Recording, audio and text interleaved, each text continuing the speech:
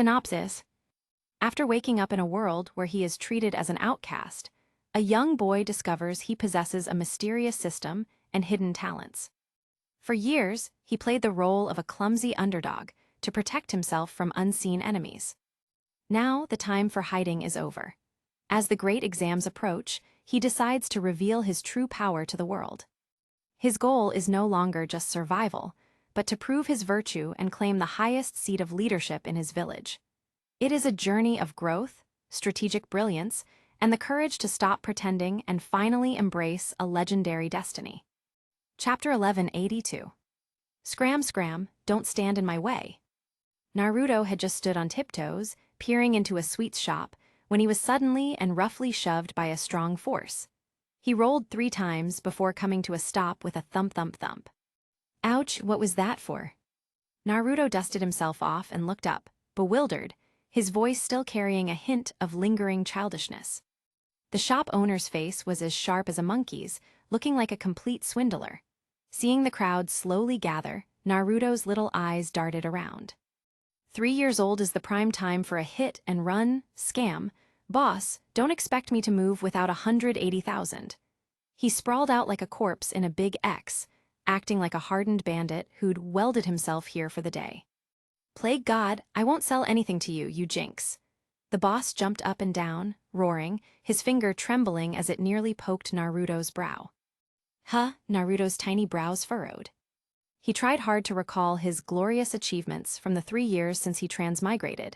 He hadn't even sneaked out of the house many times, had he?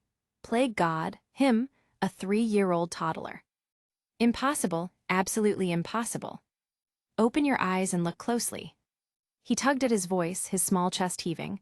Who am I? Look carefully, have we met? And plague God. The surrounding murmurs were like a lake disturbed by thrown stones, suddenly agitated. It's him, the 9 tails. Quick, don't let him get close. What bad luck, how is he still alive? Naruto's ears buzzed. Those onlookers' eyes were cold, filled with disgust, even harboring murderous intent. Just one title and everyone wanted him gone. Hear that? Get lost or else. The boss's voice rose, HMPH. That cold snort sent chills down his spine. Hathy. A ridiculous yet chilling rage surged, and Naruto almost couldn't suppress the adult's restraint to laugh out loud. Just because he's an orphan, alone. Fine, absolutely fine.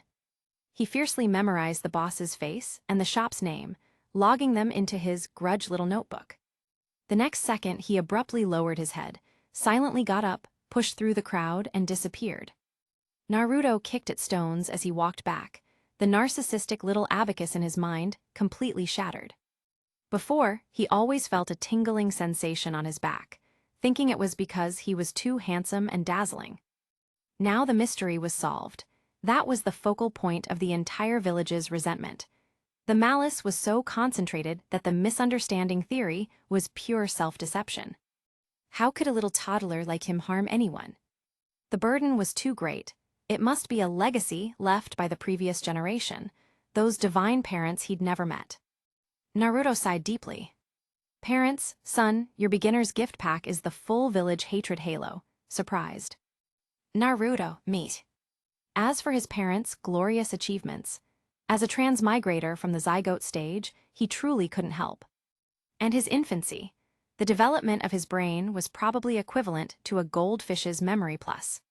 He vaguely remembered that on the day he was born, a grim reaper-like figure seemed to hold him in their hand like a potato. That scene was like a horror movie jump scare, shocking him into a blackout. When he woke up again, he was an honorary member of the Konoha orphanage. Hiss, too much information. Naruto gasped. So, I've been bouncing around in this hellish dungeon until today, and I should thank the villagers for being merciful enough not to strangle me back then. Tears came to his eyes, folks. This starting point was definitely hell mode. Damn it, who wrote this transmigration script? Bad review, refund. Naruto kicked a stone, feeling a pang in his heart as he thought of his unfinished research, crossed out, grueling career. He was just attending a conference with his mentor. How did he get re-employed in another world by the mud truck knight on a Tokyo street? As for this world, completely clueless, he only remembered a classmate mentioning it. It seemed to be a super popular shonen manga. What was it called again? Ninja Legends. Ninja Mobilization. Konoha's got talent. Characters, he only remembered 2 weird names, Sasuke, Naruto. Wait, Naruto, me. Naruto slammed on the brakes, his CPU almost overheating. By this naming logic, am I the protagonist? But can the protagonist be this miserable, hunted by the whole village? Could it be, I'm the final villain boss? He put himself in the shoes of his hellish start. The script suddenly made sense. His blood pressure immediately spiked. Damn, is it too late to restart now? Ultimately, the will to survive overwhelmed everything. Who cares? Even if I'm a villain, I have to live until the finale before I get my bento. He took a deep breath, suddenly feeling immense pressure. System, he silently uttered. A translucent panel, visible only to him. A cheat that even the violent tenant Ninetails inside him couldn't detect, instantly popped up. Initial quest, Chakra cultivation. Quest description, possessing Chakra equals novice village pass. Chakra. What the hell is Chakra? Crap game, ruining my youth. GRRR.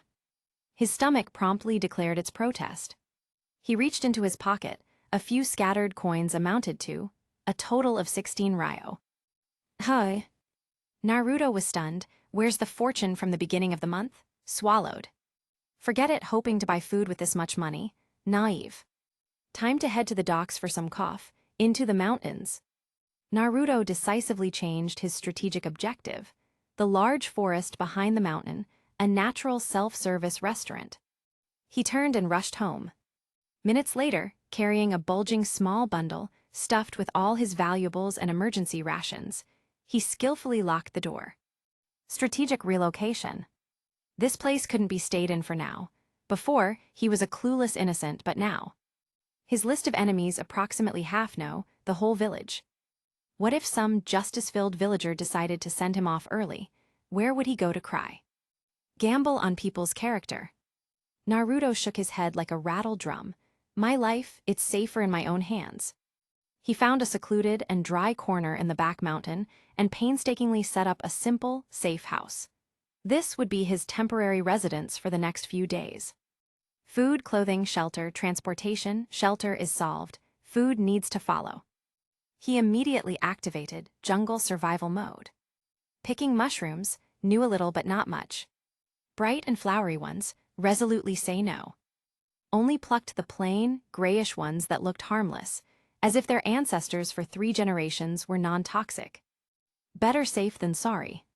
Finally, he picked up the second-hand fishing rod he had purchased at great expense and ambled to the riverbank. He'd bought it initially just for fun. Who knew it would so quickly become a tool for survival? After his identity was exposed, even a fishing rod might become contraband. An hour later. The novice's luck truly doesn't lie. Naruto looked at his spoils, 5 plump river fish beaming with joy. As the last sliver of daylight was swallowed by the tree shadows, he deftly lit a campfire. Chef Naru's little kitchen is open for business. Half an hour later. After a busy half-day, Chef Naru finally appraised the roasted fish in his hand, its exterior charred black, its interior. Let's just say it's cooked. His solemn verdict. Edible. When you're surviving in the wilderness, who needs a bicycle? Translator's note. This is a Chinese idiom meaning, why ask for perfection when something is simply functional available? Sniff, sniff, sniff. A strange sniffing sound abruptly broke the silence. Holy crap, what kind of demon beast? Naruto instantly bristled with fear, almost shoving the roasted fish into the fire. A wrinkled old face suddenly popped out from the nearby bushes. Don't panic, Tilda the face smiled, its wrinkles blooming. This old man is just a common passerby who got lost stargazing at night. Chapter 1183. Don't be afraid, I'm just an old man passing by. Is he a cat? He didn't make a sound. Naruto, startled, lay on the ground, his big eyes fixed on the old man. He couldn't quite figure out where this person came from. He didn't recognize the newcomer, who had silver hair and a face full of wrinkles, looking quite old. His figure was thin and gaunt, not appearing to possess any strength. The stranger turned to look at the roasted fish, then grumble tilde. His stomach rumbled quite spiritedly. So he's just hungry. It's good that he's not here to cause trouble. Naruto finally relaxed a little. He climbed up from the ground, picked up the roasted fish that had fallen, and handed him a new one. "Grandpa, you can have this roasted fish," Naruto said with exceptional friendliness. Regardless of whether he was an enemy or not, treating him with courtesy couldn't go wrong. Moreover, he was inherently a kind person. "It looks delicious, thank you." The old man took a bite and praised, "This is truly delicious." This compliment gave Naruto the strange illusion of the Brazilian president praising his national football team. Didn't he know whether this roasted fish was delicious or not? Looking at the white-haired old man again, Naruto felt a shared sense of pity. This was probably a lonely elder, perhaps suffering from senile dementia or even lost. Otherwise, he wouldn't be wandering in the forest so late at night, unable to find his way home, ending up hungry and encountering him. Naruto initiated conversation, saying, "Grandpa, don't you think it would be great if the village had a community cafeteria where orphans like us and lonely elders could eat for free?" Hiruzen Sarutobi, who was eating the roasted fish, looked at Naruto with 3 parts surprise and 7 parts confusion. "Me, a lonely elder. That way we could eat regularly without constantly going hungry." Naruto continued to elaborate. Then he changed the subject. "Grandpa, you're so old, you must have seen a lot. Do you know what a ninja is?" "A ninja, huh?" Hiruzen Sarutobi pondered, a flicker of memory in his eyes. A ninja is a protector of the village and their comrades, and an inheritor of the will of fire. He looked deeply at Naruto. The youth are the hope of the future. Where the will of fire burns, new leaves sprout. The fire's light will continue to illuminate the village and allow new leaves to bud. These words made Naruto feel that this old man might be a retired official from the propaganda department. However, the conversation had begun, and Naruto continued along, casually asking what he was curious about. "So, Grandpa, how strong are ninjas? Can one achieve immortality by becoming a ninja?" Hiruzen Sarutobi, who had been about to give a lecture, paused at these words. He had expected Naruto to be curious about the will of fire, but Naruto was only concerned with strength and immortality. Then again, he's just a child, it's understandable. Powerful ninjas can move mountains and fill seas. Recalling the battles between the first Hokage and Madara Uchiha, it felt as if it were yesterday. The overwhelming power was still shocking to remember. As for immortality, not even the Sage of 6 Paths had that ability. For some reason, as he said this, Hiruzen Sarutobi suddenly thought of his disciple Orochimaru. So he added earnestly, "The meaning of life is not in its length, but in its quality. To protect the village and comrades, one must." Naruto nodded as he listened, indicating that he understood.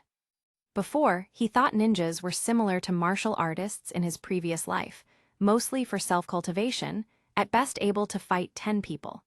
He was even planning to start a business, using his advanced business knowledge to become the richest man in this world. But now, it seemed becoming a ninja had more potential. After the old man finished speaking, Naruto finally asked his real question. "So, what is chakra?" "Chakra is a type of energy within the body," Hiruzen Sarutobi explained simply to a 3-year-old child. "A type of energy, similar to magic or spiritual energy." Grumble tilde. Just as Naruto was about to ask further, the old man's stomach rumbled again. "Here, Grandpa, eat quickly." Naruto picked up another roasted fish and handed it to him. This old man was a good person, greatly helping Naruto understand this world, so he was very enthusiastic. He ate 4 out of 5 roasted fish and drank a large bowl of mushroom soup. During this time, Hiruzen Sarutobi considered for a moment, then taught Naruto the chakra coalescence technique. There wasn't much to consider. Besides, if the 4th Hokage were still alive, he would have taught Naruto by now. Since that was the case, he, an old man, would teach Naruto on behalf of the 4th. Naruto was very happy, even excited, to receive the chakra coalescence technique. To be able to embark on the path to immortality so easily seemed too smooth. The ups and downs of his mood today were like a roller coaster. Suddenly, Naruto seemed to understand something. He glanced at the old man, hesitant to speak, but his curiosity about his parents outweighed the potential consequences. Finally, he tentatively asked, "Grandpa, do you know my parents?" "Your parents were heroes," Hiruzen Sarutobi said with absolute certainty. "Really? I don't believe it." Naruto looked silently at the old man, in the flickering firelight. If it were the 3-year-old Naruto, he would probably have believed it and might have been overjoyed by the comfort. But a soul of over 20 years old wouldn't let him easily believe it. The people from earlier today were still vivid in his mind. If his parents were truly heroes, those people should at least show him some respect, if not gratitude. But now, some people whispered about him behind his back and watched him with cold eyes, while others wished they could kill him. It was incomprehensible, even more bizarre. This old man might really have senile dementia. Naruto wanted to ask why so many people hated him, but he didn't dare. This old man seemed a bit senile, and he was afraid that if he asked, the old man might actually remember something and hate him like everyone else. Then he would have no one left to talk to. This old man was, at the moment, his only source of information about this world. At this moment, Naruto suddenly felt that the village had gaslighted him. Being disliked and hated by the whole village, abandoned by the whole world, and now having one person be nice to him felt like a drowning man grasping at his only straw. What else could this be but gaslighting? Seemingly sensing Naruto's low mood, Hiruzen Sarutobi pointed at the stars in the night sky and said, "Look, each of those stars is like the sun in our world. Amazing number, isn't it?" Naruto nodded in cooperation. This world is truly vast. Compared to all this, human existence is truly, truly tiny. He even made a comical gesture, making Naruto laugh. What an interesting old man. He knows how to amuse people like an old mischievous child. Our joys and sorrows as such tiny beings are truly insignificant. Naruto understood the situation. Looking at the starry sky again at this moment, his mood actually lightened quite a bit. Chapter 1184. After the old man left, Naruto began to clean up the garbage. "A mountain ablaze, the warden's in love with me. Cough cough no, arson in the mountains, prison time for life." For safety reasons, Naruto extinguished the bonfire with water. Then, without resting, he returned to his hideout and immediately began to refine chakra. As long as he refined chakra, he could complete the task. Completing the task would unlock the game. This game was his cheat. He, Uzumaki Naruto, a 3-year-old orphan hated by the entire village, this cheat was his only hope for survival. He had no time to rest. Sitting on a bed made of straw and bedding, Naruto attempted to refine chakra for the first time. According to the old man earlier, chakra was a type of energy within the human body, a mixture of physical energy and spiritual energy. If his understanding wasn't mistaken, physical energy referred to the energy produced by bodily cells. Did it specifically mean physical strength? And spiritual energy, mental power, willpower, or something else? That old man was too vague. And he had eaten 4 of his grilled fish and a large bowl of mushroom soup. However, considering his contribution, Naruto wouldn't hold a grudge. Now, Naruto had to figure it out himself. This chakra refining technique, to sum it up, was both simple and not so simple. Through meditation, one could perceive the flow of cellular energy and spiritual energy within the body, mixing and converting the two energies in proportion to form chakra and store it within the circulatory system. Naruto followed the steps, emptying his mind, and began to meditate. Gradually, he felt something. Could I be a genius? This thought flashed through Naruto's mind. The next moment, the feeling grew stronger. A warm current surged within his body, and this sensation became increasingly pronounced, slowly flowing downwards. Then, a sudden urge to pee. It left Naruto speechless. So this warm current was that darn thing. He had gotten excited for nothing, thinking he had made progress in his cultivation and was close to success. He ran a good distance away, took a leak, and felt significantly relieved. He hadn't succeeded in extracting it, but he wasn't anxious either. No one achieved immortality, or cultivated spiritual energy mana on their very first day. This chakra probably wasn't simple either. He had already prepared himself for a long struggle. Naruto yawned and returned to his hideout. Working all afternoon had exhausted his small body. After all, he was only 3 years old. Although this body felt unusually energetic, he was still very young. So Naruto prepared to sleep. Just before falling asleep, he suddenly opened his eyes.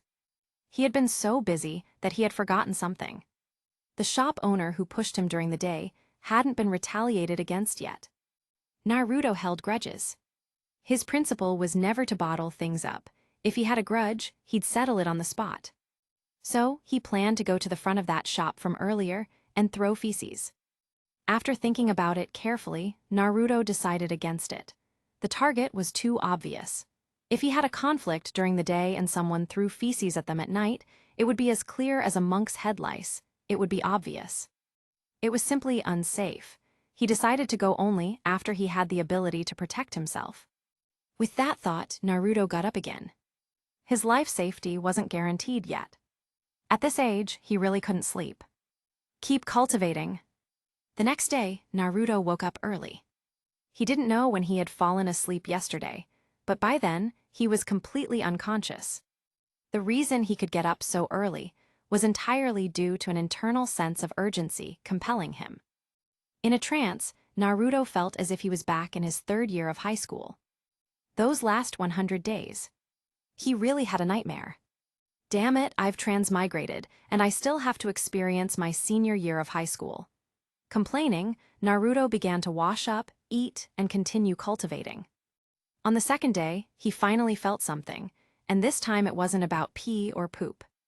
There was progress, but no success. On the 3rd day, was it finally done? Naruto had no concept of chakra, so he didn't even know if he had succeeded until he received the task completion notification. Initial task completed, reward issued, please check in inventory. System loading. I'm truly a genius. Praising himself, Naruto happily opened the panel. The entire game interface hadn't fully loaded yet, still showing loading. Naruto wondered if, due to his transmigration, this system couldn't connect to the server. However, even though online services couldn't load at the moment, local services were still running normally. Naruto opened his inventory and saw a clearly MMORPG-style gift pack lying within. He clicked to open it, and an interface popped up. You have opened the beginner's gift pack, drawing from the prize pool. Then it just kept showing, drawing from prize pool. Naruto stared at this page for half an hour. The page hadn't changed, still displaying drawing from prize pool. This thing seemed to be like the main system earlier, unable to connect to the server, causing it to not load. This trash game. Seeing this, Naruto gnashed his teeth in frustration. He had thought that once his cheat arrived, it would be the day he could go on a rampage. But this was it. Forget it, Naruto went about his business. When he went out for a stroll and came back with 3 fish, the interface still showed no movement. It wasn't until the afternoon, at sunset, just after returning to his shelter in the tree hollow. Prize pool draw failed, drawing reward from initialization prize pool. You have bound to Naruto Online. Please choose your beginner reward. SSS tier talent, unique, infinite chakra, limited. Summoning Beast Ninetales fully awakened version limited.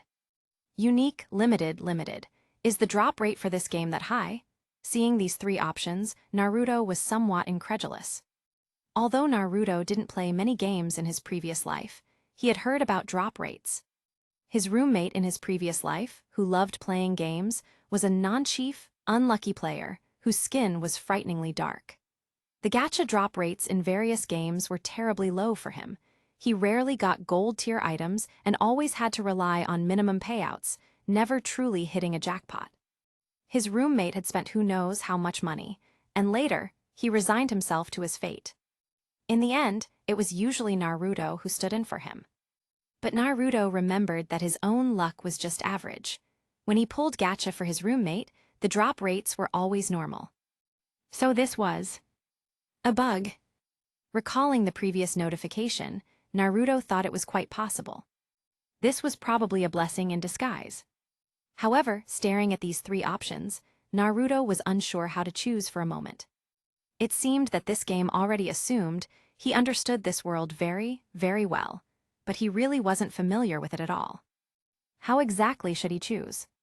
Naruto could only try to make his decision using his experience from his previous life. In terms of rarity, 1 unique and 2 limited options. Logically, he should choose the unique one. In terms of function, option A, SSS Deer Talent, unique, was a growth-oriented option, but he currently faced a survival crisis and needed immediate combat power. Option B, Infinite Chakra, limited, was equivalent to infinite mana.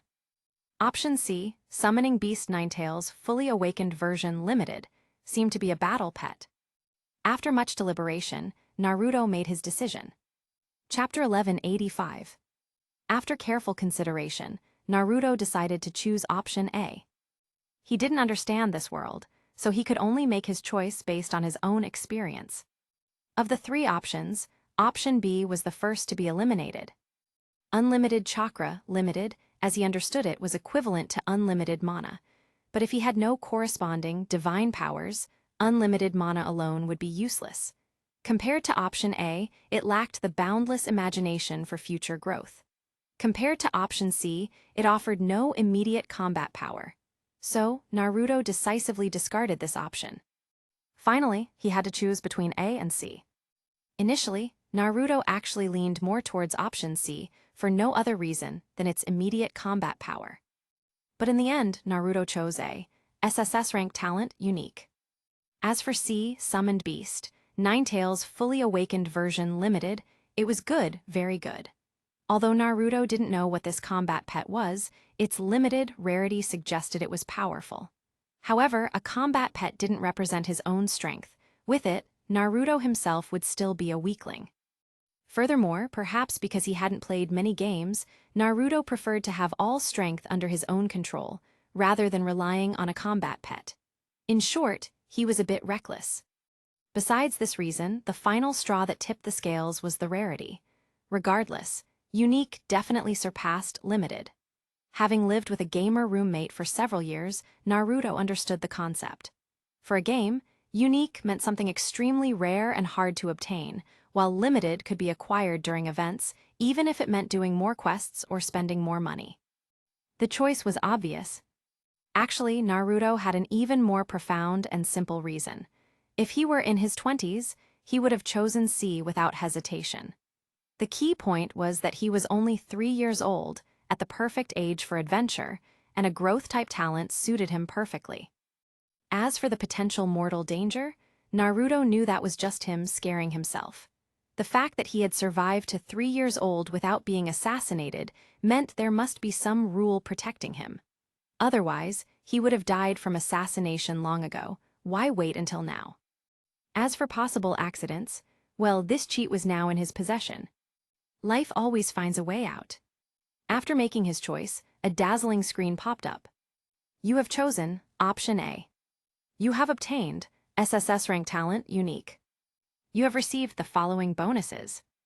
You have automatically acquired fire, water, wind, lightning, earth, yin, and yang chakra natures. Your mastery of learned chakra natures plus 1500 when learning ninjutsu. Any ninjutsu that aligns with theoretical principles can definitely be learned successfully. When you learn ninjutsu, your mastery plus 3600 chakra growth rate plus 5000% chakra recovery, rate plus 2000% your talent cap plus 400%. There are a total of 32 entries. Counting them, there were a total of 32 entries. Although he couldn't understand a small portion of the content, the benefit of Chinese characters shone through. He might not fully grasp it, but it didn't stop him from guessing based on the literal meaning. Then Naruto was astonished. This is an SSS rank talent. This is the value of unique rarity. Looking at this game is really strong. Stronger cheat equals stronger him. Naruto instantly made the connection. With joy in his heart, Naruto closed the page and entered the game's main interface. He couldn't wait to see this great treasure. While he was stuck on the new player interface, the main interface had already finished loading. Had it finally connected to the server? As soon as he entered the main interface, his personal attribute panel popped up, filling his vision. Attribute panel. ID, Uzumaki Naruto. Faction, Land of Fire, Konoha Village. Level, none. Status, Yang Ninetails sealed, recoverable. HP, 100%. Chakra, 5252D. Increases by 20 infant, X, 1 plus 200% plus 5000% equals 1060 day. Recovers by 1% infant, X, 1 plus 200% plus 2000% equals 23% hour. Chakra natures. Fire, 1500-2000 proficient. Shape transformation unlocked, power plus 220%, cost minus 20% water. 1500-2000 proficient lightning. 1500-2000 proficient earth. 1500-2000 proficient wind. 1500-2000 proficient yin. 1500-2000 proficient yang. 1500-2000 proficient. Ninjutsu, 150 points C. Hand sign speed. 5500, 100 plus 400 equals 500 point limit, jutsu comprehension. 50 chakra control, 50. Taijutsu, 150 points C. Muscle burst, 50 nerve reflexes, 50 stamina, 50. Genjutsu, 150 points C. Mental power, 50 chakra interference, 50 suggestion implantation, 50. Kekkei Genkai, Uzumaki bloodline. Skills, none. Titles, none. Badges, none. Uzumaki bloodline. Naruto immediately noticed this. It was his surname. So, does the Uzumaki surname represent some kind of bloodline? Naruto was quite puzzled. Could things like surnames and bloodlines actually provide boosts to strength? If he wasn't mistaken, that additional 200% increase in chakra was due to this. Kekkei Genkai, was this a game setting, or was the real world actually like this? He looked closer again. Kekkei Genkai, Uzumaki bloodline. This really must be something that could be inherited through blood. Caste. The word popped into Naruto's mind, but then he quickly discarded it. This wasn't something he needed to worry about right now. It didn't increase his immediate combat power, and when it came to talent, he already had an SSS rank talent. He was here to find things that would increase his immediate combat power. Naruto closed the attribute panel and quickly checked the game's other functions, but the more he looked, the more something felt off. Bro, this doesn't feel right. JPG. Whether it was because it hadn't connected to a server, or if the game was simply like this, besides the personal attribute module he just saw and a mostly useless quest module, the game only had a total of 4 system functions: shop, skill house, training ground, and duel arena. Naruto took a quick look. The shop was great. It sold blue potions, red potions, and various items. Even the Ninetails combat pet he didn't choose could be bought. Not just the Ninetails, but all the tailed beasts from 1 to 10 could be bought if he had the money. It even had resurrection coins, perfectly solving his worries about the future. The skill house was also fantastic. He could learn all sorts of ninjutsu, taijutsu, genjutsu, fuinjutsu, and more. Once learned, his current crisis could instantly be resolved. However, this game seemed quite unfriendly to a pauper like him. Both of the above sections required payment. This damn thing is a pay-to-win game. Naruto looked at the mere 16 ryo remaining in his pocket, shedding a pauper's tears. Wait. I've transmigrated. Where am I going to get RMB from? Thinking of this, Naruto opened the shop again. How do I top up? Seeing the large top-up option on the page, Naruto was puzzled. Naruto took out his remaining 16 ryo and tried silently wishing in his mind. Top up. Then, to his surprise, his meager money disappeared. Did that count as a successful top-up? He checked again, and indeed, his shop balance showed 16 ryo. You have topped up 1.6 yuan. So the exchange rate is 1 yuan equals 10 ryo. Being able to top up directly with this world's currency, there must be a bug here. However, this bug was entirely a good thing for him, a truly great thing. He looked at the shop again. His small amount of money didn't seem to buy anything. Besides some shuriken, kunai, and rice balls, he couldn't buy anything else. Wait, what's this? First top-up pack. Chapter 1186. First recharge pack. Seeing the golden glowing pack, Naruto instinctively checked its price. Only 10 ryo. Converted, that was just 1 yuan. Was this a benefit? He thought this item would be like other goods, at least 100 ryo. Only 10 ryo, he bought it. You have purchased the first recharge pack. Please check your inventory. Opening his inventory, a gift pack lay inside. It looked remarkably similar to the newbie pack, clearly carved from the same mold. Naruto immediately selected the pack and opened it. You obtained 3 basic jutsu, fine kunai x10, fine shuriken x100. The drop rate seems back to normal. Perhaps the game had recovered, and that initial bug was gone.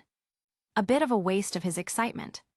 Naruto had expected something like the newbie pack again, with 1 unique and 2 limited items. He was all ready to celebrate. But this... Naruto looked at his inventory again. The inventory wasn't large, with a 9x9 grid, totaling 81 slots. However, it seemed like items could stack. The newly acquired kunai and shuriken only took up 2 slots, with a small number indicating the stack count. These are the weapons of the ninja world, Naruto guessed, seeing the 2 weapons in his inventory. The kunai had a strange shape, looking like a spearhead with a handle. The other was the 4-pointed throwing star style Naruto recognized. Naruto took out a kunai and held it. The blade was sharp, but the handle was a bit large for his small hand. But was the name reversed? Naruto felt a bit like the confused black man meme. Didn't this kunai look more like a shuriken? Was it a translation error? Naruto put away the shuriken. No, the kunai. Such things didn't really matter, he just needed to know what they were called. His gaze then fell on the 3 scrolls in his inventory. These appeared in his inventory at the same time as the kunai and shuriken, so they must be the 3 basic jutsu he mentioned when chatting with that old man earlier, right? He used to think they were some kind of divine powers, which was why he exchanged 3 grilled fish for the detailed hand signs. Naruto took out one of the scrolls, ready to see if it was as the old man described. As soon as he took it out, a prompt popped up. Do you want to learn clone jutsu? This was a skill scroll. Naruto decisively chose yes. You have acquired skill, Clone Jutsu 100 Initiate. Your Clone Jutsu proficiency plus 3600. As the proficiency increased, a vast amount of knowledge and techniques instantly flooded Naruto's mind. It was as if he had already trained with this skill thousands, tens of thousands of times, becoming intimately familiar with it. Plus 3600. Oh, his SSS talent was at work. He checked the skill. Clone Jutsu, 36015,000 Master. Just as expected. Seeing this, Naruto immediately chose to learn the other 2 skills. His SSS talent continued to work steadily. Substitution Jutsu, 36015,000 Master. Transformation Jutsu, 36015,000 Master. Naruto was immensely pleased, looking at the 3 jutsu he had just learned. Ninjutsu, easy as pie. However, these 3 skills seemed pretty useless. Clone Jutsu. The clones are just shadows, only capable of misleading others. They have no substance and cannot attack. Substitution Jutsu. This one is only for taking hits. Transformation Jutsu. Although he could transform into other people, even if he transformed into the Hokage, his own strength level would remain the same. He took out a throwing star, no, a shuriken from his inventory. Naruto fiddled with it in his hand and then he couldn't hold back anymore. He got a unique rarity talent from the newbie pack, and he thought that was the game's normal standard, so he opened the game full of anticipation, and then this. No, seriously. Not only were all 3 jutsu useless, but he had no idea how to use this little thing at all. Even if he did, what good would it do? Could this small shuriken actually kill someone? I should have chosen C, Naruto muttered. The Ninetales wasn't bad either. He suddenly remembered something. He quickly opened his attribute panel. Status, Yang Ninetales sealed, recyclable. The green, recyclable text in this section gleamed. Naruto didn't know how this recyclable Ninetales came to be. If it was in his body, then it was his. He had seen it in the shop. That crimson, 9-tailed fox, he didn't know if it was male or female, named Ninetales. Its price was 200,000 RMB, or 2 million ryo. Just now he was amazed by the game's pay-to-win level and at the wealth of rich players, but now he wasn't jealous anymore.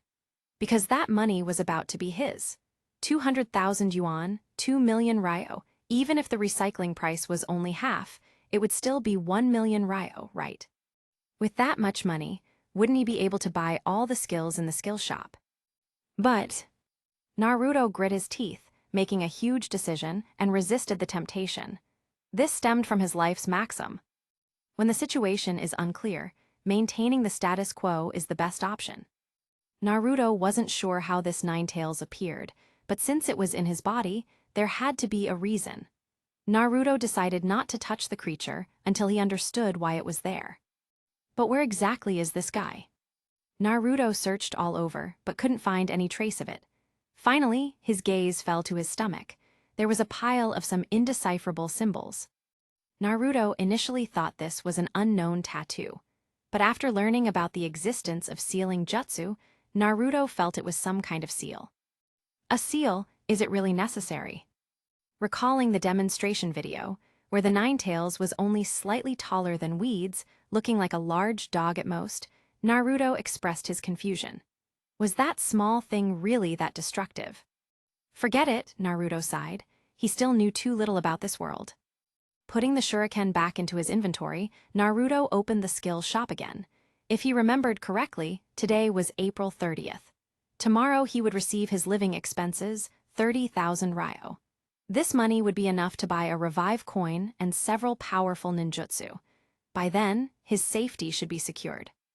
Naruto closed the skill shop, finding the 4 functions rather boring. The shop and skill house just made him crave things he couldn't afford. The duel arena was locked. According to the description, the minimum entry requirement was Chunin. It seemed only the training ground was left. So, Naruto decided to check out the training ground. He clicked enter. A loading screen popped up, showing many options. Map sizes included 1x1, 10x10, 100x100, and a paid 1000x1000, all in kilometers. Naruto decisively chose the free, largest option, 100x100. There were many terrain choices. Naruto randomly selected 7 terrain options: plains, islands, hills, mountains, forests, lakes, and oceans. For the specific map, he chose random generation. The next moment, his vision went black. Then, he felt solid ground beneath his feet, and his nose once again breathed fresh air. Naruto opened his eyes to see a plain stretching before him, with a forest in the distance. He turned his head. Not far behind him was a massive lake, which connected to the ocean via a large river further out. This sunlight, this air, this breeze, and this texture. What's the difference between this and reality? Naruto perceived everything in the training ground, feeling quite dazed. If his surroundings hadn't changed, he would have thought he was still in reality. Just as he was further experiencing the place. Roar tilde tilde tilde. An indescribably massive roar echoed through the air. The sound was terrifying, startling Naruto. He had never heard such an enormous and terrifying roar. This colossal roar seemed to transport Naruto back to his previous life. That was the first time he watched the Long March 5, China's space rocket launch. The sound of the gigantic rocket launching was unforgettable. The resonance of the sound waves with the air, even from kilometers away, still pounded his chest in waves. It was the first time he truly understood that sound was a wave. That one time, Naruto's megalophobia flared up. If the rocket hadn't been an inanimate object, he would have turned and fled. Now, a similarly massive sound seemed to rip through the air, its immense roar making him tremble. Thump thump tilde tilde. The ground seemed to quake. Naruto knew this was the monster moving. Then, from beyond the forest, a giant creature finally emerged, 9 tails swaying behind it. This is the Ninetales. Naruto was somewhat incredulous. The Ninetales was this big. That's pretty cool. Why didn't this combat pet look so big in the shop earlier? He clicked to check again. Damn. He thought the green stuff under the Ninetales in the demonstration video were all grass. Now he saw they were trees. I underestimated it. At this moment, the monster spotted Naruto and began walking towards him. I handpick only the finest and most captivating novels for you. Don't forget to check out my other novels. Piet Trianhong Mengzai. Chapter 1187. The Ninetales drew closer, its immense size startling Naruto. He kept backing away, almost tripping. Suddenly, it dawned on him. This was the training space. According to the instructions, he was its absolute master. If he wished, he could control every blade of grass, every drop of water here. He was immortal, the undisputed god of this training space. Since that was the case, what was there to fear? Meanwhile, the Ninetales stared at Naruto, utterly perplexed. It had been squatting in its prison, as usual, in its self-imposed isolation, when the next second it was summoned here. It initially thought it was being controlled by Uchiha Madara again, and let out an angry roar. Then it realized. Where was Madara? It looked around but found no trace of Uchiha Madara, nor any powerful chakra signatures nearby. First it was confused, then exhilarated. Kurama was finally free. It trembled with excitement, frolicking around like a happy dog. But in the next instant, it sensed a familiar chakra and decided to investigate. And so it saw this brat. The Ninetales approached, its enormous eyes full of confusion. "Brat, how are you still alive?" it asked. The Ninetales didn't understand. It had been released, so why was Naruto, its host, still alive? "How am I still alive?" Naruto curiously shot back, "Why would I die?" Seeing Naruto alive and well, the Ninetales thought it was under a genjutsu, but it was a tailed beast. Besides the Mangekyo Sharingan, it was invincible. Could it still be Uchiha Madara? It cautiously looked left and right, finding no enemy. In fact, there wasn't even a third chakra signature anywhere around. "Can you shrink?" Naruto asked. The Ninetales was too big. At its current size, anything it did would cause massive destruction. Just walking casually could crush many flowers and plants. Was this good? No, it wasn't. Hearing this, the Ninetales instinctively shook its head. "All right then, I'm going to shrink you now, don't be surprised," Naruto said gently. The Ninetales seemed quite intelligent. He planned to befriend it. Naruto loved making friends, after all. Most importantly, he was set on having this awesome, 200,000-point combat pet. Not even Jesus could stop him. Naruto clapped his hands together, activating the power of the rules. Instantly, the Ninetales felt itself changing. The once tiny trees grew taller and taller, until it was the same size as Naruto before it. This thoroughly scared the Ninetales.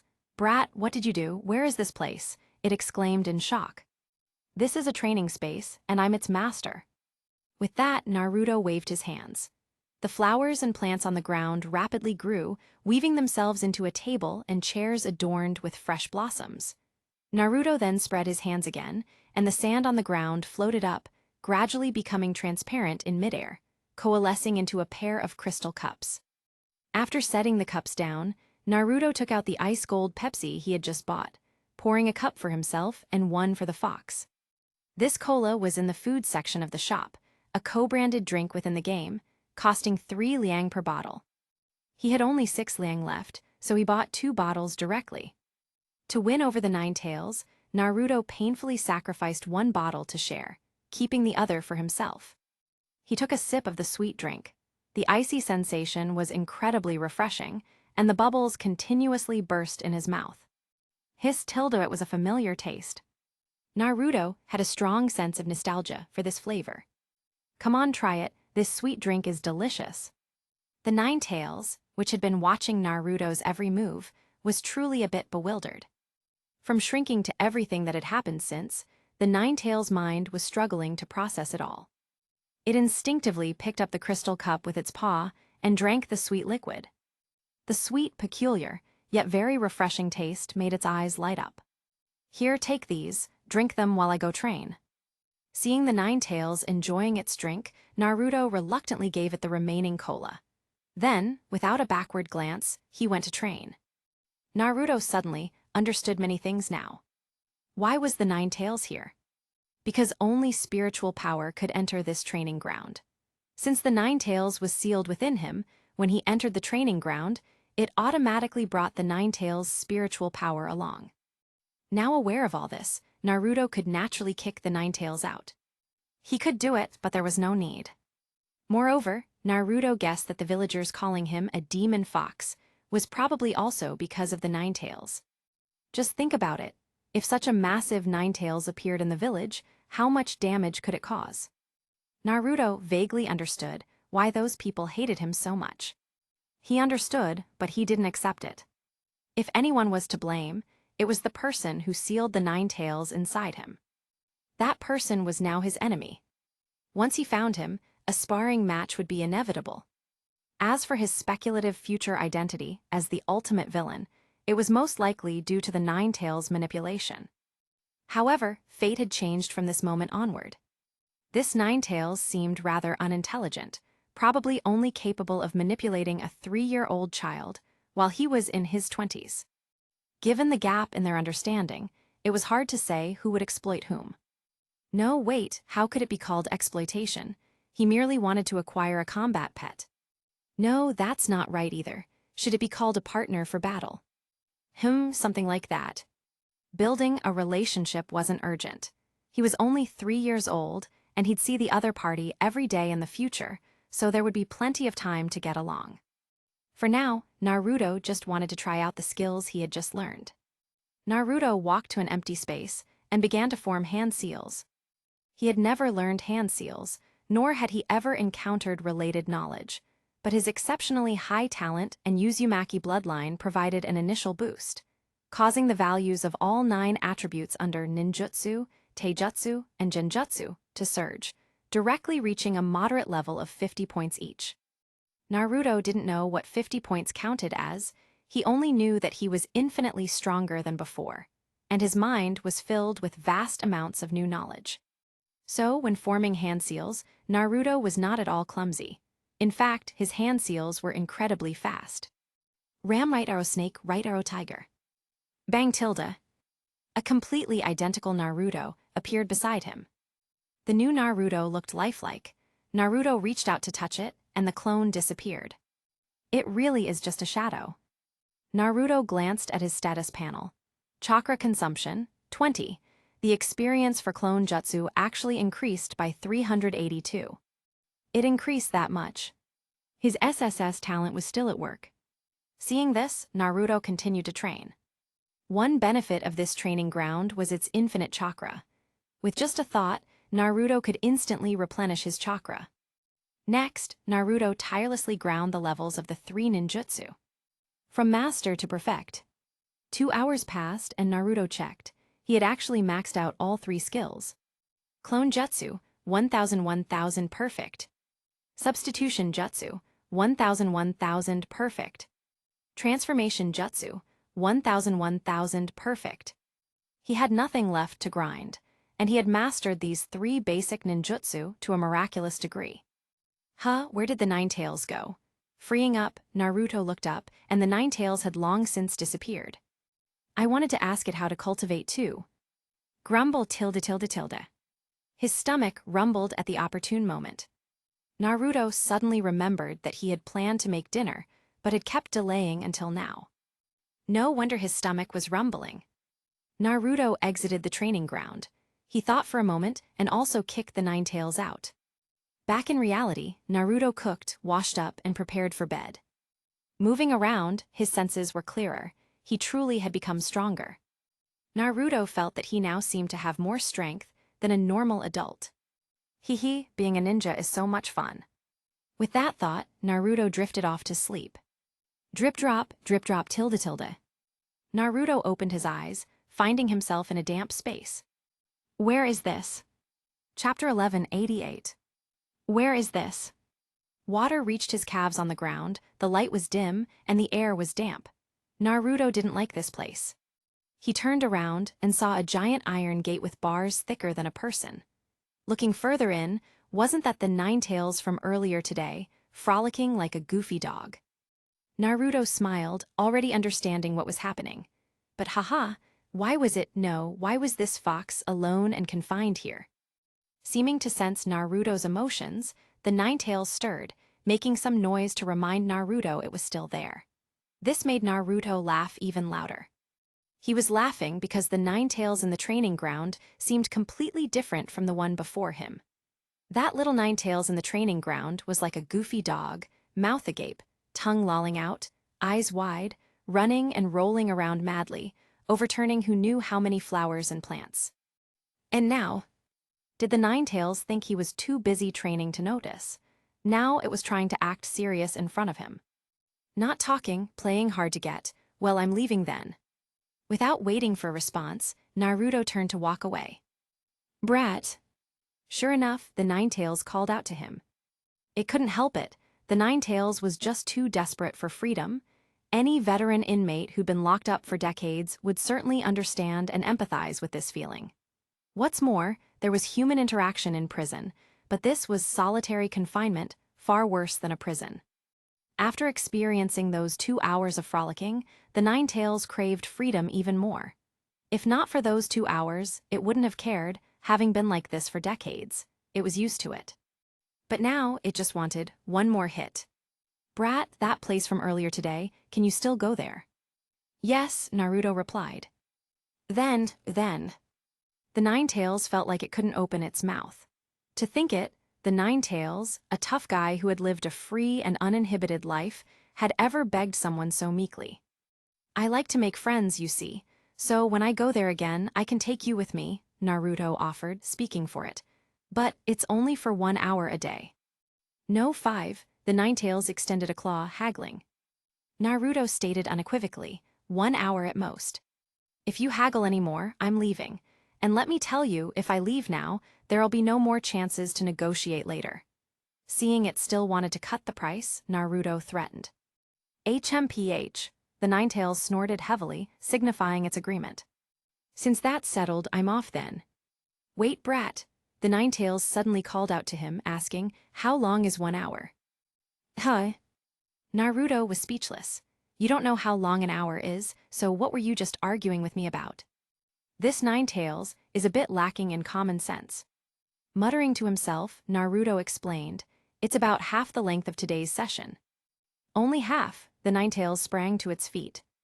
And you're complaining about something free? It's only because we're friends that I'm giving you that much time. Are you trying to threaten me? Then there's nothing more to discuss. I'm leaving. You. The Ninetales forcefully restrained itself and finally squatted back down. Something was better than nothing. Brat, the Ninetales tried to speak again, but was interrupted by Naruto. Don't call me brat. My name is Uzumaki Naruto. You can call me Naruto. Naruto introduced himself, then asked it, what's your name? What do you call yourself? Hearing this, the Ninetales stared intently at him, but didn't answer. It's just a name. Is it that hard to answer? Thinking this, Naruto threatened again, not talking. Then I'm leaving. If I leave now, all our previous talks will have been for nothing. Naruto turned to go. Wait. If this brat left, it wouldn't be able to go to that place again. Seeing this, the Ninetales gritted its teeth and threw caution to the wind, saying, Kurama. Kurama, is that your name? Then we're friends from now on. Friends, Kurama merely mumbled the word and dismissed it. HMPH wants to be friends with me, the Ninetales. You, far from it. Naruto thought for a moment and decided he should offer a little incentive. He said, as a testament to our friendship, tomorrow I'll let you go in and play for 2 hours. 2 hours, the same as today. Kurama was somewhat surprised, seemingly a little pewed. You also shouldn't complain about it being short. You should know that maintaining a place like that costs a lot of effort, and even I can't stay for long every day. Kurama believed this. It certainly required immense effort to maintain such a place. After realizing this, it didn't resent the little brat as much. In fact, it even wanted to ask what help it could offer to extend the daily time, so it could have more free time. But it held back. It was the Ninetales, a tough guy, not a dog. Since we've settled it, I'm leaving. Oh wait, how do I leave? Huh? At this, the Ninetales nearly died of exasperation. You don't even know how to leave, and you were threatening me like that. Haha, just kidding, see ya. With that, he vanished. Seeing this, the Ninetales was momentarily stunned. That brat. After a helpless sigh, seeing the brat had left and no one could see it, Kurama's eyes narrowed happily. Tomorrow, it could run around happily again. Though the time was a bit short. Suddenly remembering something, Kurama immediately retracted all its overflowing red chakra, then converted it into pure chakra and released it again. Its nine-tails chakra energy, when uncontrolled, was difficult for a child to absorb and had side effects, but this pure chakra was different. If this brat absorbed it, he could increase his chakra significantly every day. While refining pure chakra took some effort, this kid, it was worth it. Naruto getting stronger equals more free time. The nine-tails understood math too. Besides, it had a lot of chakra. Outputting it daily was no big deal. Doing this was definitely not to help Naruto, but for itself. Yes, that's right. Thinking about Naruto's mention of friends, Kurama closed its eyes. HMPH, a human brat actually deludes himself into thinking he can be my friend. The next day, Naruto woke up early.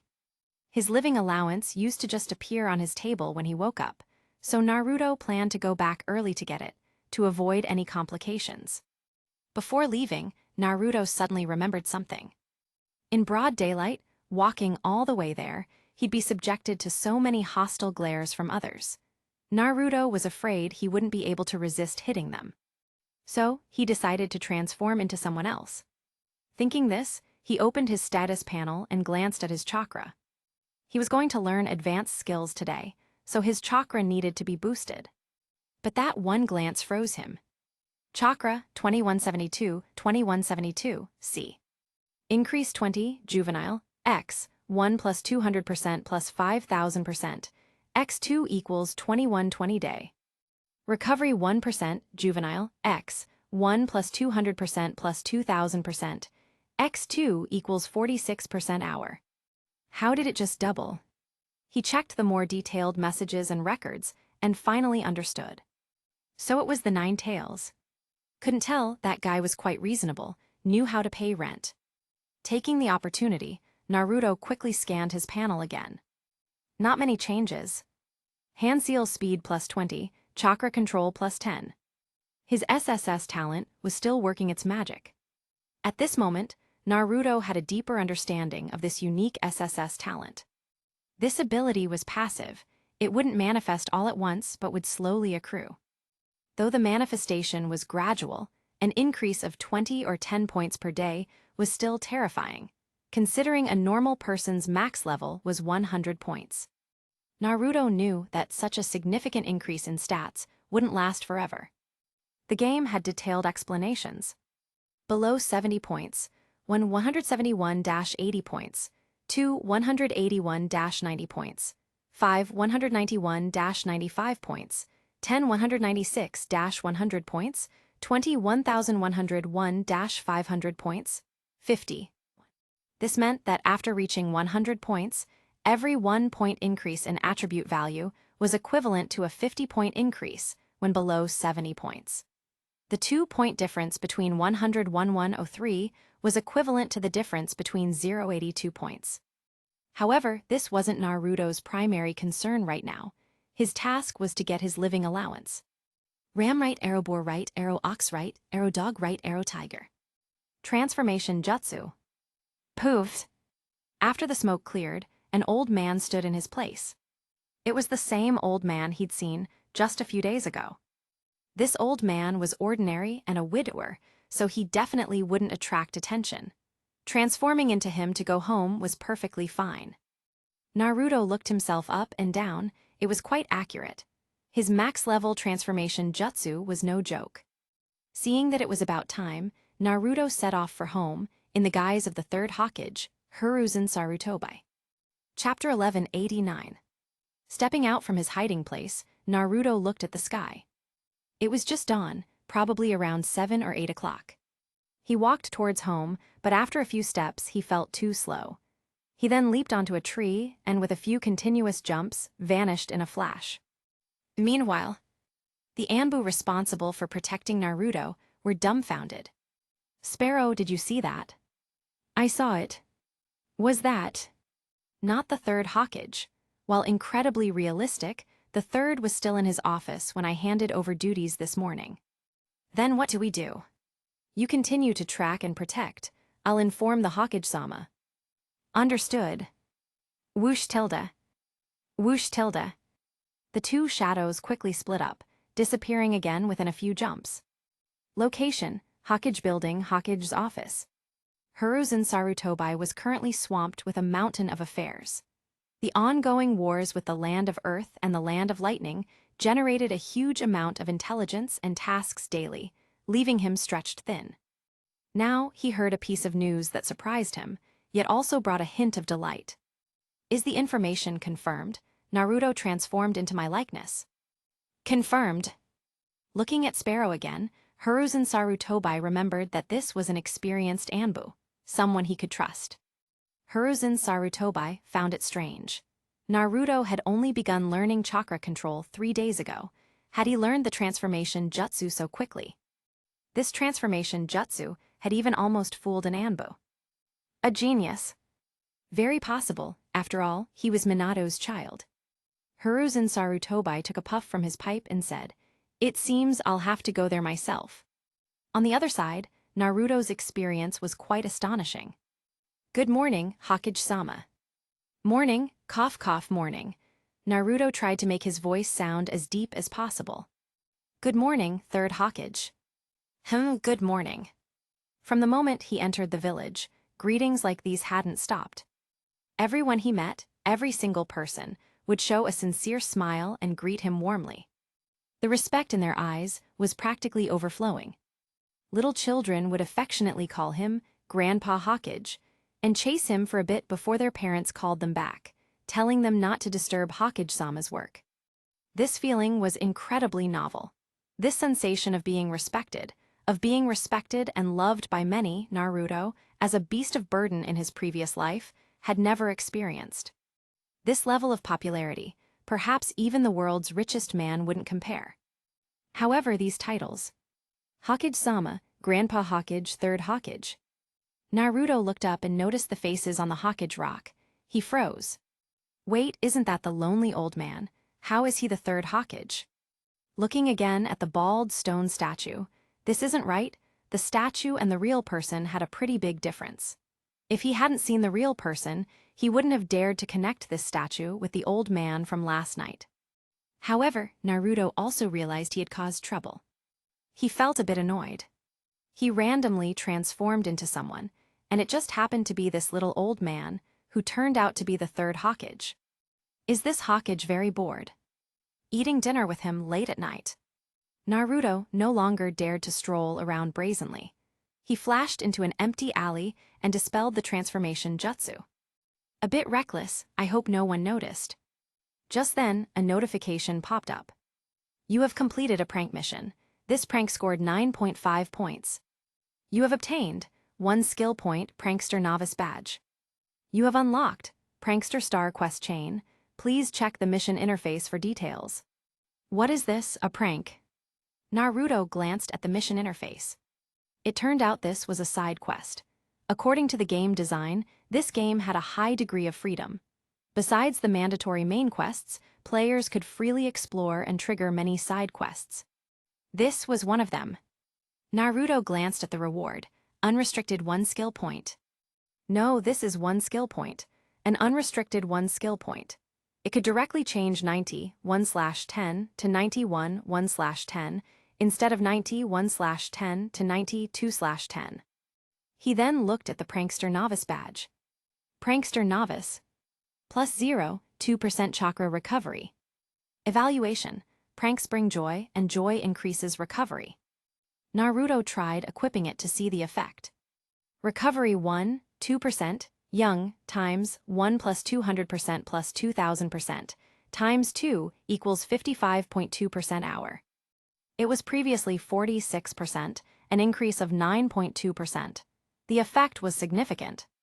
If Novice was this good, wouldn't the later badges be amazing? I love pranks, Naruto exclaimed from the bottom of his heart. Closing the interface, he scanned his surroundings. No one seemed to have noticed him. Naruto then let out a sigh of relief, before leaping up. Whoosh whoosh tilde. With a few jumps, he arrived back at his doorstep. Taking out the key from his backpack, he had just entered the door when Naruto saw a figure. Thinking his house had been robbed, he looked closer and saw it was the third Hokage. Grandpa Hokage. This was the Hokage, the biggest boss in the village, so he said Grandpa with genuine feeling. If this Hokage were on Earth, would he be a country's president, or, in short, if this old man was looking out for him, would he still fear being eliminated by the villagers? Little Naruto, you're back. Hiruzen Sarutobi showed a kind smile. He could tell Naruto already knew his identity. He reached out and fondly patted Naruto's head, asking, "How did I hear that someone in the village was impersonating me?" Fake news, all false rumors. Seeing Naruto's response, Hiruzen Sarutobi didn't pursue it. He warned, "Naruto, I know you didn't mean it, but don't transform into other people in the village, or you'll be caught as a spy." I got it. Thinking of his recent experience, Naruto couldn't help but ask, "Grandpa Hokage, how did you become Hokage?" The third Hokage recalled, "Well, I was designated by the second Hokage. I was prepared to sacrifice myself for my comrades, but the second Hokage appointed me as Hokage." Naruto wasn't interested in these secrets. He just wanted to know how to become Hokage. He had really enjoyed the feeling from his journey earlier.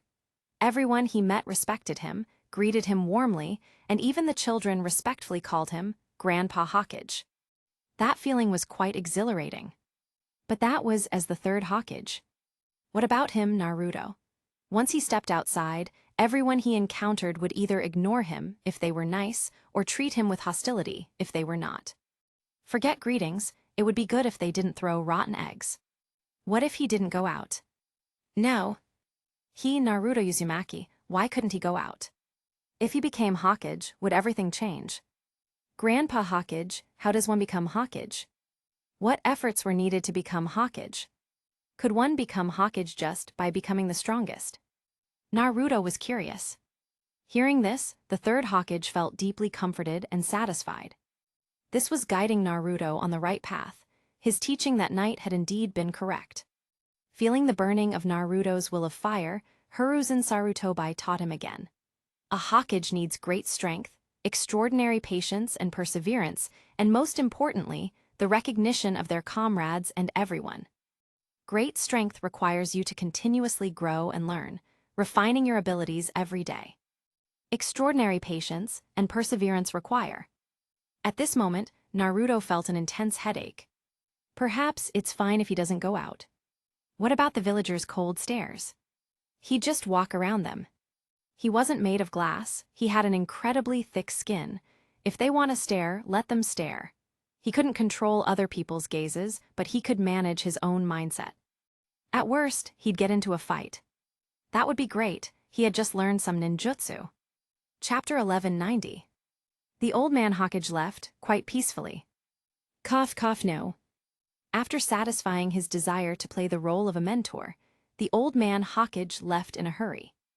Before leaving, the old man warned Naruto that he was a genius and shouldn't waste his talent. Genius. Recalling his SSS talent, Naruto felt he probably was, but he dared not become a genius. The title of genius was like a lighthouse in the dark. He already had many enemies, and countless villagers glared at him daily. Even at 3 years old, he was already so hated. Plus, who knew how many enemies were secretly observing him? If he also gained the reputation of a genius, he couldn't even imagine how many enemies would suddenly emerge, wanting to nip him in the bud. So, whoever wanted to be a genius could go be one. He had a system, and once he grew up, he would definitely be invincible. Therefore, he just needed to get through this vulnerable growth period. During this time, he wasn't going to claim the title of genius. On the contrary, if nothing unexpected happened, he even planned to act like an idiot. Given how much he was disliked, even hated, by the entire village, acting like an idiot was good. A fool wouldn't be perceived as a threat, and those hidden enemies wouldn't bother with a harmless idiot like him. Just as Judy feigned madness to survive and achieve dominance in ancient times, Naruto would now play the fool to develop and achieve invincibility. Neither was easy. Having figured this out, Naruto picked up the envelope on the table. Counting it, there were 30,000 ryo. 10,000 for living expenses, 20,000 for top-up. Naruto had long calculated how to spend this money. 10,000 ryo was enough for daily expenses, and the remaining 20,000 ryo would be used to buy skills. What kind of family gives him 2,000 yuan every month to play games? Naruto felt he was already winning too much. A quick look at the shop showed that even the highest S-rank skills only cost around 10,000 to 50,000 ryo. If he could buy one S-rank skill every 1 to 5 months, Naruto couldn't even imagine how strong he would become in the future. After admiring himself for a moment, he headed straight to the shop. Name: Resurrection Coin. Price: 6,480 ryo. Resurrection Range: resurrect on the spot designated resurrection point, within a 10-meter radius of the corpse designated resurrection point. State retention: retains 70% of chakra upon resurrection. Invalid scenarios: plot-driven deaths, Reaper death seal, all-killing ash bones, etc. Mental death, collapse of Tsukiyomi space. Cooldown: 72 hours coin. Although he didn't know what the Reaper death seal, all-killing ash bones, or Tsukiyomi space were, Naruto deeply remembered these things. These things could actually counter the resurrection coin. If this were a game, he could revive without a resurrection coin, so it wouldn't matter. But this was reality, and Naruto dared not play with fire. Therefore, until he had sufficient strength, he would avoid these skills as much as possible. However, a resurrection coin worth 6,480 ryo. The death penalty in this game must be quite high, right? That wasn't his concern. Naruto was about to click to buy a second coin, but then he noticed the price of the resurrection coin had increased. Resurrection coin: 7,776 ryo. Seeing this, Naruto sheepishly withdrew his hand. Next time. If he bought this item, he wouldn't be able to buy a skill he had long had his eye on, so Naruto chose to temporarily forego the purchase. He opened the skill shop and found his target. Name: Flying Thunder God Technique. Price: 12,800 ryo. Skill description: an S-rank space-time ninjutsu developed by the second Hokage, Tobirama Senju, and improved by the fourth Hokage, Minato Namikaze. It allows for instantaneous movement by presetting a jutsu formula mark. Can be used for high-speed assaults, transferring large targets like tailed beast bombs, or emergency evacuation. Core skill characteristics: instantaneous without hand signs. Can be activated in combat without hand signs, priority level 1. Permanent mark: once attached, the jutsu formula cannot be erased by conventional means, except for Ten Tails Jinchuriki or Six Paths level existences. Multi-target linkage: can mark multiple units or objects simultaneously and transfer groups through indirect chakra contact. Basic skill consumption: marking jutsu formula, 50 points time. Teleportation, 5,20000, beginner. Distance limit: no theoretical upper limit, limited by skill level and chakra. Cooldown: no cooldown for teleportation. Mark carrier: inanimate objects, living beings. Naruto had boredly looked at this skill countless times. It looked so cool no matter how he saw it. Moreover, the fourth Hokage who was demonstrating the skill was also a blonde just like him. What a coincidence, right? The fourth Hokage looked cool using it equals Naruto looked cool using it too. Naruto's inequality theorem once again showed its brilliance. He bought it. You have purchased the skill, Flying Thunder God Technique. This is a restricted ninjutsu. You need to complete a prerequisite mission. Detected that you possess SSS talent, you have learned the Flying Thunder God Technique. Flying Thunder God Technique, 36015,000, Master. Alright, his SSS talent had come in handy twice now. Please customize your Flying Thunder God mark. Looking at the DIY interface that popped up, Naruto fell into thought. He wanted to draw a small Ninetales, but that would be too obvious, and people would immediately know it was him. He didn't know why, but it seemed the villagers all knew he was the Ninetales Jinchuriki. That wouldn't do. What about a simple word, too ordinary? For some reason, Naruto suddenly thought of a certain bearded gentleman. Naruto chose a simple word, in a clear modern font. He checked his remaining money, and bought a few cheap C-rank offensive ninjutsu. Things like Fire Style, Great Fireball Technique and Wind Style, great breakthrough, until only a few hundred ryo remained. Naruto opened the shop again. He saw a type of three-pronged kunai that looked cool but was a bit expensive. A single line of code for a digital product actually cost 1 ryo per kunai. In the end, Naruto bought ordinary kunai, directly purchasing over 100 of them. He planned to hide these kunai all over the village. He now gained 2,000 chakra daily. By the end of the month, he would be able to teleport up to 12 times. At that point, even if his enemies wanted to kill him, they wouldn't be able to catch him. Having spent his budget, his shopping spree ended. Naruto already foresaw his upcoming life, full and enriching. And so it was. Waking up, eating, wandering around, and sleeping, all while his soul cultivated in the training grounds. One day passed like that. One day, a few days, a month, a few months. Until that day. Ikaraku Ramen. This was a ramen shop Naruto had discovered, and the taste was excellent. Although the shop also sold food, those items had no soul, and the taste wasn't as good as here. Currently, Naruto was eating ramen. He frowned, looking troubled. "What's wrong, little Naruto? Is today's ramen not good?" Tgthegood asked curiously when he saw him. This was also why Naruto chose this place. Tgthegood didn't discriminate against him. "Nothing, old man Ikaraku." Slurp slurp. After quickly finishing the last of his ramen, Naruto slapped down 5 large coins and hurried out. As the curtain he pushed aside billowed, Naruto's voice drifted back.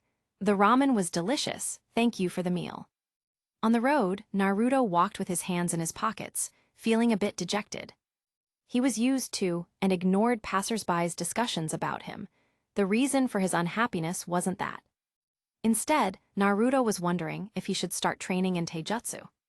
In his previous life, he had heard that training too early could stunt growth.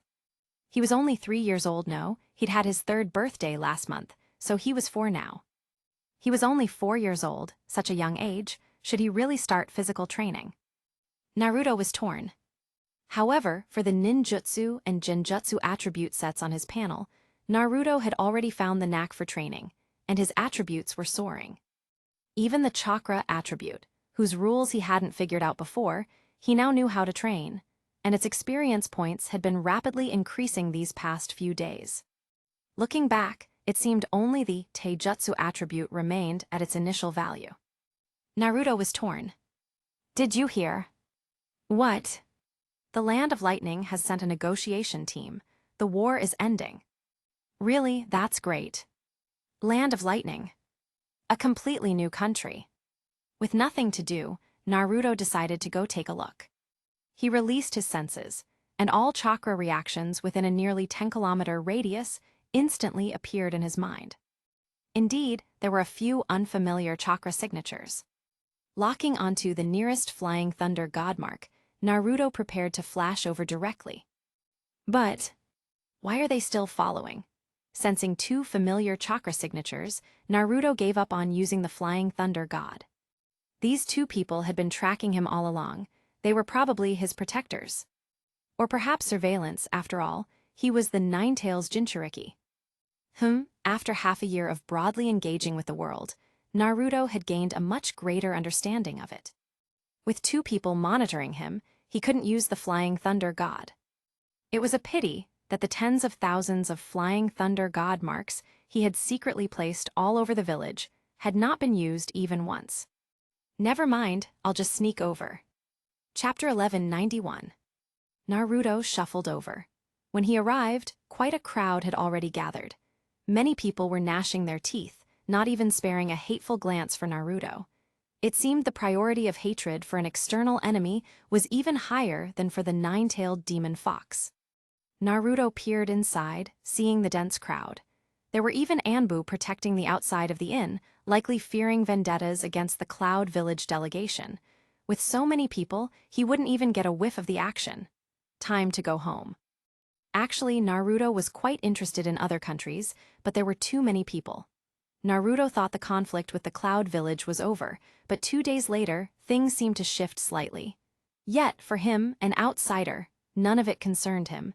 He didn't even know what exactly was happening. He tried to ask around, but no one would talk to him. The only thing Naruto could do was to become stronger, continuously stronger. Only then could he establish a firm anchor for himself in this turbulent, dangerous world. Another 2 days passed. This evening, after downing a bowl of pork bone ramen with char siu, Naruto went for a walk to digest. He ambled over to his usual swing set, where he spent half an hour swinging. Childhood was truly interesting. 4-year-old Naruto might not have thought so, but 24-year-old Naruto now felt, indeed. He had a lot of free time, spending every day wandering around, exploring the world. After half an hour on the swing, Naruto prepared to head home. It had snowed heavily that morning, leaving a thick layer on the ground. The weather was cold, but his clothes weren't particularly thick. Fire-natured chakra constantly warmed his body, and wind-natured chakra helped him counteract the cold wind. Under his remarkable chakra control of 132 points, Naruto's mastery of these abilities had reached perfection. When out and about, he usually trained himself this way, without revealing his superhuman abilities. There were few pedestrians on the road. He walked for a long time without encountering anyone, until a small girl in plain black clothes came running from the opposite distance. She took a few steps, then fell to the ground and started crying. "What's wrong?" Naruto walked over. She was about the same age as him. Not seeing any adults accompanying her, Naruto felt a flicker of joy inside. Finally, someone he could talk to. "Say something. If you just cry, I won't know what happened to you." Where's your home?" As he got closer, Naruto noticed the girl had Byakugan eyes. These eyes looked familiar. It seemed only one clan possessed such eyes. "Come on, I'll take you home." With that, Naruto took the girl's hand. Naruto kept talking the entire way, but the little girl remained silent, like a tree hollow that couldn't speak. Humans were social creatures, after all, and deep down, Naruto desperately wanted a friend. There was once a hypothetical question. If you had plenty of food, Wi-Fi, a phone, and a computer, how long could one stay at home? Some said half a year, some said a lifetime, some said they'd go crazy in a few months. But weren't phones and computers already a form of social interaction? With phones and computers, you're constantly receiving new information and interacting online. What about Naruto? He had nothing. No one to talk to, no one to accompany him. Those who disliked him wouldn't even spare him a glance. Most people avoided him as if he carried a contagious virus. Naruto only felt endless loneliness. If he didn't possess a strong inner spirit, he would have succumbed to depression. He, such a lively person in his previous life, why had he fallen to such a state in this life? At this moment, Naruto deeply understood Tom Hanks' plight in Cast Away. He wasn't on a deserted island, yet it felt like it. Surrounded by people, he didn't even have anyone to talk to. This little girl was his Wilson. After a long string of words, the two finally arrived at the gates of the Hyuga compound. "Your house is pretty big." Possessing such a grand mansion, having parents and countless people to talk to her, why was she still so sad, running out to cry? A bit overly sensitive, really. Though he thought this, Naruto still tried to console her. "You have such a big home, why are you still crying?" "Look at me, even though I don't have any family, I never easily shed tears." With that, Naruto showed a brilliant, exemplary smile. Gana tilde. After seeing her home, Naruto waved goodbye with a smile. Naruto thought their encounter would end there, but he was wrong. 2 years later. It was another snowy winter day, and Naruto was on the swing. Childhood days were just this boring and repetitive.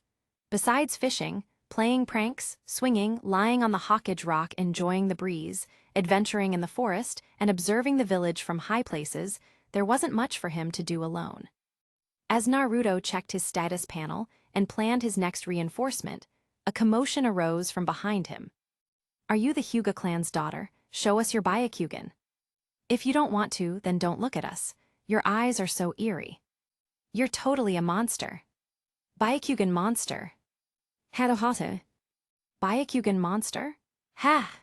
Naruto hated people who discriminated against others for their physical traits the most, as he was hated by the entire village because of the Nine Tails. This kind of thing, the crime buster Naruto Uzumaki, cannot shirk.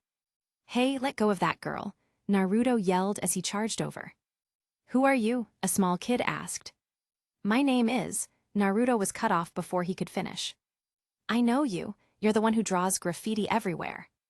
That's right, that's me. Naruto nodded in affirmation. Those were all things he did to complete the Prankster Star side quest. Pranks. You're an idiot, aren't you? Hahaha, moron. The three took turns mocking him. Naruto said nothing and walked forward. Slap, slap, slap, tilde. 3 slaps, loud and crisp. The right side of their faces instantly turned crimson and swelled high. The 3 were dumbfounded, completely unable to react. Only then did they feel the pain. Instantly, they all screamed in agony. Seeing this, Naruto raised his hand again, feigning another strike. Run! The leading child yelled and ran off, the other 2 following, crying as they fled. Ha. For some reason, bullying little kids was actually quite fun. Oh right, he was also a kid. Never mind then. What is it? Naruto turned to look at the girl. Deep blue hair, Byakugan eyes about his age. Why did she look familiar? Thank you very, very much. Hinata bowed in gratitude. No biggie, Gana tilde Naruto waved goodbye. It was almost dinner time. He had to hurry to claim his spot. Halfway there, Naruto suddenly remembered. This was the little girl he had walked home 2 years ago. He really hadn't expected her to still be so timid. So. Never mind, time to eat. Meanwhile, Hinata watched Naruto's retreating figure, just watching. I handpick only the finest and most captivating novels for you. Don't forget to check out my other novels. Piet Trianhong Mengzai. Chapter 1192. Naruto, the Ninetales roar echoed to the heavens. Got it. With the Ninetales prompt, Naruto, standing on its head, naturally noticed the sudden appearance of several targets in the distance. Use consecutive-tailed beast bombs.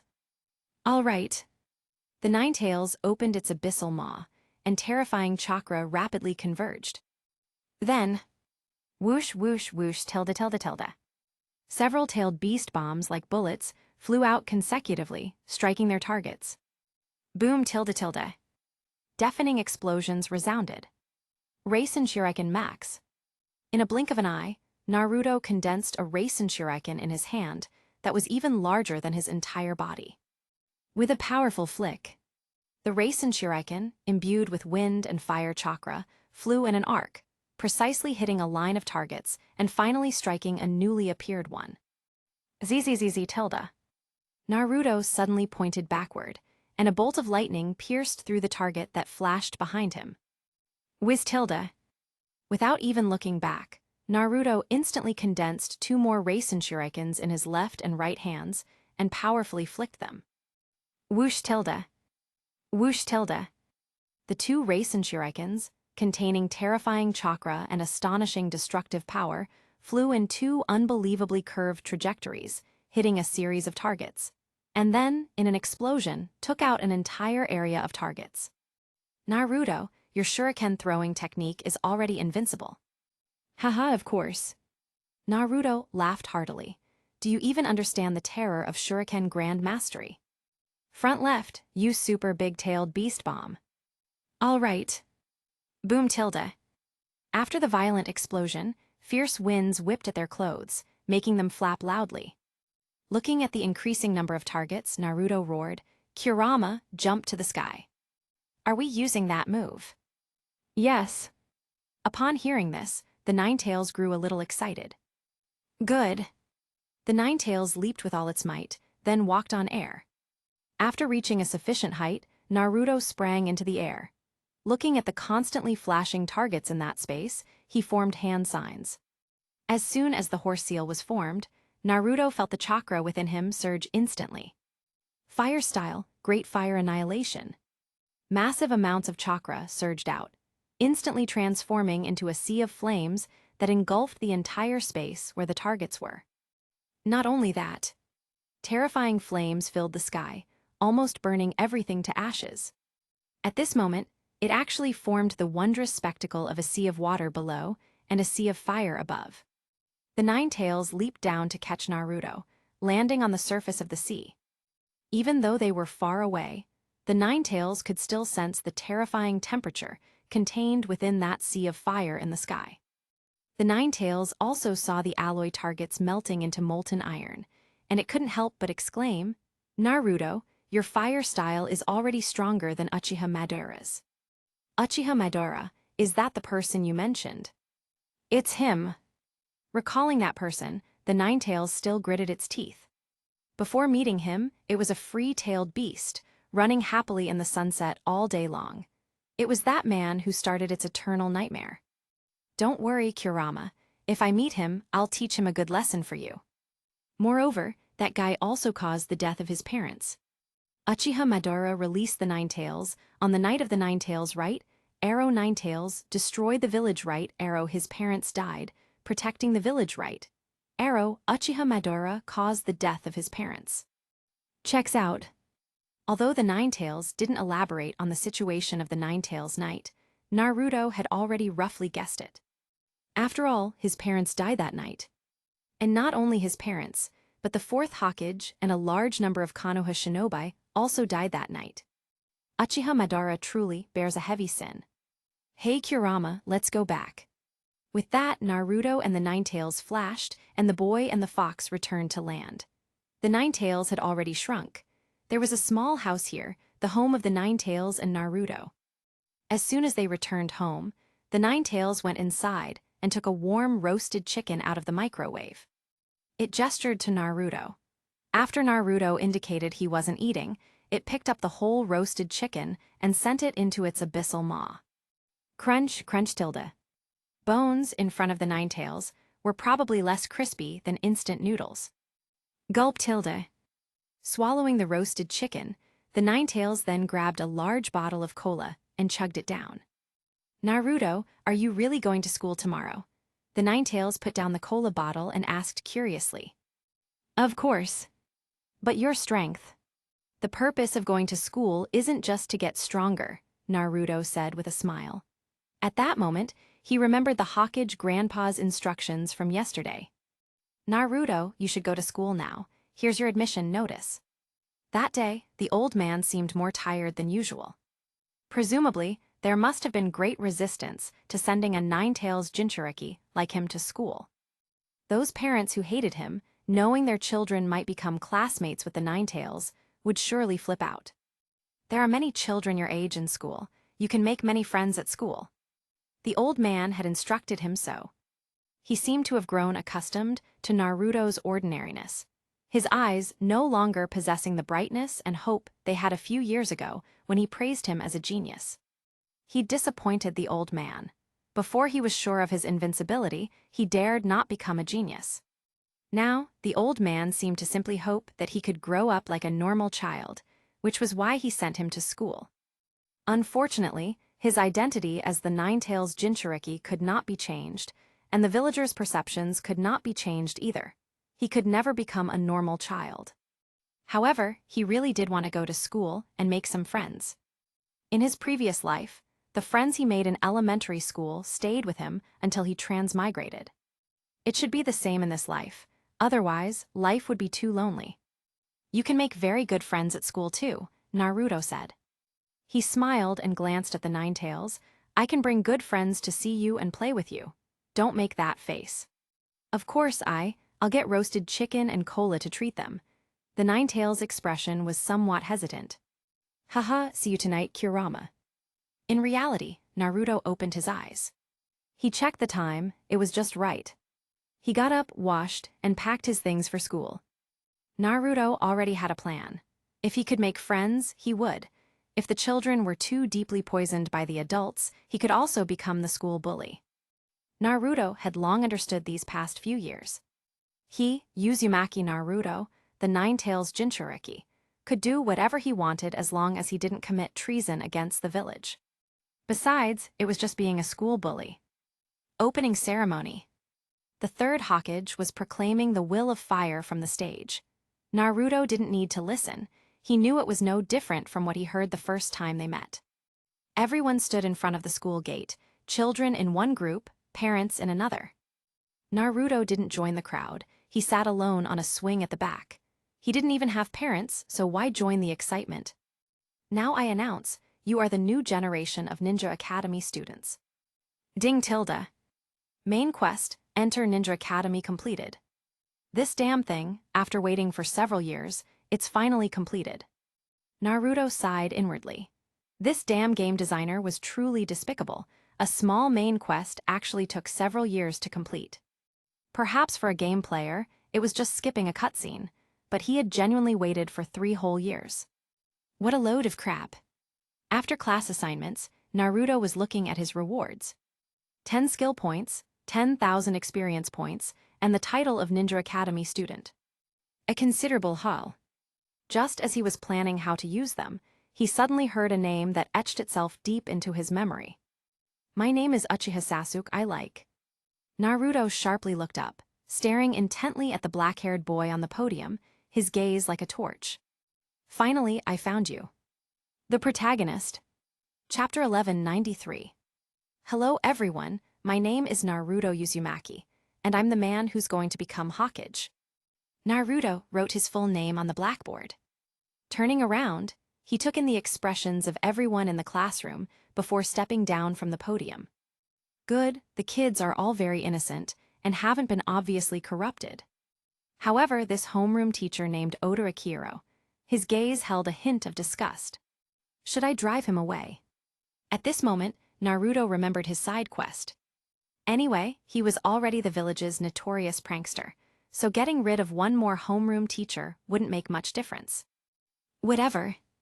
After everyone had finished their self-introductions, during break time, all the young students were busy making new friends. Naruto also set his sights on someone. Across the aisle there was a chubby kid, round and somewhat cute. He was wearing a t-shirt with the character for Eat on it. He must be a foodie, right? Hey chubby kid, my name is Naruto and you're Choji, right? Don't call me chubby kid. Choji instantly bristled at the word chubby. Huh, my bad, I didn't know you didn't like that name. Naruto's face showed apology as he pulled something out from behind him. Here, take these as an apology. Choji's spellcasting, his anger, was interrupted by the 6 bags of potato chips placed on his desk. Are these really for me? Looking at the bags of chips, Choji found it hard to believe. Of course, as an apology, these are all for you. I sell snacks, so if you come to me to buy chips in the future, I'll give you a 50% discount. At this, Choji's eyes lit up, and he asked disbelievingly, really? Of course, my name is Naruto Uzumaki. If you want any snacks in the future, just find me.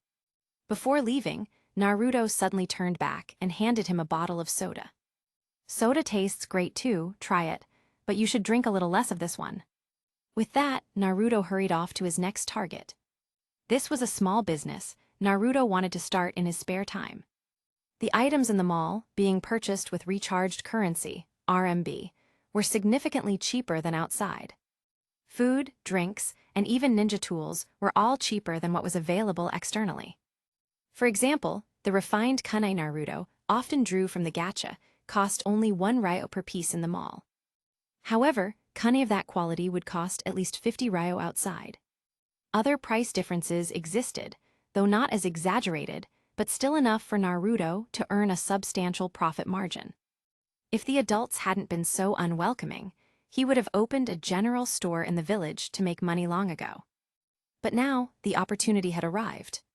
Adults didn't want to deal with him, but he could use small snacks and drinks to harvest the pocket money of his classmates. Beside Choji, Shikamaru had been listening to their conversation. Seeing Naruto leave, he noticed Choji's fingers twitching, wanting to devour the chips. Hey Choji, you know who he is, right? Shikamaru prompted. Other kids might not remember, but Shikamaru remembered Naruto. He was the person almost all adults disliked, even avoided, with many saying he could spread a virus. Though troublesome, Shikamaru didn't want Choji to contract this unknown virus. Making friends was already a hassle, and he himself wasn't popular due to his personality, only able to play with Choji. If he lost Choji too, he couldn't imagine. I won't waste any food, Choji replied firmly.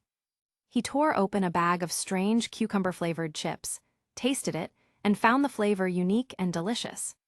And the cola was sweet and fizzy, tasty. While eating, Choji stared at the busy Naruto and suddenly recalled their first meeting. It was on the main shopping street. Naruto was walking along, and passers-by were all avoiding him, some even cursing him softly. It was the first time Choji had seen people dislike someone so intensely. Many people disliked, even hated and detested Naruto, wishing him dead. However, he was shocked by Naruto's attitude. Naruto seemed completely unbothered by any of it. He even saw Naruto walking along, tossing a coin into the air. Then Naruto suddenly yelled, "It's decided then, let's go fishing." And then he saw a smile appear on Naruto's face. Being discriminated against, hated, and even cursed by so many people, yet Naruto could still smile. What an incredibly strong inner spirit. And what about Choji? He was also discriminated against by other children for being fat. Many kids called him chubby or pig, and he felt a bit insecure, even fearful and angry when others mentioned the word fat in front of him. So he empathized with Naruto's plight. His only friend was Shikamaru, and that was only because their families were old acquaintances. Otherwise, he might not have had any friends at all. Having no friends was lonely, and Choji couldn't imagine what it would be like to be alone. Would he be as strong as Naruto? Would he be able to smile even when alone? If he could, Choji truly wanted to be friends with Naruto. He yearned to be like such a strong person and deeply wanted to become someone like that himself. On the other side, Naruto was still busy promoting his snacks. He went from student to student, selling to them and remembering many of his classmates. Most chose to buy snacks until he reached Sasuke Uchiha. This protagonist did indeed look good, already strikingly handsome at such a young age.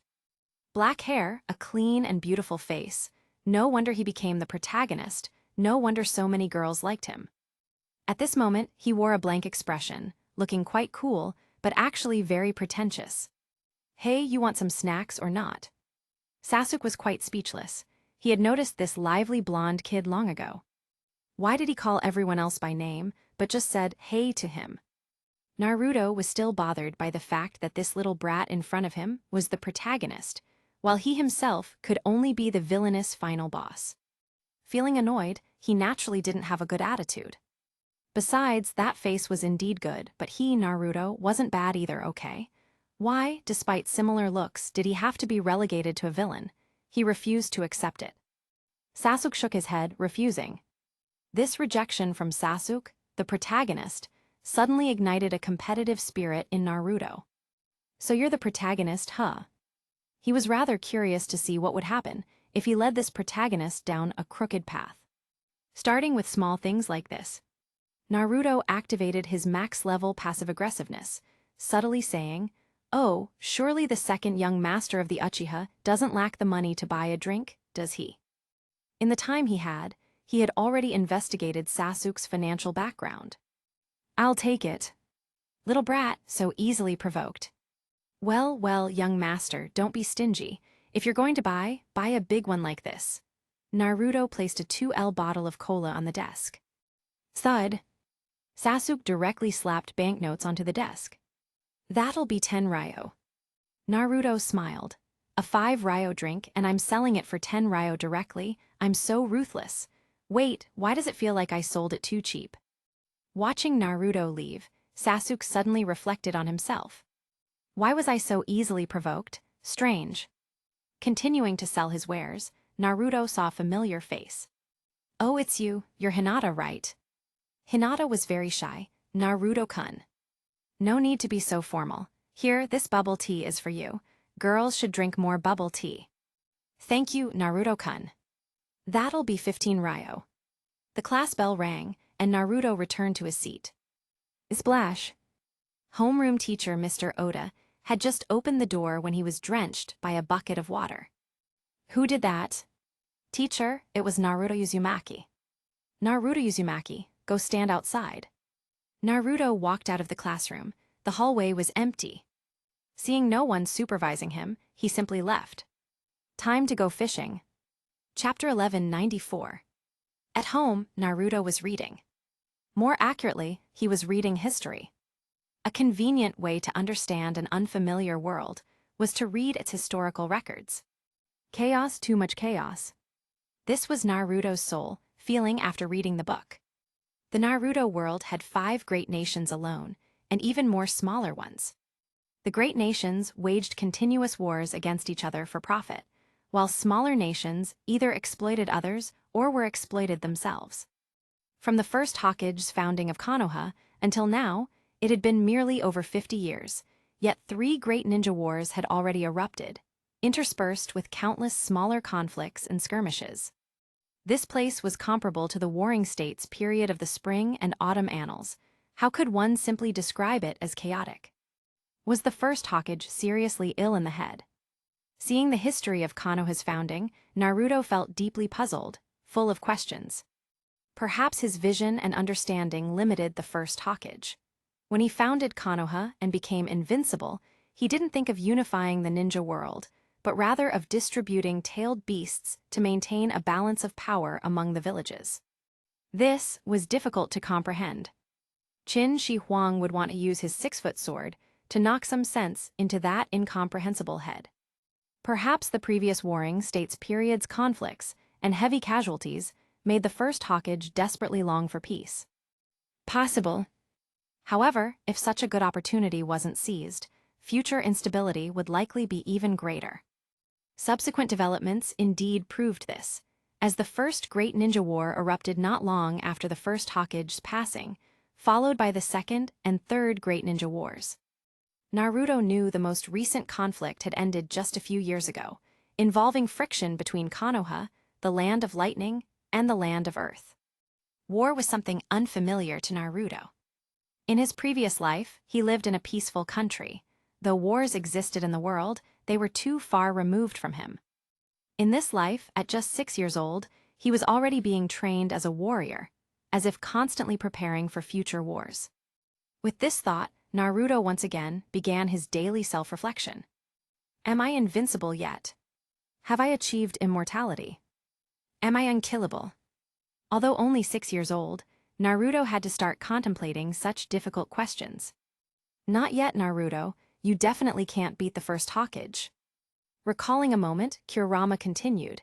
Even though he's an enemy, I have to admit, the first Hokage was a very strong man, like a god. How exactly was wood release born? Thinking of the first Hokage's unique wood release, Naruto was very curious. It seemed that wood release was also the origin of the name Konohagakure, Hidden Leaf Village. Kurama stated that it truly didn't know. It didn't know much about human things. Is it a fusion of 2 elemental natures? Naruto was confused. Perhaps he could try it in his future training. In his cultivation, he had always been exploring and progressing alone, without any teacher's guidance. This led to his lack of much common knowledge. Like his strength, for example. Naruto had always thought that even with an SSS tier talent, he was only 6 years old. Even if he felt very strong, his strength would at most be at the Chunin or Jonin level. But Kurama suddenly told him that he already had at least cage-level strength, and his fire style was even on par with Uchiha Madara. Naruto was quite surprised. What about Uchiha Madara? Naruto then asked about the first Hokage's lifelong rival. Perhaps still unbeatable, Kurama recalled. Although your fire style is stronger than his strongest asset isn't fire style, but those eyes. What eyes? Naruto was utterly astonished. What kind of eyes could have such an effect, even stronger than his fire style? The Mangekyo Sharingan. Those eyes possess captivating visual prowess and godlike abilities. Mangekyo Sharingan. This name didn't tell him anything useful. He knew what a Sharingan was, though. Adding Mangekyo to it.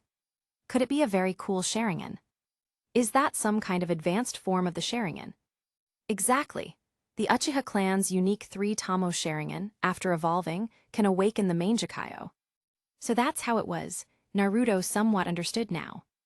The Mangekyo was a further evolution of the Sharingan.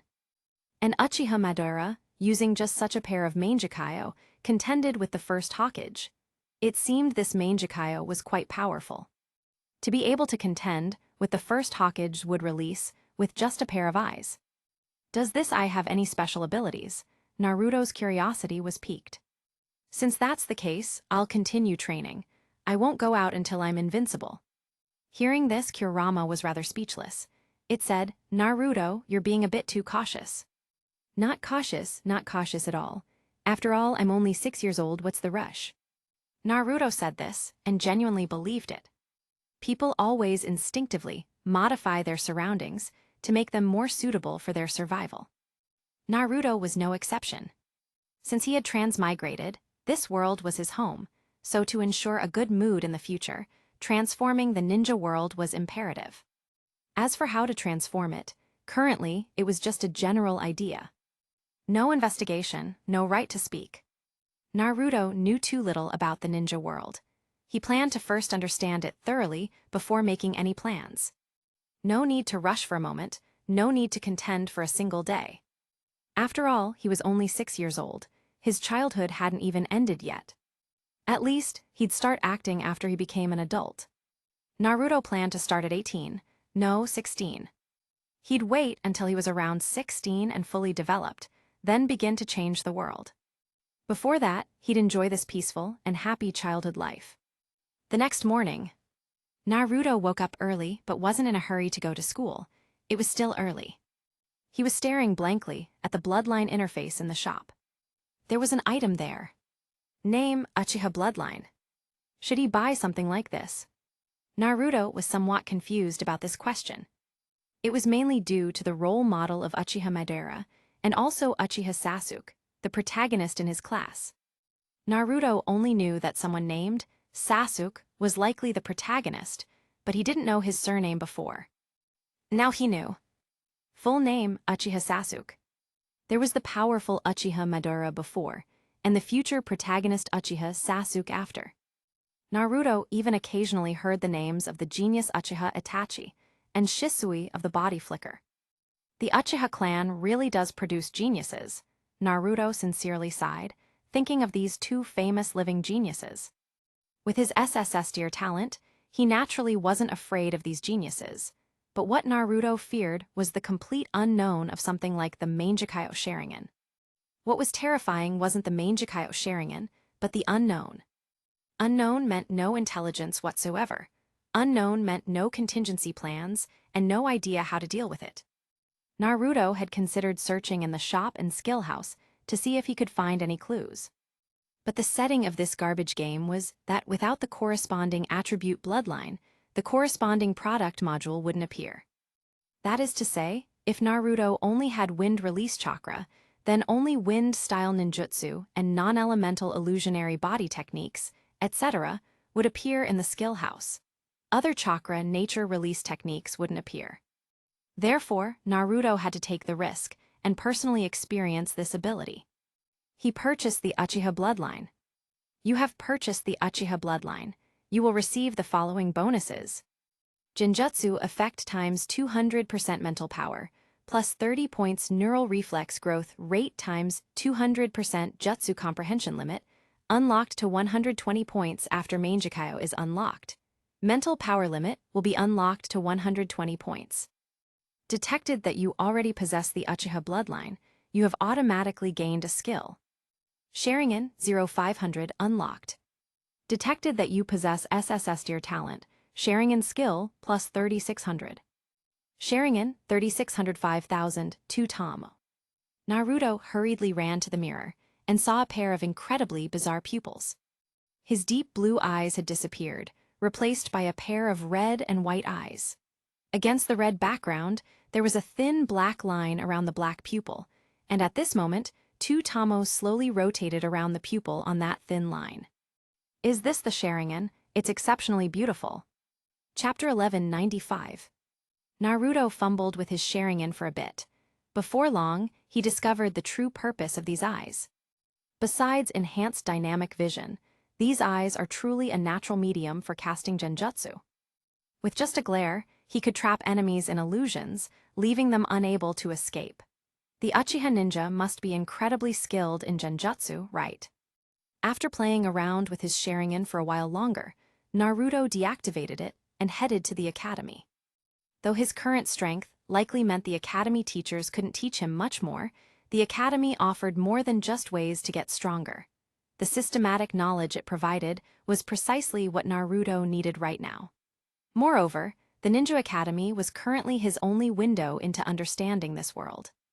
As for skipping class, In his previous life, Naruto was a good student.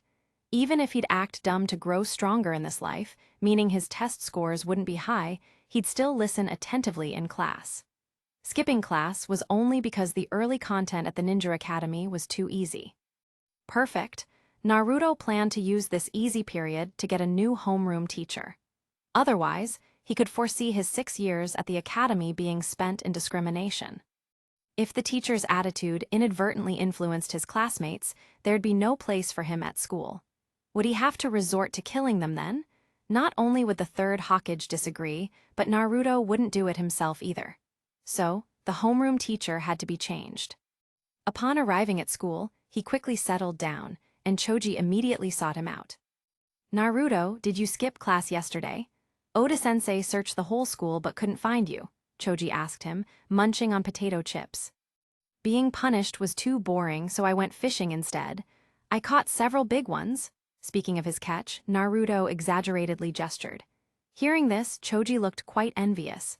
Such big fish must be delicious, the thought alone made him drool. As they chatted, Naruto noticed Sasuke sitting in his seat, still looking cool with a cold expression. Numerous girls surrounded him, trying to curry favor. Naruto felt nothing for that circle of little girls. He only liked girls between 18 and 25 years old. That was true now, would be true in the future, and probably when he got old too. It seemed he was quite unswerving. At this moment, his eyes were only on Sasuke. Naruto stood up and walked over. "Yo, Master Sasuke today." Clunk tilde. To Naruto's surprise, before he could even finish speaking, Sasuke had already placed money on the table. It wasn't until he returned to his seat that Naruto realized. Did this guy find him annoying and pay him to shut up? It was very possible. This little brat. The school bell rang. Splash tilde tilde tilde. Homeroom teacher Oda-sensei had just opened the door when a bucket of water drenched him. Naruto turned to Choji, exasperated, and muttered, "What a dumb teacher, falling for the same trap twice." This time, Orochimaru didn't need a snitch to know who the culprit was. "Uzumaki Naruto, get out and stand in the hall." Walking outside, Naruto noticed no one was in the corridor. He thought about it and decided to skip class. There was no point in attending this one anyway. Oda-sensei was still fuming. This child no, this fox demon was truly infuriating. Although the higher-ups had repeatedly ordered them not to discriminate against Naruto, this kid was simply too mischievous. From now on, he wouldn't bother with him anymore. He'd let him fend for himself. Thinking this, he composed himself and continued the lesson. Last time we talked about chakra, there are still a few things to note about chakra extraction. Oda-sensei picked up a piece of chalk, ready to write on the blackboard. Suddenly, the chalk transformed into a snake and lunged at Oda-sensei. Having been a school teacher for so long, Orochimaru's ninja alertness had long vanished. Bitten instantly, the snake venom took effect, and he collapsed onto the ground dizzy. Oda-sensei tilde XN. However, all of this was irrelevant to Naruto for now. The snake venom was specifically chosen so it wouldn't kill anyone. He was currently busy with his pranks. Pranking was hard to quit once you got used to it. Like the Hokage faces on the monument, he was so used to drawing on them that he felt uncomfortable if he didn't do it for a week. However, today's style was a bit mixed. The first and second Hokage were done in a boys' love style, with sharp eyebrows, starry eyes, and their original stone sculptures coming to life under his brushstrokes, like two handsome men. The third Hokage was still alive, so Naruto chose to be a bit respectful and went with a tough, rugged style, all sharp angles and looking very strong. The fourth Hokage, meanwhile, was depicted in a Norse pirate style, with a vivid little mustache and a single eye patch over his left eye. He looked very much like a pirate. However, the rewards for doing similar pranks were getting lower and lower. He was almost doing it as a public service now, but he couldn't help but enjoy it. After finishing, Naruto admired his masterpiece. But when he looked at his skill bar, he couldn't hold back. He wasn't sure if it was because he had drawn so much or if his SSS rank talent was too powerful. Painting, 1000 perfect. Unbeknownst to him, he had maxed out his painting skill just by doing mischievous doodles. Naruto was speechless. Similarly, his fishing and cooking skills were also maxed out. Now, Naruto didn't even want to fish anymore. Fish would bite even with a straight hook. It was simply boring. What should he do next? Oh well, I guess I'll go fishing. Meanwhile, the third Hokage, who was watching the Hokage faces from his window, was also struggling to maintain his composure. Although he had always been quite serious, seeing the first and second Hokage, two dignified and serious Hokage, depicted in such ridiculous ways, anyone who knew them would burst out laughing. I never thought that boy had such a talent for painting, the third Hokage muttered, taking a drag from his pipe and falling into thought. On the other side, Choji and Shikamaru, who had the day off because their homeroom teacher went to the hospital, also quite appreciated Naruto's painting art. Shikamaru looked Tilda. While strolling, Choji suddenly pointed at some random graffiti on the side of the road, alerting Shikamaru. What is it? Don't you think it's really well drawn? Shikamaru looked closely. He usually didn't pay attention to such things, as they were just random scribbles on the street. But now, looking closely, the chaotic colors of the graffiti were surprisingly well matched, and despite lacking compositional technique, it was unexpectedly harmonious, possessing a beauty of returning to simplicity. Shikamaru hadn't studied art, but at a glance, he knew it was indeed beautiful. Did Naruto draw this? Shikamaru asked curiously. He seems to be the only one in the village who does this. Shikamaru suddenly felt a bit curious about Naruto. What's he doing now? After he got kicked out of class yesterday, he went fishing. He's probably fishing now too. Fishing, huh? Shikamaru recalled his fishing trip with his father. It was indeed a way to pass the time. Other than wasting time, he gained nothing. How about we go too? Choji suggested. Naruto said he caught a huge fish yesterday, as big as a person. Idiot, that's impossible. We don't have fish that big around here, unless it's by the sea. After saying that, Shikamaru thought for a moment, then added, but it's too boring here, so going to check it out wouldn't hurt. Shikamaru, who had confidently declared that such a big fish was impossible, revealed the most astonished expression of his life the moment he saw Naruto. You guys picked a good time to come. Naruto had just dragged a fish longer than himself onto the shore when he turned and saw the two. Wow, Tilda, what a huge fish. Seeing such a big fish, Choji immediately abandoned Shikamaru and ran over, exclaiming excitedly, Naruto, can you cook fish? Choji was momentarily at a loss, wondering how they would handle such a large fish. Of course. Naruto pointed to a spot not far away and said, I have a campsite over there. We can roast this fish. You two are in for a treat this time. Thinking of his own roasted fish, Naruto couldn't help but admire himself. The taste, he himself couldn't believe it was fish he had roasted. Just sprinkling a few things on it, the taste was surprisingly delicious. Naruto almost doubted his life. This was probably the extravagance of a maxed-out skill. Indeed, after eating Naruto's roasted fish, both of them also began to doubt their lives. Choji cried as he ate, Woo-woo Tilda, I've never eaten anything so delicious in my entire life. Naruto, from today onwards, you are my best friend, Choji's best friend. Choji declared that he had found his best friend in Naruto. In response, Choji's former best friend, Shikamaru, said nothing, merely focusing on diligently eating his fish. Chapter 1196.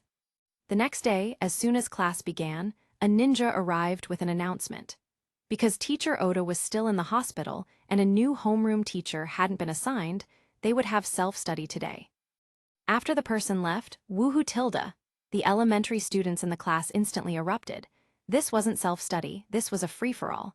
Seeing the mission complete and 2,000 experience points credited to his account, Naruto grinned happily. With 2,000 experience points, he could upgrade his 2-tamo Sharingan to 3-tamo when he got back. For experience points, these untouched pranks yielded the most. He looked forward to the next homeroom teacher. Teacher Oda should be all right? Choji asked. Naruto looked at him in surprise.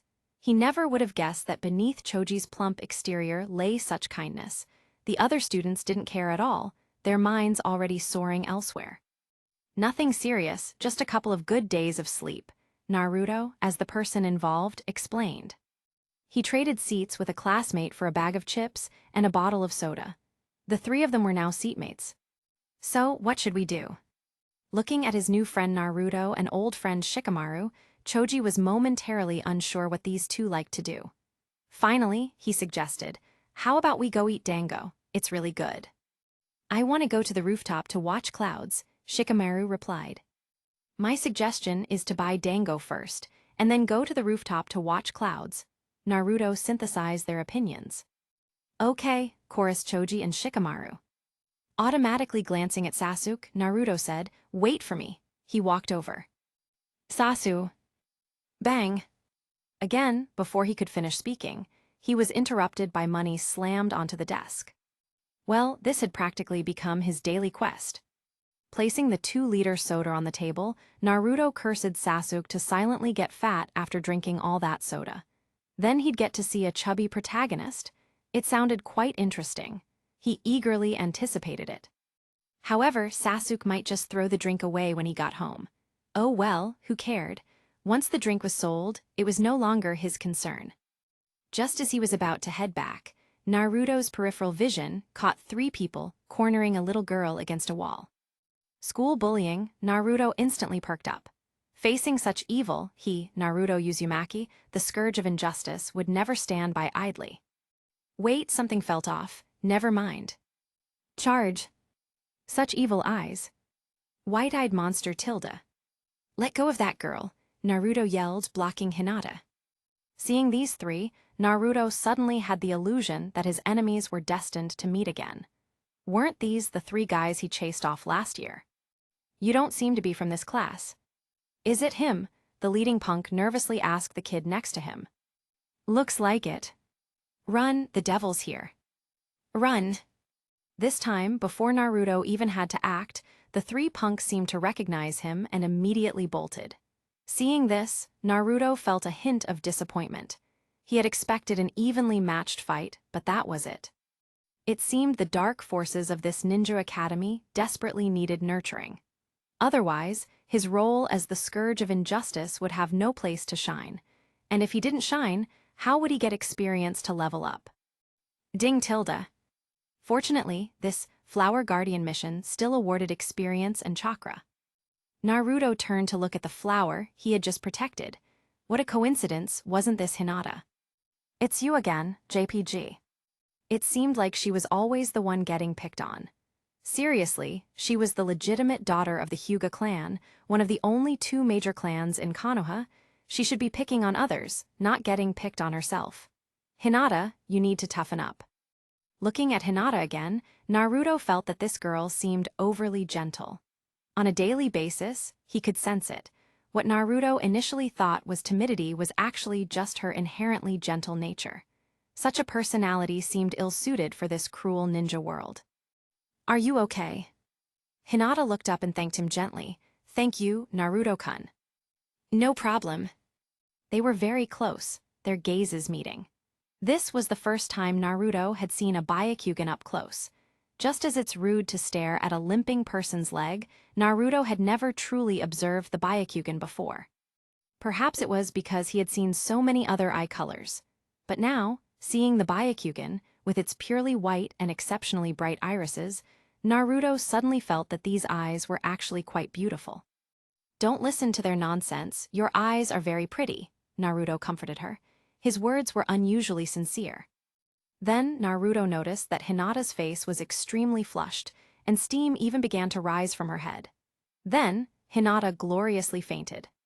Naruto was completely bewildered. He couldn't even manage to catch her. At this moment, only one thought was in his mind. "Oh no, she's relying on me." She was perfectly fine when those 3 punks bullied her, but as soon as he came over, she just fainted. It was intentional, absolutely intentional. The scene shifts. Naruto, Shikamaru, and Choji walked out of the Konoha hospital one after another. This time, they weren't visiting their teacher. He wasn't worth visiting, they were there to drop off Hinata. Fortunately, a quick check showed nothing serious. At first, Naruto was worried the Hyuga clan would use this to pressure the old Hokage, but then he thought about it, it wouldn't come to that. The academy's lessons were more intense than expected. In sparring class, it was common for 2 elementary students to get into big fights, with bloody noses and unconsciousness being commonplace. In the past few days, Naruto had seen several incidents of blood splattering due to combat among the older students. Something like Hinata's situation was completely minor. Let's go, let's buy dango first. To the dango shop, chorused Shikamaru and Choji. The three departing boys didn't notice that, from an upstairs window, the awakened Hinata was silently staring at their retreating figures. That evening, in the training space, Naruto pressed his palms together, his face strained, looking like he was trying to hold in a big one. In reality, he was trying to fuse his earth and water release chakra to synthesize wood release. Naruto already possessed other single-element chakra from the start, and they instantly leveled up to mastery. So, there was nothing to learn from the usual method of acquiring new chakra natures through training, let alone the high-difficulty operation of fusing two chakra natures. Fortunately, his 7 chakra natures had already reached perfect and max levels after 2 years of training. Otherwise, Naruto wouldn't even know where to begin to fuse 2 chakra natures. Of course, his SSS rank talent also provided a huge bonus in synthesizing new chakra. It's done! Naruto shouted, opening his eyes, which were filled with pleasant surprise. Through training, you have fused earth release and water release, synthesizing wood release chakra. Wood release detected. You need to complete the wood release synthesis mission. You have SSS rank talent detected. You automatically possess wood release chakra. Your wood release chakra nature proficiency plus 1500. Wood release 1500 2000 mastered. Congratulations, Naruto. Come, Kurama, let's practice. Naruto was eager to try out this new wood release. Although he hadn't learned any wood release jutsu yet, his nearly 3 million chakra, comparable to a tailed beast's, was almost inexhaustible. His incredibly high chakra control, over 300, made him wield any chakra as easily as moving his arm. His equally high jutsu comprehension, also over 300, allowed him to casually use any ninjutsu, and creating new ninjutsu was incredibly simple. Kurama was also itching for a fight. I couldn't bully the first Hokage, but I can bully this little brat who just mastered wood release, right? Kurama roared. The day of revenge against the first Hokage is coming. A moment later. Kurama, you're so weak. Kurama, completely suppressed by 9 wood dragons. For my peanuts, for my peanuts. I handpick only the finest and most captivating novels for you. Don't forget to check out my other novels. Piet Trianhong Mengzai. Chapter 1197. Time flew by like water. 2 months had passed. During this period, Naruto had gone through 5 homeroom teachers, earning him a huge wave of experience points. Although each time it was because Naruto's pranks caused his teacher's willpower to crumble. Naruto insisted, I'm innocent too, every teacher was targeting me. Today, a new homeroom teacher was coming. As soon as the new teacher arrived, his prank experience points would be instantly in his grasp. With these additional 500 experience points, he'd have the Mangekyo Sharingan tonight. This Mangekyo Sharingan was proving to be quite difficult to obtain. For 2 months, Naruto had tried countless methods, but couldn't find a way to independently upgrade his Sharingan. The skill only had a small note. This skill can only be upgraded through intense emotional fluctuations. Are you kidding me? What kind of emotional fluctuations counted as intense? Naruto declared, I can't do it. Internally, he had recently mastered wood style and was rapidly cultivating other chakra natures based on permutations and combinations. He was so happy he was practically floating. However, this still wasn't considered an intense fluctuation by the system. Externally, Naruto was no longer the lonely, discriminated against child. He had friends. The subtle, enduring friendship among friends certainly wouldn't count as an intense fluctuation. Naruto simply couldn't find anything within himself that could generate intense emotional fluctuations. His talent had met its first formidable opponent.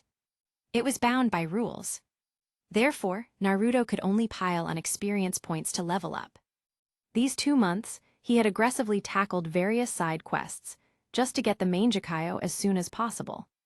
Today was the day his dream would come true. Early in the morning. As soon as Naruto sat down, Choji came to buy chips and soda from him. Choji was Naruto's biggest client and a good friend. However, the two were like brothers who kept clear accounts. After selling some chips and collecting protection money from Sasuke, Hinata came to buy milk tea. This girl had surprisingly become much more resolute after fainting that one time. This change was a good thing. However, every time this girl came to buy milk tea, she would look at Naruto furtively, her face flushed. Once or twice, Naruto thought he might have some snot he hadn't wiped off his face. After it happened more often, he started to suspect, was Hinata perhaps interested in him? Naruto even considered telling Hinata directly, "Forget about it, we can't happen. I only like girls aged 18-25.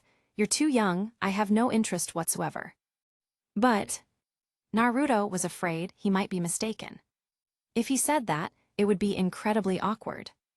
Ding-a-ling-ling tilde. The class bell rang. Uruka Yumino had just pushed the door open when he was drenched by a bucket of water. Naruto's transformation plus summoning combination, jutsu, was simply unstoppable, working every single time. Who did that? Who played such a prank? Teacher, it was Naruto Uzumaki. Naruto gave the speaker a deep look. You brat, it's always you. Naruto, you. Hearing that name, Uruka was initially quite angry. Naruto Uzumaki was the troublemaker of first year, class 1, having driven away 5 homeroom teachers. However, he suddenly remembered a method an experienced teacher had told him before he came. Naruto, well, just deal with him.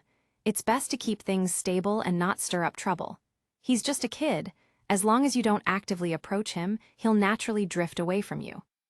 That teacher was an elite who had taught geniuses like Itachi Uchiha, and Uruka was just a new teacher. That teacher's method should work right. Thinking this, Uruka suddenly calmed down, walked to the podium, and began his self-introduction. Good morning, let me introduce myself, starting today. Naruto thought he was going to be punished and made to stand in the hallway, but it just ended like that. Seriously? The ignore tactic, huh? Naruto muttered. All right, he accepted it. Being ignored was at least better than being hated. Anyway, experience points obtained. Choji. Choji, who was eating chips, looked at Shikamaru, who called him. How long do you think this homeroom teacher will last? Probably a long, long time. Shikamaru was utterly unconvinced. The previous 5 were all driven away, why would this one be different? Wanna bet, let's say, no, 3 months is the limit, Shikamaru suggested proactively. Hearing this, Choji readily agreed. All right, the bet is the new old godfather fast food. I want a family bucket. Shikamaru didn't know Naruto, but Choji did. Naruto was a live and let live kind of person. Since the teacher wasn't bothering him, Naruto naturally wouldn't act out again. Hey, you two, at least show me some respect. I'm still here, Naruto said, looking at them exasperatedly. The rest of the time was as peaceful as Choji had predicted. After school, Choji insisted on dragging Shikamaru to the old Godfather fast food restaurant. He said he wanted to pre-order a family bucket. Naruto walked with them halfway, then parted ways to go home. Old Godfather fast food, the name clearly indicated it was opened by Naruto. However, he didn't open it himself. No one would come to a shop opened by him. This shop was opened by a clone using transformation jutsu to pose as an old man nearby who was nearing his end and living alone. The clone then used that identity to open the shop. This clone was a wood-style clone, physical, useful, and difficult to detect. The products were, naturally, the co-branded KFC series from the game. There was fried chicken, burgers, fries, soda, and the classic family bucket. These could all be bought in the shop, and the selling price was simply doubled. After all, the prices in the shop were generally low. The main branch of Old Godfather Fast Food currently had a net profit of around 5,000 liang per day, a rather substantial profit. If one shop made 150,000 liang in pure profit a month, 100 shops could earn 15 million liang per month. This money would be enough to buy all 9-tailed beasts once over. Naruto calculated. That was only 100 shops. It wouldn't even cover the Land of Fire entirely. Additionally, Naruto discovered that these clones shared the same inventory as him. Meaning, Items he put in his inventory could be taken out by a clone in another location. What was that called? Interdimensional teleportation. With this, he wouldn't fear opening shops across different regions. The inventory's function wasn't limited to that. Items inside wouldn't spoil, and one slot could stack up to 9,999 items, making it a dream warehouse. Moreover, the in-game party chat was also a great business tool. It required no external devices and allowed direct face-to-face communication, ignoring spatial barriers. With this, even though clones couldn't use the shop, Naruto could place an order in the shop with just a message, and it would appear in his inventory. At this point, Naruto suddenly realized that this game had so many loopholes to exploit. Quite interesting. However, to truly roll out the fast food model, Naruto needed to first solve the problem of making his clones more realistic. Otherwise, once they expanded, any attack would only expose his wood style. Naruto was currently exploring how to solve this problem. He had a premonition that the solution seemed to lie within Yang release. Chapter 1198. Back home, Naruto stealthily glanced at the Ninetales. Seeing it happily playing in the training space's water, he breathed a sigh of relief. This next thing was his biggest secret, and it wasn't convenient for Kurama to know about it for now. No other reason, just fear of the Ninetales misunderstanding. The Ninetales absolutely detested the Uchiha clan, especially Uchiha Madara. It was a deep-seated hatred. Once the Ninetales discovered that he, Naruto, had the Mangekyo, it wouldn't just be his father's hat turning a little green. His father was fine, being gone and probably unwatched, and besides, who's to say Naruto couldn't have some Uchiha blood in his ancestry? It was just the Ninetales that wouldn't be easy to fool. He opened the interface and started adding points. Adding experience points. Sharingan, 9600 1000 3 Tom. Naruto took out the freshly acquired 500 experience points and directly added them. The experience points instantly maxed out, with some even overflowing. You have met the activation conditions for the Mangekyo Sharingan. Drawing Mangekyo abilities for you from the ability pool. Hint: strong will can increase the probability of acquiring corresponding abilities. What does that mean? Naruto was utterly confused, perhaps 9/10 confused by this hint. He could understand drawing Mangekyo abilities. It probably meant gaining an extra usable skill with these eyes. But what did strong will can increase the probability of acquiring corresponding abilities mean? Could he make a wish with this thing? After confirming he correctly understood the meaning of the sentence, Naruto immediately started brainstorming furiously. What should he wish for? What could make him stronger? Time. Space. No, the strongest had to be fundamental forces. Oh God, no. Oh system, that's not right either. For a moment, Naruto didn't know what to call this thing. Oh God of games. He finally settled on this title and quickly wished, please give me any one of the 4 fundamental forces, anyone will do. Right after saying it, Naruto suddenly remembered that even though this game had flashy functions, it seemed to be just a game after all. This request seemed a bit too grand. With that thought, Naruto immediately added, if there are no fundamental forces, then something similar will do. Combining Mangekyo abilities from the ability pool. Suitable combination drawn, generating. You have acquired Mangekyo Sharingan. Left eye attraction plus right eye repulsion. You can freely control the attraction-repulsion of individuals' areas. You can also control attraction-repulsion with up to 4 black orbs, freely selecting targets, interfering with natural objects, and absorbing-repelling any physical ninjutsu. Durability. Each use consumes 0.5% durability. When durability is depleted, you will go blind. Cooldown, none.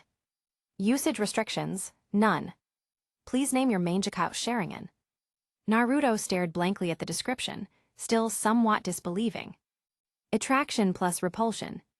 His wish had actually come true, and looking at the ability description, was the Mangekyo really this strong? Naruto suddenly realized, no wonder Uchiha Madara, with just this, could fight the first Hokage to a standstill. The Mangekyo was simply too powerful. The Uchiha clan truly shouldn't be underestimated. Naruto wasn't even sure if all his years of training could defeat his own Mangekyo. Attraction plus repulsion, capable of deflecting all physical attacks with no cooldown, how could he fight it? With his head. This ability felt a bit too buggy. As for the names, Naruto instantly decided. Left eye equals Newton. Right eye equals Einstein. Your naming has been confirmed. If you are unsatisfied, you can spend a rename coupon to change the name. Your Mangekyo has awakened. You have additionally unlocked the Mangekyo store. Detected that you possess SSS talent, the Rinnegan evolution path has been additionally unlocked for you. Once the progress bar is full, collect the necessary 6 paths Chakra purchase an additional upgrade pack to unlock the Rinnegan. Hint: excessive use of the Mangekyo Sharingan can lead to blindness. Please quickly purchase the Eternal Mangekyo Sharingan. A product link abruptly popped up below the hint. This blatant pay-to-win notification, even though Naruto was already used to the game's nature, still choked him up. How strange, couldn't he just upgrade it through leveling? He looked at his original skill again. Sharingan, 10,100 1,000, Mangekyo Right Arrow Rinnegan. Good heavens, there was no upgrade path at all. He could only buy it with money. What's the Rinnegan, and what 6 paths Chakra? The more he learned, the more ignorant Naruto felt. This game, no, this world, always managed to throw out things he didn't know. Ignoring the unknown Rinnegan for now, Naruto decided to check out the store. After all, the Mangekyo was so strong, he couldn't not use it. So, to avoid going blind, he could only click the link. He looked. Damn, 1 million ryo. That's 100,000 yen. How was this any different from outright robbery? Oh. Naruto suddenly remembered that he wasn't really poor anymore. He was no longer the boy who could only dream of reaching 100 ryo. However, this price was indeed very expensive. Even if he fiercely sold family buckets every month, it would still take him 6 or 7 months to earn that much money. How much did the Ninetales sell for? 2 million ryo. After 2 months of studying and reading extracurricular books, Naruto already knew that the Ninetales was one of the world's 9-tailed beasts, and the strongest. How could this eternal Mangekyo be worth half the price of a Kurama? But, after a moment's thought, Naruto realized he had to buy this thing. If he didn't, he'd face the risk of blindness. He could only make the old man suffer a little longer, make him sell more family buckets. Cough, cough. Perhaps the time skip was too fast, leading to this lack of introduction.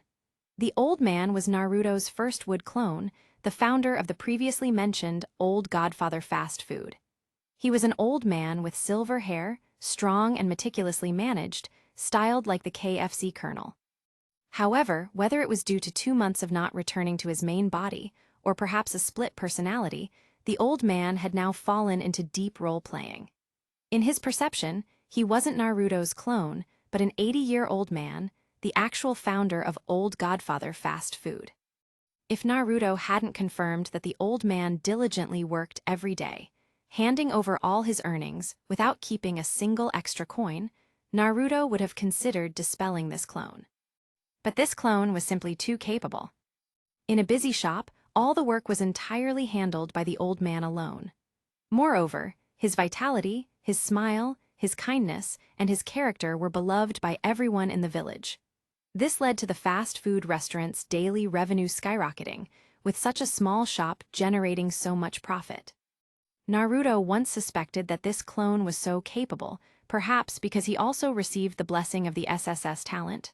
Currently, it seemed very likely. Back to the main topic. Closing the product page, Naruto opened the newly added Mangekyo store. Tsukiyomi, Kado Matsukami, Amaterasu, Kagetsuchi, Kamui, Yada Mirror, and other Mangekyo abilities were all displayed on the shelves. Buy now, use now, no need to replace eyes, just add usable skills to the existing eyes. The price was uniformly 1 million ryo. Before opening it, Naruto thought it was some kind of Mangekyo mall. But after opening it, he realized it really was a Mangekyo store. Looking at the introductions and descriptions, Naruto found these abilities to be one more bizarre than the last. As expected of the Uchiha clan, no wonder they're Konoha's foremost clan, Naruto genuinely sighed. To be able to harvest so much from a pair of eyes like this indirectly showed how popular these eyes were in the game. As expected of the protagonist, for some reason, Naruto suddenly thought of his rival, Sasuke. What would his Mangekyo ability be? Chapter 1199. The Uchiha clan, which Naruto considered the strongest family in Konoha, soon met its end. Within a few days, Naruto heard a horrifying piece of news. The Uchiha clan had been massacred. At first, Naruto couldn't believe it. That was the Uchiha clan, Konoha's strongest. They had many 3-Tamo Sharingan users, and even the eerie Mangekyo Sharingan. How then could they have been massacred? The moment he heard the news, Naruto dismissed it as a joke. However, when he extended his sensory perception, he clearly noticed a large empty area in the Uchiha clan's compound. Even then, Naruto couldn't believe it. Maybe they all went on vacation. This was Konoha's strongest clan, filled with experts and countless geniuses. How could they be wiped out so easily? However, for the next 3 days, Naruto didn't see Sasuke, and the Konoha military police force, usually visible on the streets, seemed to have vanished. Recalling the rumor again, Naruto truly felt that something was amiss. Could it be true? Naruto had no reliable sources of information. He hadn't seen the old Hokage for 2 months, and he couldn't entirely trust what children said. Finally, he could only ask his clones to inquire about the matter. From the Konoha socialite clone, news quickly arrived. It was truly real. Upon hearing this, Naruto's jaw almost dropped to the floor. What about Sasuke? Is he dead too? This can't be right. Naruto wore an expression of existential doubt. Could it be that Sasuke, as he remembered him, wasn't an Uchiha? Thankfully, Naruto searched around and found Sasuke's marked chakra signature in the Konoha hospital. Thank goodness the protagonist is still alive. But still, the Uchiha clan had been massacred, and within the village itself. This world was too absurd. Such an absurd thing had actually happened. Where else in this world could be considered safe? He glanced at the over 40 cold revival coins lying in his backpack, feeling slightly reassured. Looking up at Sasuke, who sat in his seat, radiating cold indifference, Naruto was at a loss for words. After more than 2 months of interaction, Naruto had discovered that Sasuke, despite his appearance, was quite easy to get along with. He had a good personality. His coolness and coldness were merely passive traits. Sasuke must be having a terrible time. Naruto had once thought that, as the protagonist, Sasuke Uchiha likely wouldn't have a smooth upbringing. He never expected that Sasuke's script would be like this. The author was too ruthless. A clan massacre. Even more brutal than protagonists who casually kill entire families. Naruto had only heard of such things in his previous life, among the 10 great tortures. Moreover, this was even more severe than a simple massacre. An entire surname was gone, with only one remaining. This was Konoha's strongest surname. In his previous life, if you said you were going to eliminate everyone named Wang in the entire country. Are you insane? Who was the culprit? Naruto suddenly became concerned about this point. This culprit must be very strong. The Uchiha clan, how many 3-Tamo Sharingan users, how many Mangekyo Sharingan users, yet they were wiped out so easily. This person might very well become his powerful enemy in the future. The entire Konoha seemed to be tight-lipped about this news, but a single rogue ninja wanted poster exposed the mastermind behind the massacre. Itachi Uchiha. Naruto immediately made the old man with phone on subway pose. How could it be him? Isn't he Sasuke's beloved older brother, the Uchiha clan's eldest son, the Uchiha's genius ninja? Why him? Naruto thought for 10 days and 10 nights, but couldn't figure it out. In the end, he could only record this person in his small notebook.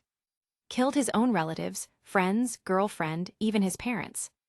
Undoubtedly, this person was absolutely ruthless. If I see him in the future, I'll stay far away. This incident caused a massive stir and had profound repercussions. Naruto, as a complete outsider, only saw the surface, but it seemed the matter ended there. The village intentionally suppressed public opinion, with only Sasuke, the sole survivor, serving as a reminder that the event had indeed occurred. As for Sasuke, the sole survivor, it could only be celebrated as a funeral turned into a happy event. Congratulations on joining the Starting Point's orphanage, where his path to protagonisthood and explosive growth had begun. At the same time, Naruto also decided not to collect protection money from Sasuke in the future, as Sasuke was simply too miserable. Naruto, however, was very curious about what would happen to Sasuke as the protagonist next. This was the protagonist's path to becoming stronger. If he could learn even a tiny bit, or even replicate the same growth path with his SSS talent, opening this cheat would make his future incredibly promising. After all, this was the protagonist. He couldn't possibly work hard his entire life and still not be as strong as Naruto was now, right? But these things weren't urgent. Even Sasuke, the protagonist, was still in school. All Naruto needed to do was observe his every move each day. Naruto checked the time. It was still early, perfect for going upstairs to sell some potato chips. Over 2 months had passed, and Naruto's business had expanded to other classes, even other grades. This world was too crazy. Not only was the old man busy, but Naruto himself also had to work hard to earn more money, as the eternal Mangekyo Sharingan was simply too expensive. Meanwhile, Choji and Shikamaru arrived a bit late today, mainly because Shikamaru encountered a black cat blocking his path, and then he got lost on the road of life. Actually, Shikamaru just didn't want to go to school today and wanted to skip class. Choji tried to persuade him for a long time before finally convincing Shikamaru. Choji had his own thoughts too. Only his good friend Naruto sold him potato chips at the cheapest price in all of Konoha, half the price of outside. If he didn't come to school, he wouldn't enjoy eating potato chips. Although Shikamaru had said behind Naruto's back that Naruto's potato chips must have a very low cost, otherwise they wouldn't be sold so cheaply. But what Naruto himself said also made a lot of sense. Potato chips growing on trees took time, and watering and fertilizing also had costs. This price was already very reasonable. Speaking of Naruto, Choji had nothing else, but he envied Naruto's skill at grilling fish and his ability to summon potato chips. If only I could summon potato chips in the future, too. This thought had become Choji's obsession. In any case, after Choji's persuasion, the two unanimously decided to call Naruto and skip class together. This was absolutely not because they craved Naruto's unbeatable grilled fish. Absolutely not. Arriving at the classroom, neither of them saw Naruto. They asked someone and learned he had gone upstairs to sell potato chips. The two originally wanted to wait, but then a commotion came from upstairs. "They're fighting. They're fighting." A scout ran in from outside, shouting. "Who's fighting?" "Naruto is fighting DuPont and his group from the 4th year." Hearing this news, Choji immediately stood up and ran upstairs. "Choji!" Shikamaru called out but couldn't stop him at all. Thinking of Naruto's grilled fish and Choji's friendship, he could only grit his teeth and follow. As soon as they reached the 2nd floor, the scene was chaotic, with over a dozen people fighting in a skirmish. In the chaos, Choji only saw a small figure darting up and down among a group of older kids, as agile as a monkey, striking any approaching enemy like a dragonfly touching water. "Naruto, I'm here," Choji roared and joined the fight. Shikamaru yelled, trying to stop him, "Hey, Choji." Looking at Choji, who was engulfed by the crowd, Shikamaru had a massive headache. "Can you even join this? Which of these older students isn't stronger than you?" Then bang! A shoe flew out and hit him in the face, causing 2 streams of nosebleed. "What a drag!" Shikamaru tied up his hair, his eyes resolute, and joined the fray. Chapter 1200. Outside the Hokage's office in the afternoon, Shikamaru, Choji, and Naruto, standing as punishment, looked at each other and instantly burst into laughter, snot bubbles forming. Choji's laughter revealed his single remaining front tooth, which made Naruto laugh even harder. Aside from that, both of them were bruised and swollen. Choji was worse, with large bumps around his eyes and mouth, while Shikamaru's face was slightly less severe, a bit green, suggesting he'd taken fewer hits. As for Naruto, his clothes were only slightly dirty. "Naruto, why?" Choji mumbled, his mouth swollen. "Why what? Why are we both like this, but you look perfectly fine?" Shikamaru, beside Choji, added weakly. Hahaha, I have a unique trick for group fights. Otherwise, how do you think I've managed on my own all these years? In reality, there was no trick, it was all about raw strength. With his strength, dealing with a few kids was effortless, wasn't it? Seeing the two of them in this state, Naruto was actually quite touched. He held up 2 fingers and promised, twice. Yay, both Choji and Shikamaru cheered. We didn't do it for the grilled fish, you know, Choji emphasized. Of course, because we're friends. Lord Hokage, he's a demon fox, For some reason, a shrill voice suddenly came from inside. Thump, thump, thump.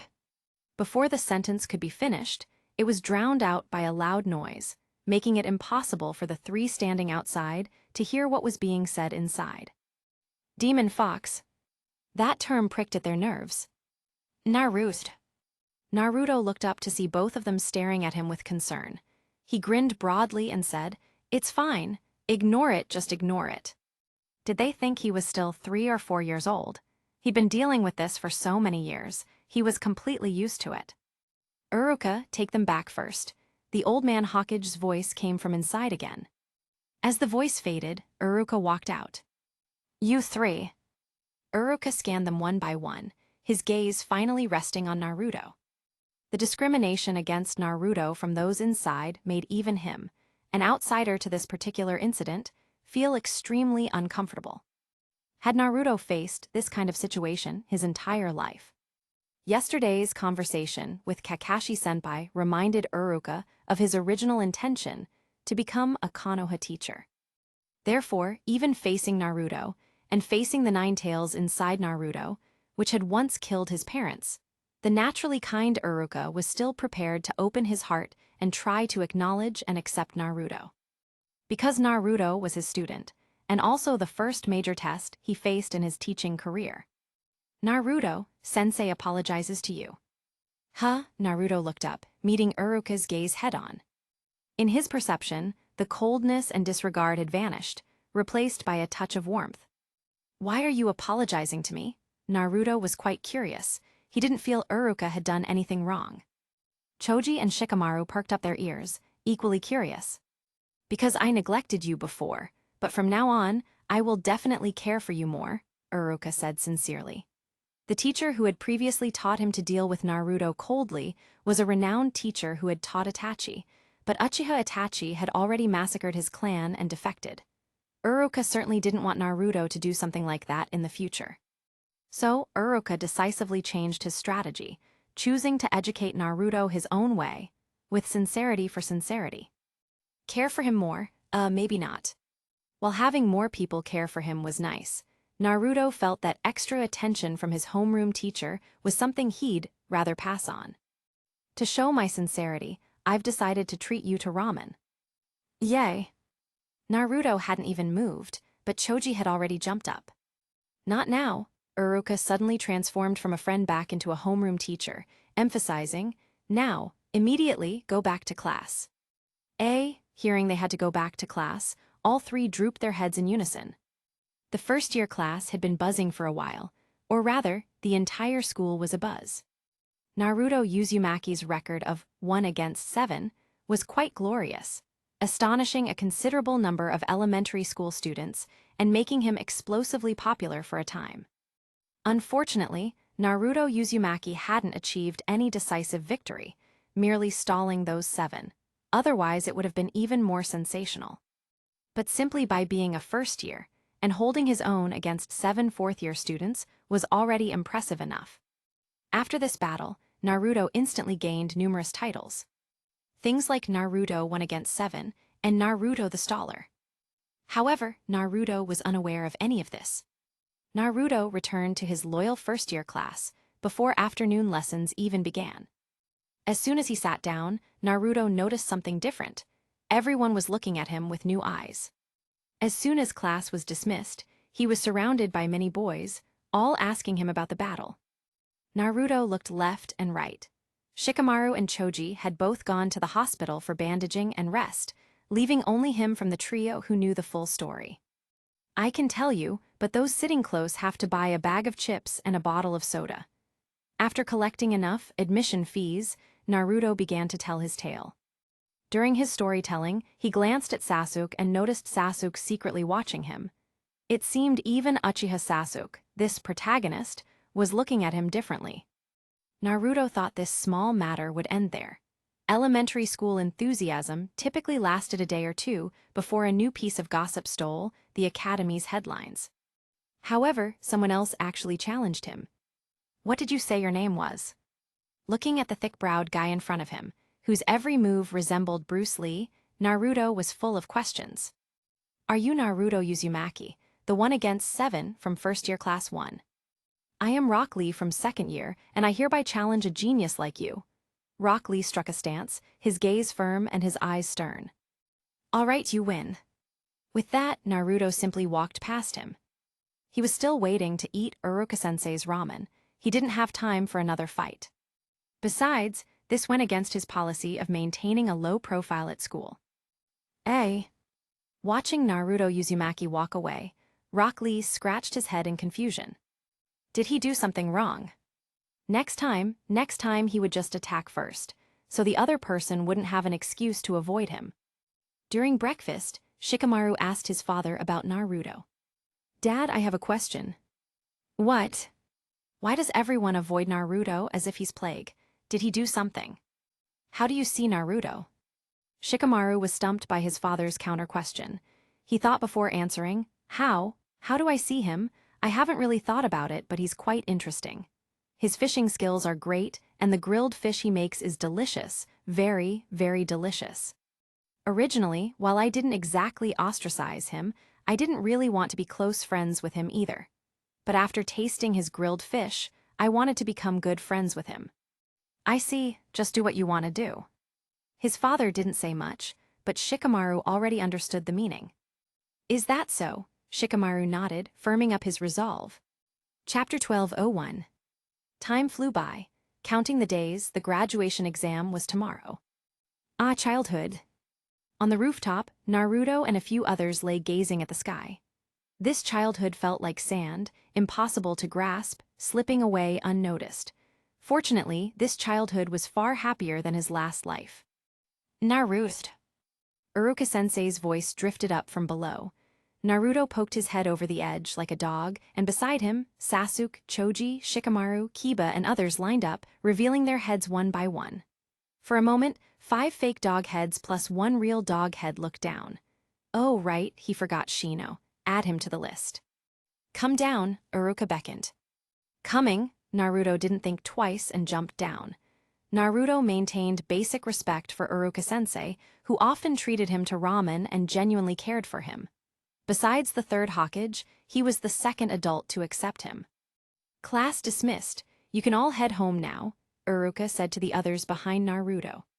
"Goodbye, sensei. See you tomorrow, Naruto." "Goodbye, Uruka-sensei. See you, Naruto." Everyone bid their farewells. Seeing Uruka dismiss the others, Naruto suddenly had a bad feeling. "Sensei, I have something important at home. Maybe I should head back first." Naruto turned to leave but was stopped by Uruka. "Hold it, Naruto. Your misdeeds have been discovered. Still trying to escape." "What misdeeds, Uruka-sensei?" "You forgot what you did." "Forgot? No, there's just too much." During his childhood and time at the Ninja Academy, the number of side quests was actually quite normal, mostly pranks and such. Who knew that as graduation approached, various side quests would pop up in all sorts of ways? Naruto had done too many side quests recently to keep track. Some of them were indeed not good in nature, and Uruka was now asking Naruto to confess. He wouldn't dare. What if he exposed something that hadn't been discovered yet? That would be terrible.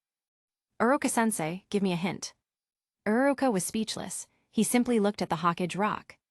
"Oh, it's that," Naruto remembered. But that thing wasn't even a quest. Drawing on the Hokage rock was just something he did on a whim. If he didn't draw once a week, Naruto would get obsessive-compulsive. To be honest, there was a reason Naruto kept doing it. Personally altering the Hokage rock was a historical event. This was a super, super big reward, and Naruto had been coveting it for a long time. But the third Hokage just wouldn't give him the chance. Therefore, Naruto could only quietly draw once a week, making the villagers realize how beautiful these Hokage rocks were under his brush, in various beautiful styles. Wouldn't those lifelike Hokage rocks be much better than these plain old stones? The third Hokage was truly stubborn. The Hokage has ordered you to clean it all up by today, Iruka-sensei announced. I have a condition that prevents me from cleaning anything Tilda. Iruka-sensei flared up. Now, you get over there and clean it up properly. All right, Naruto sighed. He then sincerely tried to seek Iruka's support. Iruka-sensei, don't you think the Hokage rock, as it is now, with the drawings, looks better than just bare stone? Iruka scratched his head awkwardly, but finally praised him genuinely. What you drew certainly looks better than bare stone. Right, Naruto immediately suggested. How about we start a petition, asking the third Hokage to consider our opinion, as long as we have enough support. Naruto, Iruka interrupted Naruto's fantasies. Such important matters aren't easily decided by us. If you still want to change it in the future, wait until you become Hokage. Naruto gave Iruka a speechless glance. Wait until I become Hokage? That'll be ages from now. Don't let the third Hokage's age fool you, the old man was still sturdy. Seeing Naruto's reluctant expression, Iruka decided to offer him a carrot. If you can clean it up before evening, I'll treat you to ramen. All right. All right, is that all? Yay Tilda, Naruto grudgingly played along.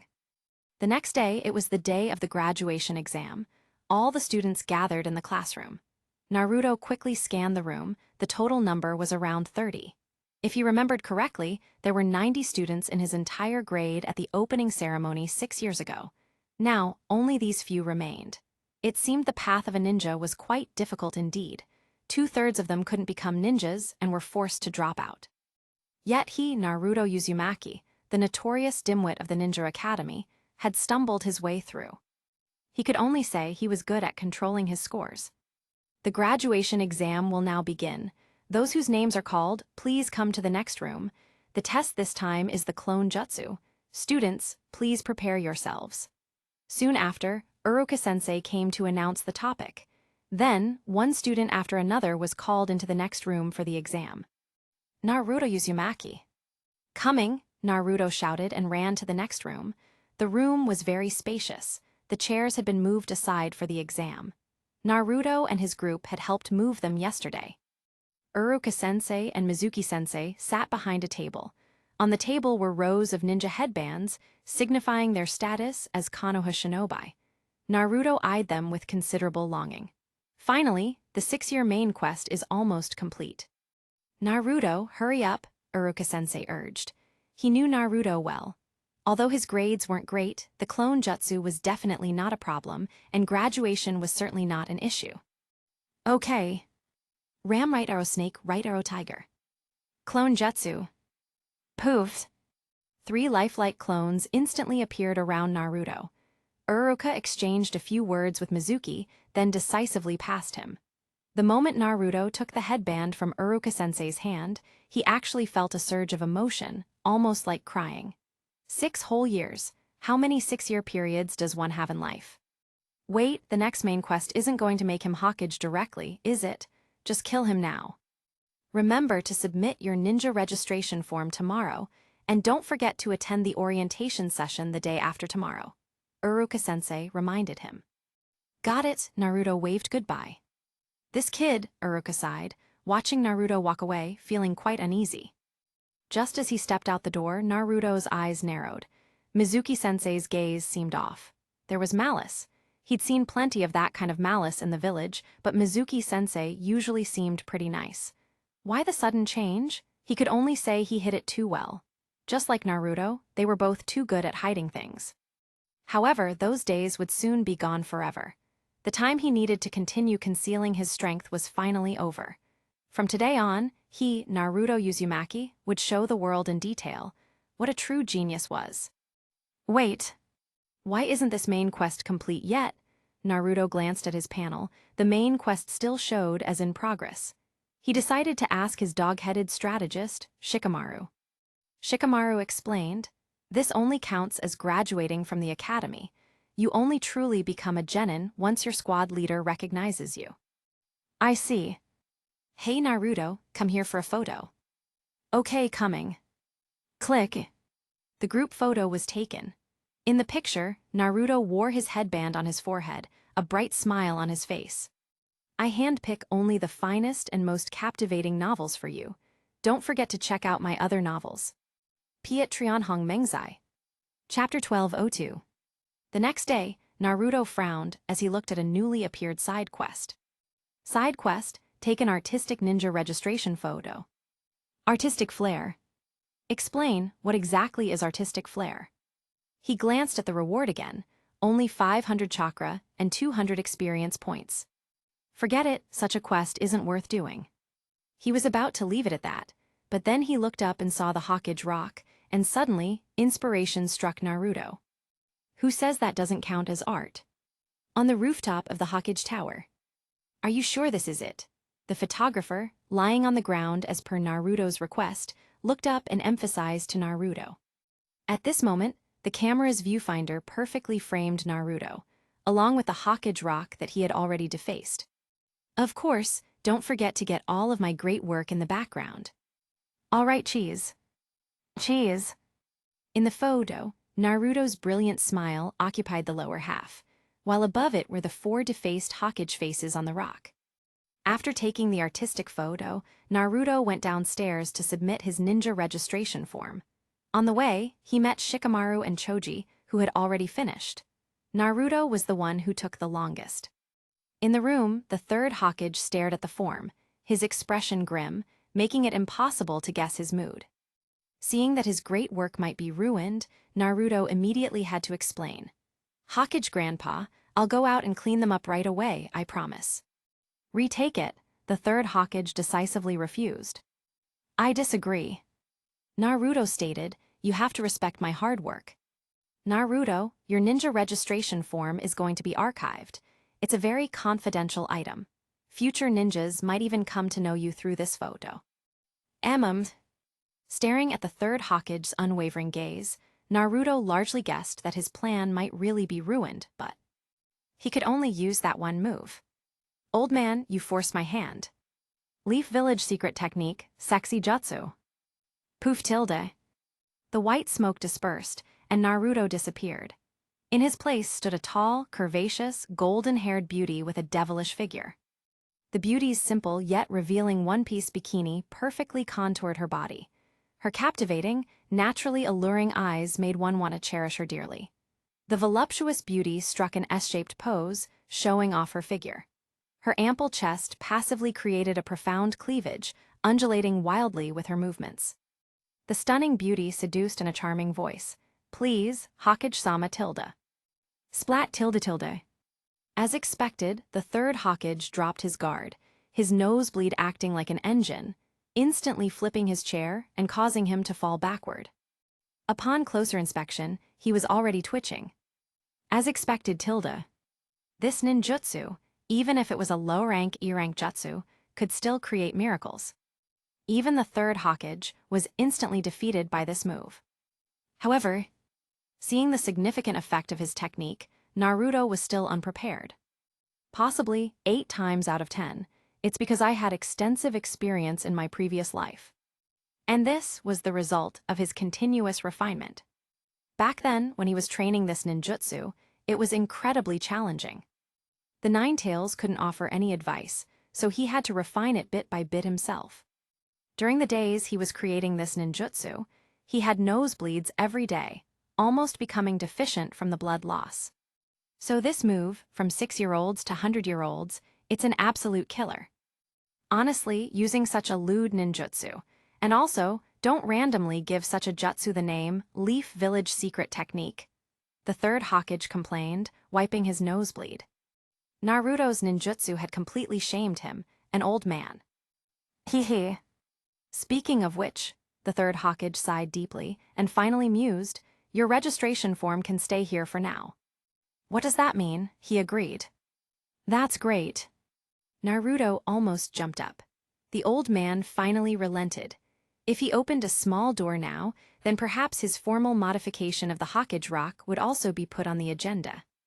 The big boss had shown his HP bar. Victory was in sight. Grandpa, let's have a showdown. A little brat, appearing out of nowhere, suddenly burst through the door, yelling as he charged at the third Hokage. But before he could run a few steps, he tripped over his overly long scarf. Naruto felt embarrassed just watching him. Where did this barbarian, little brat come from? But Grandpa. This address, could he be the Hokage's grandson? Damn it, is this a trap? The little brat muttered to himself, clutching his head. This voice, Naruto found surprisingly familiar. Where had he heard it before? At this moment, a ninja in a tight bodysuit ran in from outside. This ninja was the little brat's teacher. After he entered, he immediately began comforting the little brat, but Naruto felt that the tight-suited teacher was looking at him with considerable ill will. Then, the most unexpected thing happened to Naruto. So that's it was your trick, wasn't it? This brat actually stood in front of Naruto, pointing his great wilderness imprisonment heaven finger at Naruto, questioning him. Huh, I was just watching the show. How did the show turn on me? Naruto indicated he had never suffered such a great injustice. You tripped yourself, kid. Naruto grabbed the little brat, his face threatening. Damn it, stop it quickly, this is Lord Third's grandson. The tight-suited ninja teacher threatened. Really the third Hokage's grandson?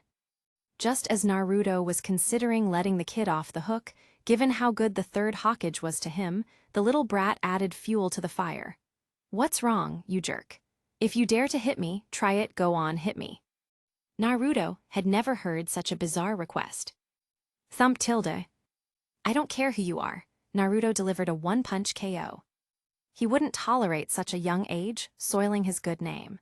He couldn't even imagine what he'd dare to do when he grew up. Against this, Naruto Uzumaki, the nemesis of injustice, must strike hard. Moreover, what if you are the Hokage's grandson? I'm still the Nine-Tails Jinchuriki. There can be multiple Hokage grandsons.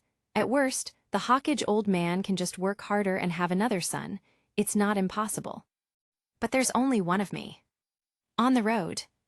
Naruto came out of the Hokage tower and sensed a tail following him. He looked back, and a large bump appeared out of nowhere on the flat road surface. Looking closely, it was a person covered with a camouflage cloth, with the small chicken feet of a Kuroko, stagehand, exposed. Who taught him this camouflage technique? 0 points. He walked a few more steps, and the person followed again. Stop following me, Naruto said impatiently. I didn't expect you to see through me. Konohamaru, dropping his disguise, praised, as expected of the legendary Uzumaki 1 vs 7. Uzumaki 1 vs 7. That's an ancient title from the era before last. I don't mind being your little brother. Huh? You kneel and I'll beg you for something, JPG. Naruto watched silently and speechlessly. With this brat's arrogant attitude, anyone who didn't know would think Naruto was the little brother. Konohamaru continued his spiel. In exchange, you need to teach me that sexy jutsu you used to defeat my grandpa. Are you done talking? Naruto turned and walked away. What a joke, you want to be my little brother. Naruto, won't even accept you. Don't say that, boss. This voice, Naruto stopped in his tracks. Say that again. Boss, boss, boss. Confirmed. Is that you, Chopper? Chapter 1203. Naruto spent a pleasant afternoon with his little brother, Konohamaru. Naruto took Konohamaru scouting for material on the streets, then at a bookstore, and finally, personally at a bathhouse. Cough, cough, scratch that last one, it was purely an accident. In any case, Naruto's sexy jutsu lesson was quite successful. Naruto the great painter's aesthetic sense was no joke. Under his guidance, Konohamaru's sexy jutsu directly caused Ebisu, Konohamaru's private tutor, to have a massive nosebleed, almost bleeding himself to death. The next day, on the way to the explanation meeting. Just like yesterday, Naruto encountered Konohamaru ambushing him again. Unfortunately, Konohamaru's disguise was too poor, and Naruto, not wanting to play along, saw through it instantly. Konohamaru, homework check, perform it again for me. Okay, boss. Bang tilde.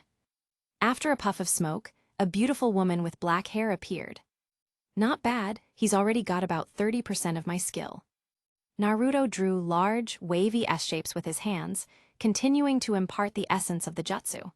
Curves, remember, the curves must be beautiful. That's all for today. I have something to do, Naruto said, preparing to leave. Boss, what are you going to do? Naruto turned his head and pointed at his forehead protector. See that? I'm a ninja now. I don't have time to play house with you anymore. Awesome, Aniki. This is awesome too. This kid's emotional support is off the charts. Upon arriving at the academy, Naruto found that almost everyone in the class had already arrived. Before he could even exchange a few words with others, Uroka-sensei entered and announced the rules. Congratulations! From today onwards, you are all ninjas capable of standing on your own. But remember, you are still just novice genin. The real hard work has just begun. Uruka's eyes swept over the students, a flicker of memories passing through them. Each of these students was the result of his 6 years of diligent nurturing.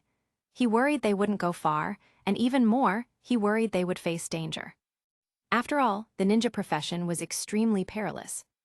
But he couldn't stop them. He could only hope everything would go smoothly for them. From now on, each of you will be grouped into 3-person squads, and will carry out missions together under a Jonin sensei. Oh. Naruto's spirits lifted. 3-person squads. He thought he'd be trained individually by a senior. Right, how many Jonin could there be? And the academy graduates students every year. To ensure each squad has balanced strength, the sensei will decide the groupings. Squad 1. Until. Next is Squad 7, Naruto Uzumaki. Naruto, 7, I like that number. He didn't care who his teammates were, none of them would be stronger than him anyway. But it would be even better if they were people he could talk to. Sakura Haruno. Sakura Haruno glanced at Naruto with disdain. For 6 years, ever since the Naruto vs. 7 incident in 1st grade, Naruto had been consistently mediocre, and his test scores were always at the bottom. Becoming a ninja meant undertaking dangerous missions, and she wanted her teammates to be as strong as possible. Sakura Haruno, why do I have to be on a team with him? Naruto, Sakura Haruno, haven't really talked much. She's Sasuke's admirer, I think. Sasuke Uchiha. Sasuke Uchiha, Naruto-ha. Sakura Haruno, yes. Naruto, Sasuke, at least we can talk. If scored from 0-10, with 0 being bad, 10 being good, and 5 being a stranger. His relationship with Sasuke should be between 6-7. Not close, but not strangers, they could at least chat. Ever since the Uchiha clan massacre, Sasuke had been shrouded in the shadow of Itachi Uchiha, constantly training with a bitter hatred, rarely participating in group activities. The two of them had little interaction outside of class. He hadn't expected to be placed in the same squad as Sasuke. He had originally thought that if they were separated by team assignments, he wouldn't be able to observe the protagonist getting stronger up close. This team assignment was simply perfect. Thinking this, Naruto glanced at Sasuke. Sasuke happened to look over, and it seemed they had a telepathic connection. Naruto gave a thumbs up, signaling pleasant cooperation. Sasuke didn't show much reaction, simply looking away. Naruto wasn't discouraged. It was rare enough for this guy to even turn his head and look at him. That concludes the team assignments. Your Jonin sensei will be introduced this afternoon. For now, you are dismissed. At noon, Naruto wanted to ask Shikamaru and Choji to eat, but the two had already gone somewhere with Ino. Finally, Naruto found Sasuke, and the two sat on the edge of the rooftop to eat. From now on, we'll be eating from the same pot. I'll take good care of you. Focus on yourself first, dead last. Haha, Naruto smiled. How did he manage to make the taciturn Sasuke talk more? However, noticing that Sasuke only had rice balls for lunch, Naruto ate his 3 dishes and 1 soup with exaggerated relish. Soon after, Sakura Haruno found her way to them from somewhere and joined them in a corner to eat. The afternoon arrived in the classroom. He's so slow. Naruto leaned back, looking at the ceiling, grumbling impatiently. All the other teams had already been taken away by their respective Jonin sensei, leaving only Squad 7 in the classroom. Why wasn't their Jonin sensei here yet? He was waiting to complete his main mission quickly and become a genin as soon as possible. Only by becoming a genin could he use the dueling arena. The system had been loading for almost 10 years, and he still hadn't experienced the dueling arena. He had waited so long that the flowers had wilted. But who would their squad leader Jonin be?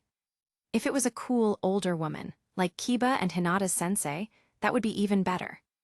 He secretly glanced at Sasuke. He was sitting in his seat just like Naruto, appearing calm on the surface. It was impossible to guess what he was thinking. Sakura Haruno, whom he didn't know much about, had long since grown restless and was pacing back and forth at the front, clearly impatient as well. "Hello there." A white-haired man walked in from outside, greeting them as he entered. Their three gazes uniformly turned to the newcomer.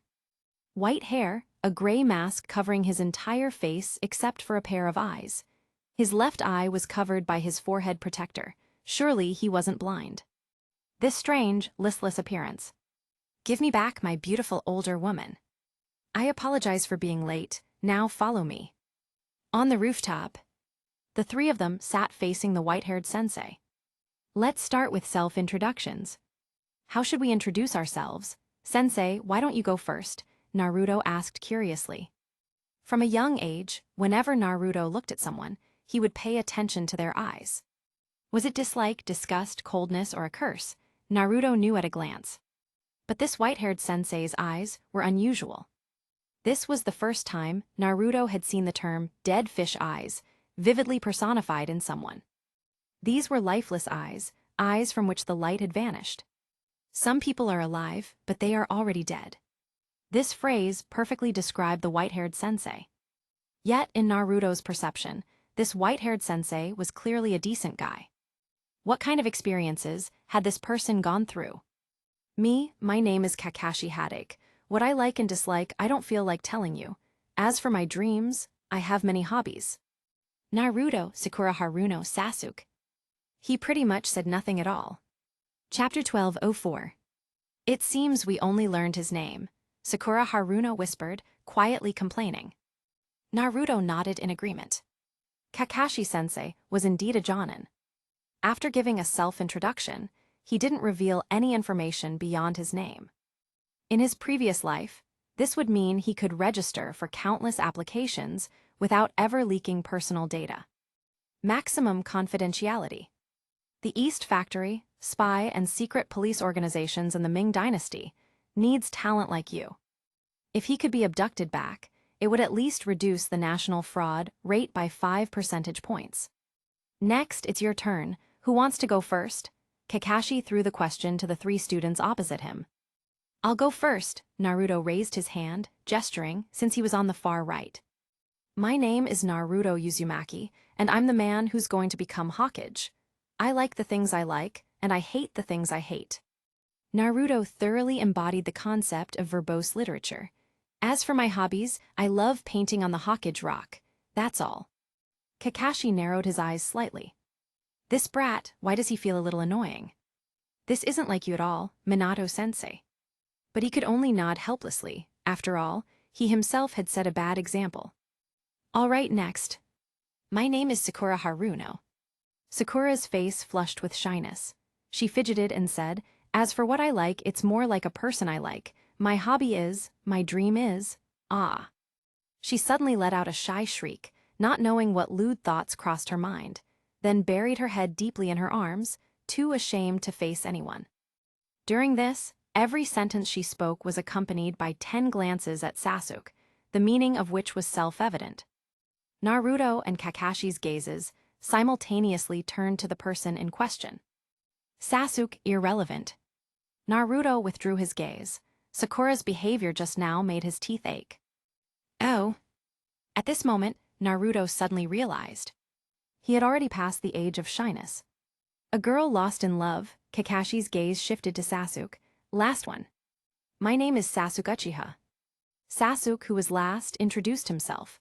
"I don't have anything I like. There are many things I hate.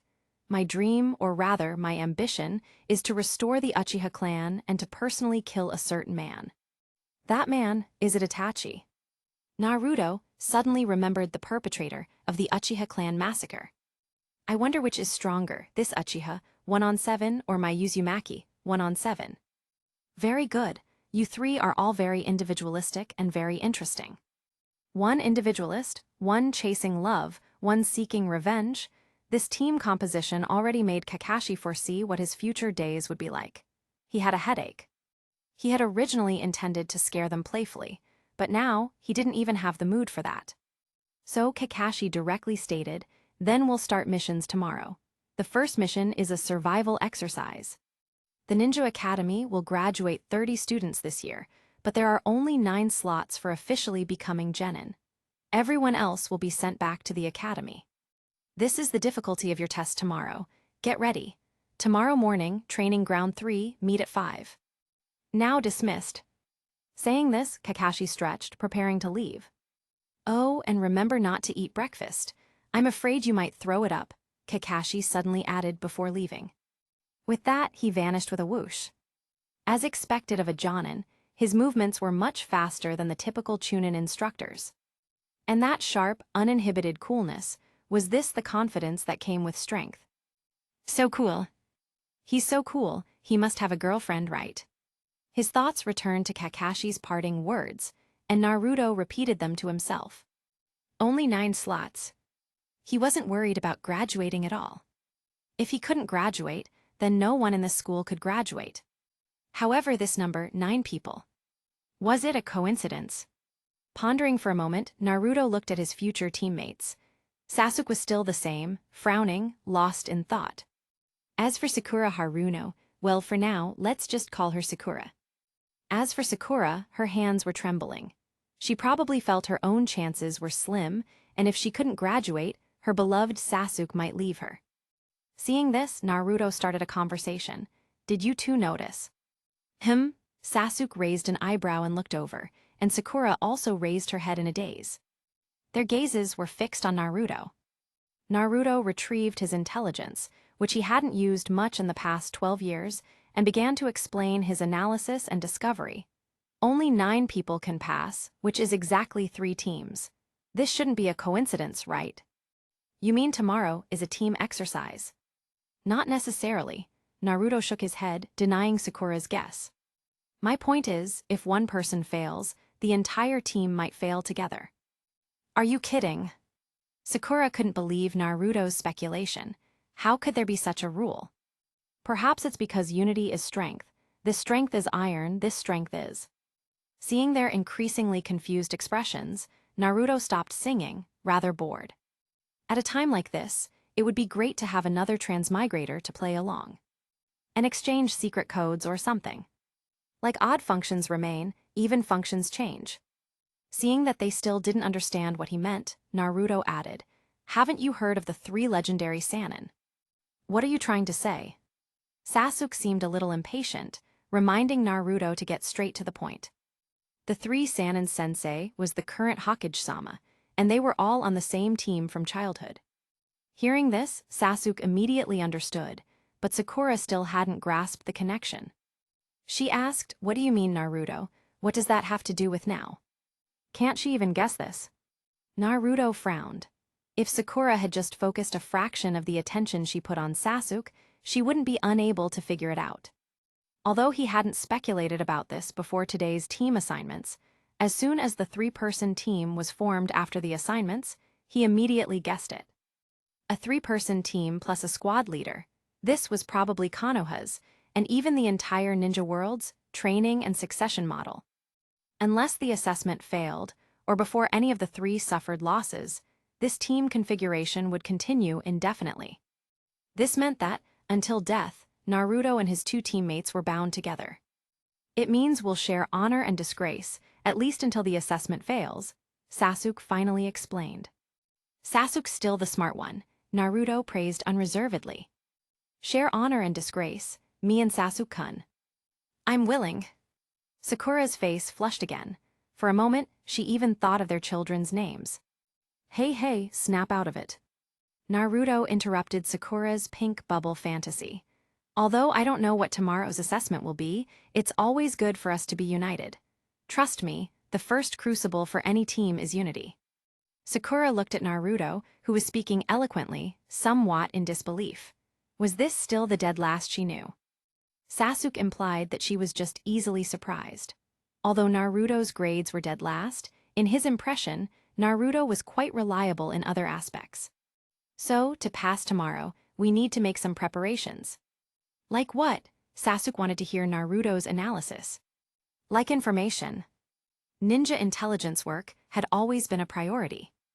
At this point, Naruto stared at Sakura and instructed, "You go back and gather more information about Kakashi-sensei. What about you two? We'll rest and conserve our energy and perform well tomorrow." You. Sakura's tone held a strong 12 tenths of disbelief. Doubting my strength. Naruto couldn't even be bothered to look at her. Then let's dismiss for now. We'll improvise for tomorrow's situation. Who knew what tomorrow's mission would actually be? Dismissed. Naruto mimicked Kakashi's cool gesture and vanished with a whoosh. Chapter 12:05. The next day. At the break of dawn, Master Naruto, just turned 18 minus 76 months, arrived early at Training Ground 3. He glanced at the other two. They were just as sleepy-eyed as he was, which made Naruto feel a lot better. Teacher Kakashi was quite the troublemaker. Is this what being a ninja is like? Naruto, who had a premonition that his ninja life wouldn't be very peaceful, spoke up. "All right, tell me what information you've gathered." Sakura Haruno, responsible for intelligence gathering, answered first. "I heard Teacher Kakashi is a genius. He became a Jonin at 12. A Jonin at 12? Naruto and Sasuke exchanged glances, both a little dumbfounded. He's that strong? 12 was barely the age of graduating from the Ninja Academy. Anything else? I think he was also called the Leaf's Technician. Technician? Is it the kind of technician I'm thinking of? Deeply suppressing the urge to retort, Naruto asked again, "Anything else? Say it all at once." "That's all." "Just that? What about his strength? His moves?" "Those are hard to find out." Naruto was startled for a moment, then slowly nodded. Indeed, for a ninja or even a ninja village, a ninja's own information was the greatest secret. If the enemy knew your trump cards, you'd be no threat at all and would be targeted, unless your strength was so immense that you had no worries. And when the enemy didn't know your information, it could easily lead to a famous scenario, specifically, a first strike kill. Naruto, with his flying thunder god, could easily achieve this. Noticing Sakura looking dejected, as if intimidated by Kakashi's reputation, Naruto was silent for a moment, then said in a relaxed tone, "What's wrong? Already scared. Never mind that we have to defeat Teacher Kakashi. I even prepared good stuff for you." Tilda who's scared? Sasuke was the first to object. Even if he were scared, he wouldn't admit to being a coward, let alone when he wasn't. What good stuff? Sakura found the key point. Naruto took out the 4 prepared pills, 2 red and 2 blue, each about 1 centimeter in diameter, and distributed them equally. "Here, these are for you." Male leisure pills? These are only sold 100 per day and are said to be a miracle drug that can bring people back from the brink of death and heal bones, as long as there's still a breath left. Sakura exclaimed in surprise. "Where did you get these, Naruto?" Naruto didn't answer, just smiled faintly. Would he tell them that the divine doctor, Xingfengtian, who arrived in the village half a year ago, was his clone? No. Would he tell them that these pills, produced by old Xing's secret formula, were actually just recovery items from the system shop? No. Would he tell them that an item sold for 1,000 ryo in the shop was sold for 20,000 ryo by old Chinese Dr. Xingfengtian's persuasion? No, just keep silent and act like a pro. My mom wanted to buy 2 for me as a graduation gift, but she tried for days at divine Dr. Xing's place and couldn't get any. Saying this, Sakura suddenly changed her opinion of Naruto dramatically. She looked at Naruto gratefully and thanked him. "Thank you, Naruto." "Thanks, Naruto." Sasuke also thanked him, his tone quite serious. "The red ones replenish blood, and the blue ones replenish chakra. Don't mix them up." "Understood," both replied. Seeing them carefully handle the leisure pills, Naruto breathed a sigh of relief. With the leisure pills, the team should be well equipped for this assessment. As for the effects of the leisure pills, they weren't as exaggerated as Sakura described. They could indeed rapidly restore blood chakra within a short time, and the associated injuries would also recover. But these things also had limitations. The maximum blood replenishment was 10,000 HP, and chakra was the same. The red leisure pills were most effective. It seemed ninjas generally didn't have much HP. Taking this leisure pill, even if you were on the verge of death 1 second, 5 minutes later, you could be fully revived.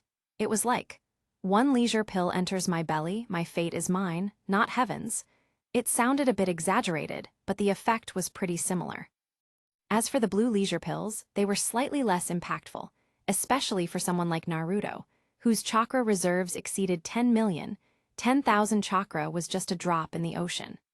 However, for Sasuke and Sakura, whose HP and chakra were generally below 10,000 as Genin and Chunin, the blue leisure pills were indeed a miracle drug. Such good medicine naturally attracted many covetous eyes, both inside and outside the village. However, Old Xing's bluffing, genjutsu ability was top-notch. Moreover, selling this item was a decision he made that went against ancestral traditions. Everyone gave him a little face, genjutsu. But even so, due to various pressures, branch stores in other villages were set to open by the end of the year. As for the secret formula, there was no secret formula. Still want to interrogate him, ask if his fists agreed. If all else failed, he would just close the shop. Then other villages would have it, and only your village wouldn't. What would you do then? After all, this thing was like a scorpion's poop, one of a kind. As for the price, it was just about making a large profit from high volume. With Naruto around, he didn't expect a shortage of wars in the future, nor a shortage of customers. The leisure pills gifted by Naruto opened up the team's conversation. The three chatted while they waited. They waited and waited until 6 o'clock. "It's been an hour. Why isn't Teacher Kakashi, the king of lateness, here yet?" After the three became familiar, even Sakura, who usually acted demure in front of Sasuke, couldn't help but complain. Maybe he ran into a black cat, blocking his path, and lost his direction in life. Sakura said incredulously, "Is there really such an excuse?" Naruto then activated his full-scale perception. The moment he did, he was startled. Teacher Kakashi's chakra, specially marked, was hidden in a tree not far away, secretly peeking at them. How perverted. Naruto wanted to expose this boring trick on the spot, but... He glanced at his panel again, a wicked smile spreading across Naruto's face. "Oh Tilda," he suddenly yelped. "What's wrong?" "My stomach hurts. I might have eaten something bad yesterday." Naruto stood up, clutching his stomach, and ran off into the distance. Only a single sentence drifted back on the wind: "I'm going to the bathroom, wait for me." Sasuke Sakura. Naruto specifically ran to the bushes beneath Kakashi's tree. Under the voyeur's gaze, Naruto transformed into Kakashi. Although he didn't know what was under the eye patch, nor what face was under the mask, this perfect transformation jutsu was so flawless that even Kakashi himself, if he jumped down, would first have to doubt his own existence. Then he would have to admit it, pointing at Naruto and saying, "Yes, this is my twin brother." Cough cough. Naruto coughed twice, changing his voice, and at the same time narrowed his eyes into a lifeless, dead fish stare.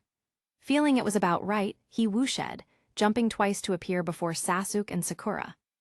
"Teacher Kakashi, you're too late." Sakura began to complain as Kakashi arrived. "I ran into a black cat, blocking my path on the way here, and lost my direction in life. So I was a little late, sorry." Sakura, is that really a reason? Tch tilde, Sasuke also expressed his displeasure.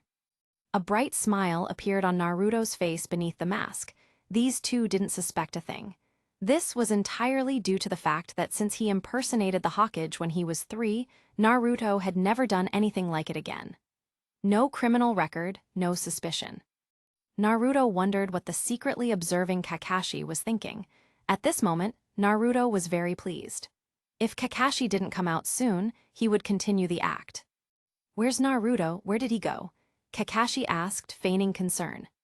"He ate something bad last night and has diarrhea." "In that case, we won't wait for him. You two can start the mission first." Sakura had not expected this. It didn't align with what the three of them had discussed last night. "Teacher, aren't we waiting for Naruto?"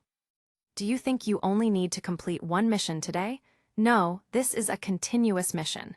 If you can't complete all of them within today, the entire team will be eliminated. Otherwise, why do you think I made you come so early?" Naruto mimicked Kakashi's tone.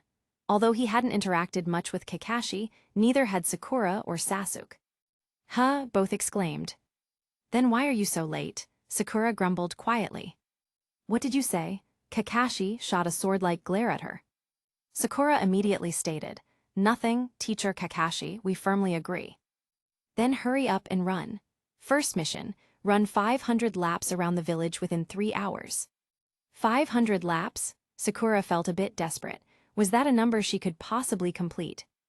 Handstand running, Kakashi emphasized again. This time even Sasuke couldn't sit still. Handstand. Chapter 1206. Even Sasuke couldn't sit still this time. Handstands.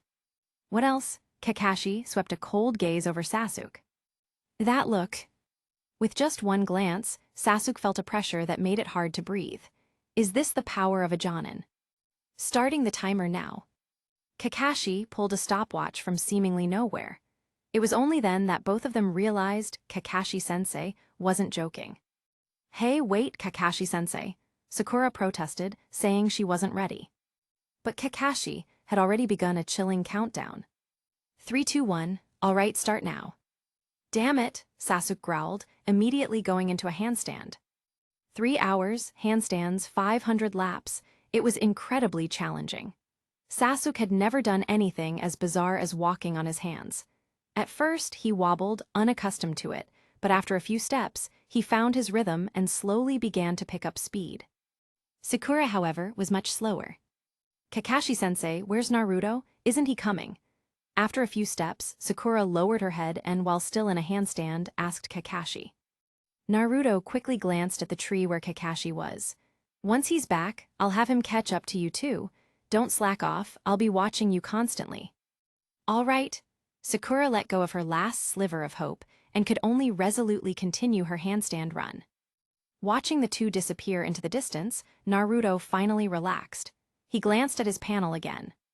The mission was, experience fiery youth, run 500 laps around the outskirts of Konoha village in a handstand within 3 hours.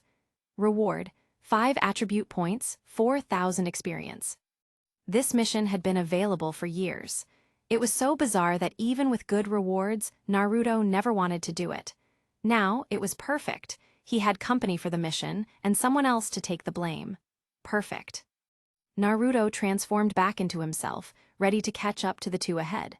This was an assessment mission personally assigned by Kakashi-sensei, so of course, he, Naruto, had to participate. Before leaving, Naruto cupped his hands around his mouth and shouted at the large tree. Kakashi-sensei, since you personally assigned this mission, we will definitely complete it resolutely. I'm off. Naruto exposed his sensory abilities for the first time. Now that he had graduated, he, Naruto, should finally start showing his true colors instead of constantly being a dead last. If you, Kakashi, don't let us graduate, then I, Uzumaki Naruto, wouldn't mind becoming a Hokage-level squad leader myself. Sasuke, Sakura, here I come, Naruto roared, causing the two distant figures to turn their heads. Then, Naruto leaped, placed his hands on the ground, and began to run rapidly in a handstand. In no time, he overtook Sakura, caught up to Sasuke, and soon surpassed him. Can you keep up, Sasuke? I'll wait for you ahead. HMPH? With a cold snort, Sasuke immediately sped up his hand movements, but he still couldn't match Naruto's speed. Sasuke was momentarily confused about Naruto's true strength. In his daze, a youthful shout came from behind him. Lee, did you see that? I saw it, Gai-sensei. 2 people have joined our training. This proves we are truly on the great path of youth. I can feel my youth burning. Faster, faster. Lee, youth does not allow us to slack off. Yes, Gai-sensei. Whoosh. Sasuke felt 2 figures in green jumpsuits flash past him. What was bizarre was that these 2 were also walking on their hands, just like him. Were they also participating in the assessment? Sasuke looked bewildered, but being overtaken by 3 people in a row, he, Sasuke, also had a temper. Before he could even speed up, another voice sounded beside him. You must be the genius Uchiha Sasuke who just graduated this year. Sasuke turned his head to the speaker. What met his eyes were a pair of Byakugan, but it wasn't his classmate, Hinata. Sasuke recognized the person as Neji, the genius from the year above. He, too, was walking on his hands. Genius. With that, Neji sped up and overtook him. Watching Neji disappear into the distance, Sasuke felt an unprecedented sense of mockery and humiliation. He didn't care about the title of genius at all, even resenting it, as those simple words erased all his efforts. But at this moment, he felt the humiliation these two words brought. Naruto, who was dead last for years, passed him. Unknown green jumpsuits passed him. Neji, who mocked him, passed him. Sasuke suddenly gritted his teeth and accelerated, bursting forth with his maximum strength. In no time, he caught up to Neji. Noticing Sasuke catching up, Neji also accelerated. The two ran side by side in handstands, their hands moving furiously, their faces contorted in grimaces as they pushed out their Sharingan and Byakugan. For a moment, they were evenly matched. On the other hand, Naruto was running with comparative ease. However, Gai-sensei, look. I see it, Lee. Our youth team has gained another member. I can feel my youth burning again. Faster, faster, Lee, overtake him. If we can't overtake him, we'll run another 500 laps. Yes, for youth. The two instantly sped up again. Overtake me. Turning his head, Naruto saw a large and small figure, with watermelon haircuts, bushy eyebrows, and green jumpsuits. Two people seemingly carved from the same mold, madly accelerating to catch up. His competitive spirit ignited, Naruto instantly accelerated, giving the two no chance to pass him. In a moment, a man actually caught up beside him. Turning his head, he saw a youthful old man. The old man noticed Naruto's gaze, a smile on his face, then his mouth spread wide, teeth seemingly sparkling, his right thumb extended as if praising Naruto's youth. Is that you, Sanduo? However, where did he get that extra hand from? Seeing him mock him so openly, Naruto thought, I shall attack in my Gundam form. Naruto gritted his teeth, desperately accelerating, and accelerating again. I can already feel the burning passion of youth. The old man also roared, beginning to accelerate madly. The two desperately vied for first place, their faces gradually distorting with effort. For a moment, they ran neck and neck, inseparable. At the same time, at the very back of the group, Sakura also encountered her opponent, but the atmosphere between them was completely different from those in front. Here, it was exceptionally harmonious. After hearing Sakura's detailed account of the situation, Tenten found it incredible. She had thought her own squad leader was strange enough, but she never expected someone even more eccentric, who would use such a bizarre training method for an assessment. This kind of mission seemed more like something Gai-sensei would come up with. Is there really such an assessment mission? She asked. Sakura's eyes were clear yet foolish. I don't know, but our squad leader demanded it. Is that so? Tenten was a bit unsure for a moment. The assessments she had taken weren't like this either. I've only experienced this kind of thing once. Maybe every teacher is different. My youth is about to explode. A sudden booming sound reached their ears. Then whoosh. Naruto and Might Guy raced past them side by side, leaving only a cloud of dust. After quite a while, Gai-sensei, my youth is about to explode too. Rock Lee caught up, passing them to complete another lap.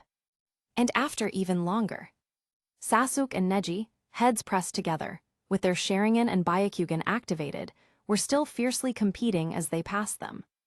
Tenten sighed, accustomed to such sights. But Sakura felt a little despair. Do I still have a chance? Chapter 12:07. My boy, your youth is indeed passionate. The youthful old man gave Naruto a thumbs up, praising him. The dazzling white teeth made Naruto's eyes ache, but he had nothing to say. Because he had run a full 500 laps, he was now completely exhausted, lying on the ground, barely able to move a finger. But why did the youthful old man still have so much energy? Could a bowl cut and a green jumpsuit truly be the secret to eternal youth? The thought of himself dressed like that made him shudder. Absolutely not. However, looking at the still lively old man, Naruto almost doubted his own eyes. He glanced at his panel. Muscle burst, 9310, right arrow 92-810. Stamina, 9110, right arrow 92-210. His attributes were as usual. Even though he hadn't really trained his body much, his SSS talent still allowed him to grow to 90. He even gained more than 2 full points in attributes due to the recent burst of vitality. These attributes weren't low at all, they even surpassed most Jonin. The old man definitely had something going on. Yo, it's my dear friend Kakashi. Let's have a youthful showdown. Following the old man's gaze, Naruto saw the big pervert. No, his respected Kakashi-sensei. Kakashi ignored Guy, staring at Naruto with a complicated expression. He had long heard of Naruto's title as the Prank King, usually causing mischief all over the village. Today, he had truly witnessed it. But pranks were usually played on others, not on oneself. Kakashi had lived for 25 years, and today he was truly enlightened. Kakashi-sensei, I've completed the mission, Naruto hinted. Kakashi didn't play along at all. This kid impersonated him to issue such a mission. It was the perfect chance to subtly punish this prank king. Was there such a mission? Isn't this the mission you assigned, Kakashi-sensei? A panting Sasuke had arrived at some point and asked. Sasuke's question momentarily chilled the atmosphere. Kakashi didn't answer but stared intently at Naruto, waiting for his explanation. Naruto's answer would determine his attitude. The enthusiastic Guy-sensei also sensed the odd atmosphere. Sakura had also arrived at some point. Seeing Kakashi sense and the stopped Naruto and Sasuke, she thought her assessment mission had failed. She was almost in tears, feeling as if Sasuke had already left her. Kakashi-sensei, did my assessment mission fail? Kakashi was still staring at Naruto. Sasuke was also looking at Naruto, bewildered. Sakura, who had just arrived, had no other thoughts, only wanting to take one last look at Sasuke. Seeing this, Naruto decided to activate his original plan B. Alright, actually, this was all my. Before he could finish, Kakashi interrupted him. This was indeed the assessment mission I assigned. Seeing Naruto willingly admit his mistake, Kakashi didn't intend to actually hold him accountable. What was the real assessment mission? It wasn't important. What was important was understanding teamwork. However, this answer surprised Naruto a bit. Are you serious, dude? I was already on my second contingency plan, and you're pulling it back. Why didn't you say something earlier? Why didn't you say it sooner?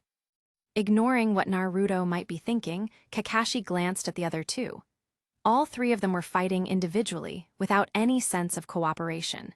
He said in a cold tone, but the result is, all three of you fail, you won't become ninjas. Naruto, Sasuke, Sakura. What did you think this assessment was testing? Without giving the three a chance to speak, Kakashi answered his own question. It was testing teamwork. If the three of you ran together, supporting each other, even 500 laps, though difficult, could be completed.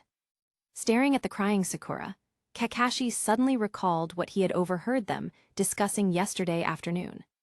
His tone unchanged, he continued, but all I saw was fighting on your own. Do you even know what being a three-person team means? Teamwork sharing glory and shame, Sakura shouted. This answerable question was her only light. Exactly, but what about you three? Kakashi remained silent for a long time after speaking, perhaps giving them time to think and comprehend.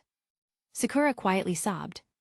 Sasuke frowned, but also cast bewildered glances at Kakashi and Naruto, seemingly noticing something off about them. And Naruto kept staring at Kakashi, feeling like he still had something left unsaid. Would Kakashi really send them back to the academy? No way. No one would let him, the Nine-Tails Jinchuriki, and the last Uchiha graduate and become ninjas. Kakashi-sensei, hurry up and get to the point. Kakashi indeed spoke up. There is a second chance, though. Sakura looked up in surprise. Sasuke grew even more confused. Naruto had an "I knew it" expression. This expression was noticed by Kakashi, who narrowed his visible eye, perhaps brewing some dark scheme. However, there's a prerequisite. Naruto, Kakashi suddenly called him out. This prank king, unorganized and undisciplined, even dared to impersonate him and issue a fake mission. He planned to punish Naruto severely. You really enjoy handstand running. Naruto, not suspecting a thing, said, sort of, I actually quite like it. Noticing Kakashi's threatening gaze, he immediately changed his tune. Excellent, since you enjoy handstand running, then today you will run another 500 laps, no, 5,000 laps alone. Once you're done, I'll give you a second chance tomorrow. Hi. Naruto realized that Kakashi-sensei was punishing him. He had thought Kakashi-sensei, who was taking the blame for him, was pretty good. But who would have thought, who would have thought? You, with your thick eyebrows and big eyes, are actually so devious. And I thought you were cool yesterday. Time starts now. Kakashi pulled out a stopwatch from somewhere. This expression, this action, Naruto found eerily familiar. As if he had seen it somewhere before. Before he could think too much, Kakashi had already begun the cold countdown. 3, 2, 1, go. Damn it! Naruto yelled, immediately starting his handstand crawl. Just consider it a punishment, giving those two a chance. 5,000 laps, that's all, it's nothing. Give me some boosts. Before he had crawled much further, a voice came from behind. Don't slack off, I'll be watching you the whole time. This specific reminder finally helped Naruto solve the mystery. That hateful Kakashi, he was using Naruto's own pranks against him now. Kakashi had come in second in the imitating Kakashi game. Looking at Naruto, who was handstand running away, Sakura's face was full of sympathy. 5,000 laps, he'd probably be running until tomorrow. You two can go back now, Kakashi said. After speaking, he whooshed away, seemingly to monitor Naruto. HMPH. Sasuke let out a cold snort. He mostly understood what was going on. But for some reason, he also remembered Kakashi's gaze. Could such an intimidating gaze actually belong to Naruto? He had a premonition during the earlier handstand run. Now he clearly perceived it. Was the gap really that huge? Sasuke subjectively didn't want to believe it, but the facts left him no choice. Sasuke-kun, let's go eat, Sakura said, her eyes sparkling as she walked up. Although she didn't fully understand what had happened today, at least they had averted disaster, and she still had a chance to be with Sasuke. And now, without Naruto being a third wheel, it was entirely their time alone. I don't have time. Then, Sakura watched as Sasuke astonishingly started doing handstands again and ran forward, attempting to catch up with Naruto.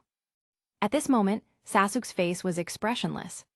He, Sasuke, was doing this only because he didn't want to lose to Naruto, not because Naruto was running 5,000 handstand laps to give him a chance, nor because of the teamwork Kakashi-sensei had just mentioned, and certainly not because of the sharing glory and shame they discussed yesterday. Yes, that's right. Sasuke, Sakura ran, chasing after Sasuke. A little later, Naruto, who had completed a lap and was returning, found the two ahead of him rather strange. What are you two doing? His answer was Sasuke's cold snort. Oh, I get it, that's right, we're a team. We must share glory and shame. Seeing Sasuke not refute, Sakura seemed to have come to a realization, and Naruto proposed again. How about we come up with a resonant name for our team? Sasuke was too exhausted to answer him. Only the still relatively relaxed Naruto monopolized the microphone. It's better to name our team early, so people don't just give us some random nickname. The Sannin? Listen, that name has no uniqueness or aesthetic value. If you ask me, we should call ourselves the Hokage Legends. Hey, Kakashi-sensei, why are you waiting for us here? Kakashi's eye curved into a crescent, and he smiled. Congratulations, all of you pass. Chapter 12:08. Back at the starting point, Training Ground 3. The three-person team of Naruto, Sasuke, and Sakura stood, sat, or leaned against tree trunks, listening to Kakashi-sensei's lecture. Kakashi stood perfectly straight, arms crossed. He scanned the three varied postures and expressions, then instructed, meet here again tomorrow at 8 a.m. Bring your ninja tool pouches, don't forget. After speaking, he stroked his chin, adopting a thoughtful expression. That's all. Naruto climbed up from the ground and curiously asked, what's the specific mission tomorrow, Kakashi-sensei? Practice combat. Oh, Naruto mumbled. He suspected this might have been today's real assessment, but he'd somehow ruined it. Practice combat? Yes, that was definitely needed. Otherwise, the teacher wouldn't understand the students' combat abilities, and the students wouldn't understand the teacher's strength. Forget trust, even cooperation would become an issue. Was this good? No, it was not. All right, that's it for today. Now dismissed. He turned to leave, but Naruto wasn't about to let him off so easily. Want to run after offending the monk. Wait, Kakashi-sensei. Naruto called out to the departing Kakashi. He grimaced in pain, stumbling weakly towards Kakashi, one hand clutching his stomach, the other reaching out to grab him. "Sensei, I'm so hungry. I want to eat Ikaraku ramen." Kakashi dodged Naruto's grasping hand, watching his performance expressionlessly. "If you want to eat, go eat." "But I don't have any money." Naruto gestured towards the other two behind him, lamenting pitifully. "And Kakashi-sensei said yesterday that I'd throw up today, so I didn't eat anything yesterday, and I ran 500 laps this morning." As he spoke, he swayed a few times, making it seem as if he could collapse at any moment. "Kakashi-sensei, I feel like I'm about to faint from hunger." Sakura came up to support him and also spoke. "Kakashi-sensei, I want to eat ramen too." This was her second chance to eat with Sasuke. She had to seize it firmly. Hearing this, Kakashi looked at the third person. "Sasuke, how about you?" "I don't mind eating ramen either." Sasuke changed his tune under Naruto's prompting and Sakura's pleading gaze. "All right then, I'll treat you to ramen." "Yay!" Sakura nearly jumped. "I'm going to eat 10 bowls," Naruto shouted.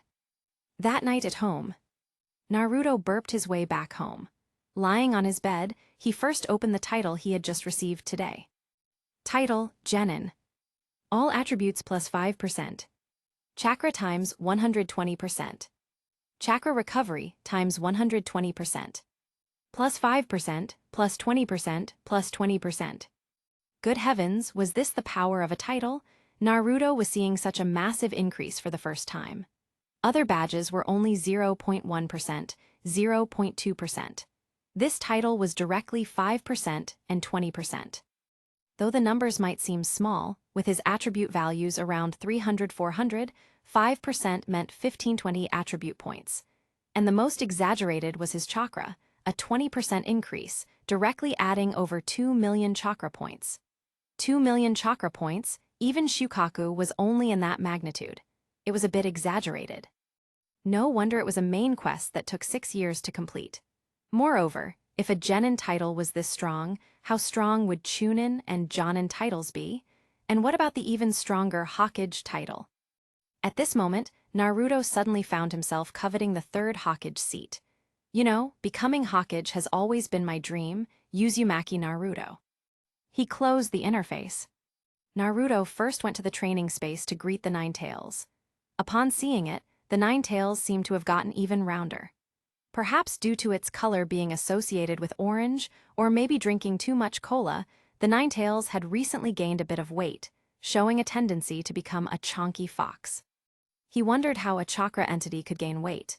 Could drinking cola and eating fried chicken increase chakra?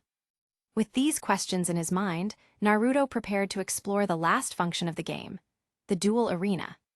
You have entered the duel arena. You can challenge opponents here, participate in ladder rankings, and players with higher rankings can receive fixed rewards. As soon as he entered, 2 large buttons appeared before Naruto's eyes. Match ranked. He tried clicking match. Searching for match. It kept showing searching. As expected, everything was within his predictions. Luckily, it couldn't find an opponent. Otherwise, Naruto would have to check if there were any other players in the entire ninja world. Clicking ranked yielded the same result. This seemed like a useless function. After searching for a while, Naruto found a leaderboard. The Heaven, Earth, Human, and Yellow lists.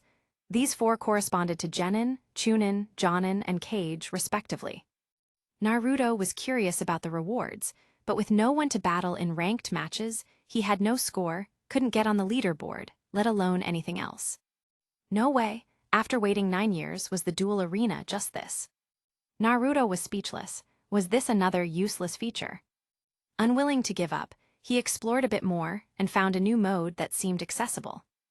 Training mode. He clicked to enter. The interface suddenly switched to another screen, showing a 5-minute countdown at the top and character thumbnails below. Please select training target. Although the thumbnails were quite small, Naruto still recognized several familiar faces. Third Hokage, Hiruzen Sarutobi. Kakashi Hadake. Were these all possible opponents? They must be the NPCs of this world, and also relatively famous characters from the original story. If so, where was Uzumaki Naruto? Surely someone like him, the Nine-Tails Jinchuriki, deserved to have his name listed, right? Naruto began to self-search, and several results immediately appeared. Uzumaki Naruto, Genin, 12 years old. This was his current age, likely just graduated from the Ninja Academy. Uzumaki Naruto, Genin, 16 years old. Wait, I'm still a Genin at 16? Oh, that must be the original Naruto from the story. No problem then. Uzumaki Naruto, Genin, 6 paths, 17 years old. 6 paths, what does that mean? Sage of 6 paths. Uzumaki Naruto, 7th Hokage, 32 years old. Wait, I'm the 7th. Naruto grew more and more confused the more he looked. How did he become Hokage? Wasn't he supposed to be the big villain? No, wait. This work is called Naruto, so the Hokage must be the protagonist. Could it be that I am the protagonist? Then what about Sasuke? Uchiha Sasuke, Genin, 12 years old. No problem. Uchiha Sasuke, Rogue Ninja Taka, 16 years old. Rogue Ninja. Uchiha Sasuke Akatsuki, 16 years old. Akatsuki? What's that? This outfit looks familiar. Some of the people I saw earlier were wearing it.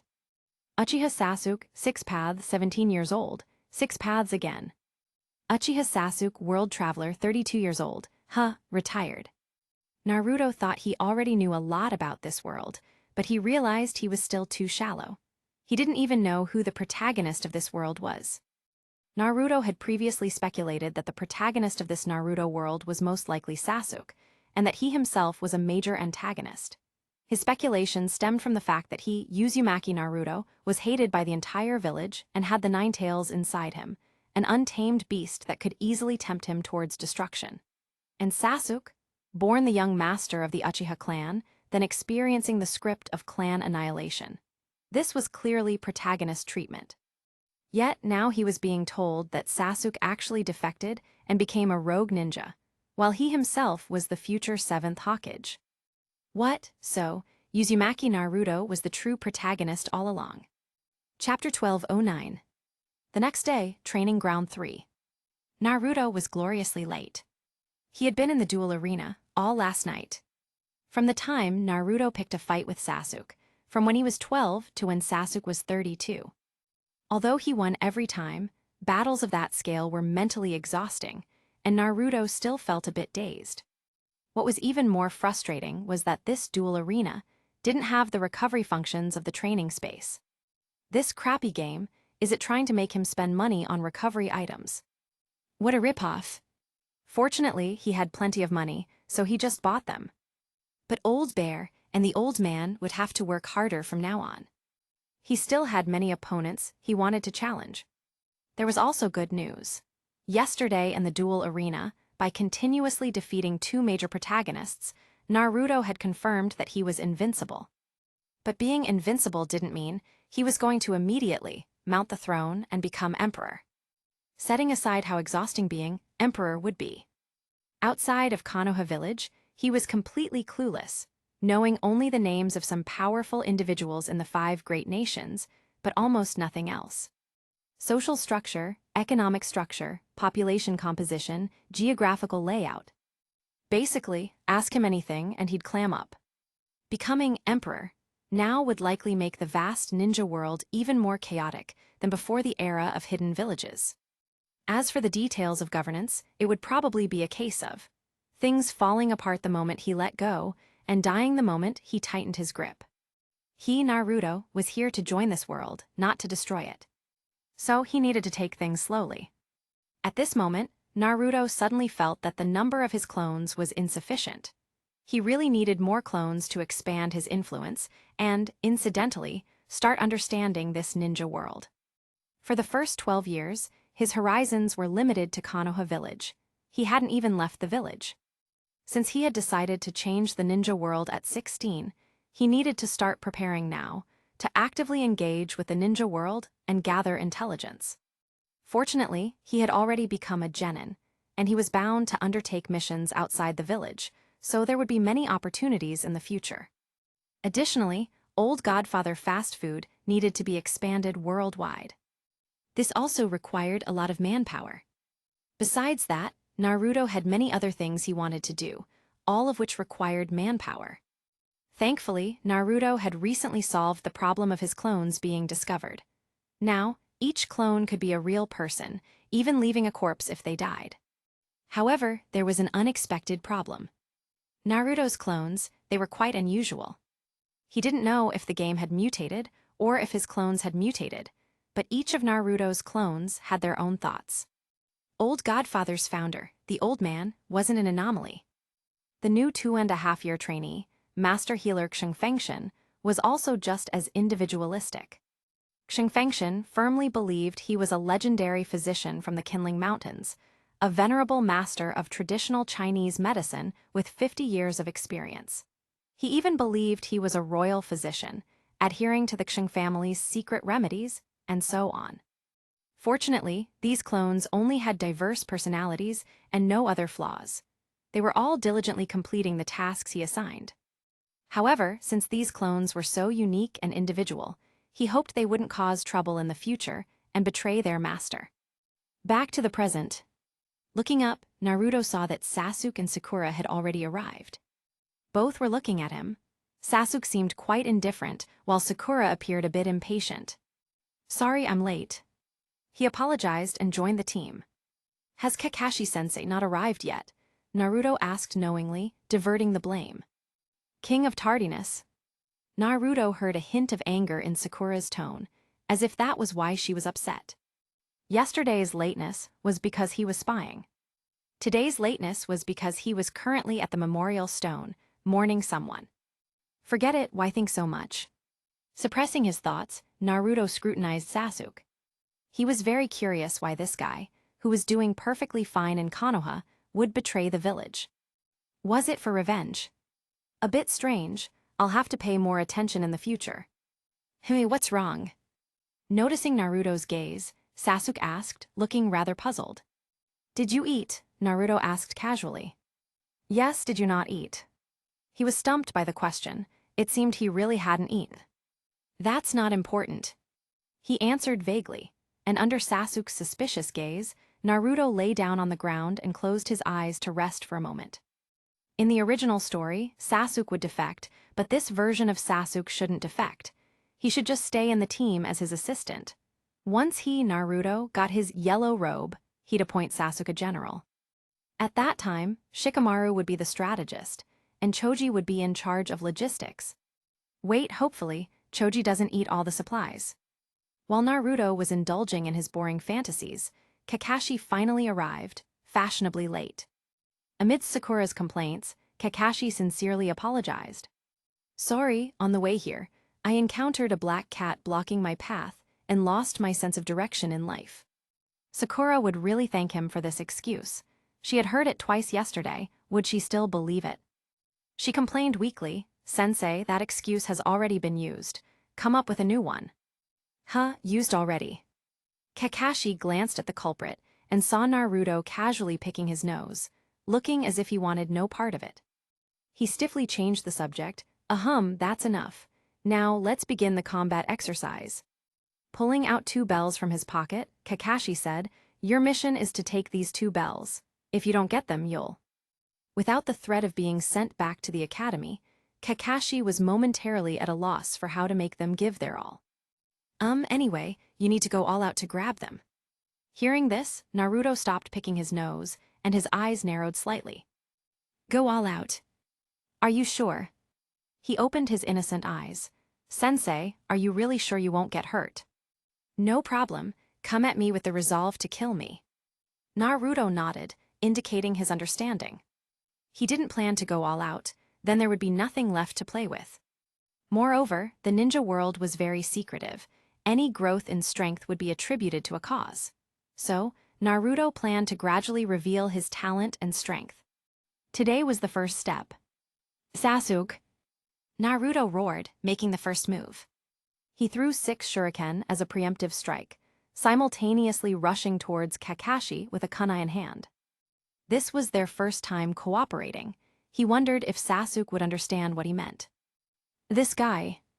Sasuke couldn't understand why Naruto, a mere genin, dared to charge directly at a jonin. But thinking of Naruto's gaze yesterday, he decided to take a gamble. Throwing 3 shuriken, he also charged towards Kakashi. Thud thud thud tilde. The shuriken flew incredibly fast, but the Kakashi-sensei that was hit turned into a wooden stake. It was a substitution jutsu. Here, Naruto turned and stabbed. What? Kakashi, who had appeared for a sneak attack from behind, was pierced the moment he emerged, as if he had run onto the kunai himself. Bang tilde. The clone dissipated into smoke, its eyes filled with astonishment before vanishing. Not enough. Naruto began to form hand signs where he stood, controlling his speed to avoid frightening anyone by being too fast. However, he hadn't formed hand signs in years, and it felt a bit unfamiliar. Kakashi, who had been hiding in a tree, watched silently. The sensation from his clone felt exceptionally real. Remembering how he was discovered yesterday, it seemed Naruto must possess some kind of sensory ability. Looking at this ninjutsu, though he knew 1,000 jutsus, he had never seen such a hand seal sequence. Although he didn't know what ninjutsu it was, his extensive experience told him it was some kind of fire style. Naruto, who had been forming hand signs sideways, suddenly turned and stared at the tree he was in. Fire style, firefly cannon. Over a dozen glowing, ping-pong ball-sized orbs, much faster than shuriken, shot towards him. Sensing the terrifying fire attribute chakra contained within these light spheres, Kakashi inwardly cursed, "This is bad." Boom boom boom tilde tilde tilde. The violent explosion and high temperature almost blew Sakura away, even from over 10 meters away. Sasuke also hunkered down to steady himself, while Naruto stood firmly using chakra, the raging air currents still making his clothes flap wildly. Cough cough tilde. A cough sounded, and Kakashi emerged from the smoke. A section of his white hair was singed and still smoking, his entire body looked miserable, and his clothes had numerous holes. Naruto knew that Kakashi-sensei had used an earth-style jutsu to escape. Kakashi-sensei, I warned you yesterday that I'm a sensor ninja. Underestimating us comes at a price, Naruto said, smiling with extreme humility. Hearing this, Kakashi nodded seriously. Sensor ninjas are indeed a bit troublesome. Also, is this brat really a fresh academy graduate? The third Hokage lied to him. However, this was Minato-sensei's child after all. A genius, it's only natural. Seeing that blonde hair, Kakashi thought of the warm man he once knew. Although he was in a sorry state, thinking of Minato-sense unexpectedly filled him with immense comfort. Now I'm getting serious. Chapter 12:10. Kakashi, serious as he was, lost. Naruto, Sasuke, and Sakura got the bells. Seeing how breathless Kakashi-sensei was, Naruto felt that if he dragged it out any longer, Kakashi-sensei might just drop dead on the spot, so he ended the match early. Kakashi-sensei was cool, but a bit weak. However, it was understandable. Defeating an enemy and controlling an enemy weren't on the same difficulty level after all. Muttering to himself, Naruto glanced at his teammates. Sasuke was already lying on the ground, gasping for air, almost completely exhausted. Sakura was relatively better, standing strong with her hands on her knees, seemingly with energy left, but she was more of a participate for the sake of it type, not putting in much effort. While Naruto was observing them, Kakashi was also analyzing the three. Naruto, strongest, most talented, amazing perception skills. All his changes couldn't escape Naruto's perception. His fire style was surprisingly strong, even capable of creating his own ninjutsu. His taijutsu was also good, and his combat intuition was very sharp. Additionally, judging by his self-created fire-style ninjutsu, Naruto should have already mastered the nature and shape transformation of fire-style chakra. Also, his chakra seemed bottomless. It was clear he hadn't used his full power. He had at least Jonin-level strength, and being a Kage level was not impossible. A 12-year-old Jonin in peacetime. He was indeed worthy of being Minato-sensei's astonishingly talented child. Sasuke, a normal genius, calm in combat, precise intuition. His fundamentals in all aspects were very solid. He had a decent amount of chakra and a good fire style. Sakura Haruno, weak in taijutsu no ninjutsu, generally average. Other aspects of her data needed to be observed. Kakashi had originally intended to put his life on the line to protect these three, but now it seemed he could relax quite a bit. After taking a couple more breaths, Kakashi stood upright. "All right, the assessment mission ends here. I understand your strengths. Very good." Kakashi scanned the three, his gaze finally settling on Naruto, giving him a deep look. Naruto met his gaze with a smile. "This morning's training ends now. Meet at 1 p.m. in front of the Hokage building." "Now dismissed." With that, he turned and walked away. "Kakashi-sensei."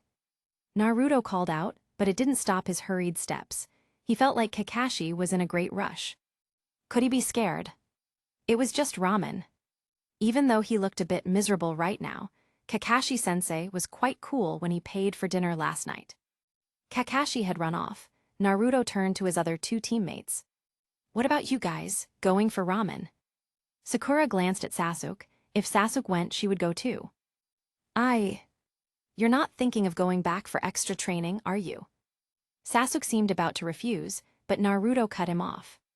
Seeing Sasuke's expression, as if his thoughts had been read, Naruto slyly smiled and said, "If you treat me to ramen, I'll tell you how I got so strong." "Deal." Sasuke answered decisively, afraid Naruto might change his mind. Naruto had been a dead last in the academy, so why had he become so strong immediately after graduating? Naruto, naturally, didn't care. He originally wanted to strengthen his teammates anyway. When he became Hokage, his teammates would also need to become his assistants, adding bricks and mortar to his cause. A scene change. Ikaraku ramen. The carefree Naruto was slurping down ramen. Sasuke had no appetite, he seemed preoccupied. Sakura ate her ramen bite by bite, glancing at Sasuke, and seemed to be enjoying it. Suddenly, Sasuke-kun. With a joyful shout, Ino happily hooked her arm around Sasuke's neck. Shikamaru also suddenly appeared, greeting them cheerfully. It seemed only Choji was missing. Naruto turned his head. Choji appeared too, eating potato chips and smiling at Naruto. His eyes, already small, disappeared completely when he smiled. "Hey guys, it's been 2 days," Naruto greeted them. Only Sakura's reaction seemed the most intense. She yelled, "Ino pig, let go of Sasuke." Sakura and Ino pulled at each other, almost getting into a fight. Naruto broke into a sweat. These two seemed to have a good relationship. Was this kind of good relationship? After some commotion, the three newcomers sat down to eat ramen. "Shikamaru, have you started taking missions yet?" Naruto tried to gather some intel. "Just finished one this morning." "Just finished, that fast?" Naruto was a little surprised. What kind of mission was it? "Collecting trash," Shikamaru replied reluctantly, recalling the mission he'd just completed. Seeing his expression, Naruto knew his laziness had flared up again.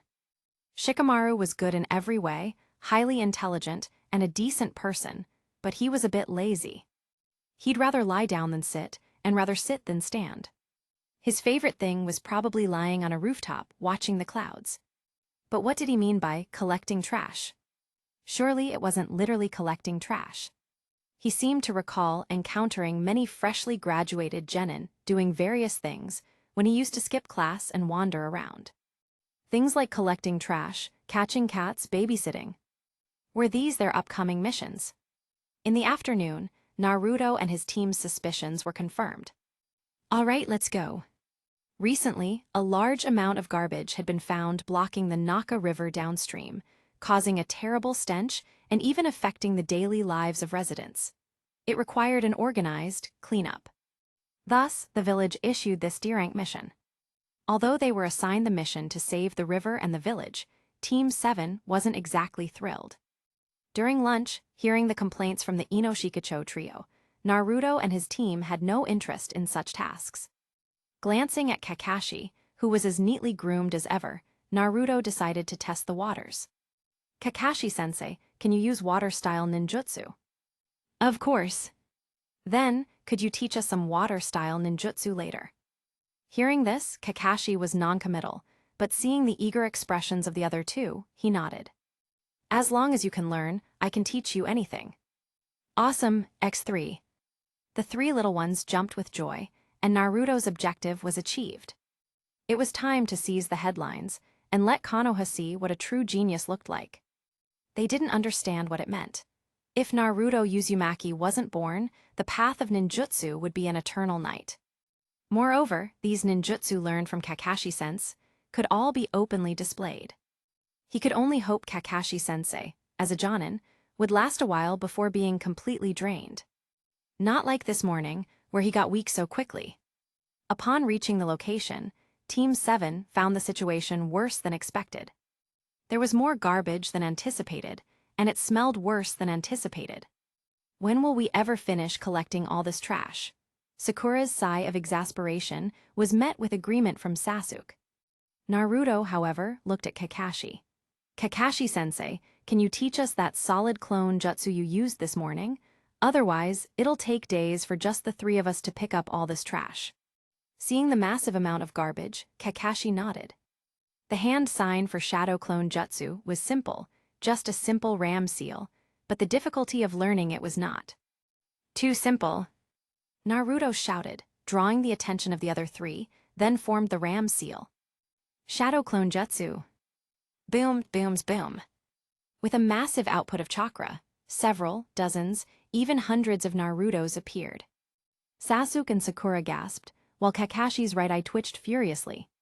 He taught him the shadow clone jutsu, didn't he? How did he manage to produce the effect of multiple shadow clones? Seeing so many shadow clones, Naruto was very pleased. He wouldn't need to lift a finger for this entire mission, he could just let his clones do the work. What kind of chosen worker? He delivered his battle declaration. All right, our goal is to clear this section of the river. Now, let's move.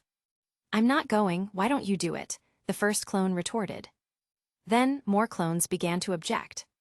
I'm not going, I want to play games. I don't want to clean the river, I just want to see a river of blood. 100 Narutos argued, chirping like birds, giving Naruto a splitting headache. The other three all looked at Naruto. Is this your shadow clone jutsu? Chapter 12:11. Dismissing the shadow clones. Poofed. After a puff of smoke, all the clones vanished. The world instantly became quiet, and all four of them felt a sense of relief. Clones from elemental release jutsu were manageable, they were obedient. But these shadow clones were a complete free-for-all, each with its own distinct personality. Looks like I can't use them anymore, Naruto summarized, turning around and scratching his head awkwardly. My clone jutsu seems to have a bit of a problem. Kakashi, Sakura, Sasuke.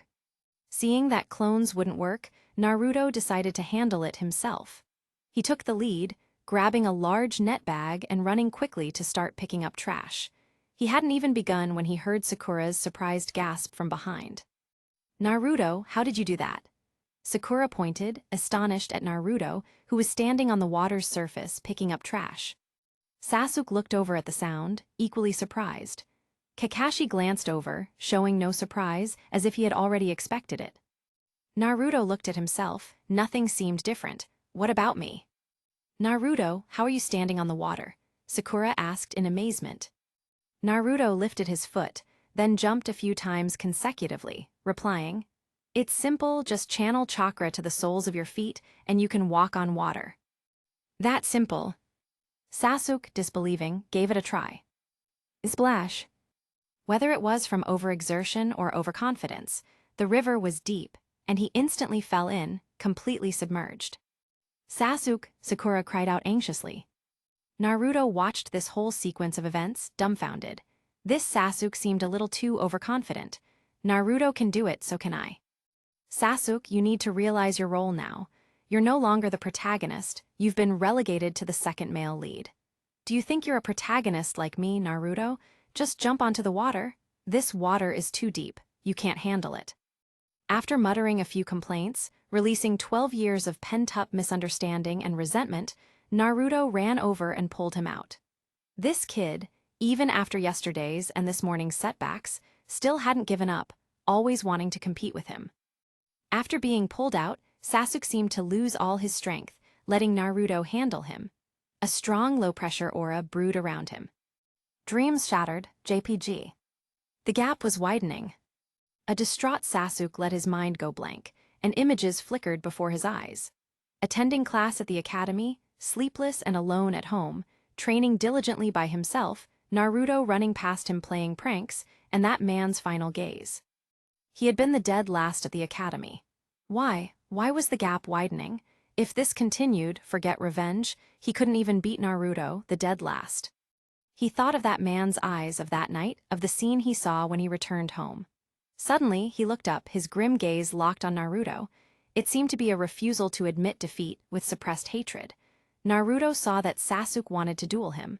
The kind where only one could survive. He was unwilling to accept it. He wanted revenge. He desperately craved power. This was Naruto's interpretation of that look. His entire family and clan annihilated, and the perpetrator was his most beloved older brother. Such a thing sounded simple, but it was a mountain on one's own shoulders. Previously, seeing Sasuke not descend into extremism, Naruto thought, as expected of the protagonist, he's just different, acting as if nothing happened.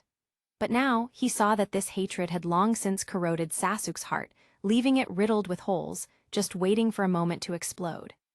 Could this pursuit of power and revenge be why he chose to leave Konoha? But why leave Konoha? Would anyone be a better teacher than Kakashi, who became a Jonin at 12? This person must have come from outside the village, tempting Sasuke to defect. What was their purpose? After a moment's thought, Naruto snapped back to reality. Although he understood Sasuke, Naruto wasn't a pushover when faced with Sasuke's challenging gaze. What? You want to fight me, Sasuke? Wait, I'll satisfy you tonight. Remembering their three-person agreement for the evening, when Naruto would tell them his secret to getting stronger, Sasuke withdrew his gaze, hope reigniting in his eyes. As long as he knew Naruto's secret to getting stronger with his own efforts and sweat, he would definitely surpass Naruto. Not only that, if a dead last could grow to this extent in a short time, then for him, Sasuke, his growth would be even greater. He could finally see a chance for revenge. At this moment, light returned to Sasuke's world. HMPH tilde, the kid snorted, then, under Sakura's concerned gaze, he got up and continued picking up trash. This time, even picking up trash was filled with motivation for him. Sasuke and Sakura both hadn't learned to walk on water, so all the trash on the water's surface was left for Naruto to handle alone. However, looking at the sheer amount of trash, Naruto felt a bit desperate. With so much garbage, if he picked it up alone, when would it ever end? He needed to find a shortcut. He glanced at Kakashi, who was leisurely reading a small book. Sharp-eyed Naruto saw the title, Make Out Paradise? That title definitely didn't sound like a proper book. It was probably some sort of erotic novel. Kakashi-sensei had been exposed. Kakashi-sensei, Naruto called out weakly, is there any ninja art that can make this trash fly into the net bag by itself? There's no such jutsu. Just keep picking it up diligently, Kakashi replied dismissively, his eyes still fixed on his dirty book. Really, I don't believe it. Seeing Kakashi wasn't biting, Naruto's eyes rolled, and he asked again, Kakashi-sensei, is there a ninja art that can control the flow of water? An impatient Kakashi finally closed his book. Although they had only interacted for 2 days, Kakashi knew that if he didn't teach Naruto a jutsu now, Naruto probably wouldn't rest. This is a water-style jutsu created by the second Hokage. I'll demonstrate it for you. Kakashi jumped down, leaping onto the river's surface. Water-style, water-colliding wave. Under Kakashi-sensei's control, the river water instantly became agitated. The water around him rapidly spun. Suddenly, the spiraling river water shot skyward, surging and rotating with immense energy towards the nearby cliff face.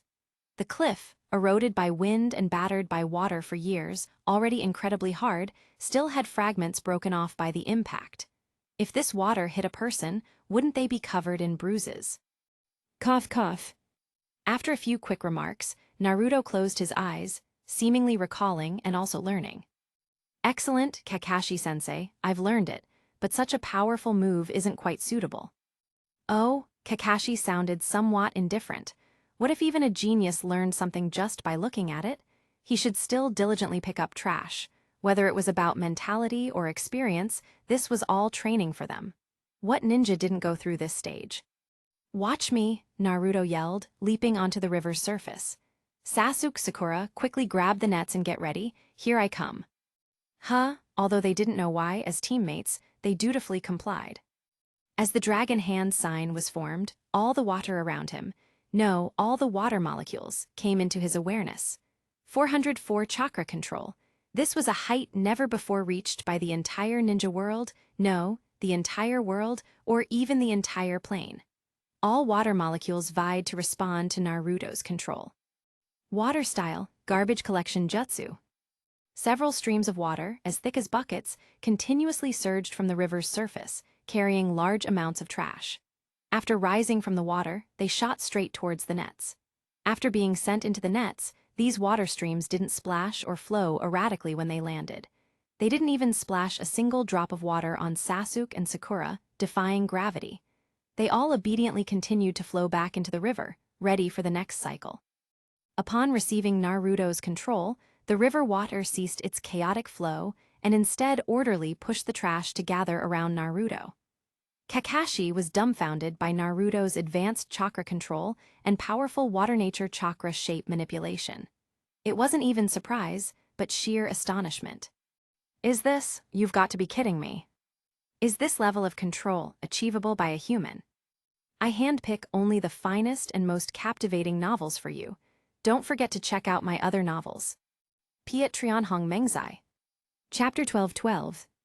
All the trash in the river, propelled by the current, gathered and lined up to jump into the net. Kakashi felt this couldn't continue. This level of control was extremely chakra-intensive. Naruto definitely wouldn't be able to keep it up, not even with all the chakra he had. So he constantly observed Naruto, ready to interrupt the jutsu at any moment. 10 seconds passed, and Kakashi was vigilant. Half a minute passed, and Kakashi was surprised. 1 minute passed, and Kakashi was shocked. 2 minutes passed, and Kakashi felt a little numb. 5 minutes passed, 1/4 numb. 10 minutes passed, half numb. 20 minutes passed, now he was completely numb. After half an hour, Kakashi was utterly disheartened. Even after over 100 large nets were replaced and all the trash was collected, Naruto showed no signs of abnormality. In fact, he looked quite relaxed. Kakashi entered the next stage, doubting his life. Is this how much chakra a human can possess? This wasn't just simply controlling a small stream, it was continuously controlling the water of an entire river. This volume of water could fill the entire Westlake and still have some left over. It was terrifying. The entire process flowed smoothly. Kakashi felt that this level of water manipulation could only be achieved by the legendary second Hokage. Kakashi thought he had already highly regarded Naruto, considering him a super genius, but he never expected him to be even more talented than he imagined. Fire release, water release. He had only seen one self-created fire release from Naruto. But now, looking at the water release and this terrifying chakra control, he suddenly felt that Naruto's fire release was probably just as powerful. Naruto simply hadn't demonstrated it. To reach the extreme in just one elemental affinity was enough to become a formidable force. Yet Naruto was proficient, no, completely mastered too. Were there others? He dared not think. Kakashi truly couldn't bear to think about it anymore. Did he need to submit an intelligence report to the third Hokage? Kakashi fell into deep thought. Finally, the cheers of the team woke him up. Awesome, Naruto, we finished the mission early. That means we can disband sooner. Naruto, you can't go back on your word. Don't worry, Sasuke, what I say I do. That's my ninja way. Huh, didn't you say fairness and justice was your ninja way last time? Don't ask, these are all my ninja ways. Watching the three of them bickering, Kakashi felt a momentary trance.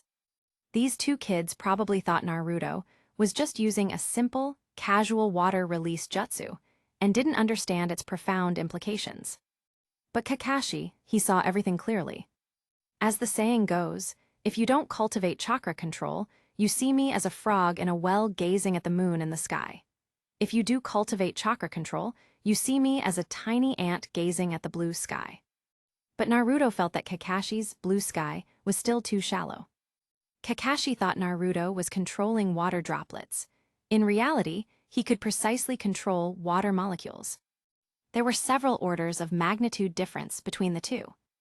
This time, he was on a whole other level. Team 7 returned to the Hokage Tower to submit their mission report. Before disbanding, Kakashi took another deep look at Naruto.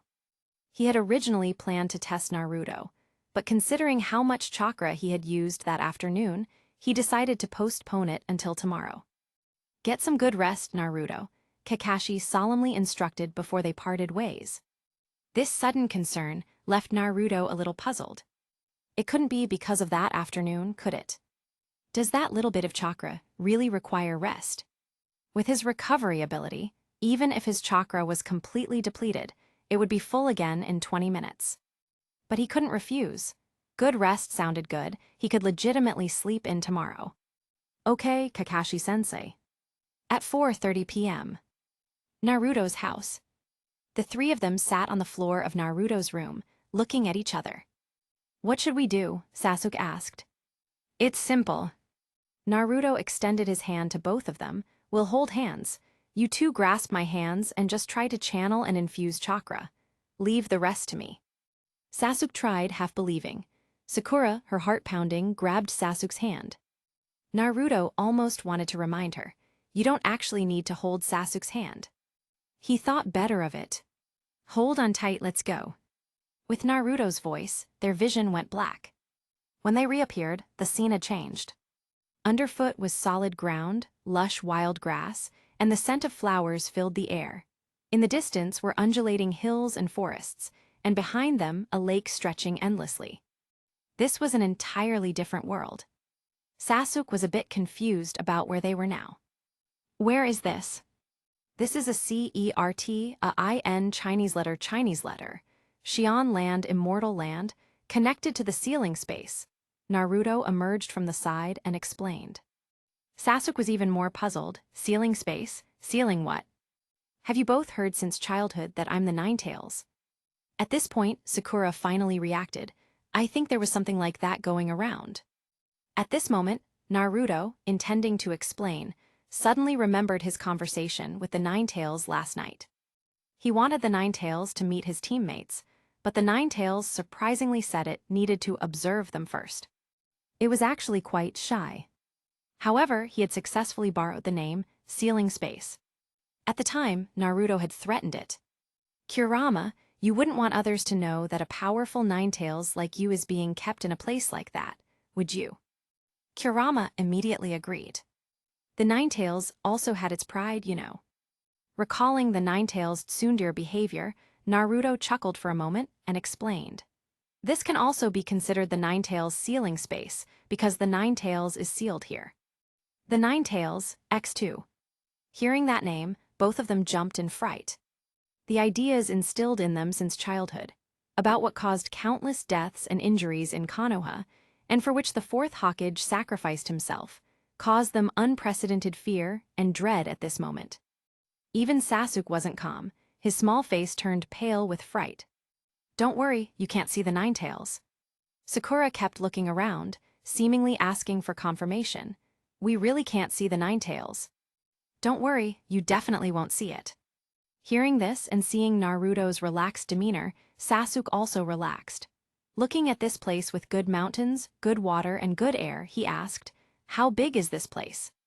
At that, Naruto became reminiscent. He had explored it with the Ninetales before. The so-called 100x100, its map units were kilometers. After exploring this map, Naruto had 114,514 parts of confusion. Who was this huge training space even for? Ultraman. Later, after he got stronger, he understood. Oh, it's for me. Even this vast space wasn't enough for him to wreak havoc in.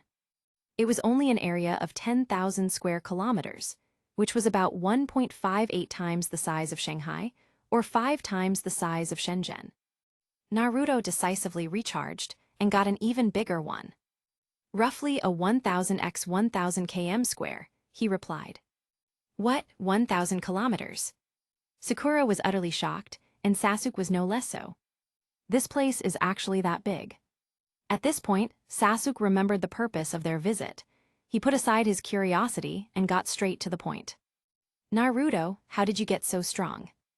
Naruto didn't answer directly. "Try casting a jutsu on the lake surface yourself." Confused, Sasuke walked to the lake and quickly formed hand signs. Fire style, great fireball. Before releasing it, he was still a little confused. But then, within moments of breathing, the chakra he expended was immediately replenished. Sasuke was shocked again for the umpteenth time today. There's such a good place as this. Doesn't this mean unlimited jutsu practice? Feel that? Naruto said. And it's not just that. This is a land of immortals. There are immortals here, and they'll be arriving soon. You can ask the immortals to teach you ninjutsu. And immortals will personally teach ninjutsu. Sasuke wouldn't have believed such a childish tale before, but now he did. Is this how Naruto got so strong?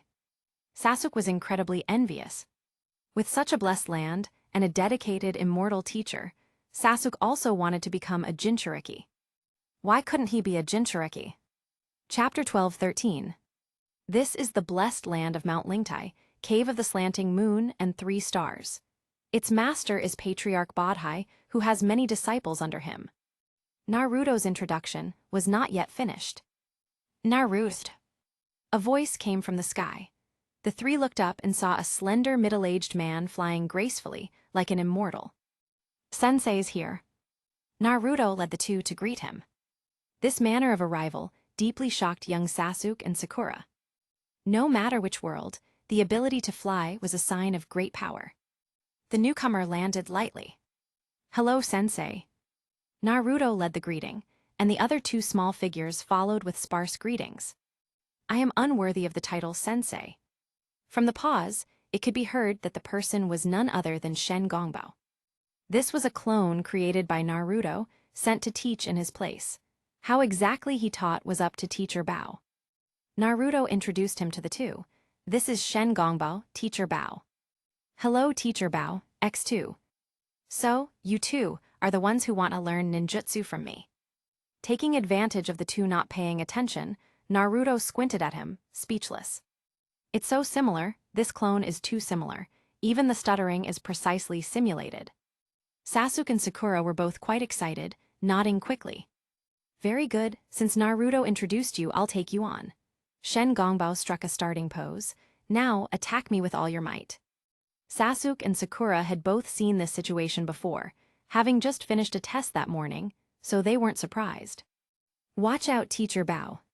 Sasuke shouted. He also wanted to test the strength of this flying Teacher Bao. How did he compare to Kakashi-sensei? His hand habitually went to his waist, and Sasuke realized he actually had shuriken.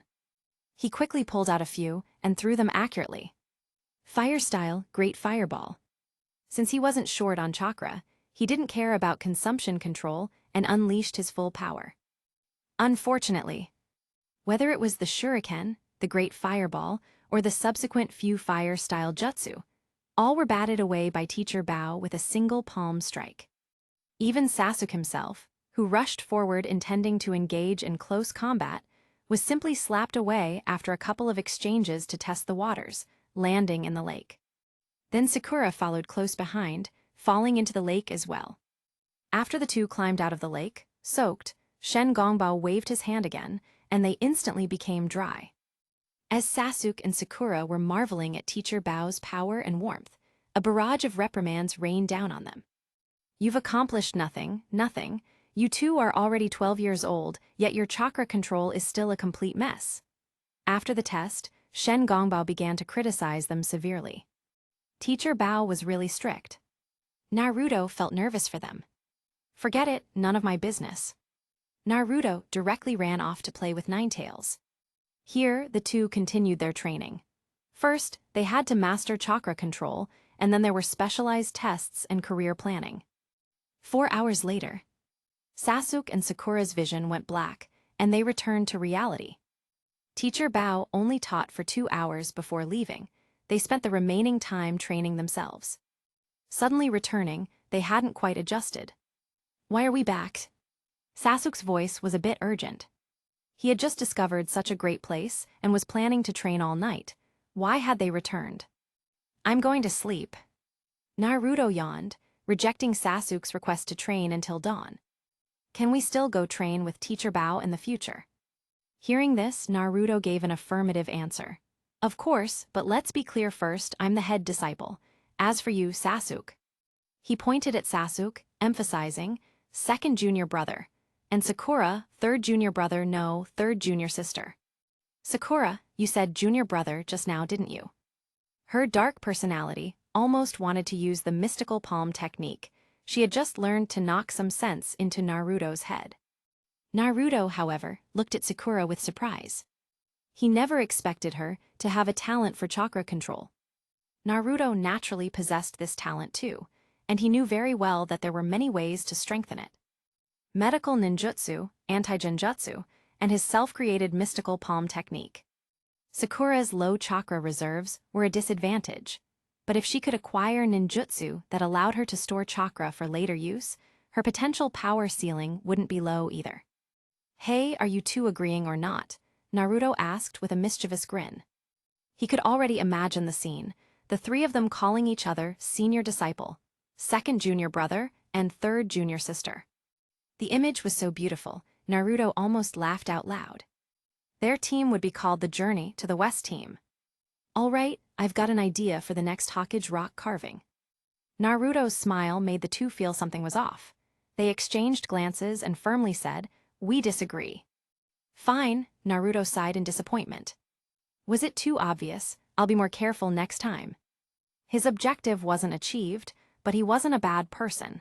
He wouldn't deny them the chance to train just because they disagreed. Then let's leave it at that. Tomorrow will still be 4 hours at my place. The fun was over, and Naruto, losing interest, began to shoo them away. If there's nothing else, you two can go. I need to sleep. Naruto, how long have you been training in the immortal world? Immortal world? Is that what Sasuke called that place? After thinking about it, Naruto decided not to change the name. Since I started school at 6, so about 6 years. That long, then when you were at school you were still. As he spoke, for some reason, Sasuke suddenly thought of the Naruto vs. 7 incident in 1st grade. My master said not to be too competitive, otherwise I wouldn't have waited until graduation to reveal my power. Sasuke nodded. Counting it out, Naruto had trained for 6 years. Then, if he worked hard, he should be able to catch up in 3 years. Sasuke asked his final question, will you still go in to train tonight? Of course. Naruto replied matter-of-factly, I train in there while I sleep. Otherwise, how do you think I got my strength? Sasuke, you train while you sleep at night? I want to do that too. Seeing this, Sasuke looked at Naruto with a mix of eagerness and shyness, saying, Naruto, I want. No, you don't. His words were cut off by Naruto immediately. This guy really has the nerve to ask. I haven't even slept with a woman yet, and you expect me to sleep with a smelly guy like you? Ugly rejection. Our relationship isn't that close. Go on, get out of here, both of you. I'm going to take off my clothes. You'll get sty if you watch me. Naruto started pushing them out. Finally, looking at the empty room, Naruto found himself surprisingly accustomed to it. He sensed his surroundings. The two had gone far, and the surveillance was gone too. Naruto created a shadow clone. He told the shadow clone to sleep.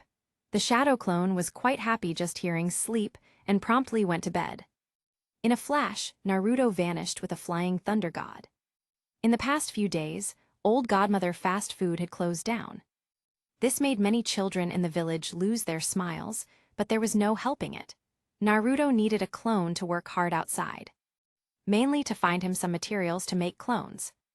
These materials, without a doubt, were living, breathing people. Of course, they definitely weren't good people. Otherwise, Naruto wouldn't have chosen them as material for his clones. Just now, Naruto received a notification. The materials had been found. Chapter 12:14. Night 8 p.m. 132 kilometers outside Konoha. Whoosh tilde pap. In the darkness, Naruto suddenly appeared with a flying thunder god. Boss. Looking up, Naruto saw an 80-year-old man calling him boss. This was the founder of Old Godfather, the Old Man. He also had a name, Wan Liang. Although he was his clone, after years of interaction, Naruto knew that this clone was deeply immersed in the persona of Wan Liang and couldn't extricate himself. It was like he had a split personality. Naruto didn't understand this situation, but respected it. As long as things got done, a clone that perfectly completed assigned tasks was a good clone. However, having such an old man call him boss. This was unacceptable. Since you're going into business, just call me boss. Yes, boss. Looking around, they were inside a room. Naruto asked, "Where are the enemies?" According to intelligence, this was a group of notorious bandits who had committed many murders. The nearby town mayor had already issued a bandit suppression mission to Konoha during the day, and Naruto was here to claim the spoils. "They're at a stronghold on the nearest mountain," Wanliang said, leading the way outside. He moved swiftly. Although Wanliang looked like an old man, this was just a transformation jutsu. Wait. Naruto grabbed Wanliang and sensed their surroundings. Whoosh tilde. The two instantly teleported to a specific flying thunder god Kanai. It was pitch black around them, with only a patch of light ahead. They're inside the fortress ahead. Following 1Li at NGS Chinese letter DIRECTION, Naruto saw a dimly lit wooden fortress, the light clearly from candles. It felt like a vivid dream of ancient times. Donning a mask, 3 Tamo appeared in Naruto's eyes. The Tamo rotated and connected, finally transforming into the shape of a 4-pointed shuriken. Even a lion uses its full strength to hunt a rabbit. This was Naruto's first real life-and-death battle. Go! Naruto led the charge. They did not conceal their presence. Stop, who's there? Before they even reached the fortress, a sentry spotted their movements. Naruto glared at the person. That person immediately became listless, like a puppet. The listless puppet jumped over and obediently followed behind them. 5 minutes later, looking at the neatly arranged group of people before him, Naruto felt a stifling frustration. Families who understands this. He didn't even lift a finger. With just a glance, all these people were gone. I just got my 6 divine items after developing beyond time, and I surrendered before I even had a chance to enjoy them. My first real life-and-death combat was just this. Never mind, I'll look forward to the next unfortunate soul. Switching his eyes to Rinnegan mode, Naruto grabbed one person. Yin-Yang release manifested, and he began to modify them. After half a minute, the first special clone was modified. Can it only hold 1 million chakra? Are these ordinary people too weak, or? A little disappointed, Naruto had expected it to hold more. However, 1 million chakra was terrifying enough for humans. According to the system's settings, a cage-level ninja's chakra was at most 500,000. With a chakra limit of 1 million, plus the 5 elemental chakra affinities bestowed upon them, and 1 or 2 random special elemental Kekkei Genkai, along with numerous ninjutsu. The strength of this special clone was definitely above cage level, easily comparable to a super cage. Naruto didn't plan to create too many of these super cage clones. There was no need. 5 would be enough, just right for challenging the 5 cage in the future. Moreover, there were many detection ninjutsu in this world, such as the Byakugan and the chakra sensing of powerful individuals. If there were too many of these clones, reaching a point where super cage were everywhere and cage level was less than a dog, Naruto was even worried about starting another great ninja war. That didn't align with his interests. As for the rest, they would be modified into Jonin. The Jonin template was simpler. A 50,000 chakra limit, proficiency in 2 random chakra natures, and corresponding ninjutsu. These special Jonin clones would be elite Jonin level in any ninja village. At least each of them would be slightly stronger than Kakashi-sensei. Kakashi-sensei was too weak. Super Cage, Jonin, and in the future, Chunin for errands, as well as ordinary people specifically for business. It was like a product line of phones, with strict hierarchical levels. This group of bandits totaled 23 people, 5 modified into Super Cage, 18 into Jonin. Almost forgot. Naruto patted each special clone, placing a cursed seal on them. This Heaven's Cursed Seal was a special jutsu developed by Naruto himself. It could absorb natural energy and convert it into the clone's chakra reserves. The speed was decent. Depending on the physique, the conversion rate could reach up to 5%, meaning a 5% hour chakra recovery rate. If they were truly low on chakra, there were also Zai pills. Although these special clones couldn't share his stats, they could share his inventory. Naruto was counting on them to map out the ninja world and help him place flying thunder god kunai everywhere. This way, he could secretly sneak out every night and travel the world. Finally, Naruto carefully observed all the clones. Perhaps because their souls were forcefully retained and modified, everyone had standard dead fish eyes and wooden expressions. They looked like cold, emotionless machines. This seemed acceptable. At least they were much stronger than the method actors like Wan Liang and Xing Fengshen. Speaking of which, Naruto had saved them. If he hadn't come today, all these people would be dead tomorrow. Now they could retain their souls and live as individuals, becoming strong and freely exploring the ninja world. Naruto's favor could never be repaid. All right, now for the assignments. Fully explore the ninja world, investigate customs and traditions, and place my flying thunder god kunai in secret and important locations. I want you to spread my 388,000 flying thunder god kunai across every country, city, village, forest, and lake in the ninja world within 1 year. Collect intelligence on major ninja villages, ninjas, and Jinchuriki. You should try your best to avoid fighting other ninjas, prioritizing your lives. You may counterattack if necessary. After thinking for a moment, Naruto added, "That's all for now. I'll add you all to a channel, and I'll notify you directly for any other commands then." These clones were a bit special. Calling them clones wasn't entirely accurate. At most, they were living modified bodies, merely carrying out his will. Fortunately, this trash game acknowledged these clones.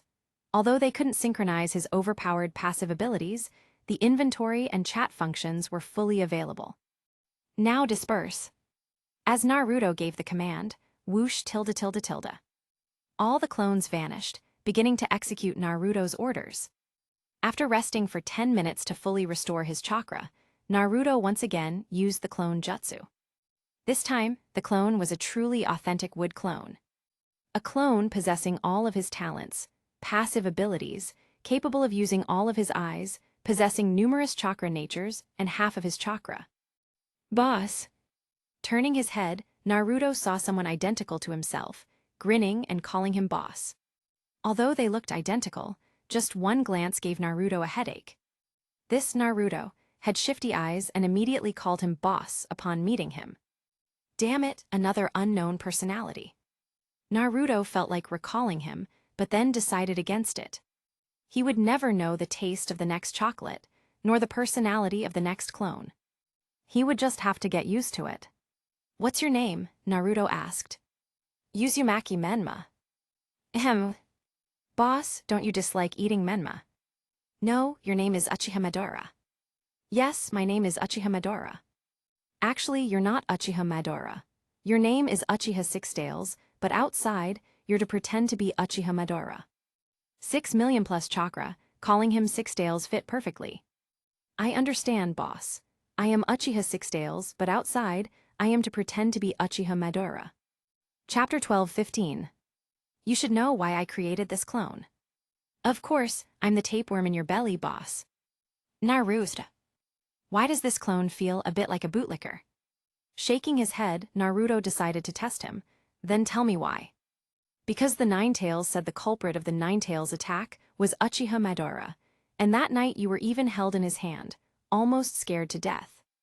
Stop, don't bring up those embarrassing things, just skip to the result. The Naruto clone scratched his head, feeling like he'd patted the horse's leg instead of its back. He continued, "You want me to use Uchiha Madara's name to swindle people in the ninja world, hoping to lure out the real Uchiha Madara and then eliminate him." Exactly, Naruto emphasized. Remember your objective clearly. No matter who that masked person is, whether it's Uchiha Madara or not, find them, then utterly humiliate them and eliminate them. Understand? Also, tell me the few rules you need to strictly remember. 1. Never act on impulse. 2. Absolute fairness and justice. Hold it, Naruto interrupted Rokatsu's rambling. 1. Do not attack anyone unless provoked.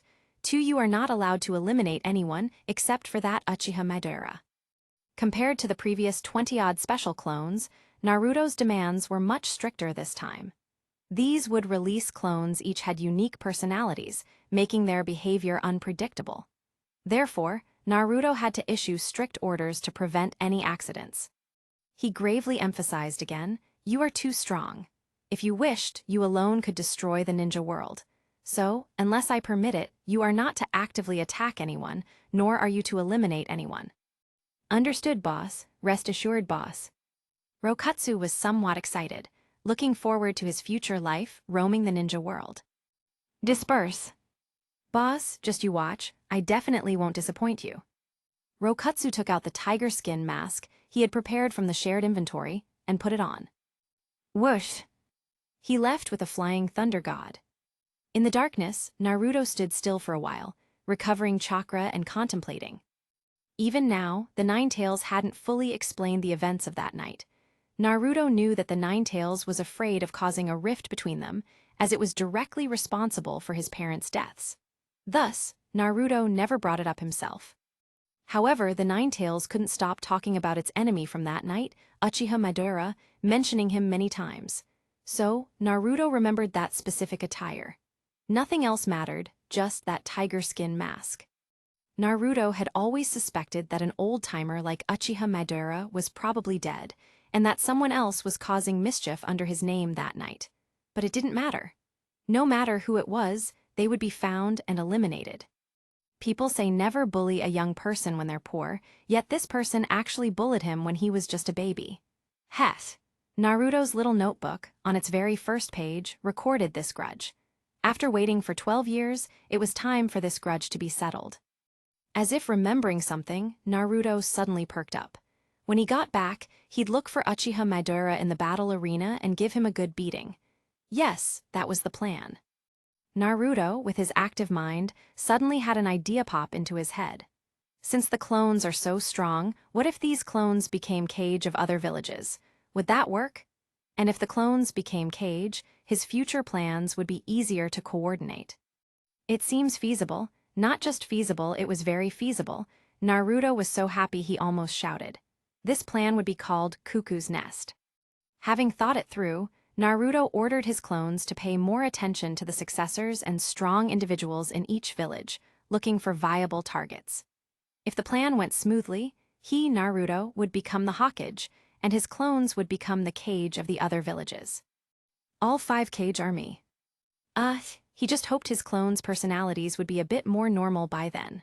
Otherwise, the dynamic would be too bizarre. Next, Naruto prepared to go home and sleep. Let's go, old one. Wan Liang was still confused. Do you need me to keep looking for materials? I've already had a clone help with that. You don't need to run around anymore. All right then. Whoosh. He placed Wan Liang in a nearby market town. Tomorrow, he would return to Konoha openly through the main gate. When Old Dry Dad's fast food restaurant reopened tomorrow, he believed the children who loved soda and fries would have many more smiles on their faces. He, Naruto, was also contributing to Konoha's happiness. Another flying thunder god took him home, where he saw his shadow clones still sleeping. Remembering the group of shadow clones from earlier in the day, Naruto was instantly annoyed. Sleep, sleep, sleep. All you do is sleep. Do you know what a great enterprise I've been involved in outside? He went up and kicked him, then sent him home with a punch. Then, he happily lay down himself. Sleep. The next day, Kakashi was uncharacteristically only 10 minutes late. Here, as soon as they met, Teacher Kakashi took out a few pieces of paper and handed them to the 3. Naruto took one and asked, "What's this?" Chakra paper, Kakashi explained. It can be used to test chakra nature. There's such a thing, so how do you test it? Naruto was quite curious. Just channel chakra into it. If it's lightning nature, the paper will wrinkle, wind will tear it, fire will burn it, water will get it wet, and earth will crumble it. Oh, if it were a poor nature, would it automatically turn into an IOU? Musing on his own 7 natures, Naruto asked, "Teacher Kakashi, what happens if there are multiple natures?" Try it and you'll see. Naruto tried channeling chakra into it, and the chakra paper indeed changed. Looking at it again, all 5 poisons were present. No, all 5 changes were present. Kakashi's pupils constricted, completely astonished. This type of chakra paper usually only displayed the tested person's most proficient nature. Even if he possessed all natures, only lightning would show. But Naruto displayed all 5. It was hard to imagine that Naruto was proficient in at least these 5 chakra natures. Did he master all of them to the same extent as his water nature yesterday? Kakashi was quite disbelieving. There was no need to test any further. Sasuke also tried, displaying lightning. He wasn't surprised. Last night, Teacher Leopard had already given him a detailed test and asked about his preferences, saying he'd customize a detailed career plan for him tonight. But what exactly is a career plan? Sakura also tried, and it was roughly as Teacher Leopard said last night: water. After looking at the chakra paper of his 2 other students, Kakashi had a general impression. Very good, I now have an understanding of everyone. We'll continue with missions today. As if recalling their dispirited appearance yesterday, Kakashi added, today, if there are any high-level missions, you can try them. High-level missions, are those C-rank missions? Yes, Kakashi confirmed.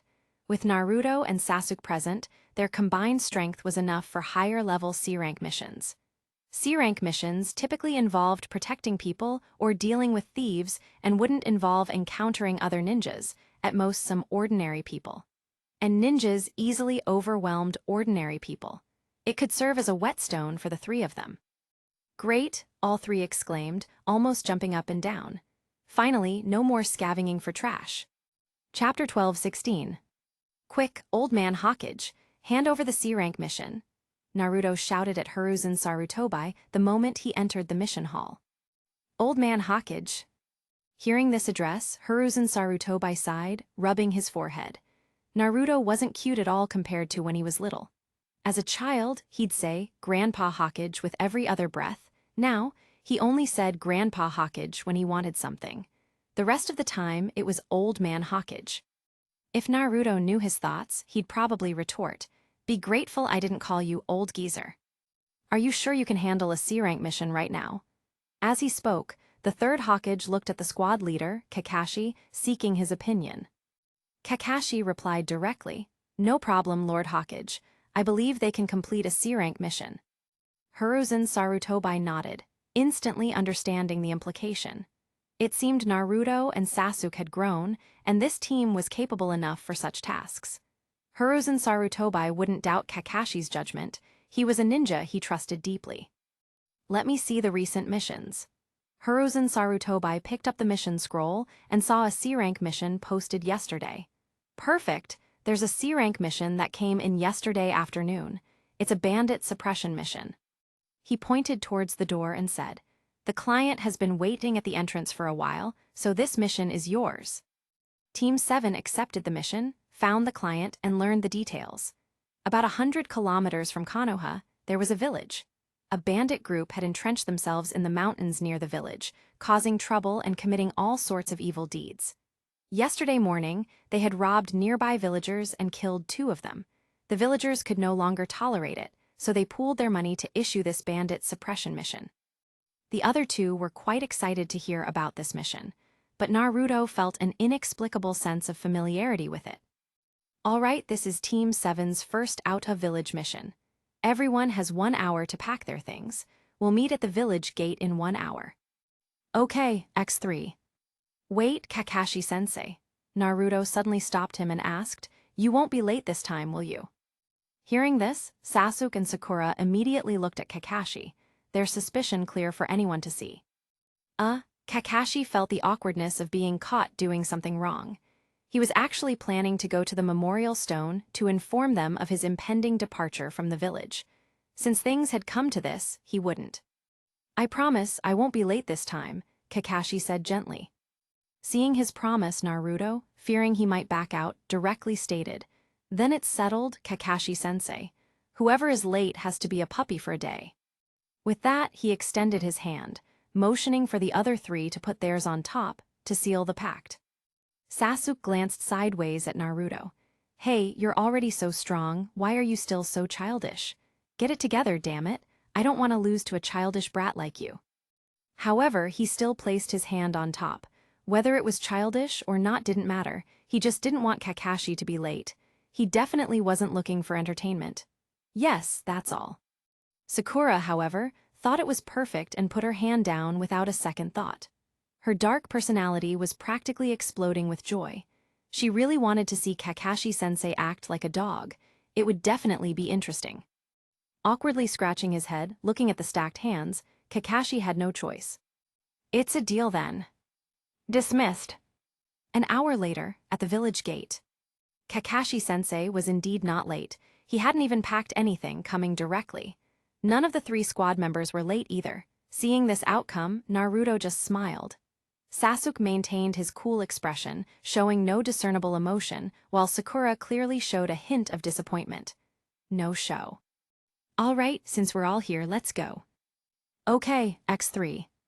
Because they needed the client to lead the way, the squad's progress was very slow. At first, Naruto was still excited. This was his first time leaving the village openly, and during the daytime too, but all he saw was trees and more trees. He was already experiencing aesthetic fatigue. When could he openly display the flying thunder god? As a genin, learning such a jutsu would probably require making some significant contributions, right? He needed to look for more opportunities. After traveling all day, the squad finally reached their destination in the late afternoon, near evening. Amidst the village's welcome, Kakashi temporarily declined the offer of accommodation, choosing instead to lead the squad directly up the mountain. The sooner the mission was completed, the sooner they could relax. Naruto, can you sense anything? On the way up the mountain, Kakashi seemed to just remember that there was a sensory ninja in the team. Naruto thought for a moment and replied straightforwardly. There seemed to be no signs of humans on this mountain. The entire mountain. Yes, Kakashi-sensei. His sensory range is that large. Although they hadn't entered the mountain yet, just from observing, Kakashi's experience told him that the area of this mountain was considerable. Mr. Aoki, are you sure this bandit group is still here from yesterday? Aoki, the guide following them, replied. Of course, Mr. Kakashi, they even raided the nearby villagers yesterday. Kakashi asked again, where is their stronghold? Just up ahead. When they reached the stronghold, Naruto finally understood why he felt a sense of familiarity. Wasn't this where he had modified his clones last night? He really didn't expect that among the many C-rank missions every day, Team 7 would end up with this one.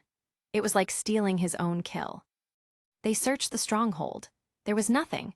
Everything had been cleaned up thoroughly yesterday. Sensing around, Naruto found that even his flying thunder god kunai had been buried 3 meters underground with his earth release. Moreover, these flying thunder god marks were different. They weren't his usual early Chinese letter, but right Chinese letter to distinguish them from Naruto's public use. After searching, Kakashi looked strangely at Naruto. Naruto, you're a bit quiet today. Naruto was somewhat speechless. How did this involve me? Kakashi was just checking on Naruto, thinking he might be nervous. He turned to Aoki and said, Aoki, you can head back now. We'll handle things here. Don't worry, we Konoha Ninja will definitely help you clear out these bandits. Hearing this, Aoki nodded and left. He trusted the Konoha Ninja. The remaining Team 7 ate a simple meal. Then, they began to wait patiently, like waiting for a rabbit to run into a snare. High up, perched on a tree branch, Naruto began to ponder. It seemed he wouldn't be able to return today, so his modification plans for tonight would have to be temporarily postponed. Kakashi-sensei, Naruto called out, I can sense the entire mountain, constantly monitoring it. Do we really need to sit here and be mosquito bait? At his words, Sasuke and Sakura seemed to agree.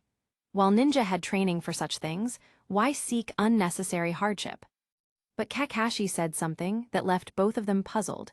Can you sense how many special shuriken I've placed along this path? Naruto looked at Kakashi-sensei in surprise, then had a sudden realization. On the way there, Kakashi had thrown a shuriken mark every so often. Naruto hadn't understood why at the time, but it seemed this was what he was waiting for. He definitely had something up his sleeve. There's one about 5 kilometers away, one 10 kilometers out, one at 15 kilometers, and one at 20 kilometers. 20 kilometers, Kakashi exclaimed, impressed. That distance was already quite astonishing. And the furthest one is 50 kilometers away. Kakashi suddenly looked up, his eyes filled with disbelief. I handpick only the finest and most captivating novels for you.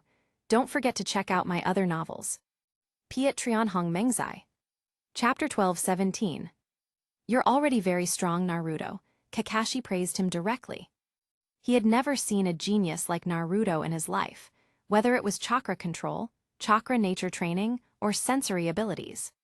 He always had a feeling that if he tested a few more things, Naruto would give him even more surprises. Just so, third in the world, Naruto mumbled, scratching his head, modestly feigning embarrassment. Team 7 gather. Kakashi agreed to the suggestion. Staying there any longer was pointless. Night. Seeing the single-room accommodation, and the two teammates, Sasuke and Sakura, giving him covetous looks, Naruto was quite displeased. Kakashi-sensei, aren't there any other rooms?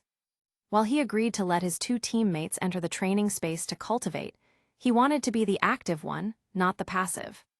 It just felt different. Before Kakashi could speak, Sasuke vetoed it. It's good enough that we have a place to sleep, Naruto. You can't ask for too much. Sasuke firmly disagreed with Naruto's desire to sleep alone. When they first set out on the mission, he hadn't realized it, but upon entering the room that night and seeing the huge tatami mat, Sasuke instantly knew. He could probably cultivate all night. There was no way he'd let Naruto escape this opportunity. Well, that's how it is on missions, Naruto. It's good enough to have a place to stay, Kakashi said with an apologetic look. With that, he stood up and walked out. At the door, he turned back and said, You three rest, I'll stand guard tonight. Okay, Kakashi-sensei, X3. Sakura and Sasuke were both very excited. Only Naruto called out reluctantly. Kakashi patrolled once, then stayed on the roof for a few hours, finding no danger whatsoever. He jumped down and returned to the room. Through the moonlight, he saw the three of them sleeping in disarray. Naruto was in the middle, with Sasuke and Sakura sleeping on either side. Naruto's hands were holding Sakura's and Sasuke's respectively. This scene made Kakashi's eye twitch. Do kids change affections so quickly? He mumbled, bewildered. If he remembered correctly, during their self-introductions 2 days ago, wasn't Sakura pursuing Sasuke? How was she holding Naruto's hand now? Could it be that Sakura was looking at Naruto back then? And Sasuke, it's one thing for a boy and a girl, but why are you holding Naruto's hand too? Unable to comprehend, Kakashi temporarily doubted his understanding of life. Was this the emotional landscape of kids these days? He didn't understand, but he was greatly shocked. After some thought, Kakashi still decided to go forward and separate Sasuke's and Naruto's hands, and cover all three with a thin blanket. But as soon as he separated Sasuke's hand, Kakashi-sensei, what are you doing? Kakashi turned his head to see Sasuke's resentful little eyes. After discussing life and career plans with Master Leopard and then cultivating with him for 2 hours, Sasuke had just found Naruto, preparing for a one-on-one challenge when he was cut off. Disconnected. The resentment in his eyes made Kakashi feel as if he were looking at a newlywed wife who had just heard her husband was leaving for a year-long business trip. At that moment, Kakashi felt like he had committed some heinous crime. I think there's a place I forgot to patrol. Whoosh tilde. Kakashi vanished. Helpless, Sasuke glanced at the disappearing Kakashi-sensei, then at Naruto. He grabbed Naruto's hand, channeled Chakra, and tried to reconnect. Naruto, rejected. Tried to reconnect again. Naruto, rejected again. Kept trying to reconnect. Naruto kept rejecting. The next day, early in the morning, Kakashi announced a great piece of news for Sasuke. We didn't find the thief yesterday, so we might be staying here for a few days. Upon hearing this, Sasuke almost jumped up. He tried hard to suppress the upward curl of his lips, his face almost twitching. Sakura asked, How long will we stay? 5 days at most. If we find them earlier, we can go back sooner, Kakashi explained. That's great. Sasuke had fallen in love with missions. From now on, if there were long-term business trip missions like this, no one should stop him. Sigh. Naruto sighed quietly. 5 days stuck together meant 5 days of not being able to do anything. Of course, during this time, you also need to train. That's right, Naruto, we need to train. Sasuke pointedly looked at Naruto, seemingly still holding a grudge about yesterday's rejection. Sigh. Naruto sighed quietly again. His freedom to travel the shinobi world with Flying Thunder God at night, was gone. Next, during the day, Kakashi-sensei trained the three of them, mainly Sasuke and Sakura. It was primarily chakra control training. However, when Kakashi taught them tree climbing training, a chakra control technique, he turned around and saw that both of them had already climbed to the top of the tree. Kakashi was stunned. Am I such a good teacher? Kakashi truly hadn't expected to be so talented at teaching students. Very good, next practice water walking. Clapping his hands, Kakashi gave them a new task. As for Naruto, Kakashi began to teach him various ninjutsu he had mastered over the years. To his surprise again, Naruto was carrying half a satchel full of Zaiyawen, carefree pills, which he hadn't anticipated at all. What he hadn't expected even more was that this half satchel of Zaiyawen was entirely prepared for him. Mainly to squeeze Kakashi, their Jonin-sensei, dry. Because he lacked chakra. Time passed with Naruto squeezing Kakashi during the day, and Sasuke and Sakura squeezing Naruto at night, a cycle that continued. However, this cycle didn't last long. After just 2 days, Kakashi was squeezed dry by the Naruto brand juicer and kicked out of the cycle. Fortunately, after Sasuke and Sakura mastered water walking, they replaced Naruto in the squeezing Kakashi lineup, forming a new cycle. Until 5 days later. Finally back.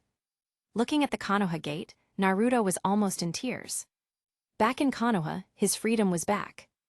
I love you, Konoha. If Kakashi hadn't stopped him, Naruto would have been so moved that he might have kissed the wooden gate at the village entrance. Passers-by stared, and the other two quickly distanced themselves from Naruto, signaling that they didn't know him. Is it that exaggerated? Rarely complaining, Sasuke then asked Kakashi, Kakashi-sensei, when will our next mission be? He really loved these business trip missions. In these 5 days, he had learned tree climbing and water walking, and his chakra control had received Master Leopard's approval. Moreover, he had learned and mastered 3 new fire-style ninjutsu, and his Sharingan had even evolved directly to 2 Tamo due to continuous setbacks from Naruto. Because of this, he also learned lightning style, Chidori from Kakashi-sensei. The progress in these 5 days was greater than his progress in 6 years. Sasuke felt his future was bright, and revenge was within reach. The prerequisite was to continuously undertake missions, preferably long-term business trip missions. What about you two? Kakashi looked at the remaining 2. I agree. Sakura was more than happy to go on missions with Sasuke. I refuse, Naruto clearly refused. He had been looking forward to missions before, but now Naruto didn't like them one bit. Missions equals no freedom. But 2-1, Naruto was utterly defeated. Kakashi-sensei announced their next plan. We'll rest today, and tomorrow we'll continue taking missions. Upon hearing this, Naruto was silently speechless. He felt his life had turned gray. Third Hokage, when will you finally step down and let a worthy successor take your place? When would he finally become Hokage? For this Hokage seat, he truly was enduring hardships. Chapter 12:18. Let's go back to 5 days ago. Uchiha Sixtales was also contemplating how to lure out Uchiha Madara and then capture him in one fell swoop. Ultimately, he decided that the most straightforward and reliable method was to commit as many evil deeds as possible. Along the way, his motto was, never miss a chance to do evil, no matter how small. Things like snatching lollipops and ice pops from children, those were beneath him. Then there were the more absurd acts, like knocking on a widow's door late at night, breaking into a woman's boudoir, or midnight clubbing in someone's funeral hall. But most importantly, he would steal from wealthy households, set fires, often intentionally getting discovered, and then openly declare himself as Uchiha Madara. Petty theft was one thing, but incurring the wrath of influential people by burning down a feudal lord's mansion quickly made Sixtales infamous. Thus, an Uchiha Madara, bearing a Sharingan, wearing a tiger-striped mask, and donned in a black cloak with red clouds, quickly became well known. The Akatsuki organization naturally caught wind of this news. In a dim room, three figures were discussing. Uchiha Madara, that's not you, is it? Pain glanced at the story's protagonist, who sat steadily in a lounge chair, asking suspiciously. HMPH, some lowly scoundrel, trying to ruin my reputation. The shadows obscuring Uchiha Abido only allowed his silhouette to be seen, but his tone revealed his unpleasant mood. I'll go grind him to dust myself. I've already sent Kakuzu and Hidden, who are closest, to handle it. I'll do it myself. Uchiha Madara distorted space and vanished. If someone is impersonating Uchiha Madara, then the Uchiha Madara we've been seeing, is he also fake? Conan asked, concerned. Deep down, she had never fully agreed with the Tailed Beast collection plan, nor did she trust this Uchiha Madara, who always wore a mask and dared not show his true face. However, she would unconditionally support Nagato's plan. Pain's cold voice replied, whether he is Uchiha Madara or not, the Tailed Beast collection plan must proceed.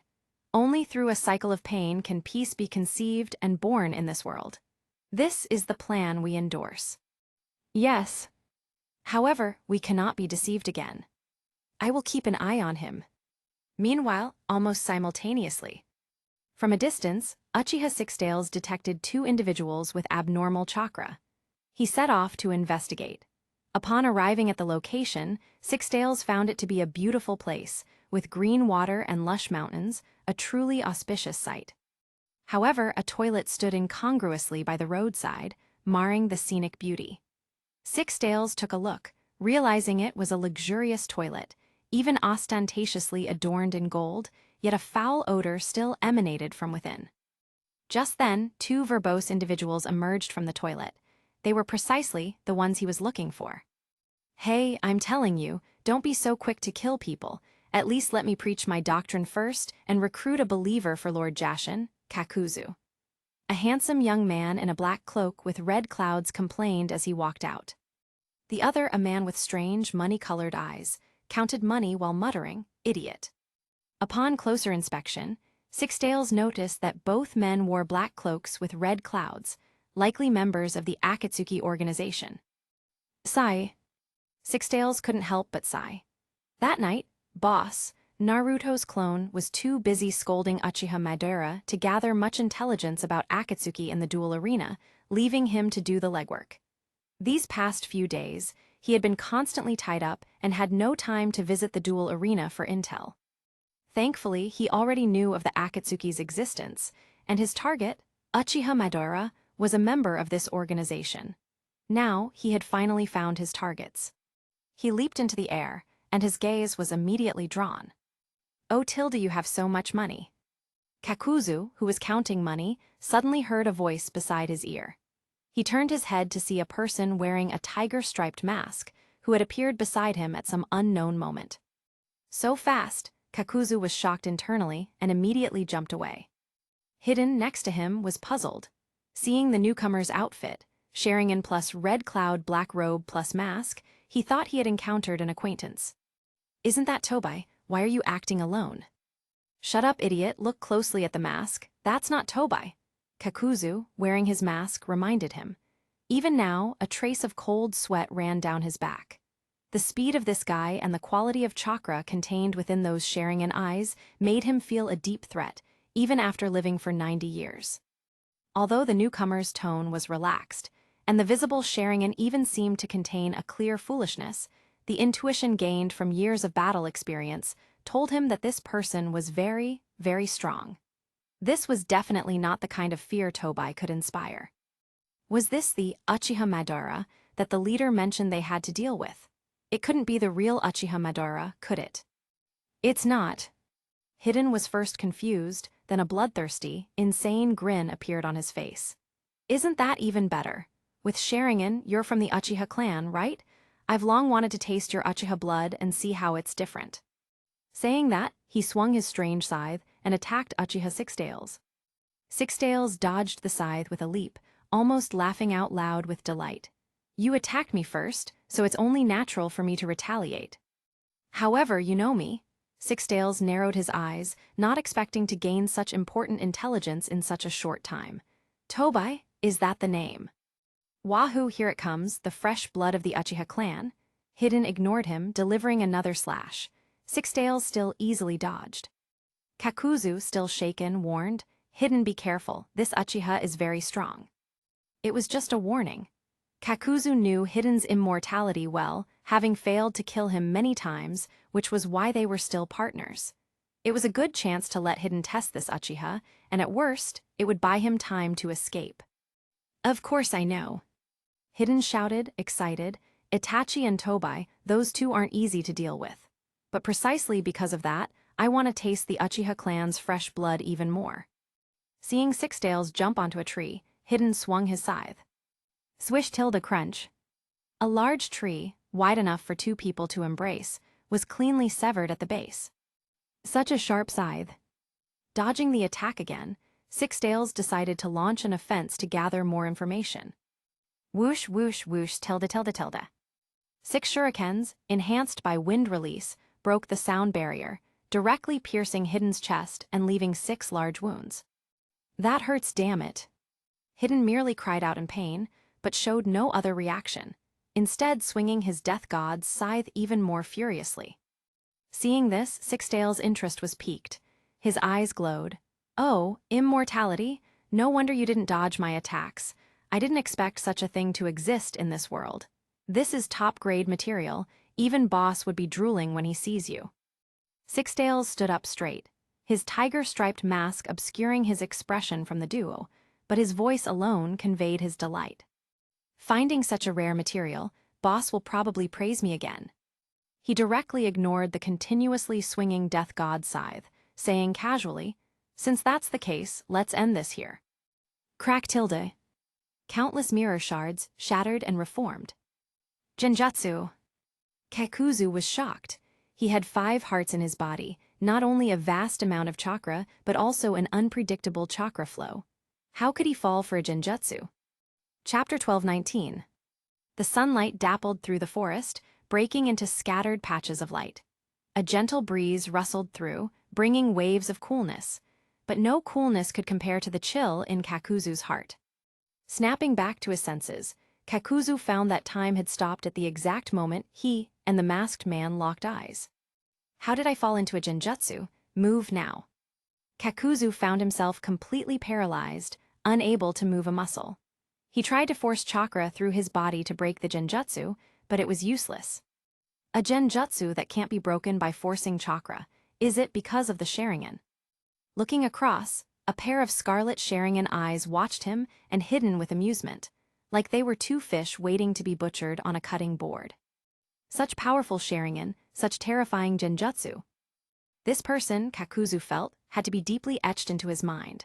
Though he claimed to have 5 lives and be unkillable, Kakuzu had lived this long by knowing when to bend and when to stand firm. Now, facing a formidable enemy who could take his life at any moment, he felt a sense of powerlessness, similar to when he faced the Akatsuki leader's Rinnegan. No, even more terrifying. The strength of the person before him was even more bizarre. Just a genjutsu was enough to claim his life. Kakuzu wasn't sure what was happening with Hidden behind him, but he guessed it was probably the same as himself.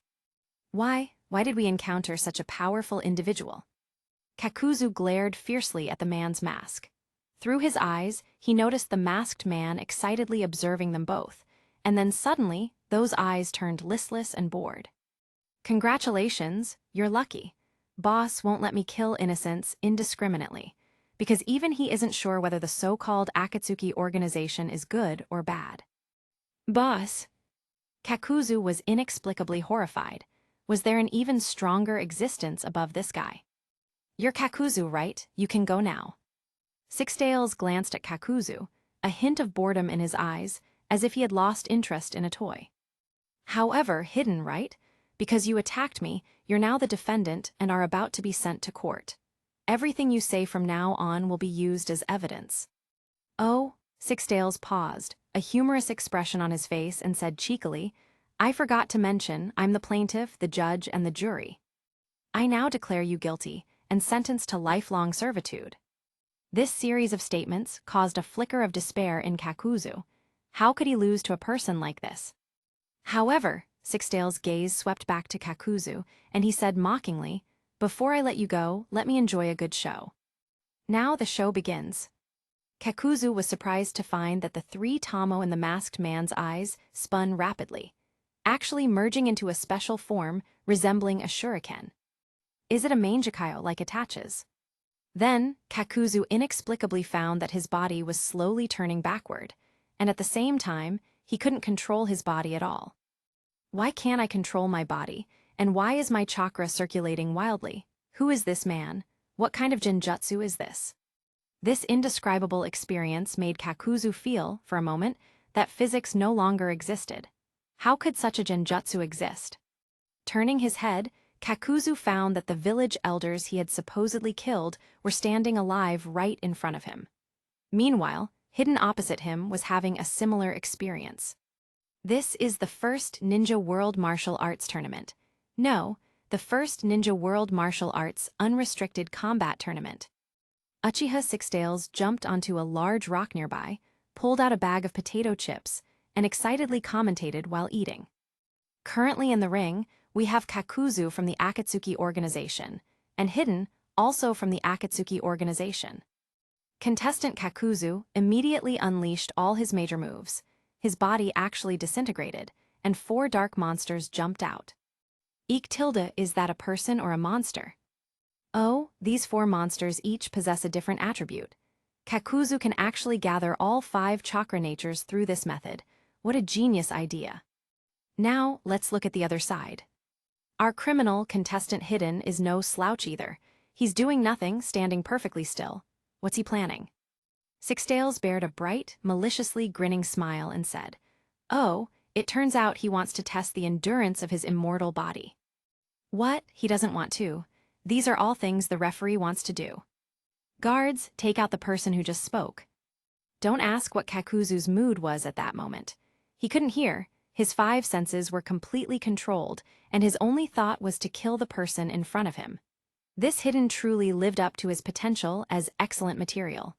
After enduring Kakuzu's 5-element barrage, he still stood tall and proud. Excellent, boss will definitely be very satisfied with this material. After speaking, Sixtail's voice suddenly deepened. Too bad, contestant Kakuzu has lost 4 lives. He's about to die too. It seems our tournament must end here. Now genjutsu release. As the voice fell, Kakuzu found that the village elders he could never kill suddenly turned into Hidden, standing motionless. And he himself lay on the ground, barely clinging to life. Absolutely no chance to fight back. Muttering inwardly, Kakuzu painfully closed his eyes, awaiting judgment. Uchiha Sixtails had finished watching the show and incidentally eaten 6 bags of potato chips. He jumped down. He walked over to Kakuzu and picked up the money bag. Counting it, 3.2 million ryo. That's a lot of money. Since that's the case, I'll take it. Kakuzu glanced at him, not daring to harbor any hatred. He was deeply afraid of this man. As a trade, I'll give you these 2. Consider it bought. As if to convince Kakuzu, Uchiha Sixtails emphasized again, "Look carefully, I'm doing a fair trade. Don't say I robbed you." Something landed on his chest.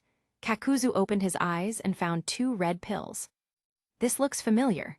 Wait, aren't these the Zio pills that cost 200,000 ryo each at the exchange office?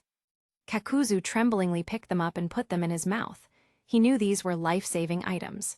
Swallowing them, he felt a surging vitality immediately begin to spread throughout his body. 5 minutes later, the medicinal effects took full hold. Kakuzu found that he could actually stand up. "Thank you, honored one," Kakuzu said very courteously. "Thank yourself. Not attacking me was your greatest stroke of luck. You were very close. If you'd waited any longer, you definitely would have attacked." Hearing this, cold sweat ran down Kakuzu's back. Did this person truly want his life? "You may leave." Sixtails glanced at him, then prepared to let him go.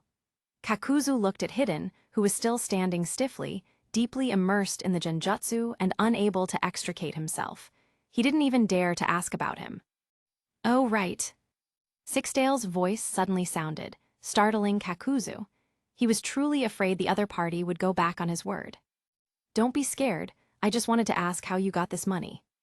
Chat channel. 6 Dales, boss, that thing you've always wanted to buy. I finally have enough money for it. Ime. Naruto, who was having barbecue with his teammates, and then joined by Team 10, suddenly looked at Team 10's Jonin leader with surprise. Sensei Asuma Sarutobi, is he really that valuable? Chapter 12:20.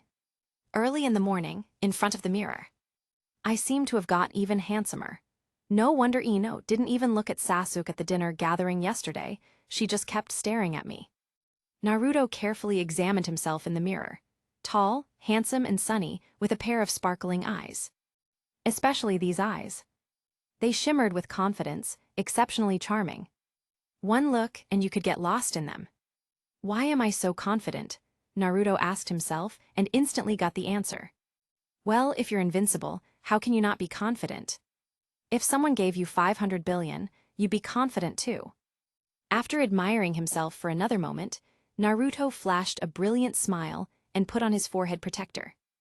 Let's go. Arriving at the small bridge, their meeting point, Naruto was astonished. Sakura and Sasuke being there was understandable, but how was Kakashi-sensei there too? He checked the time. He wasn't even late. Walking over to his friend Sasuke, Naruto complained, staring at Kakashi. The sun must have risen from the west today. Not only is Kakashi-sensei not late, he's even earlier than me. Kakashi's expression remained unchanged, pretending not to hear, but Sakura stifled a giggle. Kakashi-sensei is here because I dragged him along, Sasuke replied. You. Naruto looked at Sasuke in surprise, and as their eyes met, Naruto immediately understood. Sasuke genuinely wanted to improve. After 5 nights of non-stop training sessions, he had tasted immense sweetness. The feeling of growth and getting stronger had addicted Sasuke. He became enthusiastic about training, seizing every opportunity. Last night, Sasuke, who was usually reserved and proud, even proposed a cohabitation plan. After being explicitly rejected by Naruto again. This morning, Kakashi-sensei was pulled out of bed early by Sasuke. He truly was the Sasuke who chose to defect for power in his previous life. In this life, for the sake of strength and revenge, he had changed so much. This Uchiha wasn't tsundere at all anymore. What exactly was driving Sasuke to become like this? Was it the distortion of human nature? Or the decay of morality? It couldn't possibly be those 114.514 beatings he took every night, could it? Sigh. Life was tough, and Naruto sighed. It seemed he was destined to be a tool for others. However, do you really want to get beaten up that much? Sasuke didn't get angry at the question. He knew there was a huge gap between him and Naruto, but he was also very confident in himself. It's just 6 more years of training than me, isn't it? Naruto, give me 3 years, and I'll definitely catch up to you. Naruto raised an eyebrow. Good, very spirited. In your previous life, let alone at 17, you were still getting stomped by me at 32. In this life, you'll have to work harder. People, if they don't fight a bit, they'll never know they're just a salted fish. No, Sasuke was different. He was a salted fish who worked hard and had dreams. Good luck. All right, enough idle chatter. Kakashi stepped forward to interrupt their conversation. Today, at Sasuke and Sakura's request, we'll also take a C-rank mission if there's one available. At the mission assignment desk, when the 7th squad expressed their desire for a C-rank mission, the 3rd Hokage hadn't said anything yet, but Uruka-sense strongly objected. You idiots, you're just beginners, yet you want to take on a C-rank mission. Go reflect on yourselves properly. Uruka, who had just started his desk duty, scolded the 3 with concern in his voice. Hearing this, Naruto's eyes instantly lit up. His chance had come. He chimed in, yeah, we're still beginners. Isn't it better to just stick to D-rank missions in the village? How dare we even think of taking C-rank missions? That's right. Naruto Uzumaki loved the village. In this life, he just wanted to do simple D-rank missions during the day and travel around the ninja world at night. What was this talk about being a charging bank or a tool? It was simply too terrifying. This attitude earned him a dissatisfied, "Hey, Naruto, from Sakura. She tugged at Naruto's sleeve, her gaze clearly saying, "Did you forget our previous vote?" Naruto reluctantly pouted, and then Sasuke delivered the fatal blow. "Hey Naruto, don't you want to be Hokage? You can't become Hokage just by doing low-level missions, you know." Naruto suddenly came to his senses. Oh right, he'd been so pressured by Sasuke these past few days that he almost forgot about that. He, Naruto Uzumaki, still had to become Hokage. "Grandpa Hokage, please find us a C-rank mission quickly. We've grown up, we're not fresh graduates anymore. We're perfectly capable of handling C-rank missions." Hearing this, Hiruzen Sarutobi smiled and glanced at him. Naruto was still the same mischievous Naruto. But he had indeed grown up. Uruka was also relieved. It had only been half a month since Naruto graduated, a short time, but looking at the three of them again, they really seemed to have matured. "In that case, I will assign you to protect someone." The third Hokage announced the mission. "Look, the client has arrived." The three turned their heads, just as someone pushed the door open and entered. The newcomer was a kindly-looking middle-aged man, slightly plump, with a beer belly, wearing glasses, and a face that seemed perpetually bullied. "Are you the ones protecting me? Why are they all just brats?" Sure enough, his tone immediately made you want to punch him. On the other side, Tazuna, seeing that his mission was being handled by three brats, felt that Konoha wasn't taking him seriously. He was facing assassination attempts from the villain Gato. How could three brats possibly complete the mission? But the Land of Waves was too poor, and they were too poor to afford a higher B-rank mission, so this was their only option. Having some ninjas was better than having no ninjas. Besides, the rumors about Gato wanting to kill him were just that, rumors. That guy was notoriously stingy, he might not even hire ninjas to kill him. If it was just ordinary people, these brats should be fine, right? "I'm Tazuna, the famous bridge builder. In the time it takes for me to return home and complete the bridge, you must desperately protect me. During the time you build the bridge." Sasuke, triggered by the keyword, his eyes lit up. "That must take a while, right?" "It will take at least 3 more weeks to complete the bridge," Tazuna replied. 3 weeks. "Excellent," Sasuke silently exclaimed. 3 whole weeks. He had to seize this opportunity. The scene shifted to the gates of Konoha. "Kakashi-sensei, this gate looks a bit different," Naruto said, touching the Konoha gate, a puzzled expression on his face. Kakashi glanced at it and explained. "This is the first Hokage wood-style gate. It's very sturdy." "Oh, is the first wood-style a special bloodline limit? Why haven't I seen anyone else use it? Also, is this wood style created by fusing water and earth chakra natures? Can an individual not fuse these two to awaken wood style?" Naruto asked sincerely. Wood style is a unique bloodline limit. As for fusion. Speaking of wood style, Kakashi recalled the wood style ninja he had known since childhood, a ninja with a not-so-pleasant past. He skipped over that part of history and encouraged, "Perhaps. Naruto, you've already mastered both earth and water attributes. You can try fusing them, maybe you'll succeed." He said this, but Kakashi never truly believed Naruto could succeed. No matter how much of a genius Naruto was, something like a bloodline limit wasn't that simple. But Naruto's goal had already been achieved. See, Kakashi-sensei even said so. If you were to pull out wood style next, it wouldn't be surprising at all, would it? Chapter 12:21. Naruto had just left and hadn't gone far when he noticed something unusual. He glimpsed at the trees by the roadside. 2 people were approaching from a distance and hid in the branches of a nearby tree. He initially thought they were ninjas returning to the village, but now it was clear they weren't. Unlike the ninjas within the village, these 2 had very unfamiliar chakra, filled with rampant malice. They were definitely enemies. Standing so close, they can't be naive enough to think that none of us are sensory ninjas, right? They're really underestimating me, Naruto. But who was their target? Naruto quickly scanned his team members. Kakashi, possible. Kakashi-sensei had experienced war and been on missions for years, likely accumulating some enemies. Tazuna, also possible. As the client, the mission was to protect him. But were the enemies ninjas? This mission level would have to be at least B rank, right? Sakura and Sasuke, directly ruled out. Weight and himself. He was no different from Sasuke and Sakura. However, his never-before-seen cheap parents seemed to have many enemies, so it wouldn't be strange for some to come looking for him. Fortunately, he, Naruto Uzumaki, was already invincible.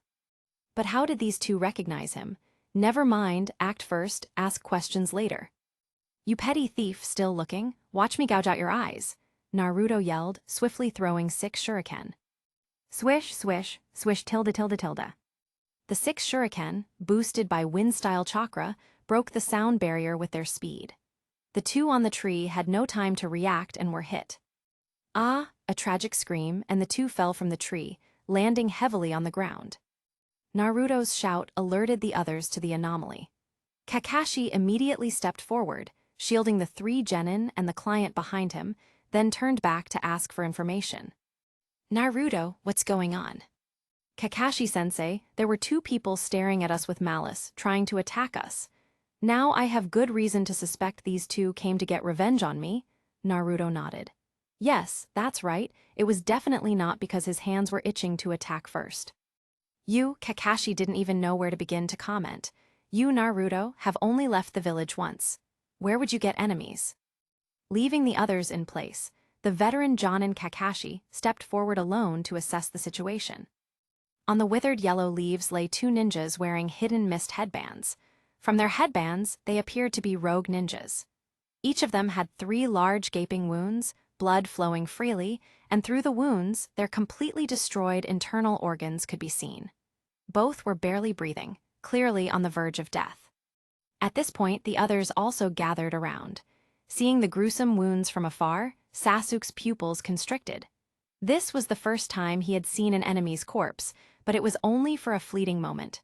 However, the extent of the wounds greatly surprised him. Can shuriken do this much damage, or is there some technique I don't know about? This completely updated his understanding.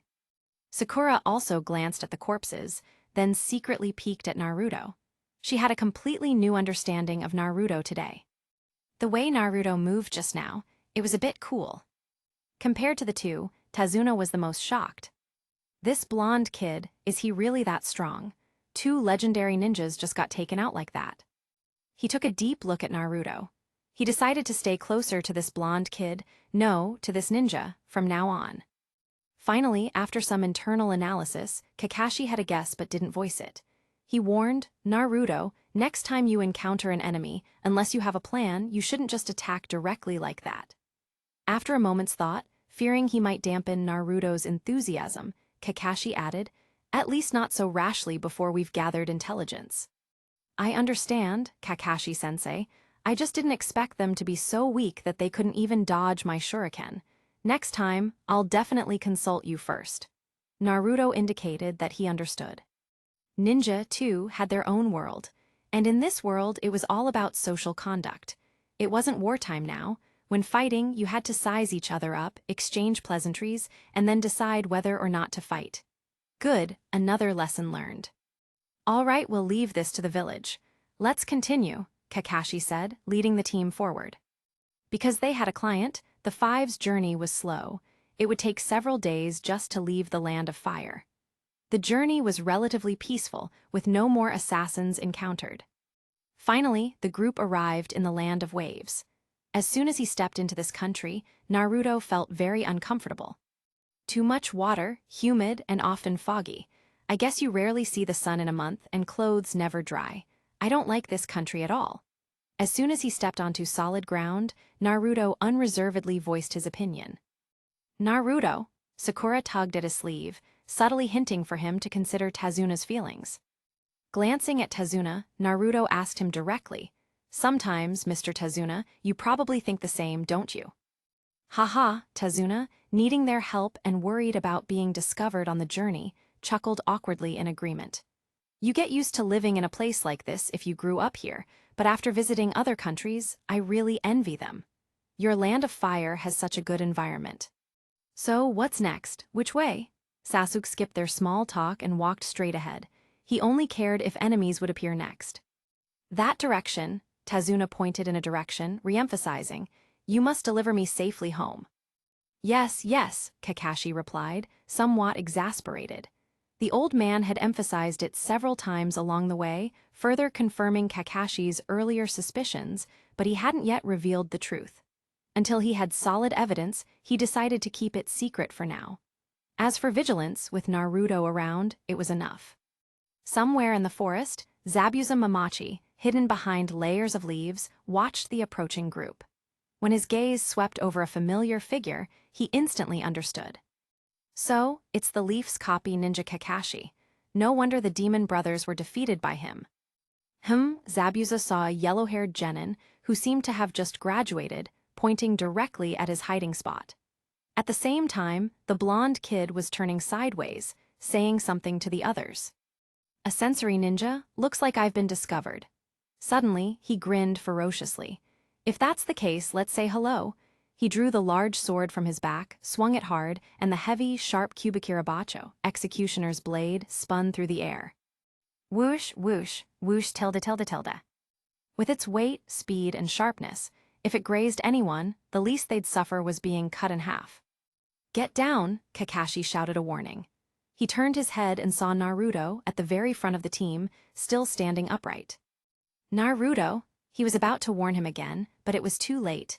The Kubikirabacho was already flying towards them. Naruto ignored Kakashi's warning. He was invincible, why should he dodge? This thing, a small matter. Facing the spinning Kubikirabacho, which whipped up a whirlwind, Naruto accurately timed it, turned, and delivered a flying kick. Thwack! His foot landed squarely on the sword's hilt. Then, something miraculous happened. The Kubikirabacho, carrying immense kinetic energy and spinning wildly, strangely came to a complete halt. Thud! It dropped to the ground. It was like a super long aerial pass in soccer, gently cushioned by a soccer king's toe as it landed, becoming calmly tamed and stopping steadily without bouncing. Kakashi, who had been observing, and Zabuza, who was preparing to leap to his predetermined position, were both dumbfounded.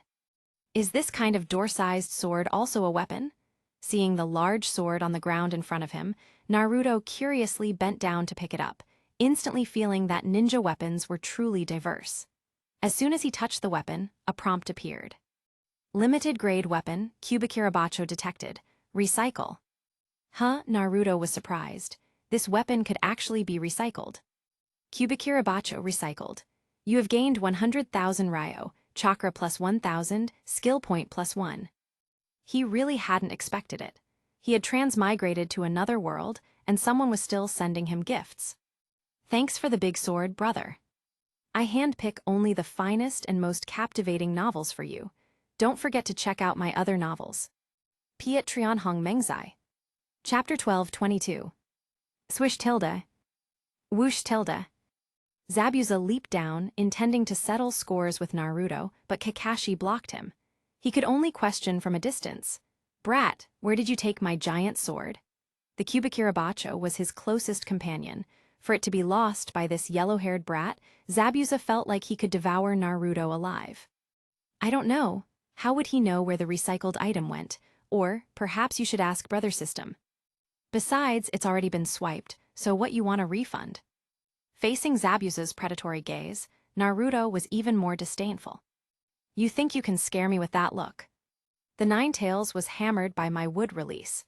Uchiha Madara was bashed silly by me, and even Li Ning was beaten till his seams came undone. Your look has no killing power, all right? It's like you're pouting.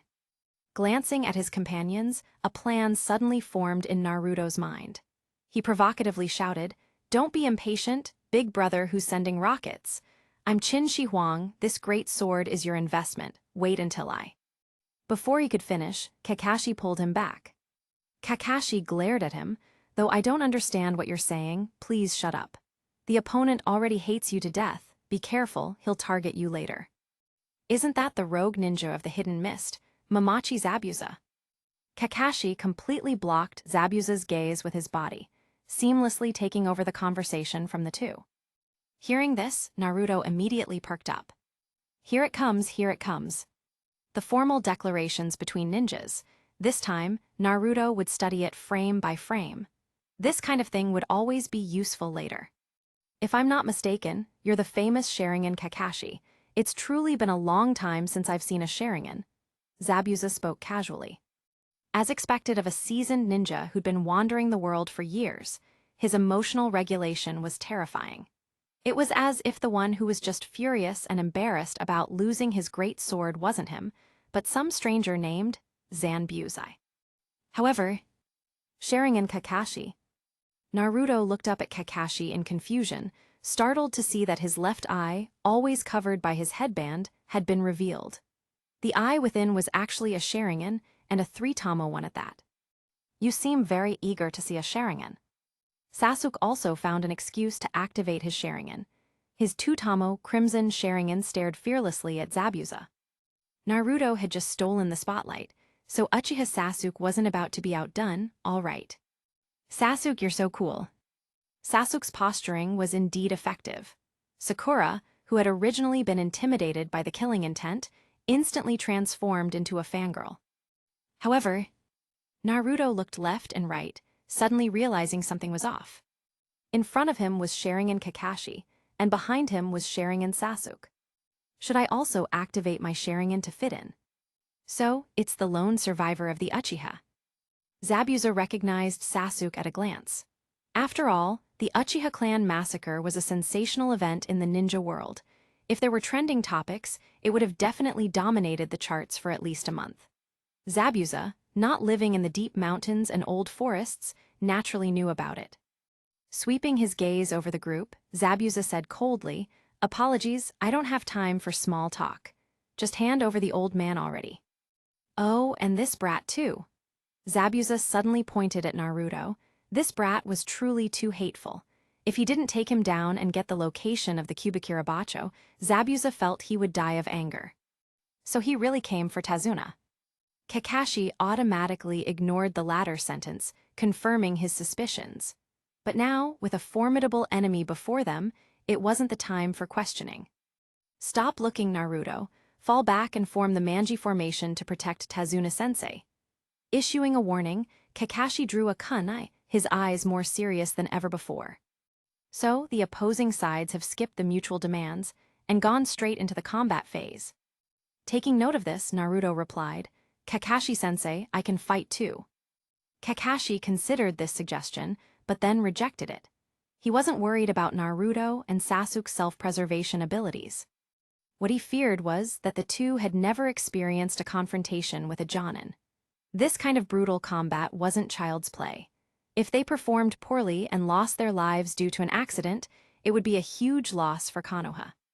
"Don't join the battle yet. Don't worry, I'll protect you even if it costs me my life." Hi. Naruto was quite disappointed. Are they just supposed to protect Tazuna-sensei? Even veteran Jonin Kakashi was so serious, ready to fight to the death. Could this Zabuza really be that strong? Enough talk for now. I still need to take down the old man, then get my great sword back. Zabuza had roamed the ninja world for years, preferring to kill in the mist. He had never failed to eliminate anyone he wanted to kill. He noticed that among the few people, only the Sharingan Kakashi seemed quite troublesome. "However, Kakashi, it seems I have to take you out first." Zabuza brazenly scrutinized Kakashi, searching for a place to strike. He instinctively reached for his sword but found only empty air. He could only draw a kunai. Sweeping another glance at the yellow-haired brat guarding Tazuna, Zabuza's eyes sharpened. Swish tilde. Zabuza suddenly vanished from their sight with a leap. On the waters, the sharp-eyed Sakura spotted Zabuza. Everyone looked, seeing Zabuza raising one hand high and forming a hand sign with the other. The water surface began to ripple, countless water vapor rising from the water. Soon, the air was filled with mist, and at the same time, Zabuza himself vanished. Seeing this, Kakashi suddenly took a few steps forward, approaching the water's edge. "Kakashi-sensei," Sakura looked very worried at this sight. "He's definitely targeting me, you all be careful." Kakashi reassured the three without turning his head. He already had a rough idea for this battle, and thus chose to go forward alone, separating from the team. "There's chakra in the mist." Naruto suddenly reminded him, though this amount of chakra was infinitely less than his in both quantity and quality. As a sensory ninja, Naruto reminded him again, Kakashi-sensei, 10 meters to your front left in the tree. Oh. This reminder made Kakashi instantly feel how good it was to have a sensory ninja in the team. The enemy is leaping, constantly moving around us. You've truly underestimated me, brat. It seems my first target must be you. Zabuza's voice came from all directions. Watch out, Naruto. Hearing this, Sasuke immediately warned Naruto. Being so high profile would surely attract the enemy's attention and draw fire. Swish tilde. Clink tilde. A kunai flew out from the dense mist, but it was blocked by a kunai thrown by Naruto. Excellent, now it's my turn. Naruto took out a shuriken, rubbed it, and it transformed into 6. Sasuke. Shouting, Naruto threw the shurikens. Understood. Sasuke instantly understood Naruto's intention. He also wanted to try his hand. This kind of killing intent wasn't something ordinary foes possessed. The thought of engaging such a person felt exciting. Thud tilde. Thud tilde. Thud tilde. The shurikens, without wind-style enhancement, were of average speed and didn't hit Zabuza, only leaving black marks on the trees. However, this forced Zabuza to keep leaping around, dodging the incoming shurikens. Brat, I want to see how many shurikens you actually have. Haha, Naruto almost burst out laughing. What a coincidence, isn't it? The one thing he has plenty of is shurikens. The shop gives him shurikens, kunai, and other cold weapons randomly with every pull. His inventory is overflowing. He can't run out, he simply can't run out. I, Naruto, guarantee I won't stop until I tire you out to death. In his sensory perception, Zabuza suddenly changed course. Here he comes, Naruto exclaimed. Chapter 12:23. Over here. Naruto counterattacked with a swift turn. Zabuza, who had suddenly appeared in the middle of the trio, was caught off guard and could only use his kunai to block Naruto's strike. Clang! A grating sound of metal on metal echoed. Zabuza's eyes widened. The force transmitted through his arm was unbelievable. Such immense strength. Is this brat really a taijutsu ninja? Huh? Seeing Zabuza appear, Sasuke lunged forward with a flying kick, but it was effortlessly caught by Zabuza's other free hand. A Jonin was truly a Jonin. Like Kakashi-sensei, he easily handled their freshly graduated genin in taijutsu combat. Just as Zabuza was about to kick Sasuke away, Naruto, with a preemptive strike, interrupted his move with a kick of his own.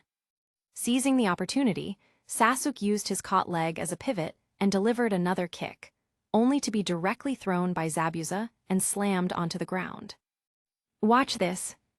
Naruto delivered an iron mountain lean, then fiercely pushed off the ground with his right foot, gaining momentum. Boom!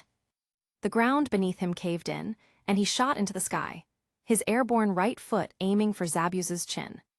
Mystical palm technique, rising dragon kick. Too fast, Zabuza couldn't even discern Naruto's speed, he only heard. Splish! Zabuza actually turned into splashing water. It was just a water clone. Are you okay, Sasuke? In the midst of the battle, Naruto showed concern for his teammate. I'm fine. Sasuke got up, cautiously looking around. In his mind, he had already decided to learn more taijutsu tonight. If that didn't work, sword fighting would do.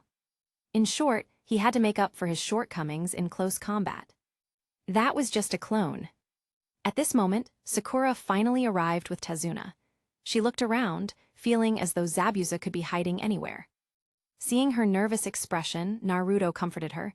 Don't be afraid, it's just a Jonin. I believe our squad can handle it.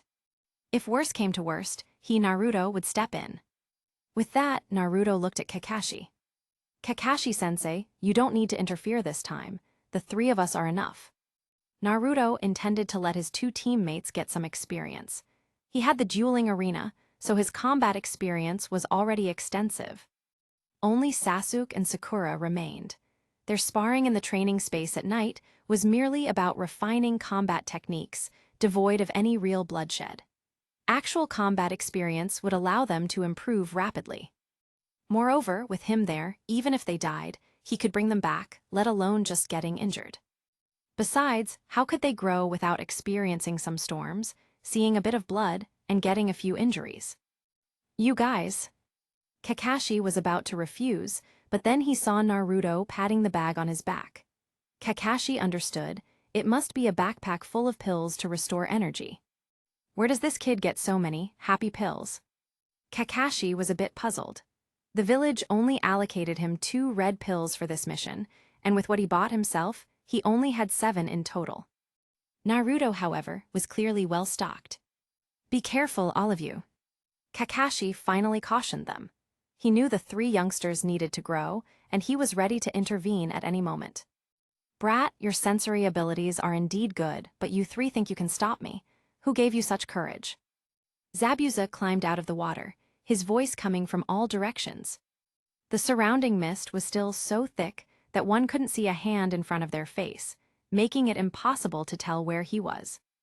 Now, Naruto probably knew why Zabuza was from the hidden mist village of the land of water. There was so much water.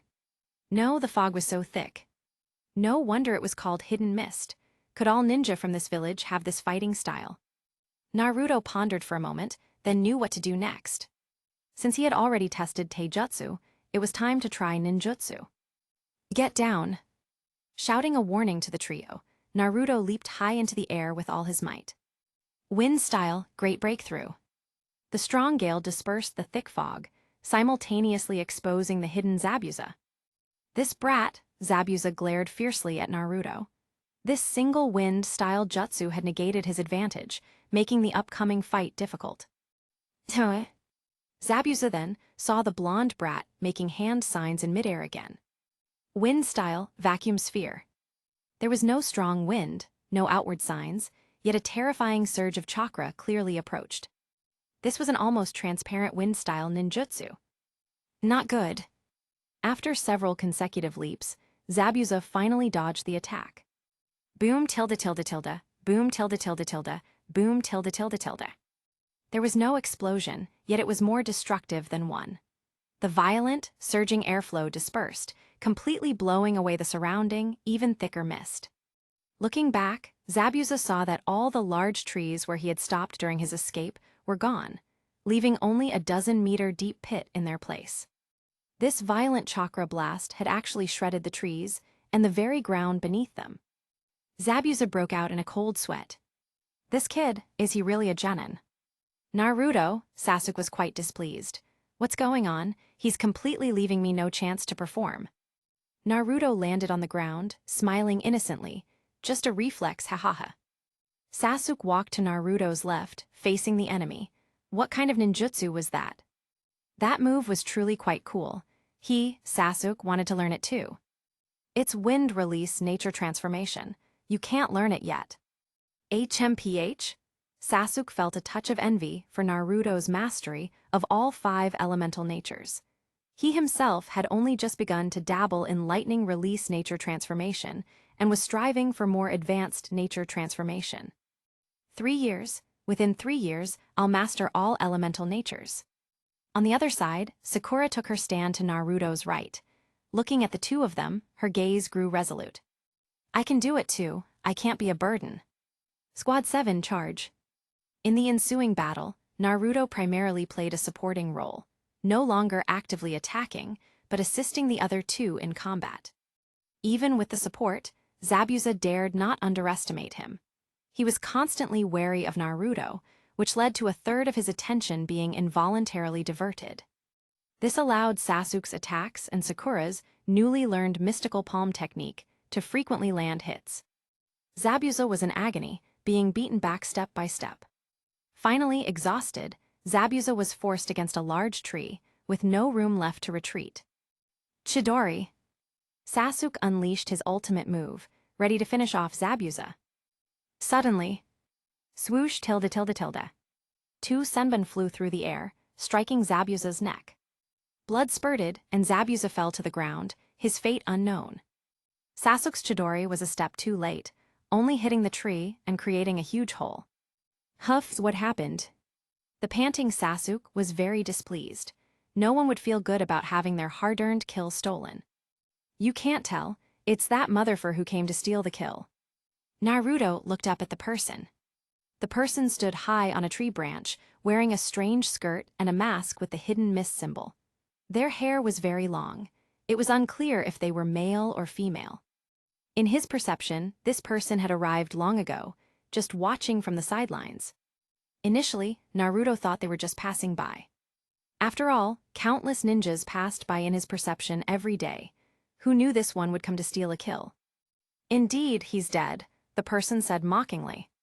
Chapter 12:24. Kakashi-sensei, can I punch that guy? Naruto glared ferociously at the newly arrived ninja. This kill-stealing dog deserved at least a 5-minute Earth-style airplane ride, or Naruto wouldn't be able to sleep. Even if he did sleep, if he suddenly remembered it in a dream in the middle of the night, he'd slap himself. It was too infuriating. Naruto. Kakashi jumped over and lightly patted Naruto's shoulder, stopping his impulsiveness. This was a legitimate hidden mist ninja, specifically a pursuit ninja from their Anbu. He had status and a background, unlike a rootless rogue like Zabuza. Besides, life is full of dissatisfactions, just get used to it. Have you ever heard me, Kakashi, complain about my life? He bent down to examine Zabuza's body. He's dead. Kakashi looked at the new hidden mist ninja. He had indeed struck with heavy force, killing him outright. Tilda. Hearing the result, Naruto sighed and turned to check on his teammates. How are you two? Still okay? Sasuke and Sakura were one standing and one sitting, both panting heavily, covered in numerous wounds and bleeding quite a bit. Zabuza was an experienced Jonin in combat. Even with distractions, he was still powerful. Although the two of them had a burst of strength to defeat him, they themselves had sustained considerable injuries. I'm fine, just a minor injury, Sasuke insisted, trying to stand, seemingly not wanting to appear weaker than Naruto. But Naruto had long seen through his pretense. With a gentle push, Sasuke directly slumped to the ground. Still trying to act tough. Sasuke glared at him in annoyance. Is the battle over? Sakura, who was sitting on the ground, exhausted, asked. Even though she had just learned her monster strength taijutsu, and it was inconsistent during the fight, Naruto genuinely felt that Sakura had inflicted more damage than Sasuke. Opening Zabuza's death data, Sakura's damage output should be at the top. Naruto, as a support, would be second. As for Sasuke, he was undoubtedly at the bottom. It should be over. Glancing back at the ninja perched on the tree branch, Naruto added, unless he wants a fight. Seeing the two bleeding and exhausted, Naruto pulled out a red Zabuza pill and handed it to them. Stop talking nonsense, hurry and take the medicine. Thanks, Naruto. Sasuke knew this wasn't the time for politeness. He took the Zabuza pill and swallowed it. Sasuke wasn't short on money. After all, he was the young master of the Uchiha clan. Although his family was annihilated, he inherited all their assets. But Sakura hesitated. She had heard at home that one such pill could fully revive a dying Chunin. Using it for her current minor injuries felt like a complete waste. Moreover, this pill was worth 20,000 ryo and often required an additional premium to buy, so Sakura felt reluctant. Naruto, my injuries aren't serious. Should I save it for next time? It's yours, you decide when to use it. Naruto generally understood Sakura's thoughts. This was indeed a problem. The reason he hadn't noticed this before was partly because he was rich. Small items from the shop worth 1,000 ryo were like candy to him. It didn't matter. Secondly, he wouldn't typically use these pills before graduating, and those who could afford them were mostly jonin, who naturally wanted the strongest possible effect. But now, it seemed there was still a large market to explore for this item. He could try splitting the system-produced Zabuza pills into 2, 4, 8, or even 16 portions. Even split into 16, it could still restore 625 HP, which was enough for genin and more than enough for ordinary people to fully heal 5 times. I'll try it when I get back. On the other side, after negotiation, Kakashi agreed to let the pursuing hidden mist ninja take Zabuza's body, but only the body. The Kubikirabacho, executioner's blade, was gone. Naruto glanced at the long-haired ninja disappearing into the distance, feeling particularly emotional. This person seemed to be around their age, yet his strength was already that of a pursuit ninja.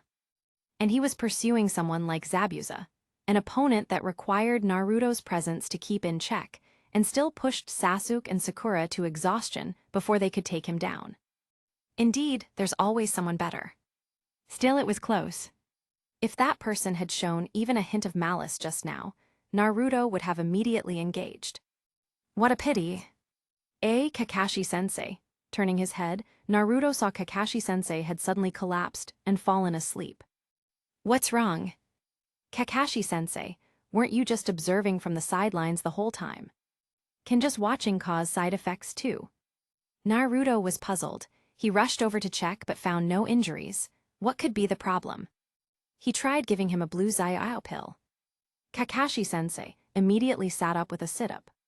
This flexible sit-up left Naruto dumbfounded.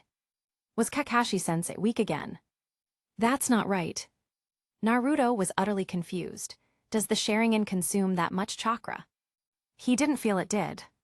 And Kakashi-sensei didn't even have a girlfriend, so how could he be so weak that even activating his Sharingan was difficult? From this perspective, perverted books consume more chakra than girlfriends. Indeed, perverted books should be read less often. Or perhaps I should discuss it with Kakashi-sensei, and just have me, Uzumaki Naruto, keep those books for him. And Kakashi-sensei, instead of reading perverted books, you should just find a girlfriend and get married. You're not getting any younger. Why are you still outputting into thin air? Kakashi-sensei, you. The other two also gathered around, looking at him with concern. Sasuke and Sakura felt that Kakashi was the true backbone of the team. If something happened to him, the consequences would be unimaginable. Naruto, on the other hand, simply wanted to get his hands on the perverted books.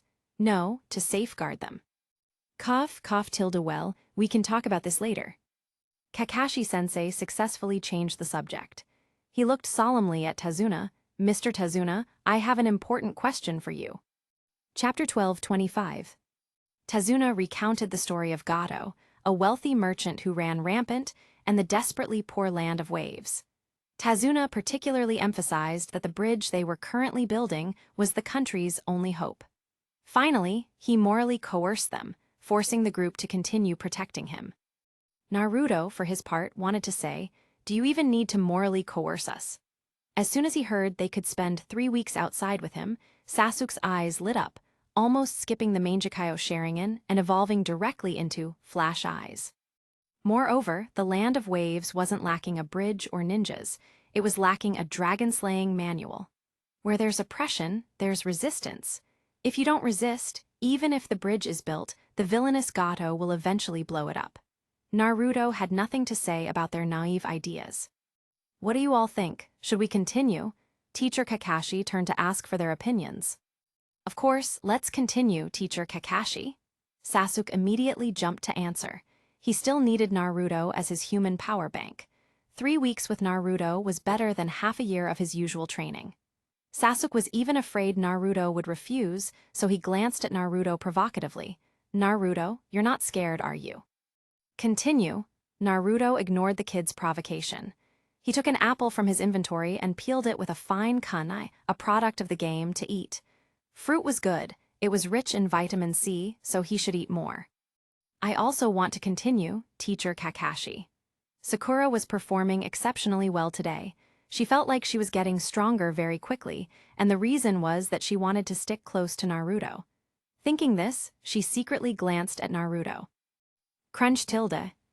Noticing Sakura's gaze, Naruto, eating his apple, suddenly felt life was meaningless. He had completely become a tool. I really want to go back to Konoha. Wait, that's not right. Naruto felt he was still too kind. Having such a treasure, not only was he not lording over the team, but he also had no room to resist. Fine, tonight he'd make Sasuke wash his stinky socks.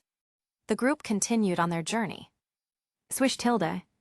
Naruto, who had nothing to do, swung the kunai in his hand, slicing a passing fly in half. After he cut it, he remembered that the kunai still needed to cut apples. Yua tilde. Casually wiping the kunai clean on Sasuke, Naruto looked back at Teacher Kakashi, who was covering their rear. Another question suddenly popped into Naruto's mind. How did Teacher Kakashi get his Sharingan? Was it during the Uchiha clan massacre? No, Kakashi didn't seem like such a bad person. Could teacher Hadate Kakashi's real name actually be Uchiha Kakashi? Seeing Kakashi's demeanor, he didn't seem to have any intention of explaining, so Naruto could only bury the question deep in his heart. We're here. In front of them was Tazuna's house. The architecture of the Land of Waves was indeed different from the Land of Fire. At least this building was very unique. Tazuna's family consisted of a daughter and a young grandson. The daughter was the type that Lord Cow would like, while the grandson was quite annoying, directly stating that all of them would die. This little brat. In the end, he was appeased by Naruto with a bag of chips and a soda. Then Naruto noticed something strange. The chakra marked as Zabuza Mamachi suddenly became active. Is Zabuza still alive? Wasn't he taken away by the Anbu tracking ninja? Suddenly, Naruto thought of a possibility. The pursuing ninja and Zabuza might be working together. Goodness, this trick even surprised Naruto. He truly lived up to his reputation as a ninja who had been in the ninja world for years. His schemes were deep. However, even the best strategy was vulnerable in the face of absolute power.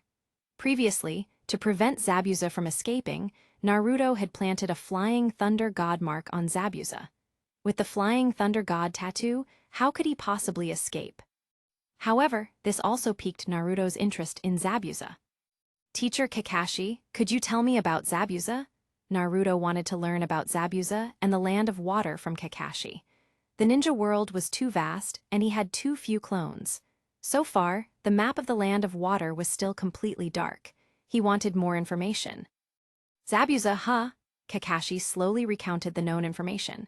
Killing all his classmates during the graduation exam, the Bloody Mist Village, one of the 7 ninja swordsmen, assassinating the 4th Mizukage, becoming a rogue ninja. This series of events left all 3 of them dumbfounded, and Naruto was especially stunned. He had thought that Konoha cultivating 12-year-olds into skilled assassins was already insane. He never expected that there was something even more extreme. Whose subordinate was this? The 4th Mizukage, huh? He felt like this person truly didn't want the hidden mist village to prosper. As a Kage, he couldn't possibly be a spy from another village, could he? This Zabuza was truly a ruthless individual, actually wiping out his entire graduating class. But looking at it from another perspective, why did Zabuza somehow seem like a good person? He killed his classmates, forcing the village to stop the Bloody Mist practice, and then he even assassinated the 4th Mizukage for it. It seemed, in every way, to be for the good of the hidden mist village. Although his strength was insufficient, leading him to become a rogue ninja, his motivation was commendable. Something about today feels strange. I feel like I missed something. Teacher Kakashi, who was telling the story, suddenly realized something was amiss. Naruto grinned wryly as he listened. He wanted to blurt out, Teacher Kakashi, your intuition is correct. Zabuza is alive and well. However, Zabuza probably wouldn't get a chance to cause trouble, because Naruto planned to select him as one of the executors of his Cuckoo's Nest plan. Although he was a rogue ninja, with his name cleared, he would be the best contender for the Mizukage position. Yes, he was the one. Now, only one question remained. Teacher, does the Hidden Mist currently have a Mizukage? Kakashi was interrupted from his thoughts and answered Naruto's question. Not yet. The position of Mizukage has been vacant ever since the 4th Mizukage was assassinated. Still vacant, Naruto nodded. That's perfect, the plan is complete. At this point, Kakashi had mostly recalled the entire incident. He reminded everyone that Zabuza was not dead, then emphasized, as for you, you need to train hard. If you 3 can defeat Zabuza, next time you can defeat both Zabuza and that boy. Especially you, Naruto. Kakashi specifically praised Naruto. Your strength is the greatest, keep up the good work. Naruto nodded, a smile playing on his lips. Looking at the smiling Naruto, Kakashi's heart felt quite complex. Naruto might actually be stronger than me now. He just lacks a bit of combat experience. Kakashi prepared to take the 3 to the forest for training. Teacher Kakashi, I need to use the restroom. Naruto excused himself midway. At a secluded spot, Naruto donned his cloak, mask, and activated his Sharingan. After getting dressed, he sensed the location of his Flying Thunder God mark. Whoosh! He reappeared to see Zabuza lying on a bed. unable to move, and a beautiful ninja beside him. Zabuza, the organization has decided. You're going to be the Mizukage. Chapter 12:26. Zabuza, the organization has decided to make you the Mizukage. A voice suddenly came from the other side. Zabuza turned to look, and his pupils instantly constricted. It was a pair of scarlet, three-tomo Sharingan. In this world, only one person currently possessed these eyes, the famous Uchiha genius. You're Uchiha Itachi. Heth, Naruto scoffed disdainfully. How could I be a traitor like that? Then yours. Zabuza's rich combat experience instantly brought him out of his shock. He confronted Naruto head-on to buy time, secretly trying to awaken Haku. Naruto had already noticed his subtle movements. It's no use. Naruto's gaze sharpened, and he chuckled playfully. Guess if you're under genjutsu or he is, or if both of you are under genjutsu. In an instant, cold sweat trickled down Zabuza's back. He tried to disrupt his chakra flow, but it was useless. Such powerful genjutsu, is this the Sharingan? Zabuza knew he was currently reawakening from his feigned death state, his body completely immobile, not to mention being deeply trapped in genjutsu. He was utterly helpless. Even with Haku, they both remained so. Yet, the person before him wasn't killing him. Though he didn't know how he had provoked the other party, Zabuza seemed to realize that he still had some use to them. What is your intention, my lord? Naruto waved his hand, and from within the wooden building, a wooden chair instantly sprouted. He comfortably sat down. Don't be nervous, let's have a chat. Seeing this, Zabuza chose to relax. In terms of resistance, even with Haku, if the opponent wanted to kill them, it would be but a thought. Since resistance was futile, it was better to communicate properly. Perhaps there was still a sliver of hope. Calm down, good. It helps to relax, making it easier to recall things. Naruto felt the other party seemed to be quite a character, unafraid of death, or perhaps just clever. Let's talk about your time in the Hidden Mist Village. My time in the Hidden Mist Village. Zabuza was puzzled. This stranger was talking to him about himself. Then he heard an incredible sentence. Zabuza, you're a good person, you know. This sudden praise left Zabuza somewhat bewildered. Seeing his confused expression, Naruto clarified, Oh, it seems you don't understand. Zabuza, even during your time at the Ninja Academy, you already recognized the flaws of the Bloody Mist policy. You deeply knew that every academy student was the future of the ninja village, and the future Mizukage would also be born from among these children. Thus, every child could potentially be the future Mizukage. And this evil Bloody Mist policy was stifling the future of the Hidden Mist, stifling the future Mizukage. But as an academy student, you were young and lacked influence. You could only watch all of this helplessly. So, in desperation, you were forced to tearfully eliminate the other academy students from your generation, thereby forcing the village elders to realize this through such pain. From then on, the Bloody Mist policy changed because of you. You chose to sacrifice the small self of your generation of students to preserve the greater self of a brighter future for the Hidden Mist. Undoubtedly, you are a great man. Naruto's monologue made Zabuza doubt himself. Was that what he was thinking at the time? At that time, wasn't he just trying to fulfill his own ambition? Is that so? He lowered his head in deep thought. Think about it, think carefully. Naruto increased the dosage. Zabuza frowned in contemplation. Perhaps there was that reason too. Zabuza gradually began to accept Naruto's version, sinking deeper under the influence of Naruto's genjutsu. Naruto continued his narration. During your academy days, you also had a close friend named Sakuragi Hanamichi. He was your best friend. He understood you, knew you, and was your only friend. He knew your aspirations, and so he willingly chose to sacrifice his life for the village. During that graduation exam, he was the last one to fall into your arms. His dream was the same as yours, to become Mizukage and change the Bloody Mist policy, but he chose to entrust that dream to you to fulfill. He trusted you to achieve that dream. Staring directly at Zabuza, Naruto prompted, Do you remember now? You are right, my lord, there truly was such a thing. At this point, the tough Zabuza, recalling these memories, already had tears blurring his eyes. I don't know where you got your information. that you could even know about my closest friend dying in my arms at the end.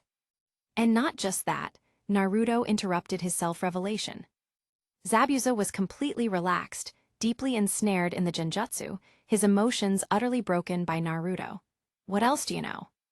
You deeply loved the land of the water country, you deeply loved the hidden mist village, and you strived diligently for the village. You joined the Anbu, became one of the strongest 7 ninja swordsmen, wanting to be the village's sharpest weapon.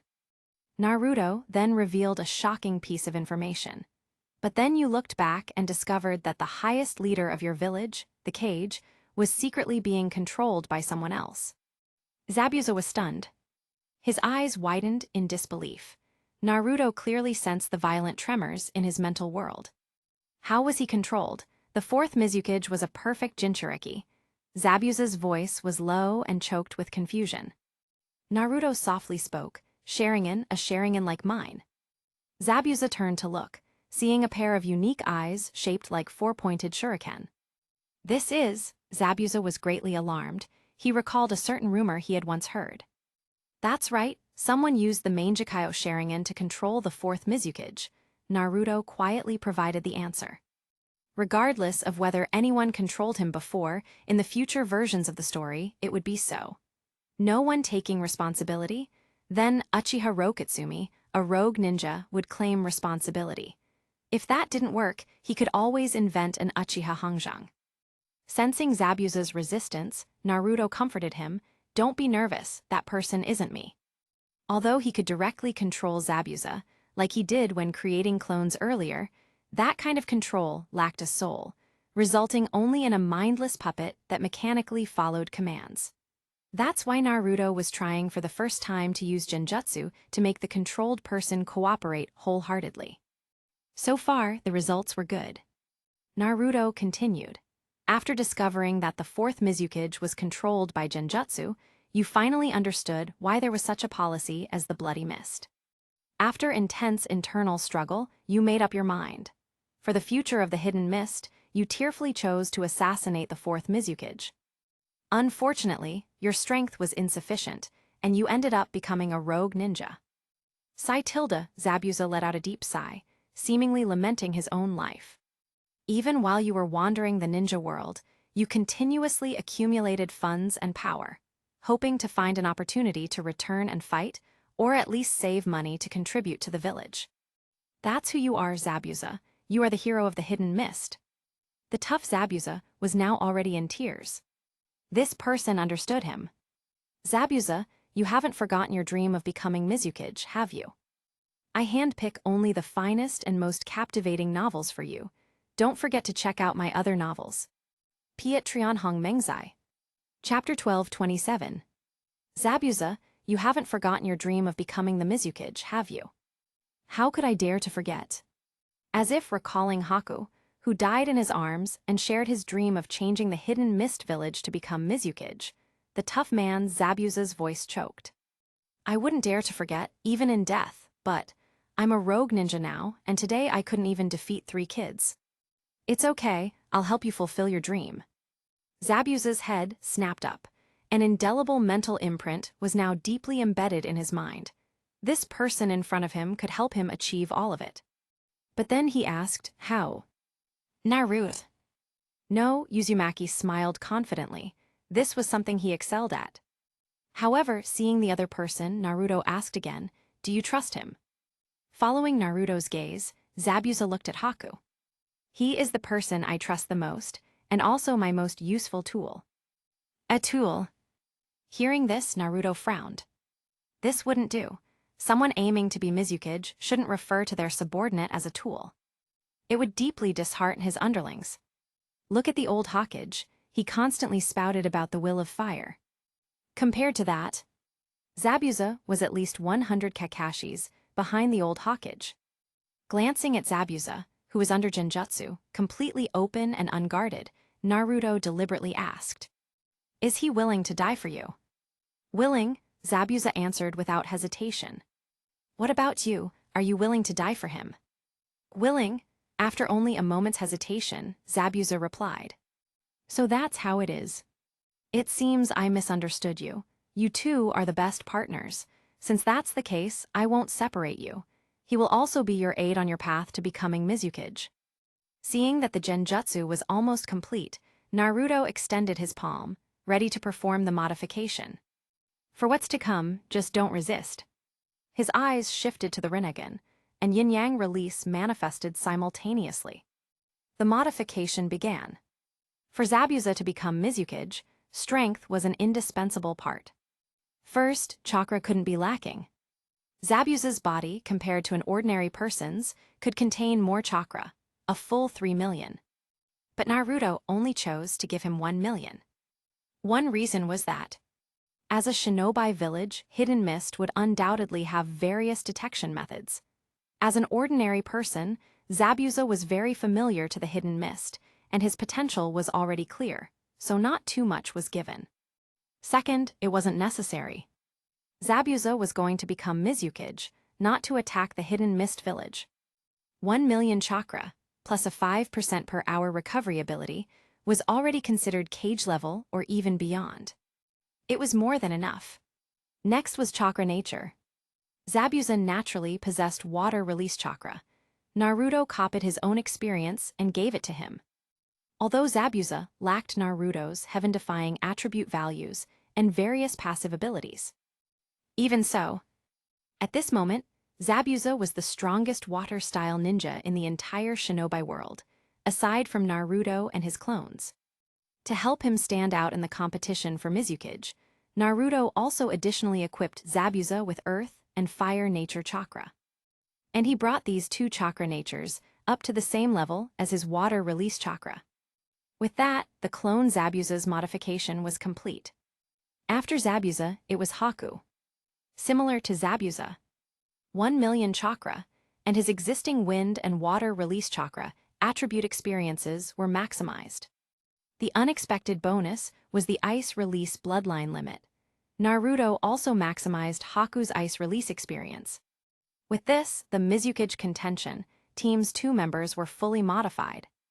The modified Zabuza felt the terrifying chakra contained within his body, and the countless usage experiences for 3 different ninjutsu that had appeared in his mind. His heart swelled with emotion. Now, strength would no longer be an obstacle. It was just his identity. My identity is a problem. I'm still a rogue ninja. With this identity, let alone becoming Mizukage, even returning to the Hidden Mist village is quite difficult. Zabuza was still a bit troubled. He was a tough man, also a man of iron will, with little cunning, unable to play delicate games. Seeing his reaction, Naruto secretly thought, excellent. The modification was very successful. So far, this Zabuza still believed he was Zabuza, and not a modified clone retaining all of his original personality, but actually being controlled by Naruto. The identity problem is easy to solve. A rogue ninja, it's just a matter of perspective. When the Hidden Mist village no longer considers you a rogue ninja, then you're not a rogue ninja. Did you think Naruto's words in the previous chapter were nonsense? No, that was the direction for the upcoming propaganda. That's right, Naruto was preparing to enter the cultural and entertainment industry. The focus was the media field. Have you ever noticed the 3 pillars of American hegemony? Guns, money, and the loudspeaker. Compared to the first 2, the third penetrates everywhere. Former U.S. President Eisenhower said, $1 spent on propaganda is worth $5 spent on defense. Kissinger said, the power of a free radio station is equal to 20 divisions. They were both so outspoken. In response, a great man once said, if you don't occupy the high ground of public opinion, the enemy will occupy it. If the enemy occupies it, then even the truth will become false. It seemed that this world knew very little about such things, and regulation was frighteningly lax. So, Naruto was preparing to play around with a loudspeaker. What a coincidence, right? In the game, there was a propaganda brochure function. You could customize it, the pictures were exquisite, and the paper quality was good. And it was cheap, only 1 ryo per sheet. Perfect for printing newspapers. Thinking of this, Naruto replied, next, I will assign you a helper. He will become your strategist and help you realize your dream of becoming Mizukage. Now you have only 1 mission.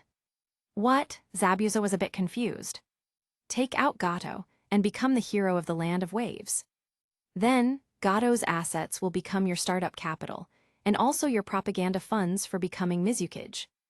As if envisioning a certain scene, Naruto smiled. So, to become Mizukage, go take out Gato first, and become the hero of the land of waves. The scene shifts, and Naruto uses Flying Thunder God to return. Taking advantage of this interval, he quietly summarized this trip. He helped Zabuza strengthen his power, and aided him in fulfilling his dream of becoming Mizukage. Please call him Uzumaki Doyu. However, this was just the first one. Next, there were the Hokage, Tsuchikage, Kazekage, and Reikage, a total of 4 kage. For Hokage, Uzumaki Naruto would suffice. So there were still 3 kage. As of now, there were no targets or intelligence regarding these 3 positions. Even Zabuza was someone he met during a mission. It made Naruto want to shout throughout the shinobi world, "Who else has a dream?" Unfortunately, he had to keep a low profile. After telling his clones in the channel to keep an eye out for targets, Naruto sensed the direction of the 3 of them. Whoosh tilde. Kakashi-sensei, I'm back tilde. Naruto ran out from behind a tree. Sasuke glanced at Naruto and then lost interest, but Sakura showed some concern. Naruto, why did you take so long? Are you okay? Minor issue, just a little diarrhea. I, Naruto, feel uncomfortable if I don't go once a day. Sasuke Sakura, you a tilde. All right, let's start training now. Kakashi interrupted Naruto's playful remark. You two are progressing too fast. Naruto and Sasuke spar with each other now. Let me see your current strength. Naruto and Sasuke exchanged glances. Okay, X2. Chapter 12:28. The two started by throwing shurikens at each other, followed by a competition of taijutsu and ninjutsu. Naruto focused on defense, primarily using ninjutsu to force Sasuke into certain movements. Half an hour later, Sasuke was exhausted and panting. Sasuke, are you okay? Naruto felt like he'd already given him an ocean's worth of leeway, and yet, Sasuke was out of stamina. He was too weak. If this continued, forget about revitalizing the Uchiha clan or even building a harem. Sakura, could you handle him? Why Sakura? Naruto felt Sakura had the highest chance of success. As they say, the early bird catches the worm, and love grows with time. It was simply like that. HMPH. Sasuke merely snorted. Naruto's shurikens and ninjutsu had already drained him of all chakra and stamina. At this moment, he couldn't even maintain his last shred of dignity and could only lie on the ground. All right, the battle ends here. Just then, Kakashi appeared. From the battle, Kakashi had already seen it. Both of them, in terms of chakra volume, number of ninjutsu, and proficiency, had long surpassed the strength of a genin, even exceeding Chunin. Comparatively, Sasuke, Chunin-level chakra, proficient in a few fire-style jutsu and chidori. Naruto, still impossible to gauge his depth. Chakra, many times more than his own. Ninjutsu, all 5 nature transformations complete, numerous types, plus self-developed ninjutsu with various techniques. The most baffling thing for Kakashi was their combat experience and techniques. They didn't seem like novices, nor like recently graduated academy students. Where did they learn this? Could one learn these things without actual combat experience? Is this what genius looks like? But then he thought again. He, Kakashi, was also called a genius, but he had never seen a genius improve so quickly. Both of your growths are incredibly fast, far exceeding your teacher's expectations. Kakashi praised them first. At this rate, he felt like he'd be completely drained, especially Naruto. Kakashi continued. However, there are still many areas where you can continue to improve. Sasuke, your chidori is coming along well. Next, you can try to master deeper nature transformations. I will personally train you for that. Kakashi said, looking at Sasuke. Sasuke's chidori progress was rapid. He had only taught it to Sasuke a few days ago, and he was already proficient. Understood, Sasuke nodded. Kakashi then looked at Sakura. Sakura, your chakra control is improving quickly. I have medical ninjutsu scrolls here and a genjutsu, demonic illusion, hell viewing technique, which I can teach you. Okay, Kakashi-sensei. Sakura was delighted inwardly. Kakashi-sensei had praised her. Finally, Kakashi looked at Naruto, his expression complex. On the last C-rank mission, the Naruto brand juicer had completely squeezed him dry. There was nothing left to teach. Naruto, you just continue to cultivate well on your own. Naruto looked at Kakashi-sensei, quite speechless. He thought Kakashi-sensei, as an experienced jonin, would surely have some profound insights, but that's it.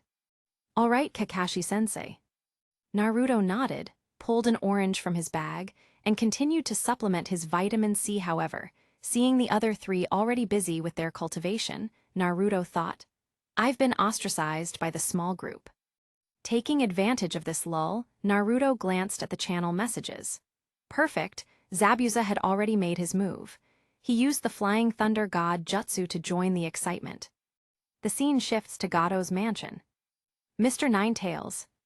Seeing Naruto, who was wearing the Ninetails mask, Zabuza, his hands stained with blood, greeted his elusive benefactor. Haku was beside him, his gaze curiously studying Naruto. Naruto was quite surprised to see Haku, who was beautiful but a boy. So beautiful yet a boy? What a shame. Sigh, a pity. He wondered if Haku had any sisters or anything he could introduce. Where's Gato? Zabuza pointed in a direction. He's dead. Following the direction of his finger, Naruto saw Gato hanging on the wall. He was quite gruesome, his eyes wide open even in death. However, seeing him made Naruto's eyes light up. This composition was excellent. The brightly lit white wall, Gato in dark clothes nailed to it. Blood flowed down the wall from the corpse, branching out like small rivers, eventually pooling on the ground, a striking dark red under the sun's rays. All of this, under the dazzling sunlight, seemed quite profound. This was rare sunshine in the land of waves. It had great commemorative significance. The annual news award was in the bag. He pulled out his game interface, selected the photo function, and recorded it. The next headline was produced. How should we deal with these subordinates? Should we? Looking at the over 100 thugs outside, Zabuza revealed a bloodthirsty smile, his meaning clear. He, Zabuza, was no good person. Moreover, having just gained great power, he was eager to test his skills. However, this demeanor displeased Naruto. Someone who was going to be the next Mizukage, still acting like this? This was not good. It seemed he needed to help Zabuza with some image management. And also, Naruto looked outside. That was a group of obvious villains. They were arrogant, smiled maliciously, and dressed like thugs. They clearly weren't good people. They seemed to be Gato's henchmen, assisting him in his evil deeds. These were all excellent material. No, these were good comrades. As the saying goes, learn from past mistakes to avoid future ones and treat the illness to save the patient. Killing was only a last resort. He believed that after his admonition, these thugs would definitely recognize their mistakes and reform themselves. They would certainly contribute to the revolutionary work. Don't worry about them, you leave first. I'll handle this here, Naruto replied. All right then.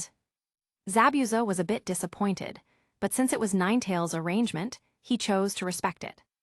Oh, Naruto suddenly informed them before they left, stay in your hideout. Later, I'll send someone to find you. He will help you plan your route to becoming the Mizukage. Understood. After Zabuza left, Naruto began to transform these people. There were 145 individuals, all with Jonin templates. However, these people were usually ordinary civilians and would only display their strength to protect assets. Naruto already had a plan for them. They would primarily be used to build a sales channel. And they wouldn't operate in major countries, focusing mainly on smaller countries without ninja villages to do business. Media, newspapers, books, magazines.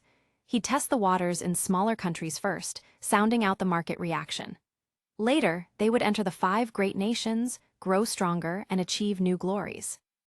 Zaoyawan Carefree Pills. Fully roll out the male-specific Zaoyawan to start making big money. And launch Zaoyawan number 50, which is 150 strength Zaoyawan, and Zaoyawan number 100, specifically for civilians. Zaoyawan number 100 could restore 100 health, enough to bring an ordinary person from near death to full recovery. It was simply a miracle drug. He believed it would become popular worldwide. Price 1,000 ryo. This was a miracle drug everyone could afford.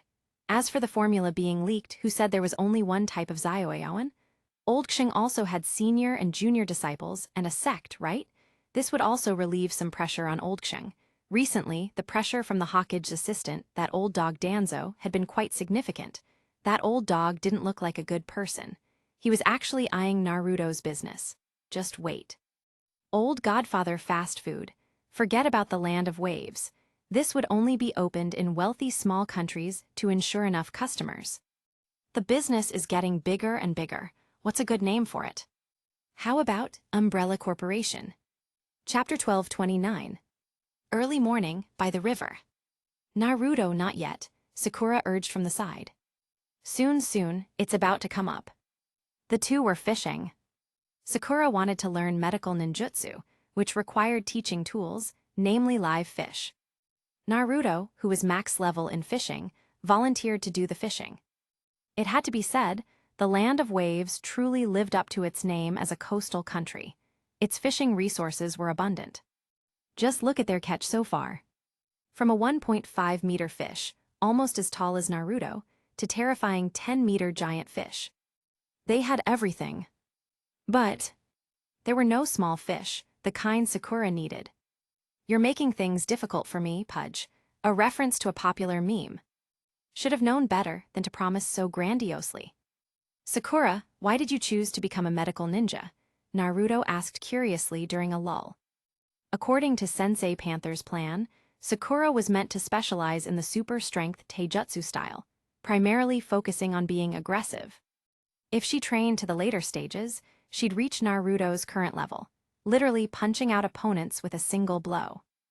No, one punch for one tail. The destructive power would be absolutely amazing. However, after her conversation with Kakashi-sensei yesterday, Sakura was actually preparing to abandon specializing in taijutsu and instead wanted to focus on medical ninjutsu. To bring her talent and energy to medical ninjutsu. This was a change from a top laner to a support. Nothing. Sakura cutely stuck out her tongue. I just suddenly found medical ninjutsu very interesting. Oh. Naruto nodded, not thinking much more of it. Perhaps girls don't want to be too violent and prefer to be doctors who save lives. As for Sakura, staring at Naruto's focused profile as he fished, she was lost in thought, reminiscing. When they were first assigned to a team, Sakura didn't actually like Naruto. During their academy days, Naruto was merely a dead last with unimpressive grades. His academic scores were poor, and his combat lessons always ended in surrender. Many classmates at the time even mocked Naruto as a surrender master. They even maliciously speculated that Naruto would quickly surrender and even betray information when facing enemies in the future. Sakura remembered that she too had once joined in the mockery. Furthermore, Naruto was always playing all sorts of pranks. Other kids found it funny, but she inwardly felt Naruto was a bit too hyperactive and unlikable. Until the team assignments later. 3 people per team, Sakura hoped her teammates would be as strong as possible. Sasuke's appearance made her very happy, but her other teammate turned out to be Naruto. At the time, Sakura even believed that Naruto's contribution to the team was even less than hers. Although she wasn't as good as Naruto in combat, she had far more knowledge than him and would contribute more to the team. However, everything began to change that afternoon. Naruto's self-introduction and his subsequent analysis changed Sakura's preconceived notions. Then came the second day's task test. Sakura never expected Naruto's stamina to be even better than Sasuke's. And then there was the bell test. Sakura truly recognized Naruto for the first time, that person with the flamboyant and confident expression, skillfully using powerful ninjutsu. He possessed a strength she couldn't even imagine. Was that truly Naruto?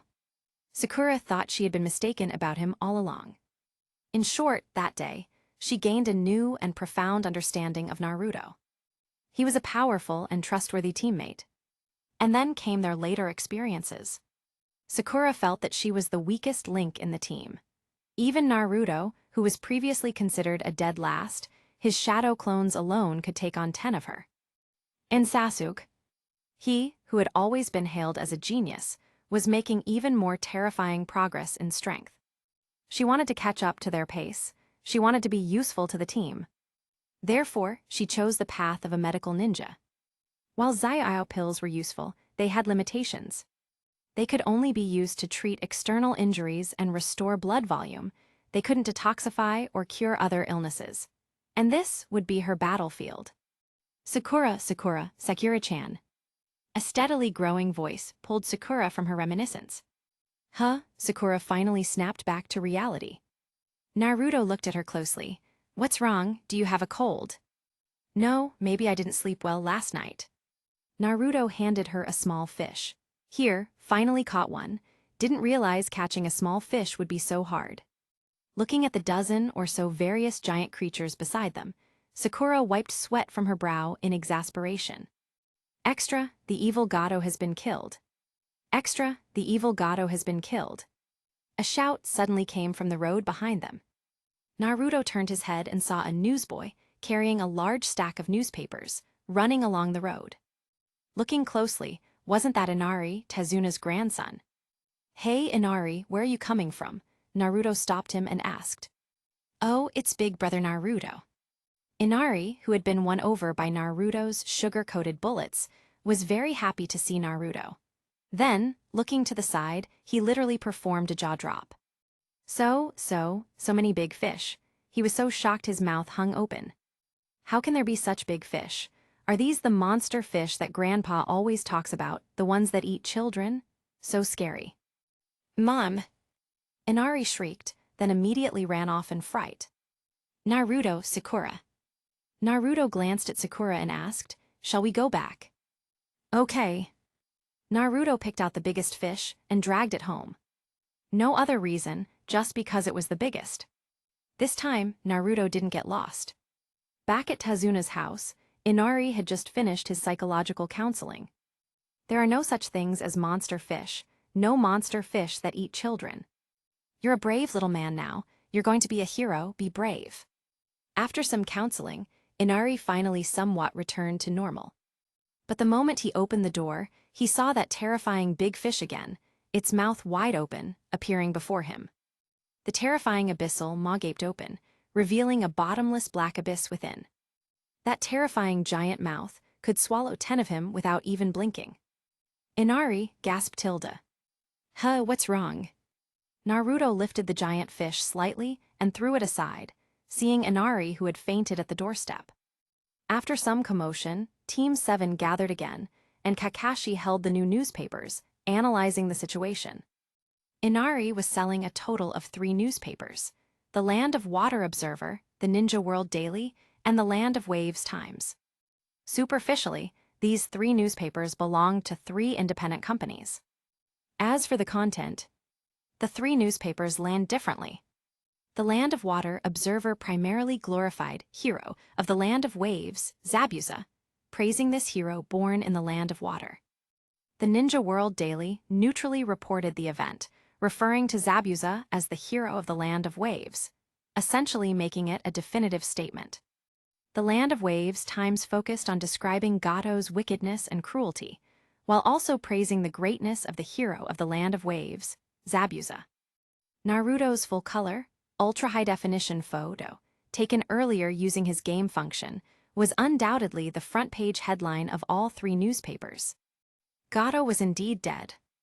However, at this very moment, Team 7, except for Naruto, all wore strange expressions looking at these 3 newspapers.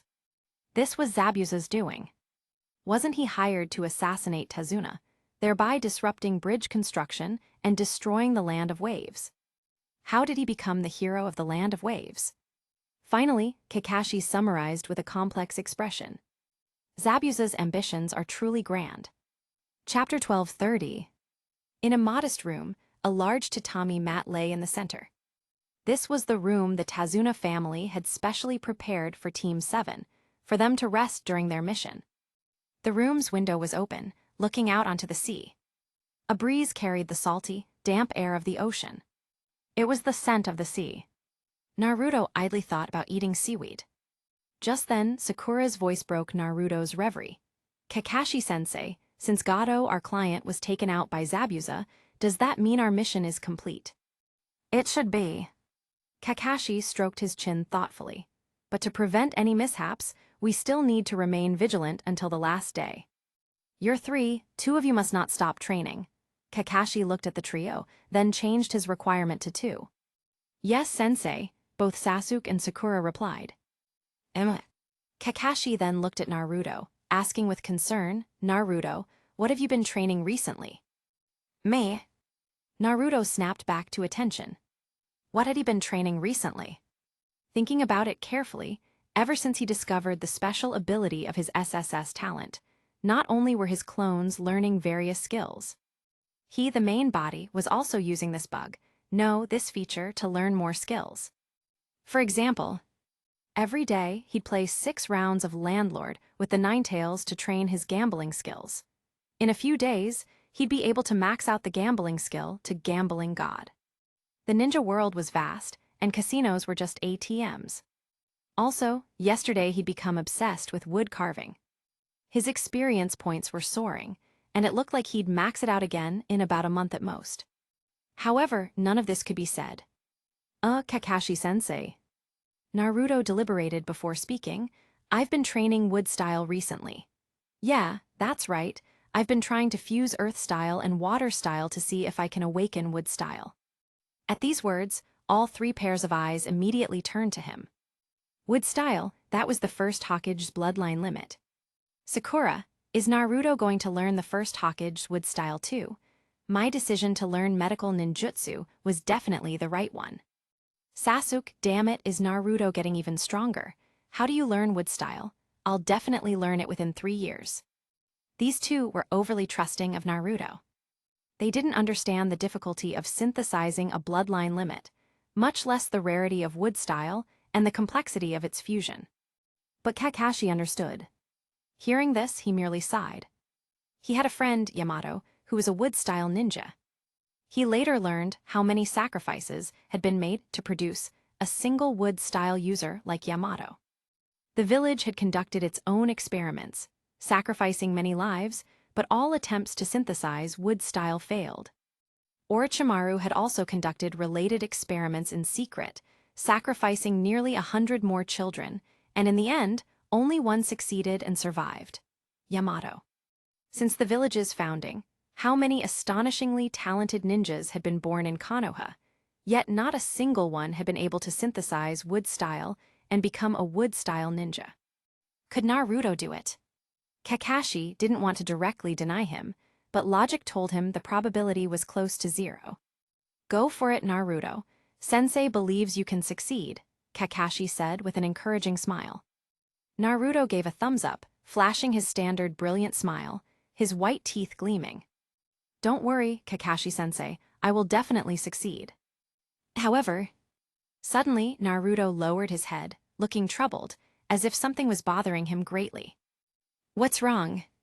Looking up, Naruto pleaded earnestly. There's something extremely important. If I can't do it, I'm sure to fail. So please, you absolutely must help me with it. Oh. Kakashi was utterly confused. What could possibly be so important that he absolutely had to help with it? Hattie. At this moment, Sasuke suddenly sighed in exasperation. He seemed to understand what Naruto was about to do. Sakura, meanwhile, looked at him bewildered. Just then, Naruto revealed his true intentions. Please, sensei, when you go back, you must meet with Hana-san. She's a truly wonderful older sister, and I hope she can become our sensei's wife. Kakashi, Sakura. Sasuke, hey, just as I thought. Naruto was puzzled by their expressions. I'm worrying myself sick for Kakashi-sensei. Do you guys want Kakashi-sensei to die alone? Please, Kakashi-sensei, this is my once-in-a-lifetime request. Sasuke and Sakura caught on and looked at Kakashi with great anticipation. Stared at by the expectant gazes of the 3, Kakashi found it a bit hard to handle and replied helplessly. All right, since you put it that way, I promise you. It was just meeting someone. He wasn't going to die just from being seen. Naruto, Sasuke, Sakura, great, this is going to be a show. Sasuke went off to train ninjutsu with Kakashi, while Sakura stayed in the room, training medical ninjutsu alone. The training space could generate plants like trees and flowers, but not animals like birds and beasts. So Sakura could only train medical ninjutsu in reality. This also had an advantage. Sakura's monstrous strength taijutsu training at night wouldn't be affected. She could focus on one in the daytime and one at night, making both medical ninjutsu and monstrous strength taijutsu primary focuses, completely uninterrupted in her path to becoming a violent woman. As for Naruto, he was sitting on the rooftop, enjoying the sea breeze, his mind immersed in the battle arena, searching for someone. Uchiha, what was his Uchiha name again? Naruto muttered fiercely, selecting an opponent in the training arena. A few days ago, when he went to vent on Uchiha Madara, he found a Uchiha Madara with quotation marks, so he chose him. Upon entering, Naruto discovered that this guy, in terms of resemblance to the Uchiha Madara described by the Ninetales from the Ninetales attack, was not just similar, but at least identical. So, Naruto went in and beat that person up. This Uchiha Madara had a strange Dojutsu eye technique. It was space-time based, and he could also use wood style. After knocking off the mask of the fake Uchiha Madara, a face appeared that Naruto didn't recognize at all and had never seen before. He knew who the culprit was, but Naruto didn't recognize this culprit. This greatly frustrated Naruto. And trying to get information by chatting with NPCs in the battle arena was incredibly difficult. The NPCs in the battle arena weren't real people, they were genuine AIs. For example, this masked fake Uchiha would constantly yell about Rin, and "I'll create a world where you exist." It was completely baffling. So, at this moment, Naruto could only enter the battle arena again and start searching for a needle in a haystack. On the character selection screen, he clicked the search bar and typed Uchiha. The search results showed thousands. It was simply too many. Naruto couldn't possibly look through them all. But he had plenty of time, so looking through them one by one didn't bother him. Next, huh.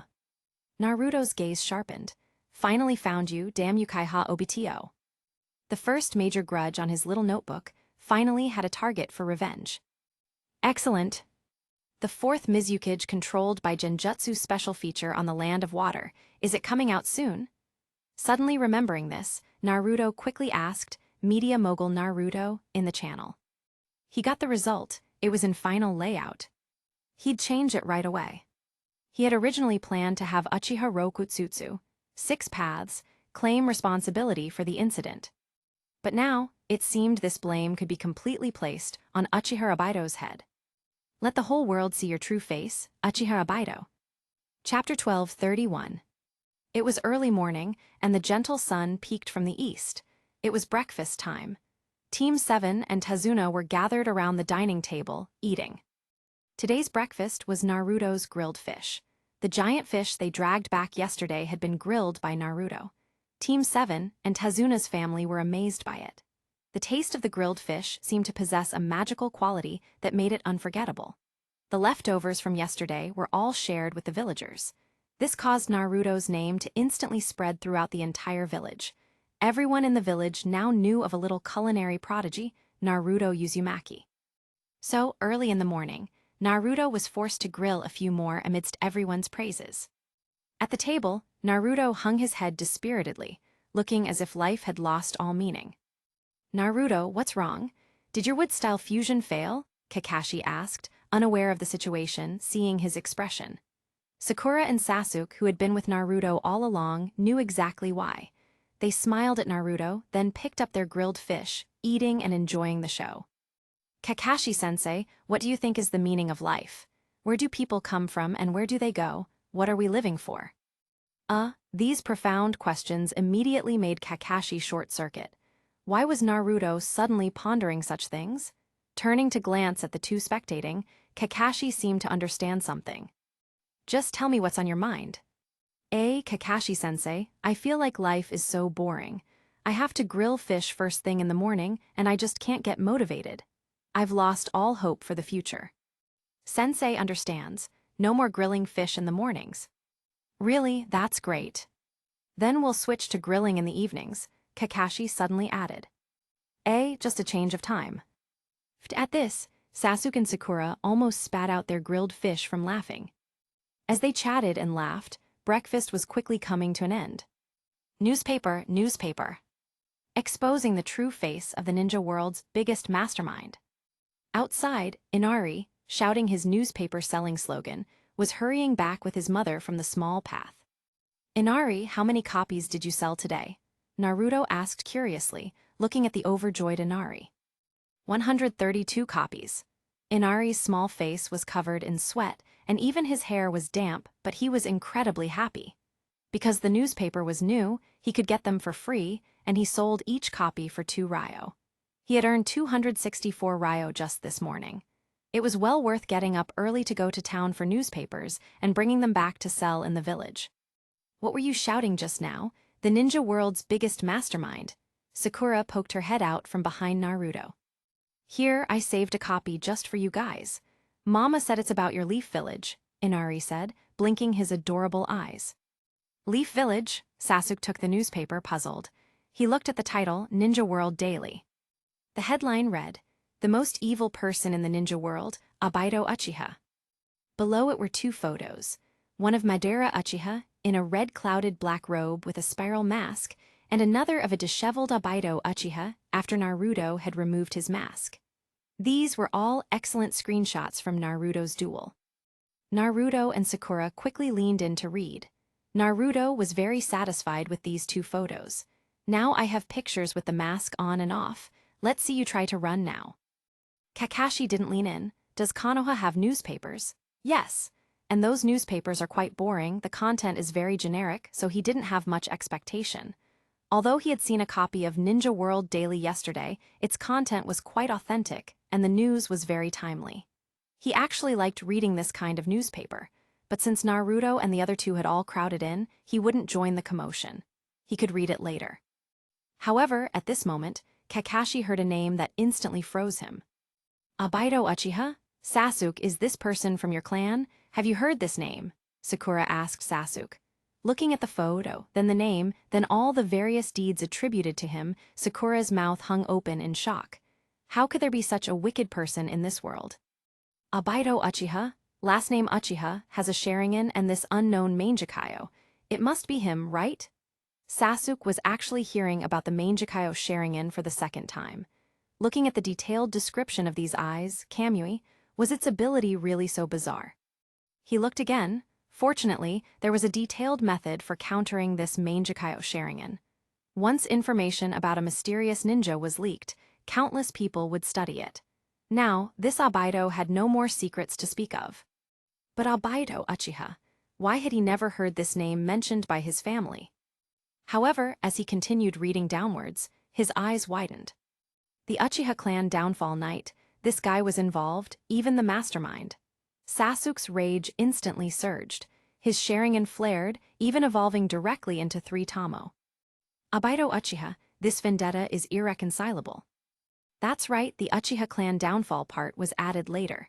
Since he decided to pin the blame on Obito Uchiha, what harm was there in adding a few more? This was just the beginning.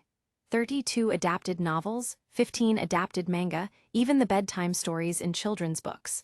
The final boss would always be Obito Uchiha. All these were in production, planned for release within the year. There were also 3 major special effects movies in planning. Provoking Me, Naruto Uzumaki, is destined to come with a price. Infamy for 10,000 years is just the beginning. What, will you Obito Uchiha dare to shout to the world? This wasn't me, I'm completely innocent. Please tell me, how will you prove it? Releasing the Nine Tails to cause the Nine Tails attack, orchestrating the Uchiha clan downfall, controlling the 4th Mizukage to initiate the Bloody Mist, and systematically destroy the hidden Mist Village. The more Naruto spoke, the more evil he felt. This guy is truly wicked, committing all sorts of atrocities. You think, could he have killed the Sage of 6 Paths? How is that possible? Sakura retorted. That happened 1,000 years ago. It's not impossible for such a villain, Sasuke chimed in. He really hadn't expected the usually calm Sasuke to even consider such a thing. It seemed he was genuinely angered. Are you discussing Obito Uchiha? Kakashi-sensei's slightly dry and hoarse voice came from behind them. His tone was very strange. Naruto looked up and saw Kakashi, who had just walked over and was also looking at the newspaper above their heads. His eyes were bloodshot, and his expression was frozen in disbelief. "Sensei, are you all right?" Kakashi stared blankly at the two photos in the newspaper, as if he hadn't heard anything. "Sensei, Sensei, Kakashi-sensei," Naruto called several times, but couldn't rouse Kakashi. He even waved his hands in front of Kakashi's eyes, to no avail. The two others reading the newspaper also noticed the anomaly. "Kakashi-sensei." All three shouted loudly, finally rousing Kakashi. After finishing the newspaper, Kakashi came back to his senses, looking painfully at the ceiling. "Abaito, is that you?" At the same time, with the release of Ninja World Daily, Land of Water Observer, Land of Waves Times, Picture News, and 32 other newspapers, Abaito Uchiha's infamous reputation first spread in the small countries. Then, with this explosive news, it spread throughout the entire ninja world. Abaito Uchiha became famous in the ninja world. I handpick only the finest and most captivating novels for you. Don't forget to check out my other novels. Piet Trianhong Mengzai. Chapter 1232. In the dense, secluded forest, giant trees towered, layered upon layer, allowing only specks of midday sun to filter through to the ground. Whoosh tilde whoosh tilde whoosh tilde. A figure continuously leaped through the trees. Uchiha Madara no Uchiha Abaito was on his way. This area didn't even have a Kamui chakra mark, so he couldn't use his Kamui dimension for quick travel. He had to rely on his physical body. Abaito suspected this fake Uchiha Madara might possess space-time ninjutsu. That person would change locations every so often, and the distances were vast, forcing him to constantly alter his destination. For days now, he had been continuously on the road. "HMPH, damn fake Uchiha Madara, when I catch you I'll tear you to shreds," Uchiha Abaito snarled. "Abaito, Abaito." Who? Uchiha Abaito stopped, seeing Zetsu catching up from behind him. The moment he saw Zetsu, Abaito's face instantly fell. "I've told you before, Zetsu, address me by my title when we're working." To openly call him Abaito, if someone found out. "But, Abaito, it can't be hidden anymore. The entire ninja world now knows that you, Uchiha Abaito, are impersonating Uchiha Madara. And all the things you've done in the past, the ninja world knows about them now too." In a moment of shock, Abaito saw the newspaper Zetsu handed him. It was the Ninja World Daily. The front page headline, "The Ninja World's Most Evil Person, Uchiha Abaito." The two full-color, high-definition photos on it deeply stung Abaito's eyes.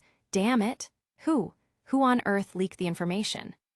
No matter who it was, the truth was out. Abaito's right eye beneath his mask twitched nervously, his palm pressing against the spiral-patterned mask, his knuckles cracking. The words, "manipulated the 9 tails, Clan Massacre Night," on the newspaper twisted into blood-red spirals within his Kamui dimension. HMPH, damned, even rats have learned to carry the truth around the streets. Abaito suddenly chuckled darkly. "Shut up, all of you, shut up. What hero, what demon, those who discuss such things are merely remnants chewed up by fate." He suddenly ripped off his mask and hurled it at empty space, but due to gravity, it hit the ground and shattered. Scattered light illuminated his face, revealing horrific cracks spreading from the Hashirama cells on his right cheek, covering half his face. At that moment, he suddenly remembered an old friend. "Kakashi, are you trembling now, clutching that Sharingan?"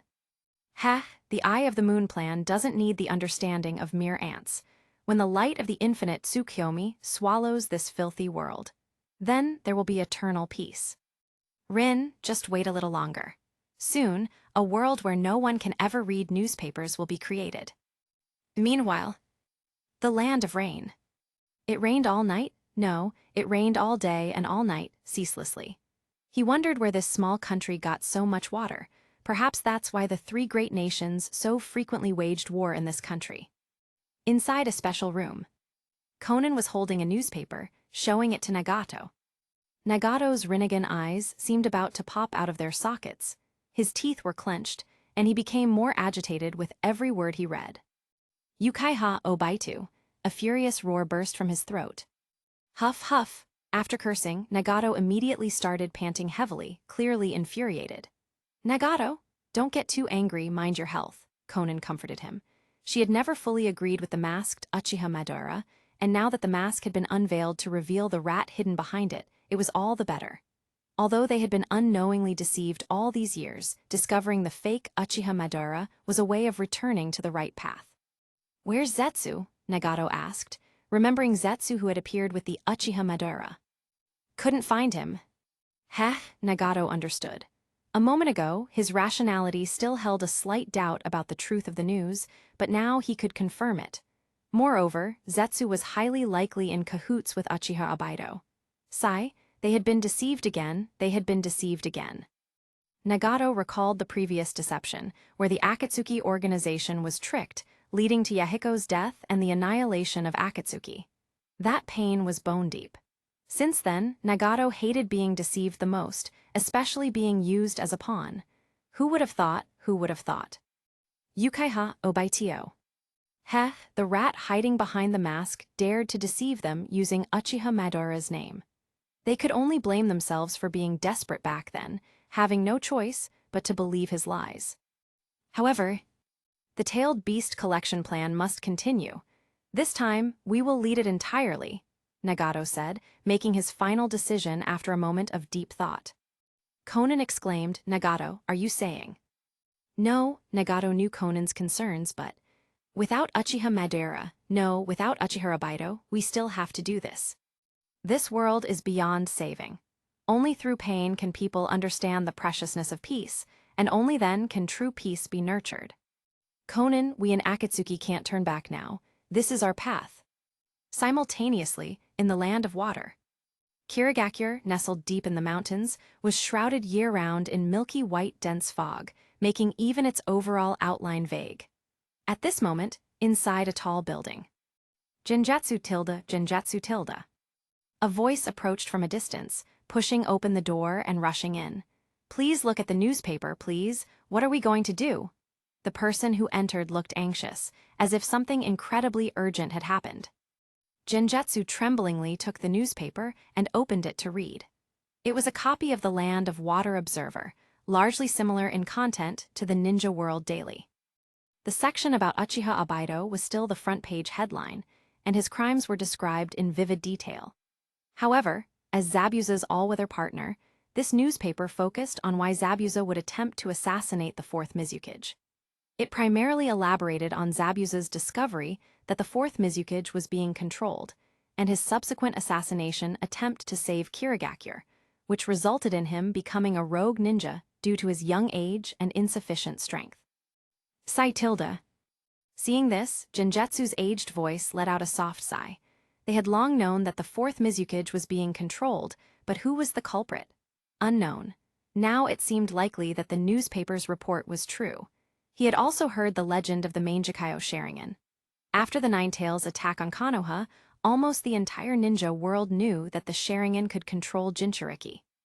Kirigakure had been strange since the fourth Mizukage's reign, but no one dared to imagine that the esteemed kage of a village could be controlled by an outsider, who then directly initiated the Bloody Mist Village era, causing Kirigakure to lose an entire generation of ninja. Not only that, but the village also lost a large number of excellent Kekkei Genkai users, and even the 7 ninja swordsmen of the mist defected. This was originally something Kirigakure had tried desperately to conceal, but after being reported by the newspaper, well, now their reputation was ruined worldwide. Fortunately, Genjutsu was old enough and weathered by experience, so he didn't suffer a sudden heart attack. Even so, as he looked at the newspaper, Genjutsu's eyes, which usually seemed barely open, widened significantly at this moment. Zabuza, Genjutsu remembered the child who killed his classmates. He looked at the newspaper's description of him. What a pity. He sighed softly and instructed, "Contact this newspaper. Issue a comprehensive bounty for Uchiha Obaido. Oh, and do you have the previous newspapers? I'd like to see them." A long-prepared newspaper was handed to him.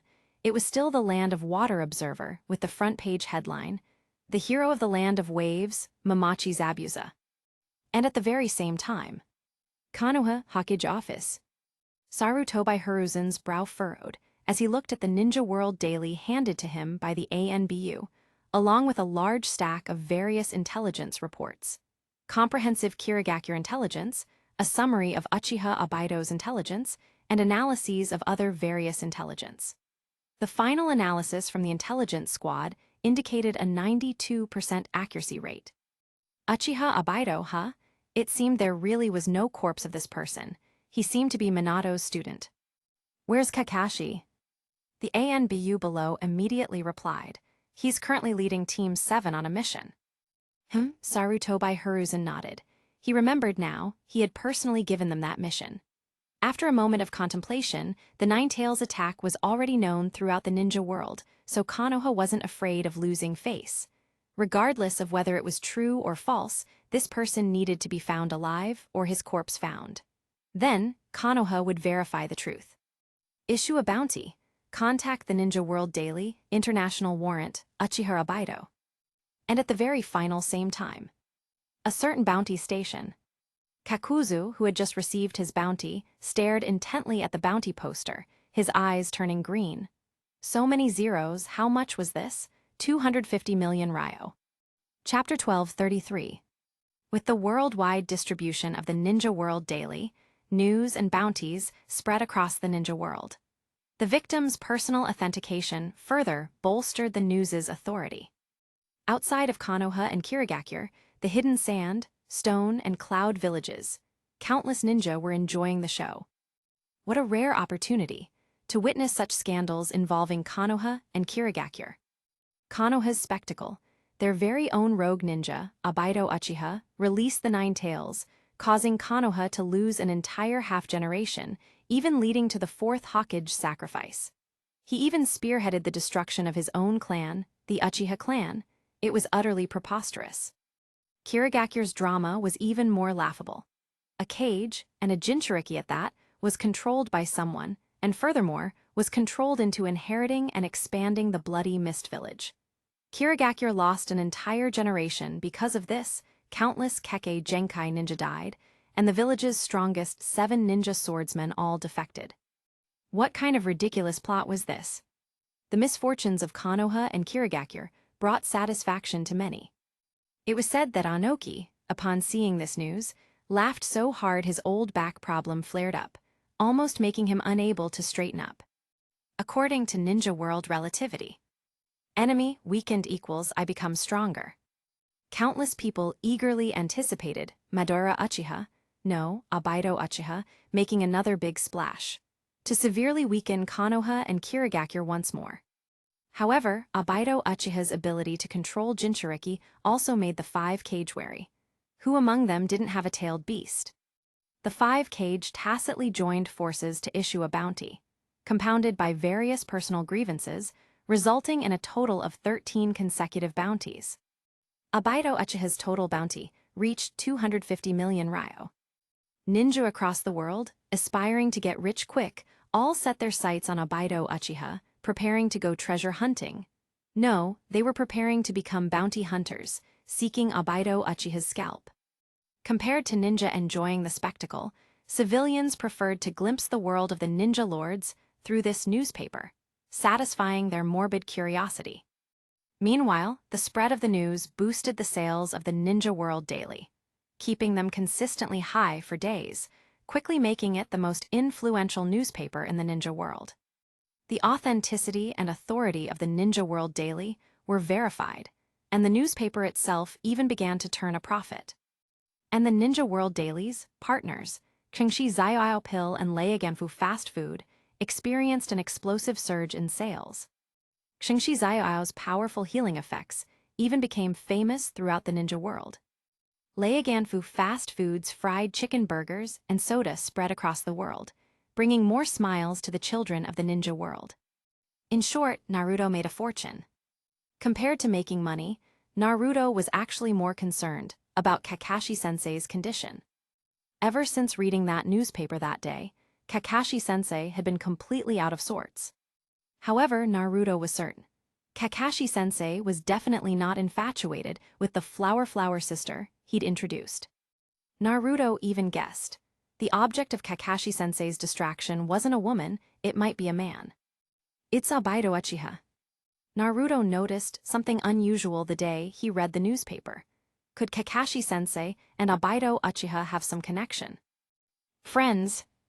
Or something else? It couldn't be lovers, could it? Teammates was highly probable. However, why had Kakashi-sensei never mentioned it? If such a villainous, inhuman piece of trash had gone rogue, why would Kakashi-sensei be so shocked? From Naruto's years of watching melodramatic short dramas, this Obito Uchiha, might he have faked his death to escape? And then returned as a villain? It was all just speculation. From Kakashi-sensei's expression, he seemed completely unwilling to bring it up. Kakashi not only didn't want to bring it up, but he was also even more eager to return home. Fortunately, time flew by. One day, at the gates of Konoha village. Finally back. Looking at the familiar gates, Naruto was filled with emotion. It had only been less than a month since they left, but it felt like half a year. Boring, Sasuke was still immersed in the rapid increase in his strength over the past half-month. He didn't want to return to the village, he just wanted to stick with Naruto. Kakashi-sensei, let's take a day off tomorrow, and the day after, can we continue with C-rank missions? At these words, Naruto was flabbergasted. What kind of maniac was this? 7 wasn't even enough to describe you, Sasuke.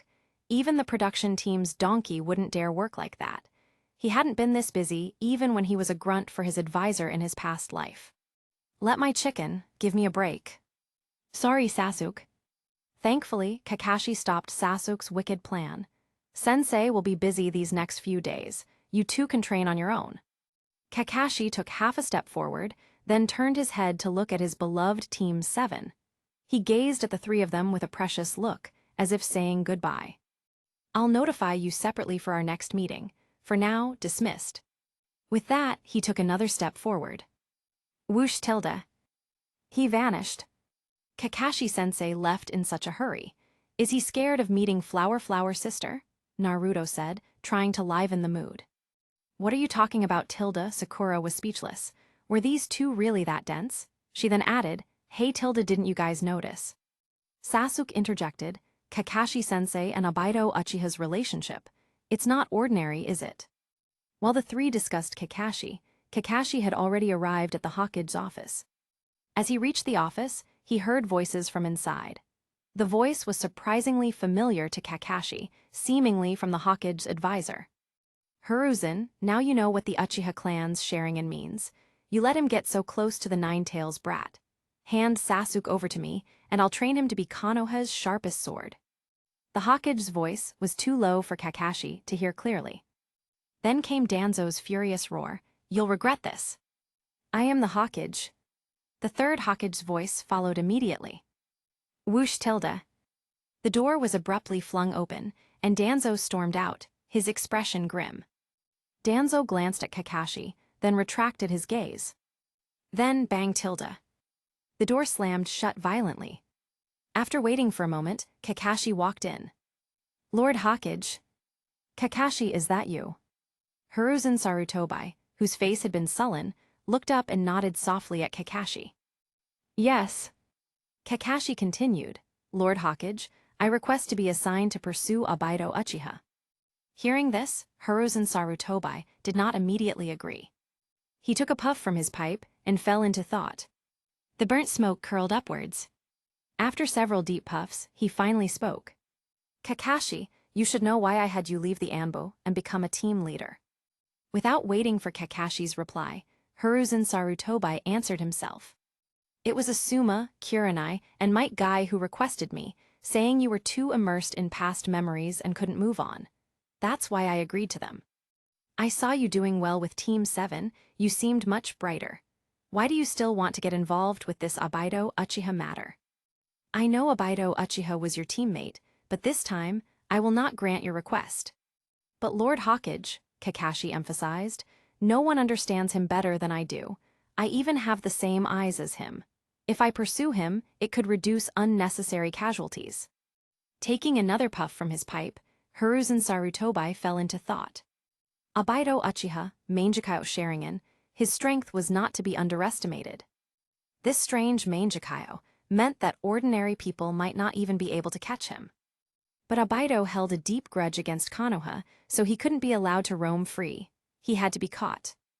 And Kakashi was the strongest of the younger generation, definitely on the candidate list. After long deliberation, Hiruzen Sarutobi replied. What about Team 7? Are you going to abandon them? Kakashi choked at these words. The Chunin exams are in 2 months. Let's discuss everything after the Chunin exams, Hiruzen Sarutobi finally said. Chapter 12:34. Before the team split up, Sasuke suggested that his house was quite large. Naruto turned his head, pretending not to hear. Then, Sasuke offered to spend the night at Naruto's house. Naruto decisively refused. This Sasuke is up to no good. Haven't you seen Sakura's face change next to him? I'll stay far away from him in the future. Having rejected Sasuke's request to stay over, Naruto went home alone. Night training space. Naruto plus Card Master Naruto plus Kurama were playing cards. A single 3. Card Master Naruto was the landlord. He glanced at his 2 opponents and tossed out a small 3. Bomb, Kurama instantly slammed down 4 2s. Mimicking Naruto's past swagger, Kurama said cockily, Naruto, I've only got 1 card left. It looked smug, its eyes almost disappearing into its increasingly round face. Ever since it started playing Do Daiju, Fight the Landlord with Naruto, it had been losing consistently, rarely winning. But this time, it was about to win. Seeing Kurama's last remaining card, the main body Naruto, as a fellow farmer, immediately applauded, providing ample emotional support. Kurama, you're playing too well. The card master personality was truly a card master, specializing in card games, able to flick paper playing cards with the force of steel shuriken. He wasn't in a hurry to play. He exchanged a glance with Naruto's main body, and the two winked at each other in unspoken understanding. Afterward, Card Master Naruto began to gently persuade. Kurama, we've been playing together since I was 3. Now I'm 12, so that's 9 years. 9 years, 3,285 nights, 25,000 hours. 25,000 hours, although it's just a small part of your life, Kurama, for me, you almost take up my entire life. After delivering this heartfelt speech, Card Master Naruto stared at Kurama, speaking with genuine emotion. We should be very, very good friends now, right? Of course, Kurama only had to think for a moment to know. Although it had been inside others' stomachs before, those people rarely saw it or spoke more than a few words to it. Even when they saw its true fox form, they either used its power or tried to control it. Only Naruto gave it freedom, gave it fried chicken, gave it sweet drinks, and always kept it company. Moreover, 9 years. Counting the face-to-face time, Naruto was second only to the sage of 6 paths. The two were already the best of friends. All right, Kurama, let's make another bet. Bet what? Kurama was puzzled. Aren't we already betting? Let's add a wager. If I lose, you can make any request, and my main body can fulfill it. If you lose, you let me hug and Rua you for 2 hours. How about it, do you dare? What bad intentions could Naruto have? He just wants to pet fluffy Kurama, that's all. It was chubby now, perfect for Ryuing. Ryua for 2 hours. Hearing this, Kurama began to ponder if there was some trap involved. Although their relationship was very good, you want to Ryua me, Kurama? Don't I, Kurama, have any dignity? But unlimited cola, fried chicken family buckets, it wanted all of them. And the recently released games, manga and novels, especially the games, it really wanted to play 2-player Contra with Naruto. If not, Super Mario Bros. Would do too. Besides, it Kurama might not necessarily lose. It sensed the cards in Naruto's main body's hand. That's right, the small joker marked with Chakra is still in Naruto's main body's hand. Then it looked at the cards in the clone Naruto's hand. A full 17 cards. 17 cards, you think you can instantly beat me? I'll let you Ryua my tail on the spot. I'm in, Kurama joined the high-stakes gamble. Excellent, Royal Bomb, Airplane tilde done. Card Master Naruto instantly threw out a card that shouldn't have been in his hand, followed by a 15-card airplane, winning the game. Kurama was dumbfounded. This isn't right. Seeing Kurama's round face make such a bewildered expression, the main body Naruto almost couldn't hold back his laughter. Ha ha ha, Kurama, do you understand the value of a god of gamblers? You can make whatever you want happen. This is the god of gamblers. Moreover, with two gods of gamblers serving you, a novice your luck, Kurama, won't be small. Hurry up and say thank you. Kurama pulled open the main body Naruto's cards. The card marked with Chakra was no longer a small joker, but a tiny pauper. It's over. Kurama looked utterly crestfallen. It had a vague feeling that it might have been tricked by the two of them working together. Kurama looked at the main body Naruto. Naruto. But Naruto completely ignored its explanation and simply pounced on it. Kurama, you smell so good. Naruto hugged Kurama and rubbed against it hard. It was so soft and fluffy, felt amazing, 1,000,000 times better than a stuffed animal. Weak. Helplessly, Kurama could only groan in disgust at Naruto, while its eyes scanned its surroundings. No one should have seen this, right? If anyone saw it, Kurama, the head of the tailed beasts, would lose so much face. However, it didn't resist either. A bet is a bet. It's definitely not because I, Kurama, really like Naruto. Yes, that's right. 2 hours please pass quickly. In a flash, it was the next day. Under the large chestnut tree. Naruto tilde. From a distance, Naruto saw a prettily dressed Sakura waving at him. Standing beside her was Sasuke. Sasuke was dressed the same as yesterday. Naruto even suspected if this guy had ordered 7 identical sets of the same outfit. Sakura, Sasuke, Naruto greeted them feebly. He hadn't planned to go out and play, but Sakura wanted to ask Sasuke out, and Sasuke only asked if Naruto was coming. So Sakura invited him out again. He, Naruto, didn't want to be a third wheel. But today, he had no choice. However, this bizarre love triangle was a bit strange. Sasuke nodded as a greeting. Sakura, behind him, winked at Naruto when Sasuke wasn't looking. Naruto understood. Today was about creating an opportunity for the two of them. He could find a chance to slip away later. Sasuke-kun, would you like some chestnuts? Sakura asked eagerly. This was a rare day off, and today she wanted to make further progress, to win Sasuke over before Ino did. But fate often had other plans. Sasuke-kun, a joyful shout suddenly came from a distance. Looking in the direction of the voice, Naruto saw Team 10, Shikamaru, Choji, and Ino. Are you guys off too? Naruto greeted his two friends warmly, having reunited with them. The three hadn't seen each other for over half a month. He remembered their last meeting was, well, last time. What a drag, tilde.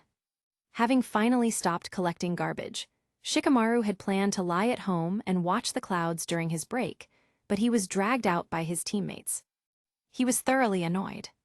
Hey, want some chips, Naruto? Choji offered Naruto some chips. Naruto looked at the sky. It's only a little past 9 a.m. It was nowhere near mealtime. But to be considerate of his friend's feelings, he still took one. The three of them were relatively harmonious. On the other side, an argument was about to break out. Ino Pig let go of Sasuke. Forehead girl, you're the one who should stay away from Sasuke. Sakura and Ino glared at each other, looking like they were about to fight. Women, huh? Shikamaru, Naruto, and Choji sighed deeply. Sasuke, irrelevant. Chapter 12:35. I asked around, and as luck would have it, Team 10 also had a day off. Such a coincidence, was it because of the Obito Uchiha incident? Naruto fell into contemplation.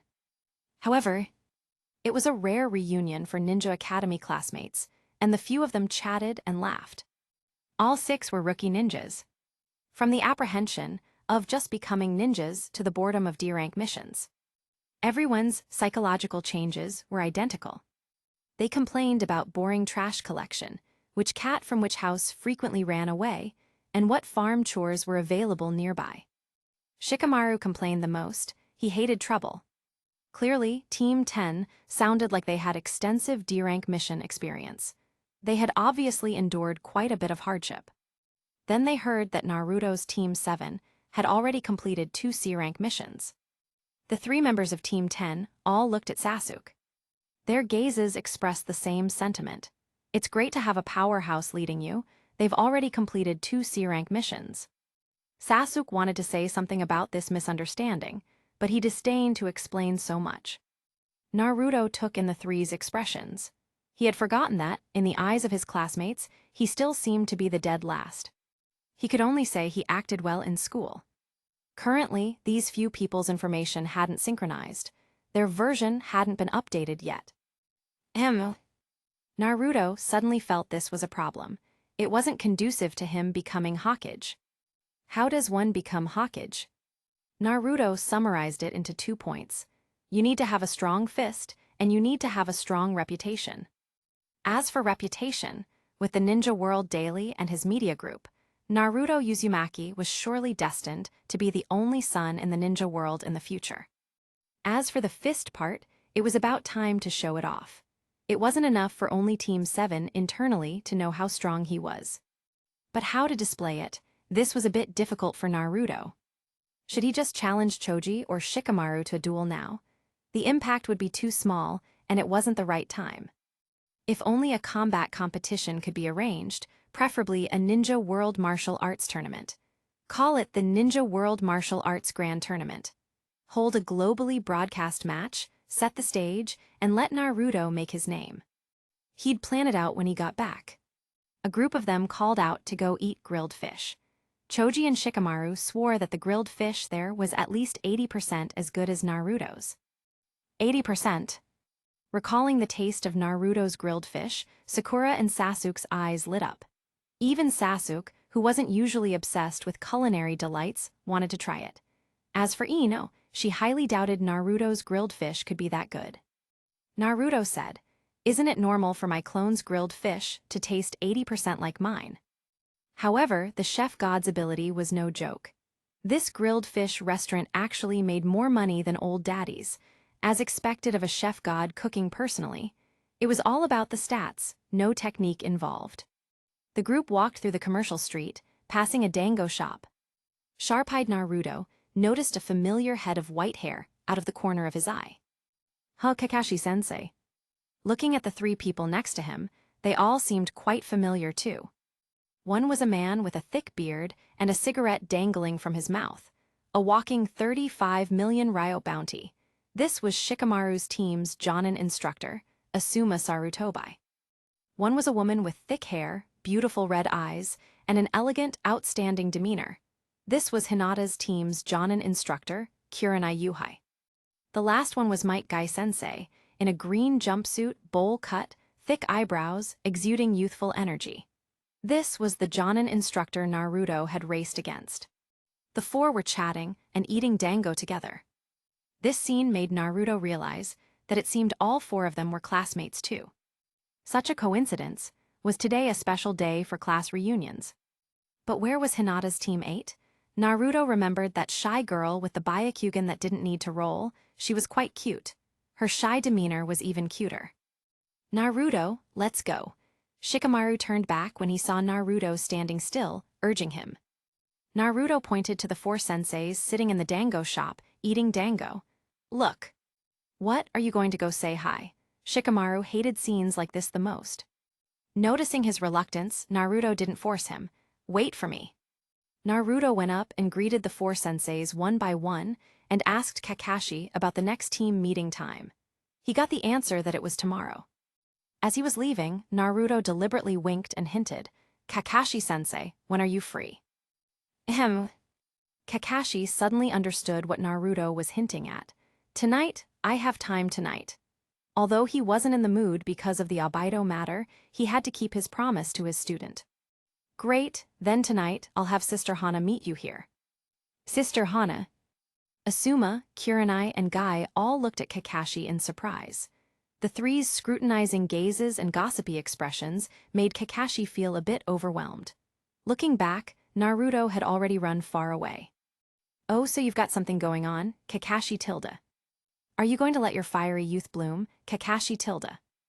Naruto, leaving, heard the teasing laughter behind him. Back with his group, Naruto reminded Sasuke and Sakura, "Don't forget to watch the show tonight." Choji asked, and Naruto plainly stated, "Kakashi-sensei is going on a blind date tonight." What do you guys want to see? Team 10 exchanged glances. Then, everyone agreed to watch the show together tonight. Night fell. The 6 of them secretly came near the dango shop, tracking from the rooftops. From a distance, they saw Kakashi having a clandestine meeting with a graceful, long-haired beauty. I think we've been spotted. Shikamaru noticed Kakashi seemed to have glanced in their direction. It's not just us, look over there. The other 5 looked across the street, and coincidentally saw the Jonin duo of Asuma Sarutobi and Kurenai Yuhai also secretly trailing them. Looking down further, they even saw Gai-sensei disguised as flowers and plants. The 3 parties met, speechless, silently indulging in the gossip. What did they call a live broadcast on a grand scale? This was it. The number of spectators exceeded the actual gossip. There wasn't even enough melon to eat. However, looking back at their own group of 6, one could only say they were no less enthusiastic. Naruto felt today was a bust. And the result was exactly as Naruto expected. Kakashi and Sister Hana chatted and laughed, maintaining their distance, not even holding hands. And then there was no then. They had expected fireworks, but it turned out to be Shakespeare. So disappointing, Kakashi-sensei. A whole group watched all night and saw nothing. They didn't even kiss. Ino was practically rolling her eyes like Hinata's Byakugan. After saying that, she looked expectantly at Sasuke. Sasuke-kun, how about we practice? Ino pig, get lost, stay away from Sasuke. Before Ino could even touch him, Sakura violently pushed her away. The 2 girls began their usual bickering. What a drag. Shikamaru felt he really shouldn't have come. It would have been much better to lie at home and watch the stars. The 6, having seen no good show, could only bid each other farewell. After the gossip squad disbanded, Naruto's trio found Sister Hana. This was Sakura's first time seeing Sister Hana, as Naruto called her, up close. She was indeed a super beauty. She had a gentle appearance with long, smooth black hair. She looked like an incredibly kind person. Kakashi doesn't seem to have that kind of intention. How about it, Naruto? Let's just drop it, Sister Hana said, gently before bidding them farewell. The 3 looked at each other. Chapter 12:36. Time flies like a white steed, and 2 months passed in the blink of an eye. Because of Kakashi, Team 7 only took on 2 C-rank missions during this period. All the others were D-rank. Catching cats, walking dogs, weeding, picking up trash, delivering packages. They did every single one of these missions. Today, Team 7 had another D-rank mission. A large farm outside Konoha village, where sweet potatoes were grown. Today's mission was to dig up all these sweet potatoes. Facing the morning sun, Naruto, Sasuke, and Sakura stood in a vast field, which stretched as far as the eye could see, a healthy, natural green. But looking at the endless sweet potatoes, Sakura and Sasuke wanted to cry. Kakashi-sensei, aren't there any more difficult C-rank missions? Sasuke complained discontentedly. Not only did these D-rank missions offer no real combat experience, but his progress during this time was like a snail compared to his training in the land of waves. Glancing at Naruto, he mimicked Naruto's tone and grumbled, "If I don't move soon, I feel like my bones will rust. So, just do your best, get some exercise and sensei will cheer you on," Kakashi said slyly, then jumped onto a nearby tree to read his adult novel. "That's not what I meant." Sasuke wanted to retort, but Kakashi had already jumped away. "Naruto, quick, think of something." Seeing Sasuke's failure, Sakura could only turn to Naruto, the king of ideas. "Since it's come to this, there's no other way. I'll have to use my ultimate technique." Naruto revealed Gai-sensei's signature grin. At this moment, both Sakura and Sasuke felt a burst of hope. HMPH. Clapping his hands, Naruto's chakra surged out of his body like water, instantly spreading across the entire field. Sensing this terrifying amount of chakra, Kakashi, who was reading, looked up. But he only glanced. Don't ask, he was already numb to it. After nearly 3 months together, he had experienced countless shocks from Naruto. You'd be numb too. However, this terrifying amount of chakra, truly worthy of the Nine-Tails Jinchuriki.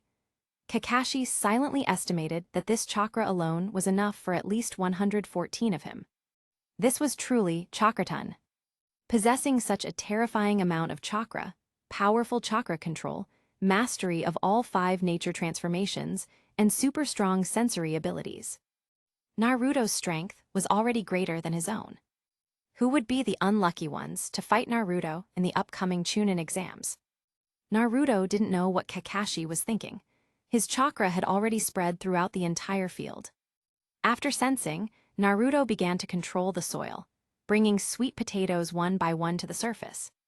Earth release, sweet potato digging jutsu. The controlled ground began to vibrate on a small scale, and the soil constantly rolled. The vibrations were slight, just enough to bring the fresh sweet potatoes to the surface. In a short while, the ground was covered with sweet potatoes. Not a drop of sweat, only results. After harvesting and collecting the sweet potatoes, the mission was complete. The scene shifts. Inside the village. Are you sure you're okay, Sasuke? I think Sakura dug up more sweet potatoes than you did. Sakura, Naruto, stop talking. You're making me an enemy. HMPH, Sasuke gritted his teeth. He wanted to retort but had nothing to say. It was the truth. Sakura harvested more because she had enough chakra and more clones. And all this was because Sakura's chakra sealing jutsu was progressing incredibly fast and had already achieved some success. Sasuke sighed inwardly. When will I be able to start training in chakra sealing? Chakra sealing was a chakra sealing jutsu taught to the 3 by Master Leopard, which allowed them to store excess chakra they refined daily for later use when needed. Sakura had made great progress in just 2 months, while he, Sasuke, hadn't learned it yet. He looked at Sakura, then at Naruto. Naruto was a lost cause. He'd been training for a full 6 years. But Sakura, she started training at the same time as him. Although her strength was lower, her rate of progress was greater than his. Without reason, Sasuke felt a sense of urgency. There were so many strong individuals out there stronger than him. His teammates were progressing faster than him, and what about himself? He was still doing these boring, leisurely D-rank missions. Damn it, this is infuriating. Kayak kayak kayak tilde tilde tilde. A sharp cry pierced the sky.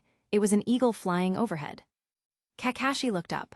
All right then, you're dismissed. I still need to submit the mission report.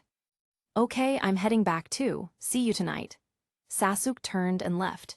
He hadn't gotten any real training today, so he planned to do extra practice when he got back. Sakura chased after him, wanting to improve their teamwork, but was cruelly rejected.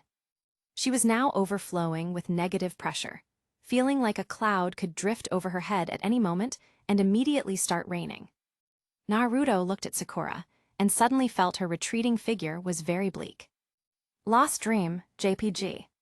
Sakura, I'm leaving too. Naruto said goodbye. Taking an apple from his backpack and starting to replenish his vitamin C, Naruto walked while releasing his senses, routinely checking the situation in the village. First, he checked on Danzo. He was also in the village. That old dog had been on his case lately, inexplicably ambushing Master Xing's Xiao Pills shop twice, seriously hindering his grand plan to get rich. He had already found a way to die. However, it wasn't time to act yet. He checked other locations. No, why were there so many unfamiliar chakras in Konoha? Many of them possessed the chakra levels of Jonin. Was Konoha under attack? But the village showed no signs. There must be another reasonable explanation. After a closer look, Naruto found a familiar chakra nearby, Konohamaru. He was currently overlapping with an unfamiliar chakra. Kidnapping. Naruto used a body flicker technique to jump over. Turning a corner, he saw an unfamiliar black-clad, ninja dangling Konohamaru. Konohamaru's 2 other squad members, Udon and Mogi, were terrified and crying. Whoosh tilde.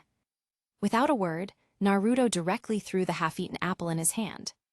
The apple, hardened by earth-style chakra and accelerated by wind-style chakra, was stronger than rock. Bang tilde. Kinkuro was sent flying, the excessive mass and speed carrying him halfway across the street, directly slamming him into the wall opposite. Thanks, boss. Big brother Naruto, you're so cool. Seeing someone come to their rescue, Konohamaru and the 2 little ones immediately hid behind Naruto, exclaiming about the boss's strength. Temari looked at the perpetrator, but upon seeing Naruto, her expression immediately changed, her face blushing shyly. What a handsome guy, truly a good man. What are you doing in someone else's village? Naruto curiously asked the other blonde female ninja. She seemed to be the black-clad man's accomplice.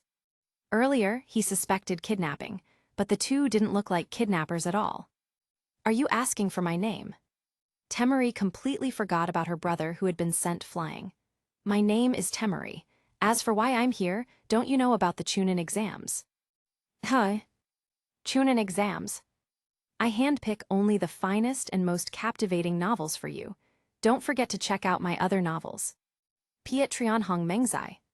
Chapter 12:37. Chunin exams. Naruto mulled it over again. Chunin exams, he hadn't misheard. Chunin exams. Given their age and strength, was it for selecting Chunin? But why were there ninjas from other villages? A phrase suddenly popped into Naruto's head. Joint exam of 9 schools. What joint exam of 9 schools? Joint exam of 5 schools? Naruto recalled distant memories. Because his high school had a good reputation, he seemed to have passively participated in such exams during his high school years. Although nothing changed except the test papers, joint exam of 5 schools, joint exam of 9 schools, just listen to the names, they sounded so cool. Drawing an analogy from those grand joint exams, Naruto started to understand this Chunin exam. Just as he was feeling sleepy, a pillow appeared. He was just wondering where to make a name for himself, and now the opportunity had arrived. This exam was practically tailor-made for him, Naruto Uzumaki. Why call it the Chunin exam? It was clearly his, Naruto's, staged to show off his strength. This time, he, Naruto Uzumaki, was going to make a splash, becoming the sole protagonist on the stage. He'd totally steal the show. He'd announce to the world, I, Naruto Uzumaki, am here, damn it. Just then, Temari seemed to remember she had a brother. She immediately ran over and pulled Kinkuro out of the wall. Don't move, cough cough. I think I broke a bone, Kinkuro wailed, coughing up a mouthful of blood. Naruto glanced at them, feeling rather awkward. Friends from afar come, let's break their bones first. This wasn't the hospitality of the Eastern great nation. But he absolutely couldn't be blamed. Who told them to grab Konohamaru as soon as they arrived?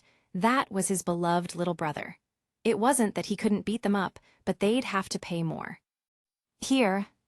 Naruto tossed over a happy pill. It was a number 16 happy pill, capable of restoring 625 HP, perfect for genin at their peak. Temari deftly caught it, seeing a red pill with 16 marked on it. As the Tgthegood's eldest daughter, she naturally recognized what it was.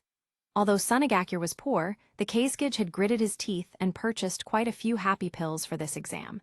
But one's own pills were never as good as someone else's. Kinkuro, quickly eat it. It's a number 16 happy red pill. After he took it, clack clack, his bones self-corrected. In a moment, Kinkuro was fully recovered. Happy pills might not be effective for other ailments, but for internal and external injuries caused by attacks, they were a miracle drug.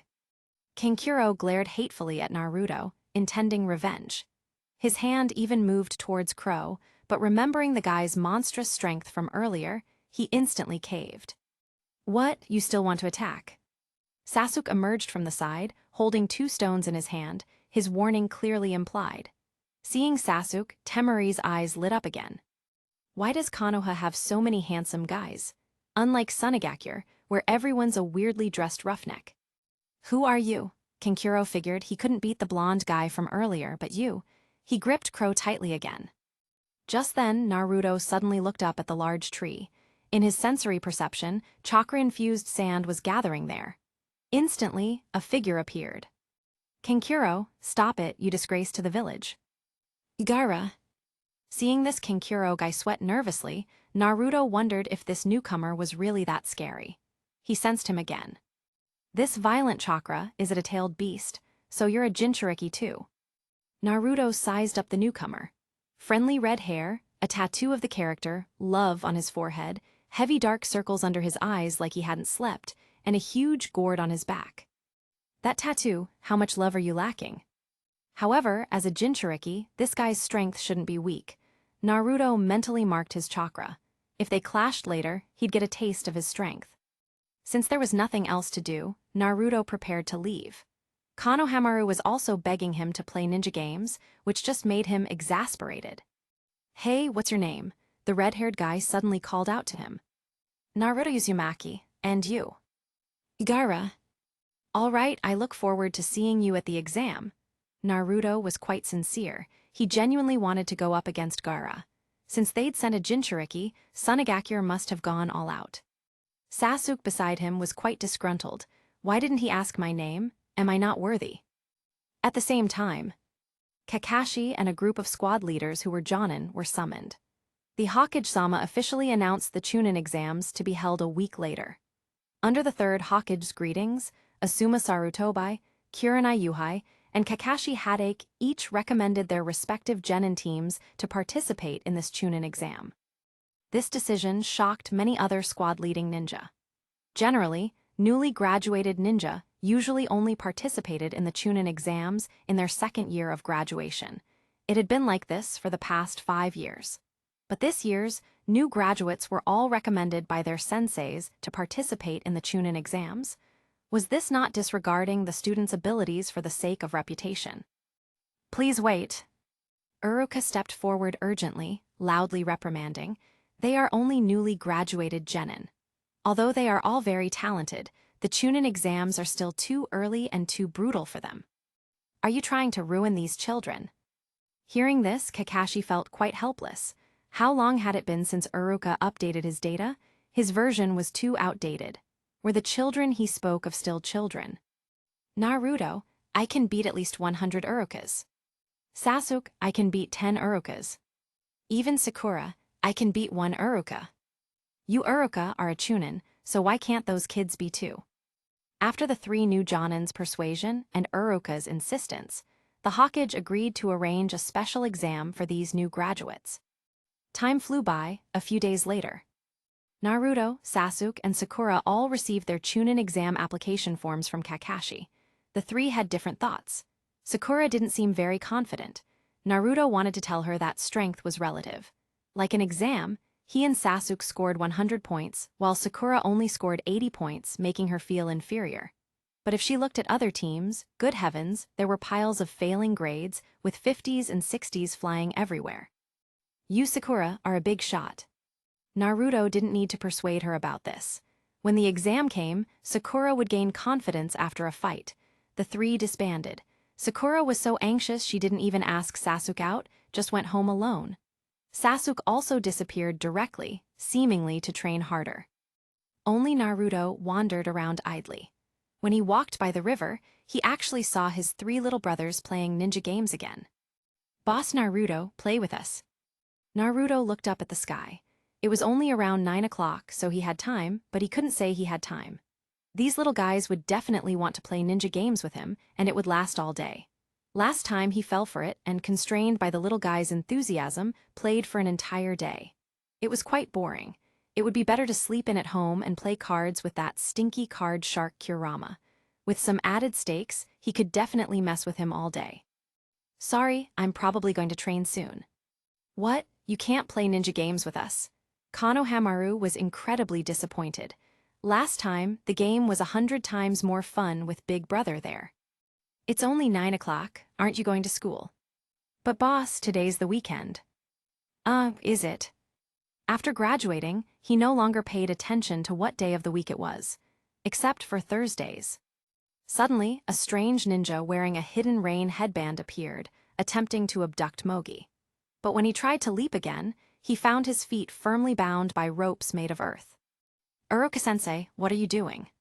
Chapter 12:38. After some questioning, Uruka-sensei actually didn't believe in Naruto's strength. "Hetty, a single bowl of ramen wouldn't be enough to mend his fragile heart. At least 10 bowls." After much persuasion and extorting 5 bowls of ramen, Uruka-sensei was ready to leave. He was in a hurry to extend a warm welcome to the other new genin. Watching Uruka-sensei walk away, Naruto could only wish his fellow classmates good luck. He also hoped Uruka-sensei wouldn't encounter Sasuke. His strength was a bit too high, and he didn't have Naruto's sensory abilities. He just hoped Sasuke wouldn't be too heavy-handed. But it didn't matter, Zabuza pills would handle it. Boss game. His three little brothers shouted in unison, asking Naruto to join their game. Seeing their expectant eyes, Naruto felt a little bad, but he didn't want to play. Forget it, I'll take you guys to eat Leagamma. Awesome, X3. No kid could refuse Leagamma, fast food and soda. Naruto and the Konohamaru squad went to eat Leagamma fast food. While queuing, they unexpectedly ran into Choji. If he remembered correctly, Choji was a regular here and also the highest-tier VIP. As expected of you, Choji. Not a single gram of fat on him was gained for free. It was all eaten bite by bite. Looking ahead at the seemingly endless queue, Naruto felt a growing despair. There seemed to be an unusually large crowd today. It wasn't even Thursday, so why were there so many people? Upon closer inspection, he noticed that many people in line were wearing headbands from other ninja villages. So that was it. Just a moment ago, Naruto had also seen ninjas checking in at the Hokage Rock. Had Leagamma also become a check-in spot? Did you hear? About what? This is the main branch of Leagamma fast food.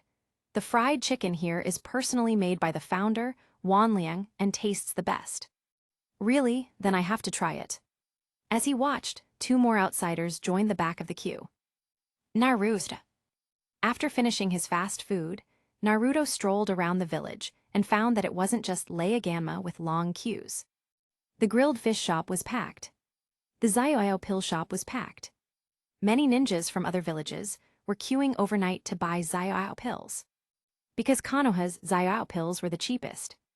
Zabuza pill number 1 in other regions started at least at 50,000 ryo, some even at 100,000, while in Konoha, it was only 20,000 ryo. No choice, he Naruto truly loved the village too much. It definitely wasn't because the initial pricing was too low. Absolutely not. Over the next few days, more and more ninjas from other villages arrived. There were strong ones and weak ones, and Naruto even marked a few interesting chakras. Until Naruto discovered that Uchiha had actually come to the village. There were too many clones. Naruto wouldn't synchronize their data in real time unless it was important news. He wasn't a quantum brain. Otherwise, just synchronizing data from hundreds of clones would be enough to give him a headache lying in bed every day. So, communication with the clones was usually done through channel chat. Naruto asked in the channel, and only then learned that Uchiha was actually here to do a special report for the Ninja World Daily. In the coming days, the daily intelligence from Konoha's Chunin exams would be serialized in the Ninja World Daily. To facilitate this, Konoha would even pay to purchase ad space. Hey, interesting. The village is paying me to promote myself, winning big. 5 days passed in a flash. Team 7 agreed to meet at the school gate. The registration location was there. Early in the morning, Naruto and Sasuke had already arrived. Sorry I'm late. Sakura's face was unhappy, as if she hadn't slept well, and she greeted them listlessly. Naruto was muttering, Sakura isn't still lacking confidence, is she? Should I provoke her a bit later? Sasuke-kun, good morning. Even though Sakura wasn't feeling well, she didn't forget her original intention of greeting Sasuke separately. Sasuke nodded, and the three walked inside. As soon as they reached the second floor, they saw a crowd of people huddled together. Pushing through the crowd to the front, Naruto found 2 Chunin using transformation jutsu to block everyone, and 2 people had even been beaten by them. Naruto was somewhat familiar with the 2 who were beat. That bowl-cut hair clearly belonged to a younger Might guy, who seemed to have challenged him back in the Ninja Academy. The other girl's attire had a distinctly Chinese style. As for their other teammate, with his Byakugan eyes, he was undoubtedly from the Hyuga clan, seemingly the genius of the previous generation, Hyuga Neji. They had also exchanged greetings back in the Ninja Academy. Looking at the scene, Naruto disdained to act. Did he really need to deal with such a trivial matter? Sasuke, show them a good time. Sasuke's face darkened at these words. Naruto's remark clearly wasn't kind. However, he still stepped forward, hurry and move aside, Let us go up to the third floor. This barrier created by genjutsu, quickly dispel it. The gatekeeper, transformed from Konoha's Iron Man, Kotsu Hagen, wasn't surprised by his words. Is this from the Uchiha clan? He replied aloud, oh, so you've seen through it, but merely seeing through it, right? The implication was that they still needed to fight. He moved, preparing to attack, when he suddenly saw a change in Sasuke's eyes. The Crimson Three Tamos Sharingan made its dazzling debut before everyone. Damn it! Just as he thought this, Kotsu found himself completely unable to move. It's genjutsu. Let's go! Seeing Sasuke succeed, Naruto directly led the way through the door. Through training, and with the blessing of the Three Tamos Sharingan, Sasuke's illusion attribute average had reached around 90. While he couldn't deal with Naruto's 400+ attributes, it was an instant kill against Chunin, whose genjutsu average was 50-60, or at most 60-70. Seeing the other Chunin still trying to block them, Naruto glared at him. With his 400+ attributes, his power was far more terrifying than Sasuke's. The ninja transformed from Izumo Kamizuki stood rooted to the spot, unable to move. Even if he reacted and frantically channeled Chakra to try and break free, it was useless. Pure statistical overwhelming dominance. After a glance at Izumo, Sasuke also walked past him. He had long known the depth of Naruto's genjutsu mastery, but he hadn't expected the effect to rival his Sharingan. Good thing Naruto doesn't have the Sharingan. When I grow stronger, my genjutsu will definitely surpass Naruto's. This. Rock Lee stood dazedly in place, unable to utter the next sentence for a moment. Neji stepped in to finish for him. This is genjutsu. Neji had some understanding of the other major clan that had always been as famous as the Hyuga. However, he truly hadn't expected this young Uchiha to already possess the Three Tamos Sharingan at such a young age. He remembered their last race was neck and neck.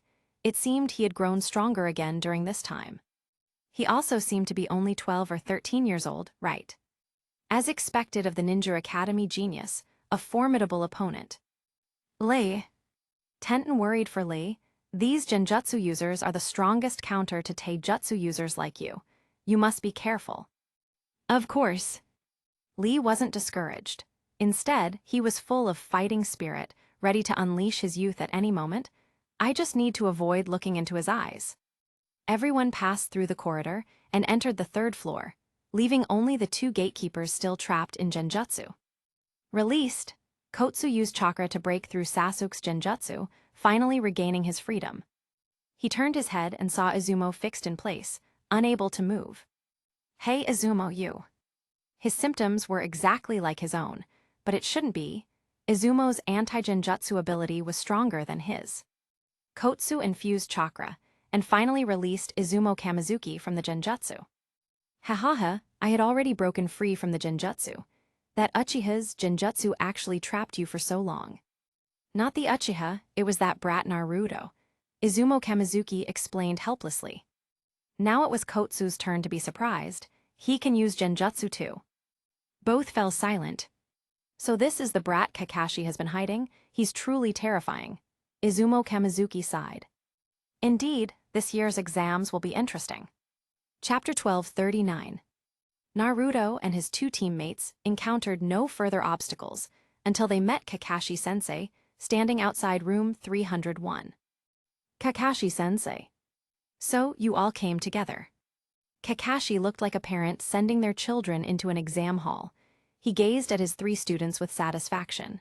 Naruto, Sasuke, Sakura, you are my proud students. Even though these students were all very talented, and he seemed to have put in little effort, their strength kept climbing on its own. But you tell him, weren't these three still his Kakashi students? Weren't they? All right, go on in. Kakashi seemed to have come just to see them off. He stepped aside, revealing the large door behind him. Looking at the door, Naruto was filled with emotion. It was finally here, the Chunin exam. That year he was 18, full of youthful vigor. He, Naruto Uzumaki, was here to report. Turning to glance at Sasuke, Naruto revealed a mischievous grin. Sasuke, let's go in and say hello to everyone. Sasuke was a little confused. Why did Naruto suddenly say that? Could it be? He had a bad feeling. The door opened. What met their eyes was a sea of people. A multitude of faces from Konoha, Sunagakyur, Kusagakyur, Aimgakyur, Otagakyur, and Takagyur. Heroes from various ninja villages gathered, a veritable talent pool. Looking at the diverse people inside the exam room, Naruto was filled with grand ambition. Today, he had only one goal: to dominate the Chunin exam hall. From today onward, please call him Naruto the Maniac. Since that was the case, he'd start by saying hello. Clap, clap, clap, tilde, tilde, tilde. Naruto raised his hands high and clapped 3 times loudly. The resounding claps drew everyone's attention. Such an audacious act silenced the entire room. All eyes turned to the 3 newcomers. Sakura, already lacking confidence, was scared half to death by the sudden stares. Sasuke, however, curved his lips into a smile. He understood Naruto's intention now. Naruto's strength should have been obvious all along. He hadn't even seen Naruto explain Shikamaru's misunderstanding earlier, and he thought Naruto would keep hiding it. Now it seemed Naruto had been waiting for an opportunity. The Chunin exam was that opportunity. But to be so high-profile. He had never been a high-profile person, but since they were already doing this, what was there to fear? He, Sasuke, was not afraid of trouble. Everyone's look at me. Naruto flashed a brilliant smile, his eyes radiating confidence. All right, now I'm going to announce something. All of you here are trash. All of you here are trash tilde tilde tilde. Trash tilde tilde. SHHH tilde. The enormous voice echoed through the classroom. Echo tilde tilde tilde. As soon as these words came out, the entire hall was shocked. Everyone thought they had misheard. Was this guy also a genin? He's too arrogant, he completely disregards them. Outside the door, Kakashi's eyes curved into crescent moons. As expected of you, Naruto. Meanwhile, Naruto's 2 friends, Shikamaru and Choji, were the most shocked. Were these words something the dead last Naruto should be saying? For a moment, Choji even stopped eating his potato chips. Oh no, Naruto's going to be in big trouble now. He'll be severely targeted in the upcoming exams. Idiot, making enemies of everyone in an instant. Shikamaru dared not even think about the implications of Naruto's statement. It was too troublesome. In short, Naruto was finished. Naruto-kun. Looking up at the confident Naruto, Hinata immediately blushed and played with her fingers. But the next moment, she was deeply worried for Naruto. Hath, Gaara's lips curved into a sinister smile. He naturally wouldn't be swayed by such low-level provocation, but thinking of the yellow-haired kid's performance that day, he felt his blood boil again. Konoha, Sunagakyur, Kusagakyur, etc., all the ninjas reacted differently. Sakura, being the closest to Naruto, was on the verge of tears. I don't know him, really, we're not together. She looked up, her eyes catching a glimpse of a fierce-looking ninja, and Sakura shivered, immediately bowing her head, not daring to look up again. I'm doomed. Naruto was strong, so he'd probably be fine, but she was doomed. After arrogantly calling everyone trash, Naruto waited and waited. Apart from everyone glaring at him, nothing else seemed to happen. No, seriously. The next step should be to kill a chicken to warn the monkeys, but where's the chicken? He had originally planned to continue killing a chicken, but since nothing was happening, he'd let it go for now. He turned his head and saw Shikamaru, Kiba, and their 2 teams standing not far away. It seemed all the new genin this year had shown up. Hello. Faced with Naruto's enthusiastic wave, Shikamaru turned his head, pretending not to recognize him. Kiba did the same. Hinata, however, shyly glanced at him twice, but seemed afraid to come over alone. He didn't know if it was shyness or fear. At this moment, within the group of examinees. Did you hear that? In the Sound Village team, Zaku Abumi asked the other 2. He called us trash. How regrettable. Let's play with them a little, the last female ninja said. Whoosh, whoosh, whoosh, tilde, tilde, tilde. Sensing movement, Naruto knew. The chicken had finally arrived. Huh? Zaku Abumi leaped high into the air, intending to throw 2 shuriken, but was stopped by a single glare from Naruto. Their eyes met, and his instantly rolled back, falling straight down from the air. Thud tilde. He landed on the ground. when they looked again, he had already fainted. As for the other attacker, he moved forward and was about to throw a punch at Naruto when Sasuke glared at him. His movements abruptly froze, and he fell into a genjutsu, fixed in place, unable to move. "Go back to your trash can." Naruto kicked him, sending him flying into the crowd ahead. These words, once again, drew angry glares from everyone. However, no one dared to step forward recklessly again. Killing the chicken to warn the monkeys, the effect was clear. The first ones to step up had failed, proving one thing: this boastful blonde kid was indeed very strong. As ninjas, they were cautious enough and wouldn't be easily provoked. So, before understanding Naruto's exact strength, they all chose to lie low. "Naruto, is that really you?" Now, Team 8 and Team 10 all curiously gathered around. Everyone, especially Shikamaru and Choji, scrutinized Naruto up and down, pulling at his arms and clothes, trying to figure out if this Naruto was someone transformed by a transformation jutsu. "I told you already, I'm super strong, okay?" Naruto scratched his head with a gentle smile, as if the arrogant blonde kid from moments ago was a completely different person. Hello." Hinata softly greeted Naruto. As their eyes met, Hinata once again buried her head, playing with her fingers. "Naruto-kun really is strong." Naruto didn't know how to respond. Did she greet him or not? "Damn it, how am I supposed to compete with you for boss now?" Kiba seemed to still be reminiscing about their rivalry for the top spot in school. "I'll let you have it," Naruto said indifferently. "Silence, all of you trash." From the podium, a voice rang out. Bang, the smoke cleared, and the examination proctors made their solemn entrance. "I am Ibiki Morino, the proctor for the first stage of the Chunin exams." As soon as he finished introducing himself, he heard a voice. "Sensei, someone's sleeping here. He's disrespecting you." Chapter 1240. "Teacher, someone's sleeping here. He's disrespecting you." Naruto pointed at the chicken. No, not a chicken, it was Zaku Abumi, who was under genjutsu and wouldn't wake up even after falling hard onto the ground. He didn't know the guy's name. No big deal, just a background character.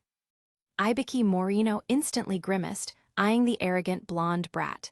His gaze was fierce, and the scars on his face looked even more menacing, as if he was about to murder someone's entire family at any moment. Sasuke probably knew that feeling well. Naruto felt the same way. This blonde brat reminded Ibiki Morino of what Kakashi had called his adorable student. Aside from his looks, nothing else about him was adorable. And he certainly wasn't like the fourth Hokage, who made people feel as if they were bathing in a spring breeze. "Where's his teammate? Quickly dispel the genjutsu." Hearing this, the only remaining female member of the trio stepped forward and dispelled the genjutsu. "Listen up, everyone remaining. No more messing around until the exam is over. Anyone who violates this rule will be immediately disqualified, understood?" Ibiki Morino glared fiercely at the troublemaker before announcing this ironclad rule. Next, everyone followed instructions to submit their application forms and receive their numbered tags.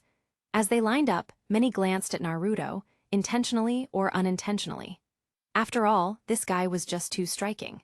He left a deep impression on everyone, and quite a few were curious about and wary of Naruto's genjutsu. After receiving their numbered tags, everyone took their assigned seats. Sitting down, Naruto subtly sensed his surroundings. His team's numbers had been completely scrambled. He was quite far from Sakura and Sasuke. Looking up at Ibiki Morino standing at the podium, Naruto sat up straight, ready to see what this so-called first stage of the Chunin exams was all about. He'd been through middle school exams, college entrance exams, and even postgraduate entrance exams, but never a Chunin exam. "Let's see what this is all about, JPG." "Naruto-kun." A faint voice suddenly came from his right. He turned his head and saw a familiar little girl with beautiful Byakugan eyes. "Hinata. Let's do our best together." Hinata's face was flushed as she smiled sweetly, looking quite adorable. "Yeah, you too. This little girl seemed a bit different today." Then came the distribution of test papers. Naruto was utterly dumbfounded when he received his test paper. Seriously, written exams again? Even the Chunin exams aren't escaping the written portion. Chief Examiner Ibiki Morino announced the rules.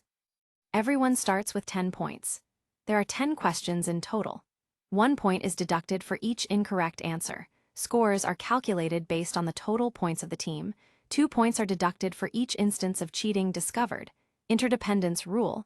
If any member of a team scores 0, the entire team fails. The last question will be given 45 minutes after the start of the exam. The exam duration is 1 hour. Begin. At the examiner's command, the exam began. As the exam officially started, Naruto remained unhurried, first taking the opportunity to survey the exam room. At the podium sat Chief Examiner Ibiki Morino, with 2 Chunin examiners assigned to monitor each row. This ensured that every candidate was simultaneously monitored by 5 pairs of eyes. Under such strict supervision, cheating seemed quite difficult. However, it had nothing to do with Naruto. Since that was the case, he'd first check the difficulty of the questions. Question 1, Cipher. Tgthegood looks quite challenging. But have you ever heard my story? Do you know what an SSS talent is? Do you understand what a stat monster is? Instant kill. Question 2, Projectile motion. Simple, instant kill. Question 3, Map question. Instant kill. Question 4, Question 9. In no time, Naruto had finished all the questions. It was just too easy. He checked the time. No way, dude, only 5 minutes have passed, so I have to sit here bored for another 55 minutes. Counting, he had already completed 9 questions, conservatively scoring 9 points. Even if he didn't do the last optional question, he'd only lose 1 point. He could totally leave early and put on a show in the process. Do you understand the swagger of a top student? Can you even call yourself a top student if you don't turn in your paper half an hour early? Examiner, Naruto raised his hand, attracting many glances. I'm done. Huh? Those familiar with Naruto, Shikamaru, Choji, Ino, Kiba, and even Sakura and Sasuke all stared at Naruto in surprise. He finished all those difficult questions. Is this still the Naruto they knew? Can I turn in my paper early? Naruto tentatively asked. Ibiki Morino, seeing this presumptuous kid, was at a loss for words for a moment. If you want to give up, you can turn it in. Then never mind. Naruto casually lowered his hand, beginning to look around boredly.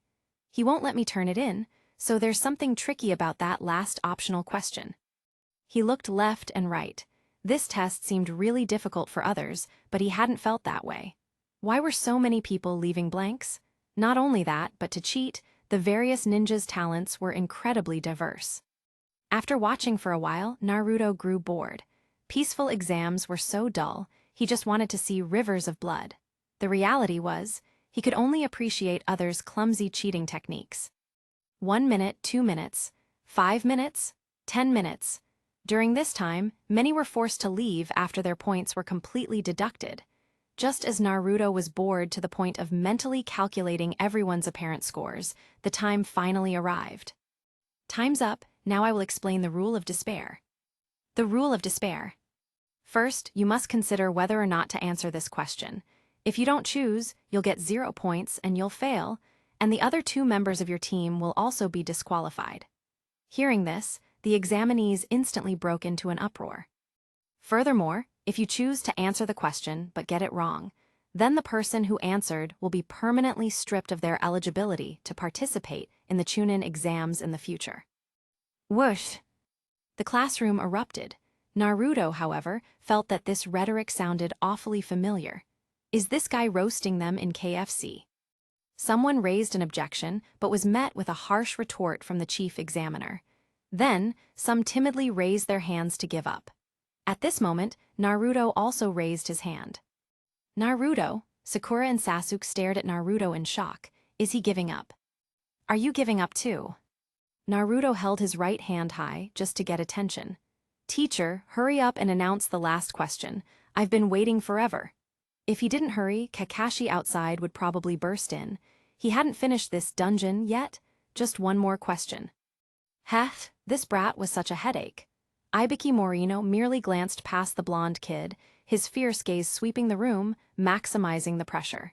Seeing that the chief examiner was ignoring him. Bang!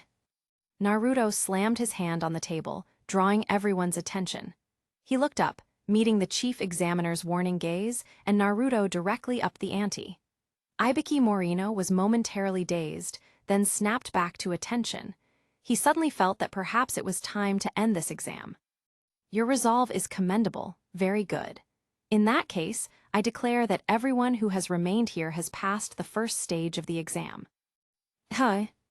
This wasn't just Naruto's expression at that moment, but everyone's. Was that the last question? Since that was the case.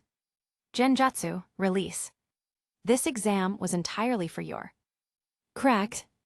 Countless glass shards shattered, then reassembled. Time rewound. I am the examiner for the first stage of the Chun. Mid-sentence, Ibiki Morino suddenly stopped. Then, sensing something, his face instantly darkened. He glanced at the blonde kid, a vein throbbing on his forehead. You're definitely here to cause trouble. Chapter 1241. Genjutsu. Memories surfaced little by little. Every experience within the Genjutsu, every single image, was now incredibly clear.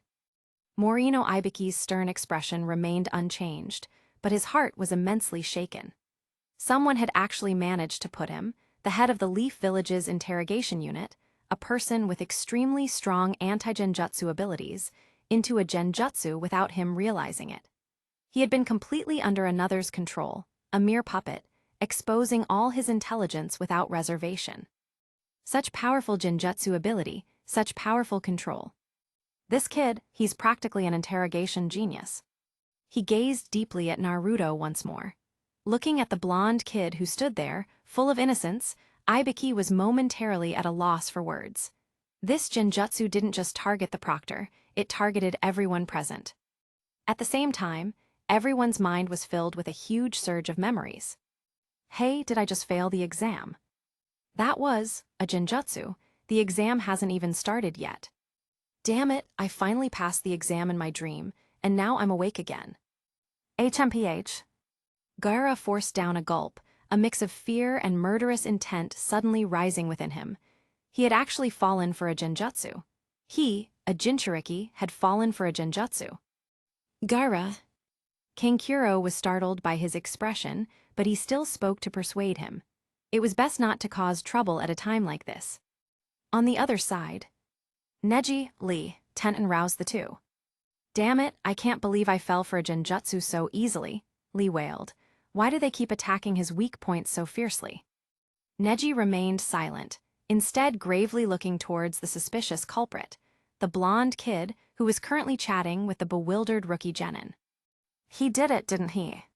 At this moment, Naruto fully utilized his advantage of being only 12 years old, putting on an innocent and naive appearance while chatting with his friends. He clearly told the suspicious ones, I didn't do what just happened, nope. He certainly didn't want to bear the Proctor's wrath. As for who the culprit was, those who understood, understood naturally. He didn't need to say more.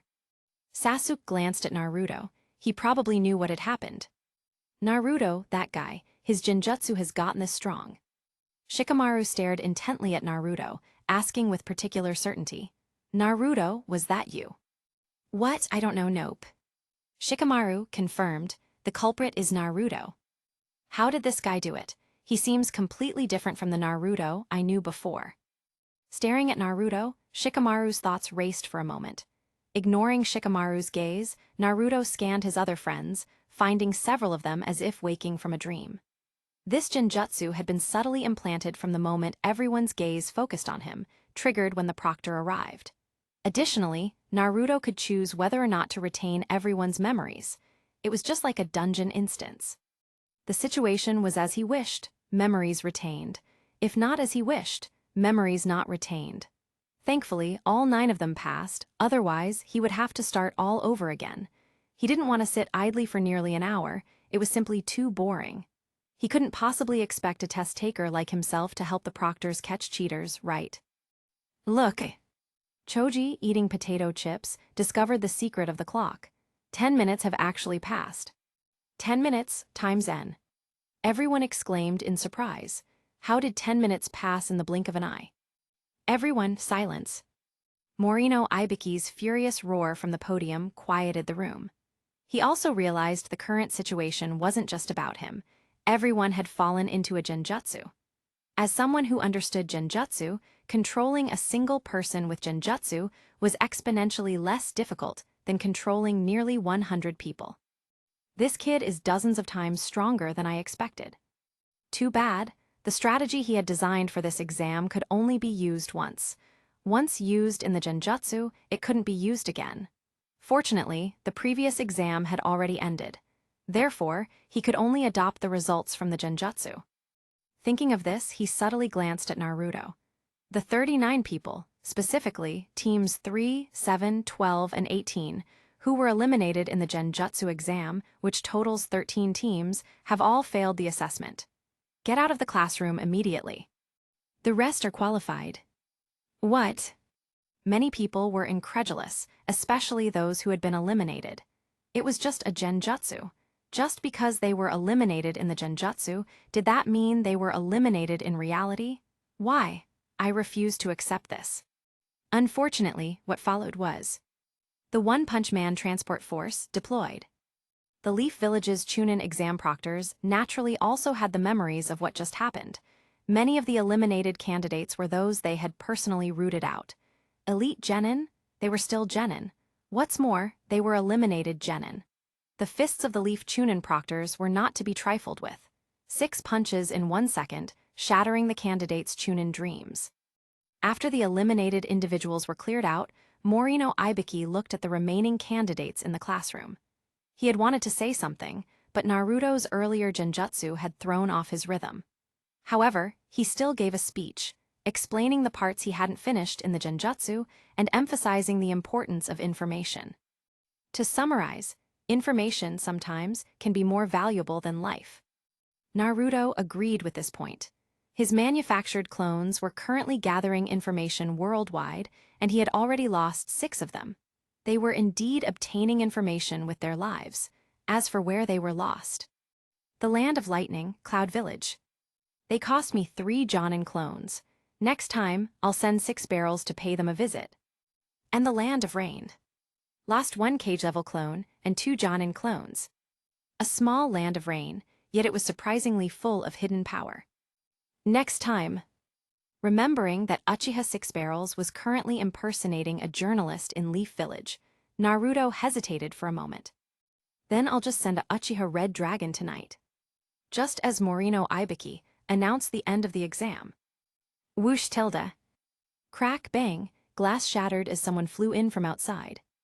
Whoosh whoosh, 2 kana impaled a sheet with writing on it, hanging it before everyone. A figure wearing fishnet stockings. No, a black mesh-clad beauty, made a grand entrance. Seeing the newcomer, Naruto's eyes lit up.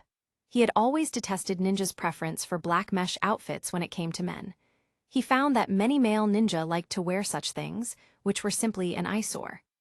However, when female ninja wore such things, Naruto couldn't approve more. This beauty before him was a prime example. Black mesh covered her main body parts, accentuating her figure, and her form-fitting clothes made her unspeakably ample chest seem ready to burst out. The newcomer wore brown shorts, covered by a long khaki trench coat. She was a purple-haired girl with a cute face. Although he called her a girl, she was much older than Naruto. Seems like she just turned 18. He glanced at the beauty, then at Hinata beside him. Indeed. The difference in figure between girls and women was truly immense. I am the proctor for the second exam, Anko Mitarashi. After introducing herself, this proctor actually complained that there were too many remaining candidates. She declared that more than half would be eliminated in the next phase. Naruto immediately perked up. Quick. Fast forward directly to the next phase. I want to see rivers of blood. Details will be discussed tomorrow. For everything else, ask your Jonin instructors. Now dismissed. Tomorrow. Why not start today? I handpick only the finest and most captivating novels for you. Don't forget to check out my other novels. Piet Trianhong Mengzai. Chapter 1242. That night in the Hokage's office. The dim room was filled with swirling smoke. After listening to Ibiki Morino's report, Hiruzen Sarutobi, usually known for his composure, showed a barely suppressed shock on his face. As the professor of shinobi, he naturally understood the terrifying difficulty of that genjutsu. So Naruto is a genjutsu prodigy. And even Sasuke, the last of the Uchiha, awakened a 3-tomo Sharingan. He's only 12, isn't he? He took 2 deep drags from his pipe, intending to calm the tremor in his heart, but the pungent taste made him cough violently. Cough tilde cough tilde cough tilde. Sarutobi Hiruzen proved worthy of being the 3rd Hokage, seasoned and with shrewd acting skills. After just 2 violent coughs, he immediately recovered, then asked with an unchanged expression, "Is that all?" "Hokage-sama, that is all." Nodding slightly, Sarutobi Hiruzen instructed, "Very well, you may go now." "Yes." After Ibiki left, Sarutobi Hiruzen fell into deep thought. Naruto, Sasuke, to give Konoha such a surprise at a time like this. Right, other great nations have already begun training troops and preparing for war. It's about time Konoha produced new talent. At this moment, Sarutobi Hiruzen suddenly recalled something. It was 10 years ago when Naruto was a child. 3 days after he taught Naruto how to mold chakra, Naruto taught himself the transformation jutsu, even tricking the ANBU protecting him. At the time, he had seen that Naruto was a genius, but later Naruto's performance didn't live up to the expectations of a genius. Naruto loved pranks when he was little, and he had thought Naruto was just playful. Looking back now, there must be another story. Otherwise, why would Naruto hide his talent in the academy, only to display his power after graduating? What could be the reason? After much thought, only Danzo came to mind. He needed to find a way to warn his old friend to stay away from Naruto. The next day, location, Training Ground 44.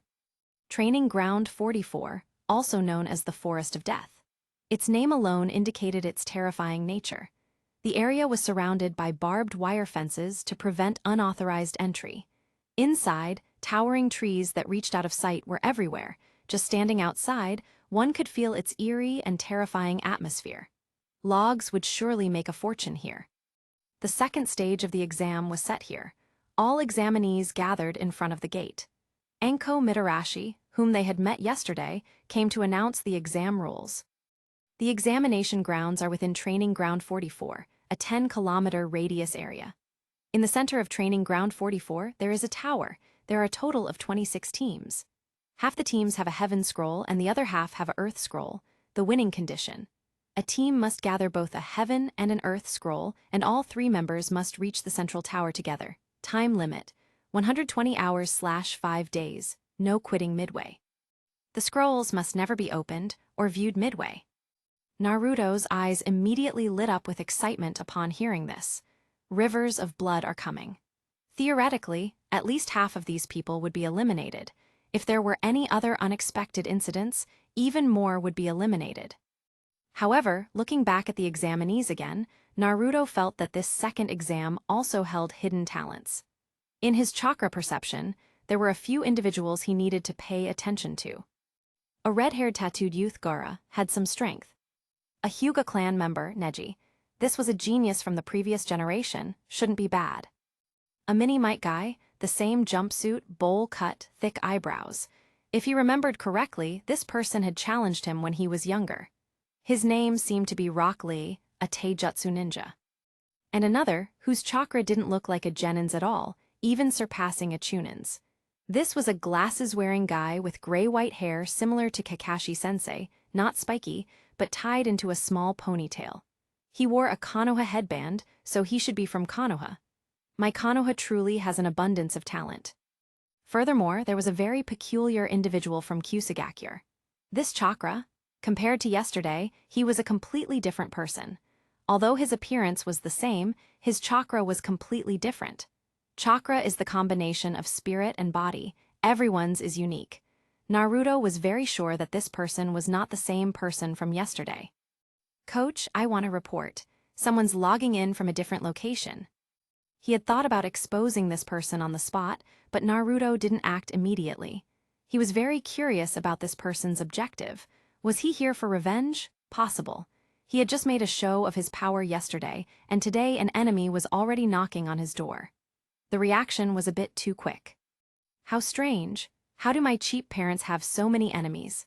Not only are they all quite strong, but their intelligence is also particularly well-informed. For example, this guy with cold chakra, and then there's Uchiha Obaido. That guy, he sure runs fast. Rokyude, sixth path, possibly referring to a specific entity or power, had been chasing him for days and couldn't catch him. Now that he was assigned to Konoha, it would be even harder to catch him. Naruto was willing to call him Uchiha, the escape king. Do they really need to gather the entire Uchiha Mahjong team to apprehend Uchiha Obaido? After signing the consent form and receiving their scroll, Team 7 was led to entrance 12. Sakura here. Naruto tossed the scroll to Sakura and said, "You hold the scroll. If you truly can't fight them off, just throw the scroll to them. They probably won't make things difficult for you." Huh? Sakura was surprised. She hadn't expected Naruto to say that. Does he not believe in her? Naruto glanced at Sakura, then averted his gaze. "I've used such a provocative tactic, you should at least be forced to gain some confidence and protect this scroll well. You're already someone who can shatter other genin with one punch, yet you're still so unconfident. When it comes to fighting enemies, with your strength, you should assert yourself, right? I'm truly breaking my heart over this team." Click tilde. Time was up and the gate opened. The two wanted to rush in immediately, but Naruto stopped them. "Let's agree on a code first, to prevent being deceived by transformation jutsu. I'll go first. Between us, we'll address each other like this.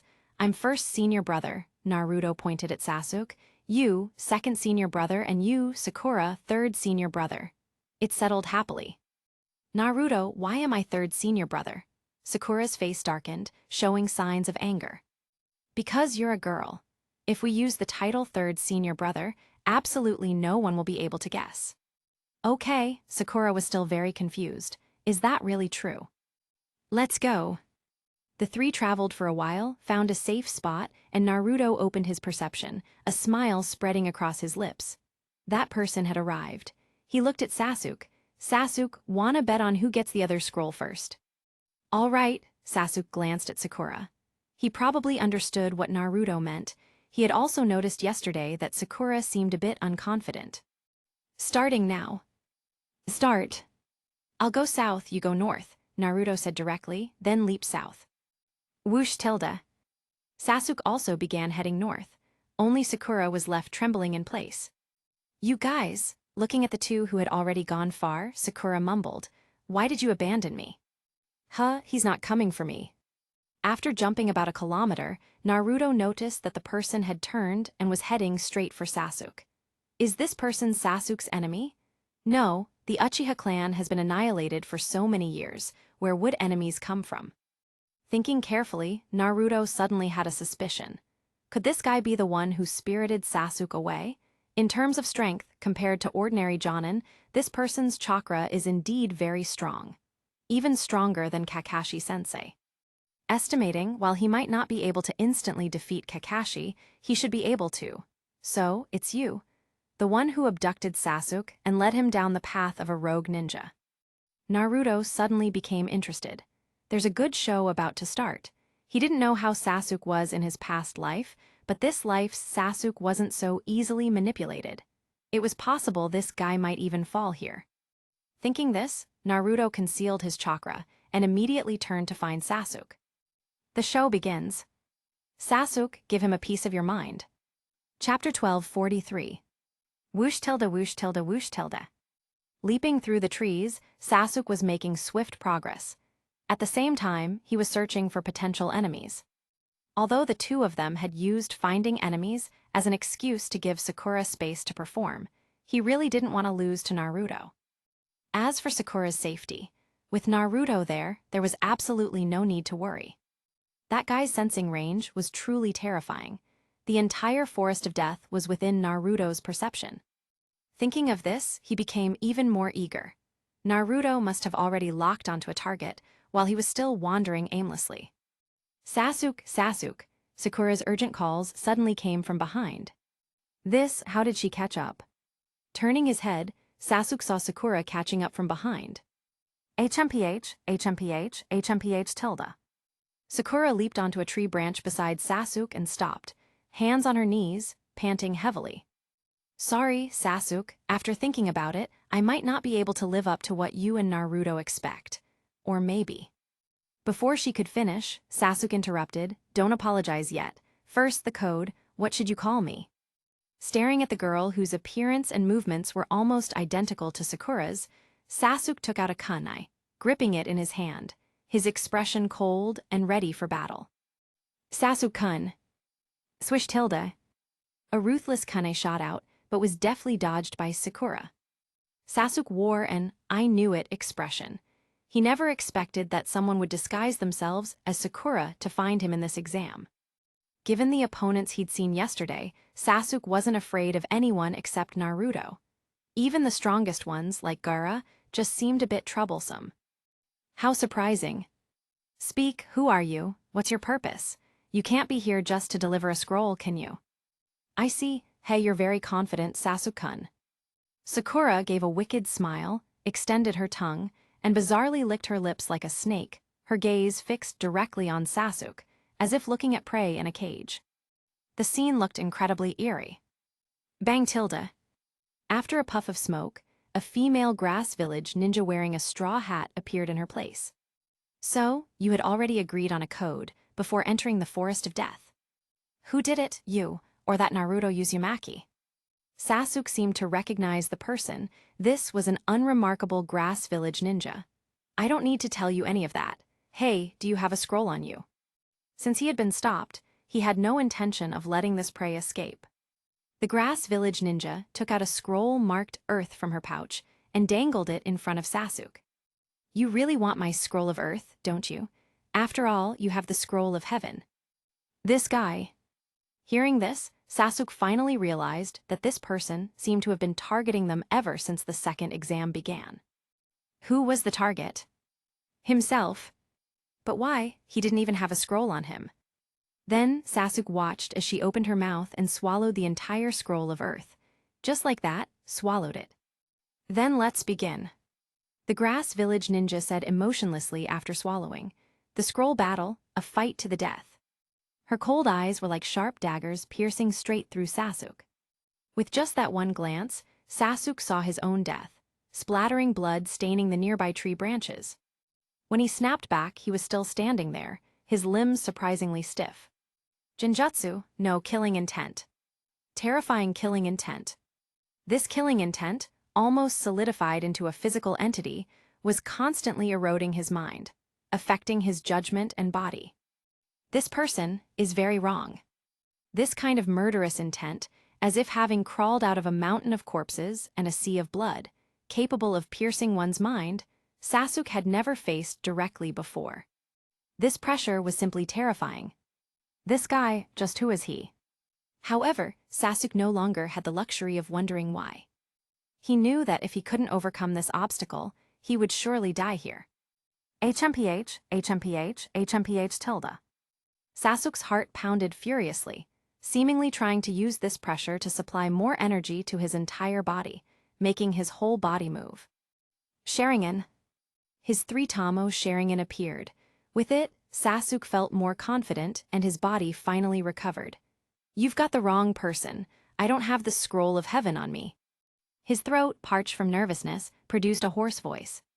"You recovered that quickly. And this three-tamo Sharingan, just as the intel stated, Sasuke-kun, you're truly promising." Orochimaru lightly licked his lips, looking satisfied.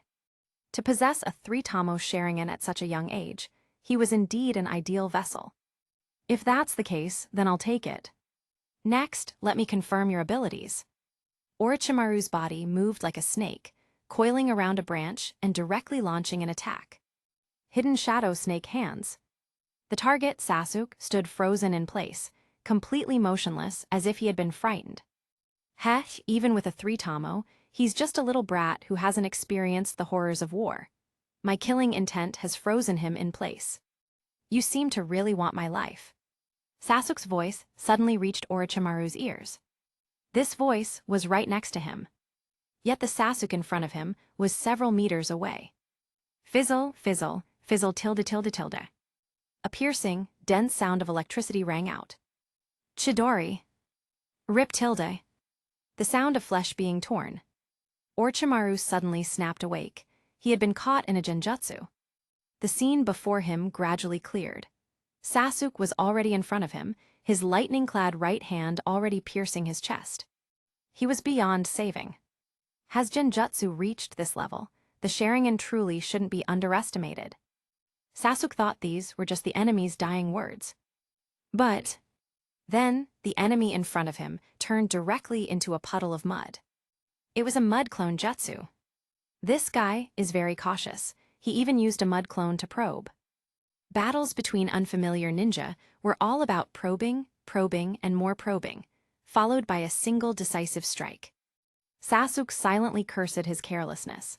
The terrifying killing intent had made him somewhat hasty, forcing him to expose his Chidori technique just to finish the opponent. Fortunately, he still had a trump card. Sasuke stood ready, his 3-Tamo Sharingan continuously scanning his surroundings, wary of any possible attacks from any direction. Hiss tilde. A giant snake emerged from beneath the tree, its gaping maw lunging, seemingly about to swallow him whole.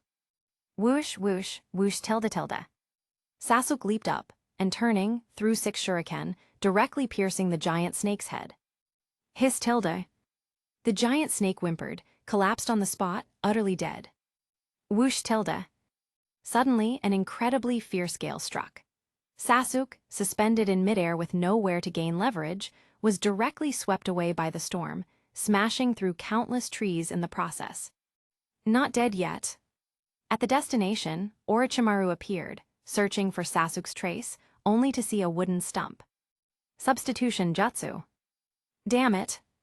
Whoosh, whoosh, whoosh tilde tilde tilde. 6 shuriken flew from a distance, missing Orochimaru, but instead circling around him, curving towards his back. Looking closely, one could see extremely thin threads hidden behind the shuriken. This is Sharingan Windmill 3 blades.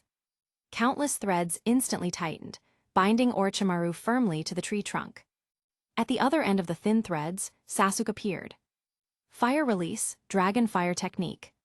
Chapter 1244. Fire Style, Dragon Fire Jutsu. A surging torrent of fire, manipulated by Sasuke, transformed into a fire dragon that accurately struck Orochimaru along a thin wire. The high-temperature flames, with their powerful penetrative force, directly burned through the large tree, big enough for 5 people to hug. Looking at the enemy again, their body was already burnt yellow and shriveled, leaving behind a puddle of what looked like either charred bones or mud. Is he gone? Just as he was about to catch his breath, a vicious punch suddenly came from the side. Even though Sasuke had sensed it, and his mind was screaming a warning, by the time his body tried to dodge, it was too late. Thud, a heavy, powerful punch landed squarely on his face. The fist, as large and heavy as a sandbag, seemed to move in slow motion, allowing one to see Sasuke's face directly indent from the impact. The punch left him disoriented. While still dazed, several more punches rapidly followed. Orochimaru was indeed Orochimaru. His fists were swift and brutal, like iron hammers. Sasuke was forced into a state of no defense by these punches, only able to frantically raise his arms to parry and passively defend. The punches hitting his arms were equally excruciating. After a few exchanges, seeing that he couldn't escape the enemy's close-range combat or gain an advantage, Sasuke gathered chakra at his feet and suddenly burst backward, leaping away with the force. As he leapt, fearing that the enemy might attack while he was vulnerable in midair, Sasuke instantly flung out 3 kunai in a backhand throw. Swish tilde, swish tilde, swish tilde. The sharp kunai shot forth, and Orochimaru dodged them by shifting his body. Stepping back 2 paces to create space, he kept his eyes fixed on Sasuke. As Sasuke landed and hadn't yet stabilized, Orochimaru directly threw a barrage of kunai. These kunai were all incredibly tricky, each predicting Sasuke's landing spot and his next move. Swish tilde, swish tilde, swish tilde. The fast-flying kunai, however, were all clearly visible under Sasuke's 3-Tamo Sharingan. As soon as he landed, he was forced to continuously backflip and leap backward. Fortunately, the large tree provided ample space. Clang tilde. The last unavoidable kunai was precisely deflected by a shuriken he threw. HMPH tilde. Taking a breath, Sasuke repositioned himself into a ready stance. He sensed that he didn't have much chakra left. His brain was rapidly calculating, analyzing information. Not much chakra left for me, what about him? He still looks to have plenty of chakra. This person isn't a genin, nor a chunin, he's definitely a jonin. During the earlier fight, he kept sending clones, and more clones, constantly draining and testing me. My 3 Tamo Sharingan can't even discern the real from fake among these solid clones. Each requires full vigilance. Moreover, the opponent's strength is not to be underestimated. I haven't found any obvious weaknesses in him yet. Besides, he's in the shadows, and I'm in the light. I must find his main body, then use that one move to finish the fight. Damn it, where is the enemy's main body hidden? Taking a number 1 blue carefree pill from his ninja pouch, Sasuke swallowed it. At the same time, his 3 Tamo Sharingan, while wary of the enemy in front, quickly scanned the surroundings, searching for where the enemy's main body might be. The carefree pill dissolved instantly upon entering his mouth. He could immediately feel more stamina and mental energy surging within his body, ready for chakra extraction. Carefree pill, huh? Seeing the blue pill, Orochimaru became interested. Ever since he learned of the existence of such unreasonable medicines in the ninja world, he, Orochimaru, had researched them. The ingredients of this thing were incredibly ordinary, just pills made from common medicines. For some unknown reason, they possessed the ability to restore health or chakra. It was truly bizarre. The day before yesterday, he had also secretly visited that divine Dr. Xung, wanting to investigate the manufacturing process of the secret medicine. However, he was instantly defeated by a single glance from the man. That genjutsu, from that guy named Xing Fengshin, was even more terrifying than Itachi Uchiha's. Hidden Leaf has experts, huh? Fortunately, that guy, like the shops run by Xing-style sect disciples from other villages, only cared about money and wasn't truly affiliated with the Hidden Leaf. After paying a fine of 1 million ryo, he was released. After detailed testing, Orochimaru was very clear about the effects of this carefree pill. It only needed 5 minutes to take full effect. He deliberately waited for about 10 seconds, giving the carefree pill time to work. So what if Sasuke replenished his chakra? I, Orochimaru, have 9 ways to kill him 9. Moreover, he most enjoyed the process of his prey being in constant tension, constantly running, constantly struggling, constantly despairing. Sasuke-kun, your chakra should be almost recovered, right? If so, let me continue testing your strength. This guy. Sasuke couldn't figure out the enemy's objective. His heavenly scroll. No, the heavenly scroll isn't even on him. His life doesn't seem like it. He just wants to fight me and test me again and again. What exactly is it? Gritting his teeth, Sasuke stopped thinking. He just needed to defeat the enemy. Thump, thump, thump, tilde, he moved incredibly fast, charging towards the female hidden grass ninja opposite him. He leaped into the air, and while twisting his body, used the rotational force to throw 3 kunai, which Orochimaru easily dodged. Kicking off the bottom of a tree branch, Sasuke's chakra burst from his feet. Using this force, he charged directly towards Orochimaru. His taijutsu, refined by Master Leopard's teachings, was not bad either. His attacking right fist went straight for the crown of the head, but was easily blocked by Orochimaru. While suspended in the air, he used the force of gravity for a left front kick, which was blocked by Orochimaru's bent right arm. Clang, clang, clang, tilde. The two exchanged blows, fighting their way from one end of the large tree branch to the other.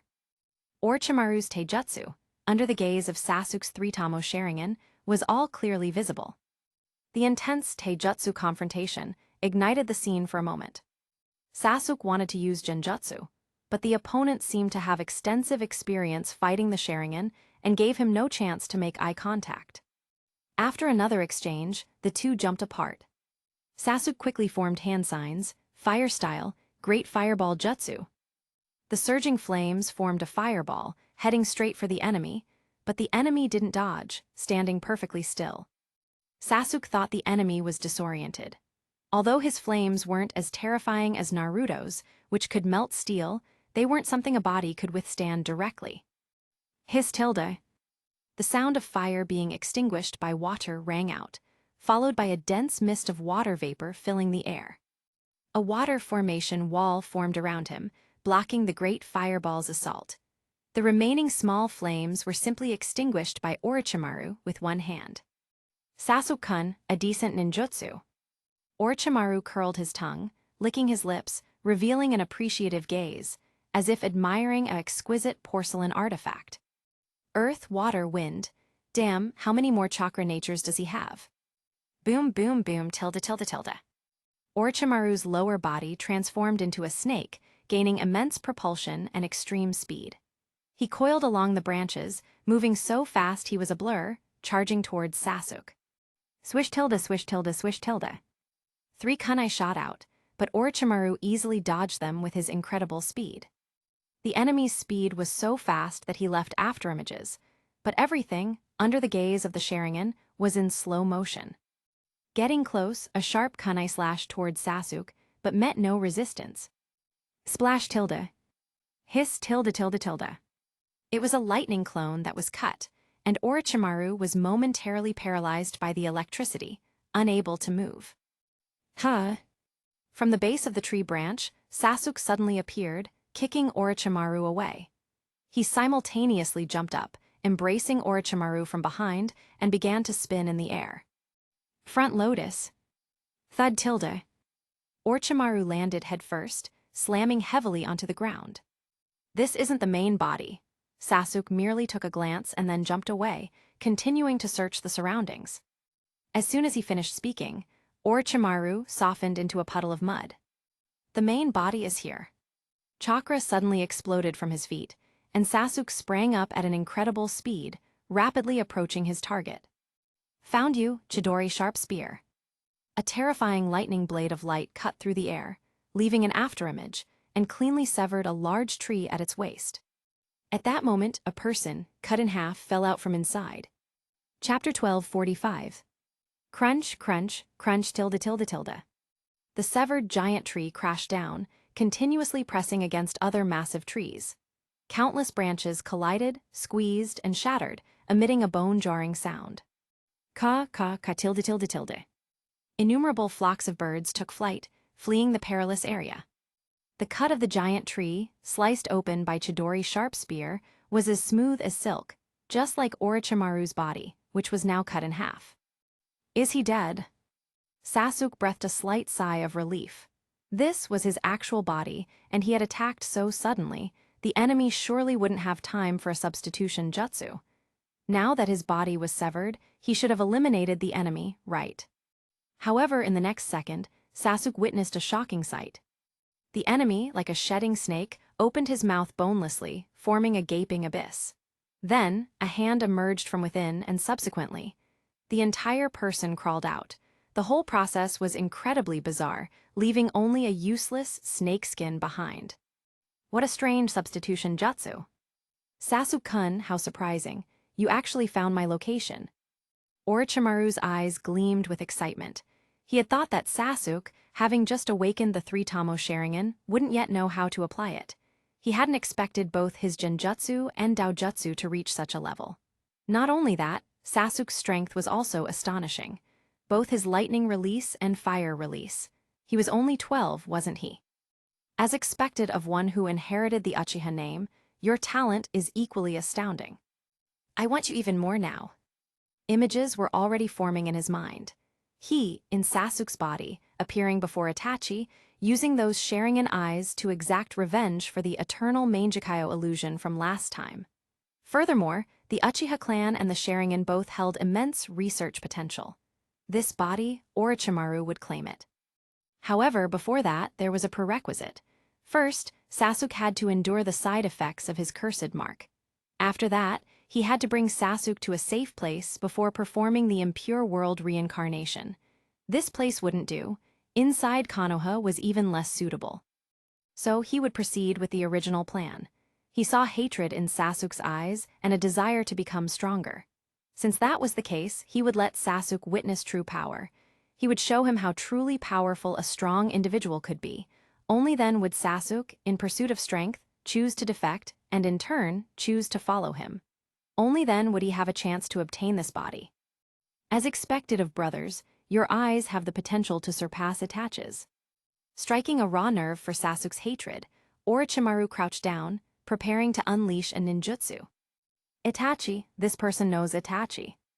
Who exactly are you? But Orochimaru didn't answer him. What awaited Sasuke was an even fiercer attack. Myriad snake array. Tens of thousands of snakes spewed from Orochimaru's mouth, slithering up the tree trunks and rushing towards Sasuke at an extreme speed.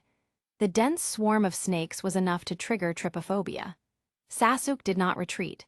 He leaped up, quickly closing the distance, and rapidly formed hand signs. Lightning release, myriad flashes. Crackle, crackle tilde. Countless bolts of lightning erupted from Sasuke's hands.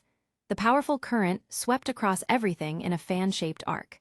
The approaching snakes were all charred by the excessive electricity, and even the trees were scorched black. Naruto's jutsu is truly useful, Sasuke thought to himself, his expression growing more serious.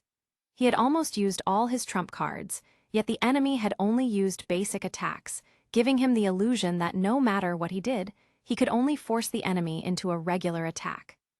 What a powerful enemy! Even so, he had to fight with all his might to get information about Itachi. Eating another blue carefree pill, Sasuke quickly formed hand signs. Chidori sharp spear. In the dim, dense forest, a 10-meter-long light blade reappeared. Its brilliant colors flashed, and a giant tree, wide enough for 5 people to embrace, was cleanly severed. The efficiency would make Baldy Kiang's nuts turn purple with envy. Next, a more intense battle began. Compared to before, Sasuke clearly felt that the opponent's intensity had increased by 2 magnitudes. The serpentine body moved incredibly fast, the ninjutsu varied greatly, and the eerie substitution jutsu nullified the results of his attacks. What a powerful enemy! Sasuke sighed for the umpteenth time. While the enemy's ninjutsu variety couldn't compare to Naruto's, the sense of being pressured to death, unlike their training matches, was utterly suffocating. One ninjutsu followed another, one attack after another. He had almost no time to breathe, almost no chance to retaliate, only able to passively defend. The few times he managed to counterattack, once the enemy got serious, they were as slippery as loaches, making it difficult to achieve substantial results. The only attack he could land precisely was the Chidori sharp spear, which became almost his sole offensive method. And as the Chidori sharp spear was continuously used, more giant trees were affected by Sasuke's attacks, directly severed smoothly, and countless giant trees collapsed one after another. Crunch, crunch, crunch tilde tilde tilde. As several giant trees were cut down, their terrifying weight continuously pressed against other enormous trees. A severe chain reaction occurred, like dominoes, forcing other massive trees to be uprooted one after another under this weight, falling sequentially. Countless tree trunks snapped, shattered, and compressed. Not far away, listening to the terrifying commotion, the 3 genin of Team 10 trembled in the bushes. Crunch, crunch, crunch tilde thud tilde. A broken giant tree crashed to the ground, like an earthquake. The immense vibration propagated from the ground, shaking the ground and simultaneously shaking the 3 of them. Who am I? Where am I? What am I doing? This commotion, this destructive power, is this still the Chunin exams? Did they accidentally stumble into a cage-level selection match? At this moment, Choji didn't even want to eat his potato chips. He clutched his head. Shikamaru, he shouted, making sure Shikamaru could hear him amidst the intense noise. Quick, use your clever brain and think of a way. How do we escape from here? Idiot, the most dangerous place is the safest place. With a battle like this going on, who would dare to approach? Shikamaru, also adopting a French military salute, explained, "We just need to maintain a safe enough distance from the battlefield."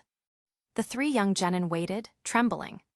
Finally, 2 hours passed, and everything fell silent. The scene returns to the main battlefield. Huff, huff, huff tilde tilde tilde. Sasuke barely maintained a standing posture, panting heavily. His carefree pills were depleted, and his chakra was nearly exhausted. Although the enemy was also scarred, his condition was much better than Sasuke's. Earlier, he had initially thought that he could outlast the opponent with his reserve of 24 carefree pills. Who would have thought that the opponent would also pull out carefree pills without a word? What was supposed to be a maximum of 10 minutes of intense fighting had dragged on for 2 hours. At this moment, he was utterly exhausted. I never thought you could push me to this extent. After the previous battle, Orochimaru was more than satisfied with Sasuke. His strength far exceeded his estimations. If the environment wasn't unsuitable, he would have wanted to perform the reincarnation immediately. Suppressing the eager desire within him, Orochimaru clasped his hands together, activating a genjutsu. Hey, can't moves. Sasuke was shocked. To unleash a genjutsu at this moment, just as his chakra was depleted, he couldn't resist, he couldn't move. To have such strength at such a young age is truly exhilarating. I'll have you soon. Excitedly suppressing the urge to immediately devour Sasuke, Orochimaru's neck stretched out like a snake, curving and flying towards Sasuke, preparing to forcefully inject energy. Move, body, I don't want to be bitten by this thing. Even though Sasuke exerted all his remaining strength, his body remained unresponsive. He was already completely exhausted. Standing now was his last act of defiance. The snake head drew closer and closer, just as it was about to bite. Whoosh tilde. A light blade flashed, cutting the twisted snake neck in half at the waist. Sasuke looking so pathetic. High on a tree branch, Naruto stood coolly in a white windbreaker. A smile played on his lips, his tone relaxed, as if everything was under control. Naruto. This guy, Sasuke had never felt such joy at seeing Naruto. Naruto jumped to Sasuke's side, offering him a blue carefree pill. Then he looked at the opponent, who had transformed into a completely new enemy through the snake-shedding substitution jutsu. Naruto stopped Sasuke, who was about to attack again. This person was most likely the one who would lead Sasuke astray, and why would Sasuke defect? Without a doubt, it was his craving for power. The solution was simple and brutal. Let Sasuke see how truly powerful a strong individual could be. Just once would be enough. Watch closely, Sasuke. I'll only teach you once how to beat up an enemy like this. Chapter 1246. Watch closely, Sasuke. I'll only teach you once how to thoroughly beat this kind of enemy. Naruto stood with his back to Sasuke, asserting his dominance. The stage was set. The lights, the music, and whatever else, turn everything on, I'm about to show off. However, after sensing his surroundings, Naruto suddenly realized the stage seemed a little small. The only audience was Sasuke. Nearby, apart from Shikamaru and Choji of Team 10, there were only 6 Anbu members and Examiner Anko, whom he had blocked with genjutsu outside to prevent them from disturbing Sasuke's fight. Naruto hadn't wanted to go all out. Why use a sledgehammer to crack a nut? If this were a talent show, this second exam round was just an audition. As a guaranteed champion, why would he reveal his best moves in an audition? He should at least wait until the finals, no, perhaps the semifinals would do, or even the quarterfinals might be acceptable. No, that's not right either. Anyway, he should at least wait until he was on a highly anticipated stage before revealing his trump cards. This small audience made it difficult for him to perform. But seeing Sasuke's expectant gaze, Naruto decided to thoroughly beat the opponent into a dog first. You are. Orochimaru, refreshed by using the Great Serpent Fluid Substitution Jutsu, saw the blonde boy and recalled some of the information Kabuto Yakushi had provided yesterday, instantly understanding. Naruto Uzumaki. Oh, you know me. Naruto suddenly became interested. He had always kept a low profile before yesterday, so it seemed this person also had sources of information. Who could it be? Too many suspects, he couldn't think it through. Looking at this person again, their chakra was cold and sinister, and they liked playing with snakes. Overall, their image strikingly matched that of one of the legendary Sannin. You're Orochimaru. He didn't quite look like it though. The gender was wrong. Since when did Orochimaru become a woman? I never thought that after 10 years, there would still be children in Konoha who remember me. What kind of talk was that? Could you stop babies from crying at night or something? Besides, the Sannin, that was decades ago. Now was the era of the youth. Stop the nonsense. Naruto didn't have time to bother with trivialities. Hey, old man, no, old woman. No, that's not right either, they looked quite young. This complicated situation, comparable to LGBTQ and helicopters and Walmart shopping bags, made Naruto unsure how to address the person for a moment. This person would be a version's darling in the US, but unfortunately it wouldn't work after the country was founded. No longer fixated on the address, Naruto directly began to hawk, "Do you have enough chakra? If not, I have blue happy pills here, 200,000 ryo apiece, honest business." He wasn't afraid of anything else, only that Sasuke would think he won unfairly. Heh, Orochimaru let out a sinister chuckle. How many Konoha ninja would go weak in the knees just hearing his name, yet this person? He saw no respect whatsoever. This Nine-Tails Jinchuriki, so frivolous in speech, was utterly different from the fourth Hokage. That fourth Hokage, even as his rival for the Hokage position back then, he couldn't find a single fault with Minato. Though his defeat wasn't entirely convincing, at least he didn't resent Minato. And this one, arrogant, frivolous. The two didn't seem like father and son at all. Was it his strength that made him so arrogant? Although Kabuto Yakushi hadn't fully understood the situation in the examination hall at the time, thinking it was the examiner's exerting power, overall, the strength Naruto Uzumaki displayed then was merely using genjutsu to instantly defeat his subordinates. While he had some talent in genjutsu, that was all. Without the Sharingan, what good was strong genjutsu? Was Orochimaru's genjutsu not strong, yet it still collapsed before Itachi? He had seen many such ninja in his life, self-satisfied and arrogant because of a little bit of power, only to end up as fools fallen on the battlefield. It's enough to kill you, Naruto-kun. At this moment, even though this was the village's Nine-Tails Jinchuriki, a trace of killing intent arose in Orochimaru. "Kill me," Naruto scoffed. "You really dare to dream." "All right, in that case, don't say I'm bullying an elder." Before his words even finished, Orochimaru stretched his snake body and attacked at an extremely fast speed. So impatient, Naruto calmly formed hand signs. His hand signs were incredibly fast, his hands blurring into afterimages. Lightning release, Gatling. Tilde. Naruto's mouth became like a Gatling gun, countless short bursts of lightning, bullets flying out of it.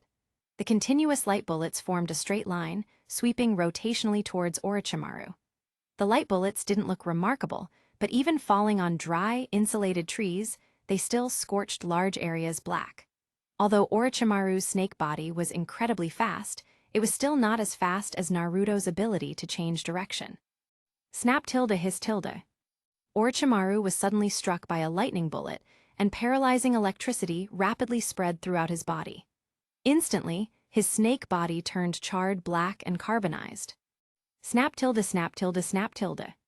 Another dozen or so lightning bullets hit him consecutively. This body was deader than dead. "Boring," Naruto explained to Sasuke behind him. "See, this is lightning release." "My lightning release, it works." "Your lightning release, it doesn't work." Sasuke was astonished to see Orochimaru lose a life so easily to Naruto. Hearing Naruto's words, the competitive Sasuke's face flushed with anger, but he couldn't refute. He had been training lightning release in the training space for nearly 3 months and was no longer an ignorant youth. Naruto's lightning release wasn't just a change in form, its nature transformation was astonishing, otherwise, it wouldn't have such immense power.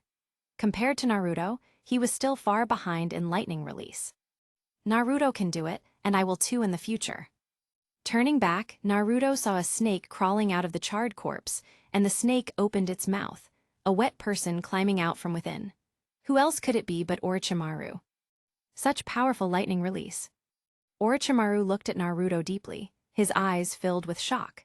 He really couldn't have imagined that this brat's lightning release mastery had reached such a level.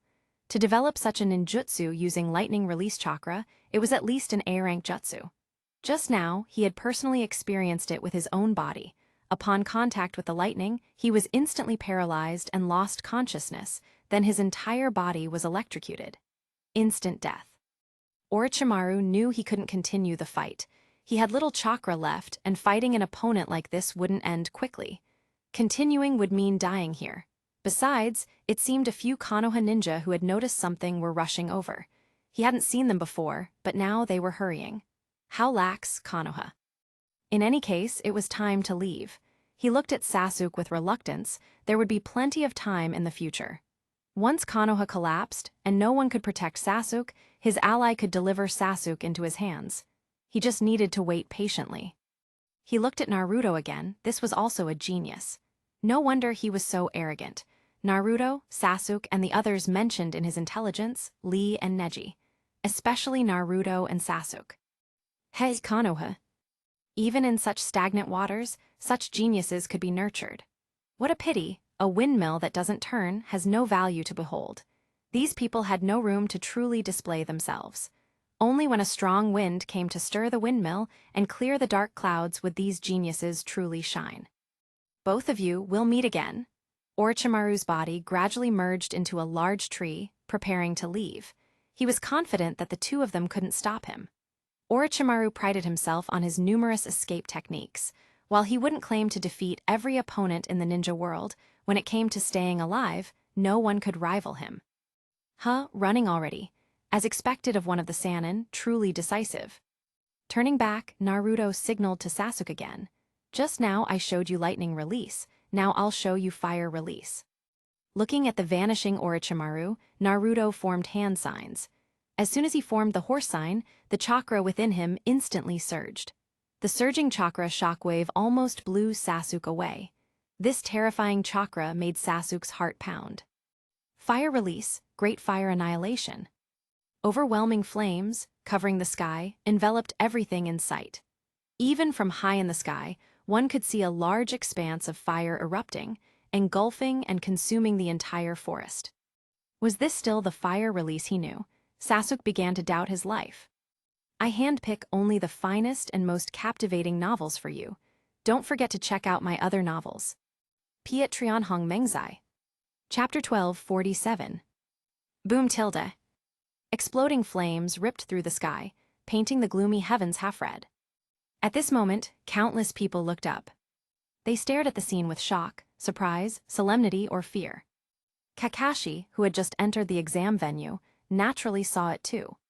He had learned from the third Hokage that Orochimaru had disguised himself as a candidate to enter the exam venue. Upon realizing his 3 beloved students were there, he immediately requested to enter the Forest of Death. However, as the proctor of the candidates, he was not permitted to enter the exam venue. But Kakashi, the supervising Jonin, was not allowed. Kakashi, the Ambu ninja, was. So, wearing a mask and dressed in Ambu attire, Kakashi entered. The third Hokage was indeed very worried about Naruto, even breaking protocol to allow him to enter as an Ambu member. Having some understanding of the ninja world, Kakashi naturally knew the reason. It was a tumultuous time. Upon entering the Forest of Death, Kakashi and his Ambu squad had no specific direction. The 3 Ambu teams that had entered earlier had sent no news back. They had planned to search thoroughly, but as soon as they entered, they witnessed this scene. This is fire style. Kakashi had never seen a fire style of such magnitude. He considered that Naruto might have caused it, but quickly dismissed the idea. Naruto's strength was indeed good, but it couldn't reach this level. Could this be the destructive power of the legendary Sannin? Thinking of his master's fellow disciples, Kakashi could only interpret it this way. Facing such a legendary ninja, he, Kakashi, had no chance of victory. Naruto was probably struggling to hold on, right? Hang in there, Naruto. The scene shifts back to Naruto. The forest was scorched everywhere by the intense heat and fire. These trees, some 100 or even 1,000 years old, had instantly been reduced to charcoal by the high temperatures. The world seemed to turn black, with ashes as the dominant color as far as the eye could see. Crunch, crunch tilde. Naruto and Sasuke walked through this purely black world, the completely charred branches beneath their feet crackling. Since earlier, Sasuke's jaw had dropped in disbelief as he gazed at everything around him. This is fire style. Is this still fire style? How can this be fire style? This power, this range, this terrifying lethality. Sasuke couldn't even convince himself that the small fire style he used was the same as what he was witnessing. And Naruto hadn't done anything like this in the training space, so why? Comparing Naruto's fire style to his own. Him, a lighter. Naruto, a raging inferno. Sasuke forced himself to change the subject. Naruto, can you find Orochimaru? Looking around again, the previously lush forest was now entirely black. Finding Orochimaru in this environment was like finding a needle in a haystack. Found him. If it had been anyone else, Orochimaru would have surely escaped, but it was Naruto. A sensing ninja with an inherent bug. The lightning blade sword appeared again, slashing sharply. A giant tree, wide enough for a dozen people to embrace, was smoothly cut in half. Inside the tree hollow, a charred body in the shape of a giant snake contained a smaller white snake. The lightning blade had cut both the charred remains and the white snake in half. As soon as it touched the air, the white snake tried to burrow into the ground and escape. But Naruto immediately pinned it in place. He walked over and pinched the small white-scaled snake. His chakra sensing was correct. This thing was indeed Orochimaru. How did the enemy turn into this? He, Naruto, hadn't had enough fun yet. Staring at the palm-sized snake, especially its mouth, a wicked thought dawned on him. He pinched the snake's head with his right hand, forcing its small mouth wide open. Then, with his left hand, he pulled out a blue carefree pill and began to violently stuff it in. Hey Naruto, It's fine, I can't win unfairly, can I? Under Sasuke's bewildered gaze, Naruto continued. Eat quickly, eat. Eat it all and recover, then let me beat you up again. One pill only costs 200,000 ryo. A fair price. Consider this money a loan, but remember, no one owes Naruto Uzumaki money. Chomp chomp tilde. After forcibly stuffing 100 blue carefree pills and 100 red carefree pills, the small snake was dizzy from the violent ingestion. With Orochimaru's current strength, a large portion of the ingested pills would surely go to waste. However, since he ate 200 pills, he had to pay for 200 pills. Naruto always acted fair and just. With a casual toss, the small snake began to vomit. A large snake emerged from its mouth, and then an arm extended from the large snake's mouth. Finally, a dripping wet Orochimaru crawled out from inside. Seeing Naruto so close, Orochimaru's eye twitched. He wanted to escape but was stared down by Naruto, daring not to move. His body couldn't move, but his thoughts raced. That scorching fire just now, the one that seemed to burn everything to ashes, the fire that forced him to use every means to protect himself, was that really fire style?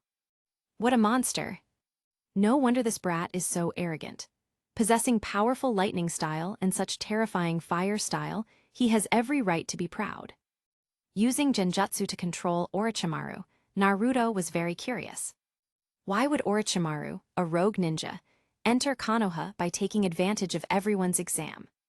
Was it just for Sasuke? Could it be that his skill made him bold? If so, then let's interrogate him. Using genjutsu, Naruto pulled Orochimaru into a special mental interrogation room. Speak, Orochimaru, confess everything you plan to do. Orochimaru sat opposite him, looking dazed, and began to confess everything under compulsion. Taking over Sasuke's body, the living corpse reincarnation technique, and also the Konoha Crush plan, and the impure world reincarnation of the first and second Hokage. Wait, the Konoha Crush plan. He can do that. This completely opened up new ideas. Orochimaru, on my path to becoming the son of the ninja world, I'll credit you for this. The genjutsu was dispelled in less than a minute. Naruto stepped forward, and in the manner of a sage caressing his head, sealed Orochimaru's recent memories, simultaneously placing 2 trigger-based seals. Preparations complete. Next, glancing at Sasuke still nearby, Naruto acted as if nothing had happened. Had enough, continue. A blue orb appeared in his right hand, and Naruto explained to Sasuke, everything I've used so far are attributes you already possess. Now, let's see mine. Take this Rasengan. Orochimaru's vision went black then bright again. When he reawakened, he saw a Rasengan. Move, move.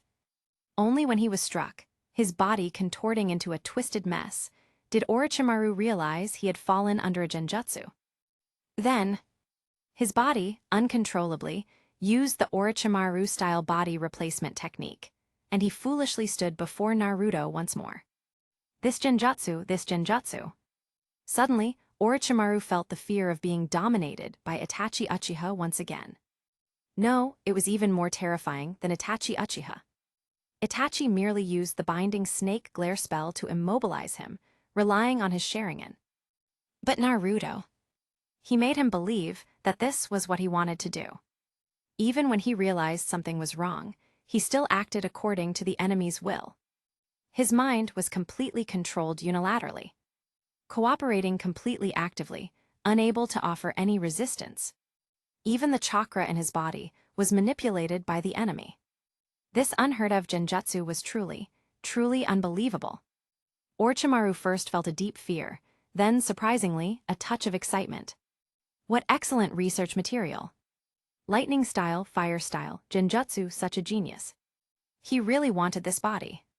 On the other side, Naruto continued his lesson. Watch closely, Sasuke. Next is the advanced version, Rasengan Pro. A larger orb, a Rasengan half the size of Naruto's body, appeared in his right hand. Orochimaru was utterly defenseless, serving as a teaching target, repeatedly tormented. Rasengan Pro Right Arrow Max Right Arrow Ultra, one after another. Sasuke watched, stunned. Damn it, Orochimaru, who messed with him, was like a toy in Naruto's hands. Just how strong is this Naruto guy? Will he be this strong one day? Next, I'll show you something more fun. Having experimented with all the Rasengan variations, Naruto gave a wicked smile. Run, Orochimaru, see if you can escape my attack. If you can't, you'll die. The genjutsu was finally dispelled. Without time for a single wasted word, Orochimaru turned and fled. Watch closely, Sasuke, this move is going to be super cool. Wind Style, Rasen Shuriken. A Rasengan infused with Wind Style Chakra formed. Naruto aimed it in Orochimaru's direction and threw it. The Wind Style, Rasen Shuriken flew in a perfect arc, accurately hitting near Orochimaru. Then, the wind-attributed chakra exploded. Countless invisible blades frantically cut. Even though Naruto only aimed at an edge, Orochimaru was still torn apart like a tattered rag, his body shredded. Thankfully, a snake emerged from his body. Not dead yet. Continue. Naruto's face lit up with excitement. What a perfect target. Next, Orochimaru profoundly experienced what Sasuke had felt moments ago. At this moment, he truly understood what despair was, what suffocation felt like, what ultimate oppression meant. It was even more insane. The opponent possessed all 5 elemental attributes. His ninjutsu variations were countless, one after another. His chakra seemed limitless, constantly unleashing large-scale ninjutsu bombardments. He had no chance to breathe, utterly defenseless, only able to passively endure. On the few occasions he managed to defend, his triple Rashomon was shattered to pieces under the continuous ninjutsu onslaught. These 15 minutes felt like being repeatedly pressed and rubbed against the ground. He wanted to summon first and second, but the moment the thought surfaced, it triggered Naruto's seal, and the idea was immediately suppressed. Sasuke, see that? He looks like a dog. Naruto taunted, watching Orochimaru desperately dodge, incredibly disheveled. Hearing this, Sasuke's face immediately darkened. Wasn't that just him a moment ago? Say it. Was that on purpose or an accident? One last move, Super Wind Style, Rasen Shuriken. The enormous Rasen Shuriken flew out. This time, it didn't hit directly but grazed him. Naruto did it on purpose. Run, Orochimaru, escape amidst this chaos. I look forward to your Konoha Crush plan. Boom tilde. The Super Wind Style, Rasen Shuriken exploded.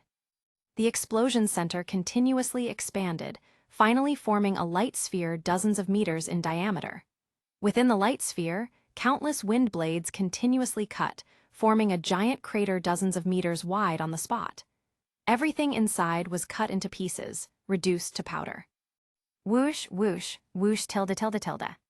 Further away, a whirlwind violently erupted. Even hundreds of meters away, Naruto's trench coat was lifted high, looking unexpectedly stylish. Whoosh, whoosh, whoosh tilde. 9 Anbu members in a row, along with Anko-sensei, arrived from a distance, jumping onto nearby tree branches, gazing at the scene in shock. Kakashi recognized it at once. Didn't Naruto use a similar ninjutsu when dealing with Zabuza? And looking at the 2 relaxed figures, why is the situation different from what he expected? Yo, little white-haired guy, why do you look so much like Kakashi-sensei? Naruto immediately spotted the white-haired Anbu member among them, feeling a strong sense of familiarity. Naruto. Heh, your voice sounds even more alike. Chapter 12:48. Heh, the voice is even more alike. Kakashi's former Anbu subordinates, familiar with him, including Examiner Anko, all turned to look at Naruto. Due to their differing job responsibilities, none of them had much contact with Naruto, and for most, this was their first close-up encounter. Was the Nine-Tails Jinchuriki's personality? That quirky? Truly the king of pranks. Naruto. Ha, Naruto scratched his head awkwardly, hearing Kakashi's distinct change in tone. Kakashi-sensei, I was just kidding. Couldn't he sense Kakashi's chakra signature? Besides, Kakashi's white hair was far too noticeable. Wearing an Anbu uniform was as good as wearing nothing. Naruto Uzumaki, did you encounter Orochimaru? The impatient Anko couldn't wait for the master and student to chat and went straight to the point. Orochimaru? Never heard of him. Naruto subtly signaled Sasuke not to speak, then feigned a thoughtful expression. I only saw a ninja flicking his tongue at me and attacking. And then, I used one fire style, a dozen wind styles, and he vanished. Don't know if he's dead or not, Naruto said, shrugging. An Anbu member couldn't believe this account. Looking at Naruto's laid-back demeanor and his age, he couldn't connect him with that terrifying fire style from earlier. Was that fire style yours? Naruto didn't refute. Could also be some hero, passing by out of interest, who just happened to cast a fire style. Naruto's personality sometimes even gave Kakashi a headache. All right, it was indeed me. Naruto's straightforward admission, ironically, made the Anbu members disbelieve him even more. That terrifying chakra capacity implied by an S-rank fire style, an unknown but similarly S-rank wind style, and dozens of continuous bombardment ninjutsu. They couldn't connect the person responsible for all of it with the quirky, casual-looking 12 or 13-year-old child before them. Such a scene simply didn't compute in their minds. But who that person actually was, the Anbu members weren't sure. Along the way, they had only seen various ninjutsu bombardments. They tried to rush to the scene but were blocked by a wind style, Raisen Shuriken, followed by various ninjutsu explosions on their path forward. Fearing collateral damage, they hadn't dared to get too close. This was also intentional on Naruto's part. No one could interrupt him from beating Orochimaru to a pulp. No one, not the Anbu. Not even Orochimaru himself. Beating Orochimaru couldn't be interrupted, but Orochimaru also couldn't be captured. So, these Anbu simply had to suffer a bit. Whistle, Sparrow, continue forward and search. I'll handle things here, Kakashi ordered, intending to send the Anbu away. The Anbu nodded. Senior, we'll go pursue. Some were tempted to do something about this quirky Naruto, but a glance at Kakashi, the leading jonin, made them give up. They could only continue searching forward. Whoosh, whoosh, whoosh, tilde, tilde, tilde. Several Anbu and Anko left. The Anbu didn't believe Naruto's words, but Kakashi did. Recalling the overwhelming fire style he saw before entering, Kakashi knew that even though he had tried to estimate his student's strength as generously as possible, he had still underestimated him. Glancing at the two, Kakashi asked curiously, "Where's Sakura? Why isn't she here?" Oh no, I forgot. Naruto slapped his head as if suddenly remembering something. Kakashi-sensei, we'll go back and find her now. Goodbye, Kakashi-sensei tilde. Whoosh tilde. Naruto pulled Sasuke and left. Watching the two rush off, Kakashi was deep in thought. On the way back. Naruto, you. Sasuke hesitated, wanting to say something. What's wrong? You want to explain in detail. If you do that, your exam will be over, and you'll be taken away for investigation. It's such a pain. As soon as the words left his mouth, Naruto suddenly realized he might have been infected by Shikamaru. But that didn't matter. Regardless, the Chunin exam had to continue. He desperately needed this stage. No, I wasn't talking about that. Then what is it? With a sigh, Sasuke seemed to put aside his pride. Naruto, can you teach me fire style? At this moment, lions lurked in Sasuke's eyes. He had indeed been shocked by Naruto's fire style. He had just been thinking, if he had Naruto's fire style, could he avenge Itachi? The desire for revenge outweighed his pride. He, Sasuke, also wanted to learn this kind of fire style. Naruto glanced at Sasuke in surprise, finding it quite odd. Sasuke had always considered him his greatest rival, always trying to surpass him. Yet now, he was asking his rival for guidance. Are you a moss head too? Sasuke, a person needs backbone. What do you mean? Not teaching you. Sasuke kept saying, but couldn't utter the next word, as if engaged in an internal struggle or decision. Actually, Leopard Sensei is no less capable than I am, Naruto slowly said. Really? Definitely real, since it was his clone, it must be like him. Facing Sasuke's expectant gaze, Naruto continued to explain, what you're learning right now is still very basic. Leopard Sensei just hasn't had a chance to show off yet. I learned all my ninjutsu from Leopard Sensei. Learning from him is definitely the right choice. So that's how it is, Sasuke's hope rekindled. Just you wait, Naruto, within 3 years I'll definitely surpass you. Naruto was speechless. This guy was like a nail, begging to be hammered. Moreover, this Uchiha was overly confident. The two hurried back and finally found Sakura nearby. Third disciple, are you there? Hahaha, Sasuke Naruto. Hearing the secret signal, pink-haired Sakura emerged from the tree hollow, greeting the two cheerfully. A closer look revealed that the timid Sakura who had entered the exam earlier was long gone. Standing before them now was confident Sakura. Why confident? Naruto immediately noticed the 3 members of another team tied up at the bottom of the tree hollow.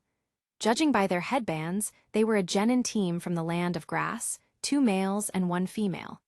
The 2 males looked quite sturdy, probably adults, while the young girl was around their age, with striking red hair. When I first met them, I was so scared. They saw me, a weak girl, and came to snatch our scrolls. But this is our team's hope. I couldn't just hand it over to them, so I fought them, Sakura explained, her face feigning lingering fear but secretly beaming with delight. I didn't expect them to be so weak. They were defeated by my fists in just a few moves, hee. Tada tilde. Then Sakura proudly presented a scroll of earth, like an offering. With this, their team now had both the heaven and earth scrolls. You're amazing, Sakura. Sasuke and I didn't even get an earth scroll, but you got it ahead of us. Seeing Sakura's rare moment in the spotlight, Naruto immediately offered praise. I declare that in this team internal competition, you have won the undisputed first place. Sasuke, what do you think? After speaking, he subtly signaled Sasuke to also praise her. Sakura looked expectantly at Sasuke. Good job, Sakura. Sasuke-kun. The praise from Sasuke moved Sakura to tears. Did this mean their relationship had taken another step forward? In that instant, she had even thought of their children's names. Hey, what's your name? Naruto walked over to the 3 tied-up captives and asked the red-haired girl. Her other 2 teammates had been knocked unconscious by Sakura's monstrous strength taijutsu, only she remained awake. Karin Uzumaki. Chapter 12:49. Karin Uzumaki. Karin was half asleep and disoriented. As she opened her eyes, the light was so dazzling. Was that the sun? She looked up and saw a golden sun. No, on closer inspection. It was golden hair, but the smile was so warm, like a small sun. Uzumaki Karin, huh? Naruto repeated, staring at the red-haired, red-eyed, glasses-wearing girl. Uzumaki, this surname was the same as his. Looking at the standard red hair, was she from the Uzumaki clan? He recalled his textbooks. There was once a land of whirlpools in the ninja world, inhabited by the Uzumaki clan. The land of whirlpools was once an ally of Konoha. Many elements of Konoha came from the land of whirlpools, such as the spiral pattern on the back of the village's ninja vests and Konoha's symbol itself. There weren't many records about this country. He only knew that after its destruction, the Uzumaki clan, having lost their country and home, were forced to wander the ninja world. As for more details, Naruto had once sent a clone to the ruins of the land of whirlpools to investigate his origins, but unfortunately, he found nothing. But he could be certain. If there were no surprises, his father's side of the family was from the Uzumaki clan who had wandered to Konoha. Otherwise, why would his surname be Uzumaki? After all, in this world, just like in Japan, people usually take the husband's surname after marriage. For example, if Sakura married Sasuke, her name would become Uchiha Sakura after marriage. As for why he didn't have red hair, it could only be because he was a mixed blood. His mother wasn't Uzumaki, but his mother's genes were too strong, which resulted in his blonde hair. Being chosen as the Nine-Tails Jinchuriki must also be because of his Uzumaki bloodline. Looking at the bonuses of the Uzumaki bloodline, they were practically perfect Jinchuriki embryos. Naruto had always believed this. Regarding his lineage, the Nine-Tails said nothing, and he never asked. After all, the Nine-Tails attack wasn't a good memory. Whenever the topic came up, both the boy and the fox simultaneously pointed the finger at Uchiha Madara as the culprit. No, now they'd start blaming Uchiha Obito. Besides, Naruto had never cared about his lineage. It was good to know, but he didn't care if he didn't. After all, his parents were dead. Moreover, what could a powerful lineage bring? Strength. From childhood, his strength had continuously soared. Fame. Laughable, no matter how famous he got, could his dad possibly be the fourth Hokage? That would be too much of a dark joke. Pulling his thoughts back, Naruto looked at the rare kinswoman he'd found, his expression unusually gentle. Coincidentally, my surname is also Uzumaki. Really? Karin glanced in surprise at Naruto's golden hair. Having been used as a tool her whole life, she was timid and didn't dare to refute powerful ninjas from other villages. Feeling her distrustful gaze, Naruto added, Naruto, Uzumaki Naruto. You're really an Uzumaki, but your hair. Mixed blood, you know how it is. What does you know how it is mean? Karin didn't quite understand Naruto's meaning, but she unexpectedly felt valued and warm. And this person was so handsome. Naruto. From behind, Sasuke's voice came. Karin saw another black-haired handsome boy appear next to the golden-haired one.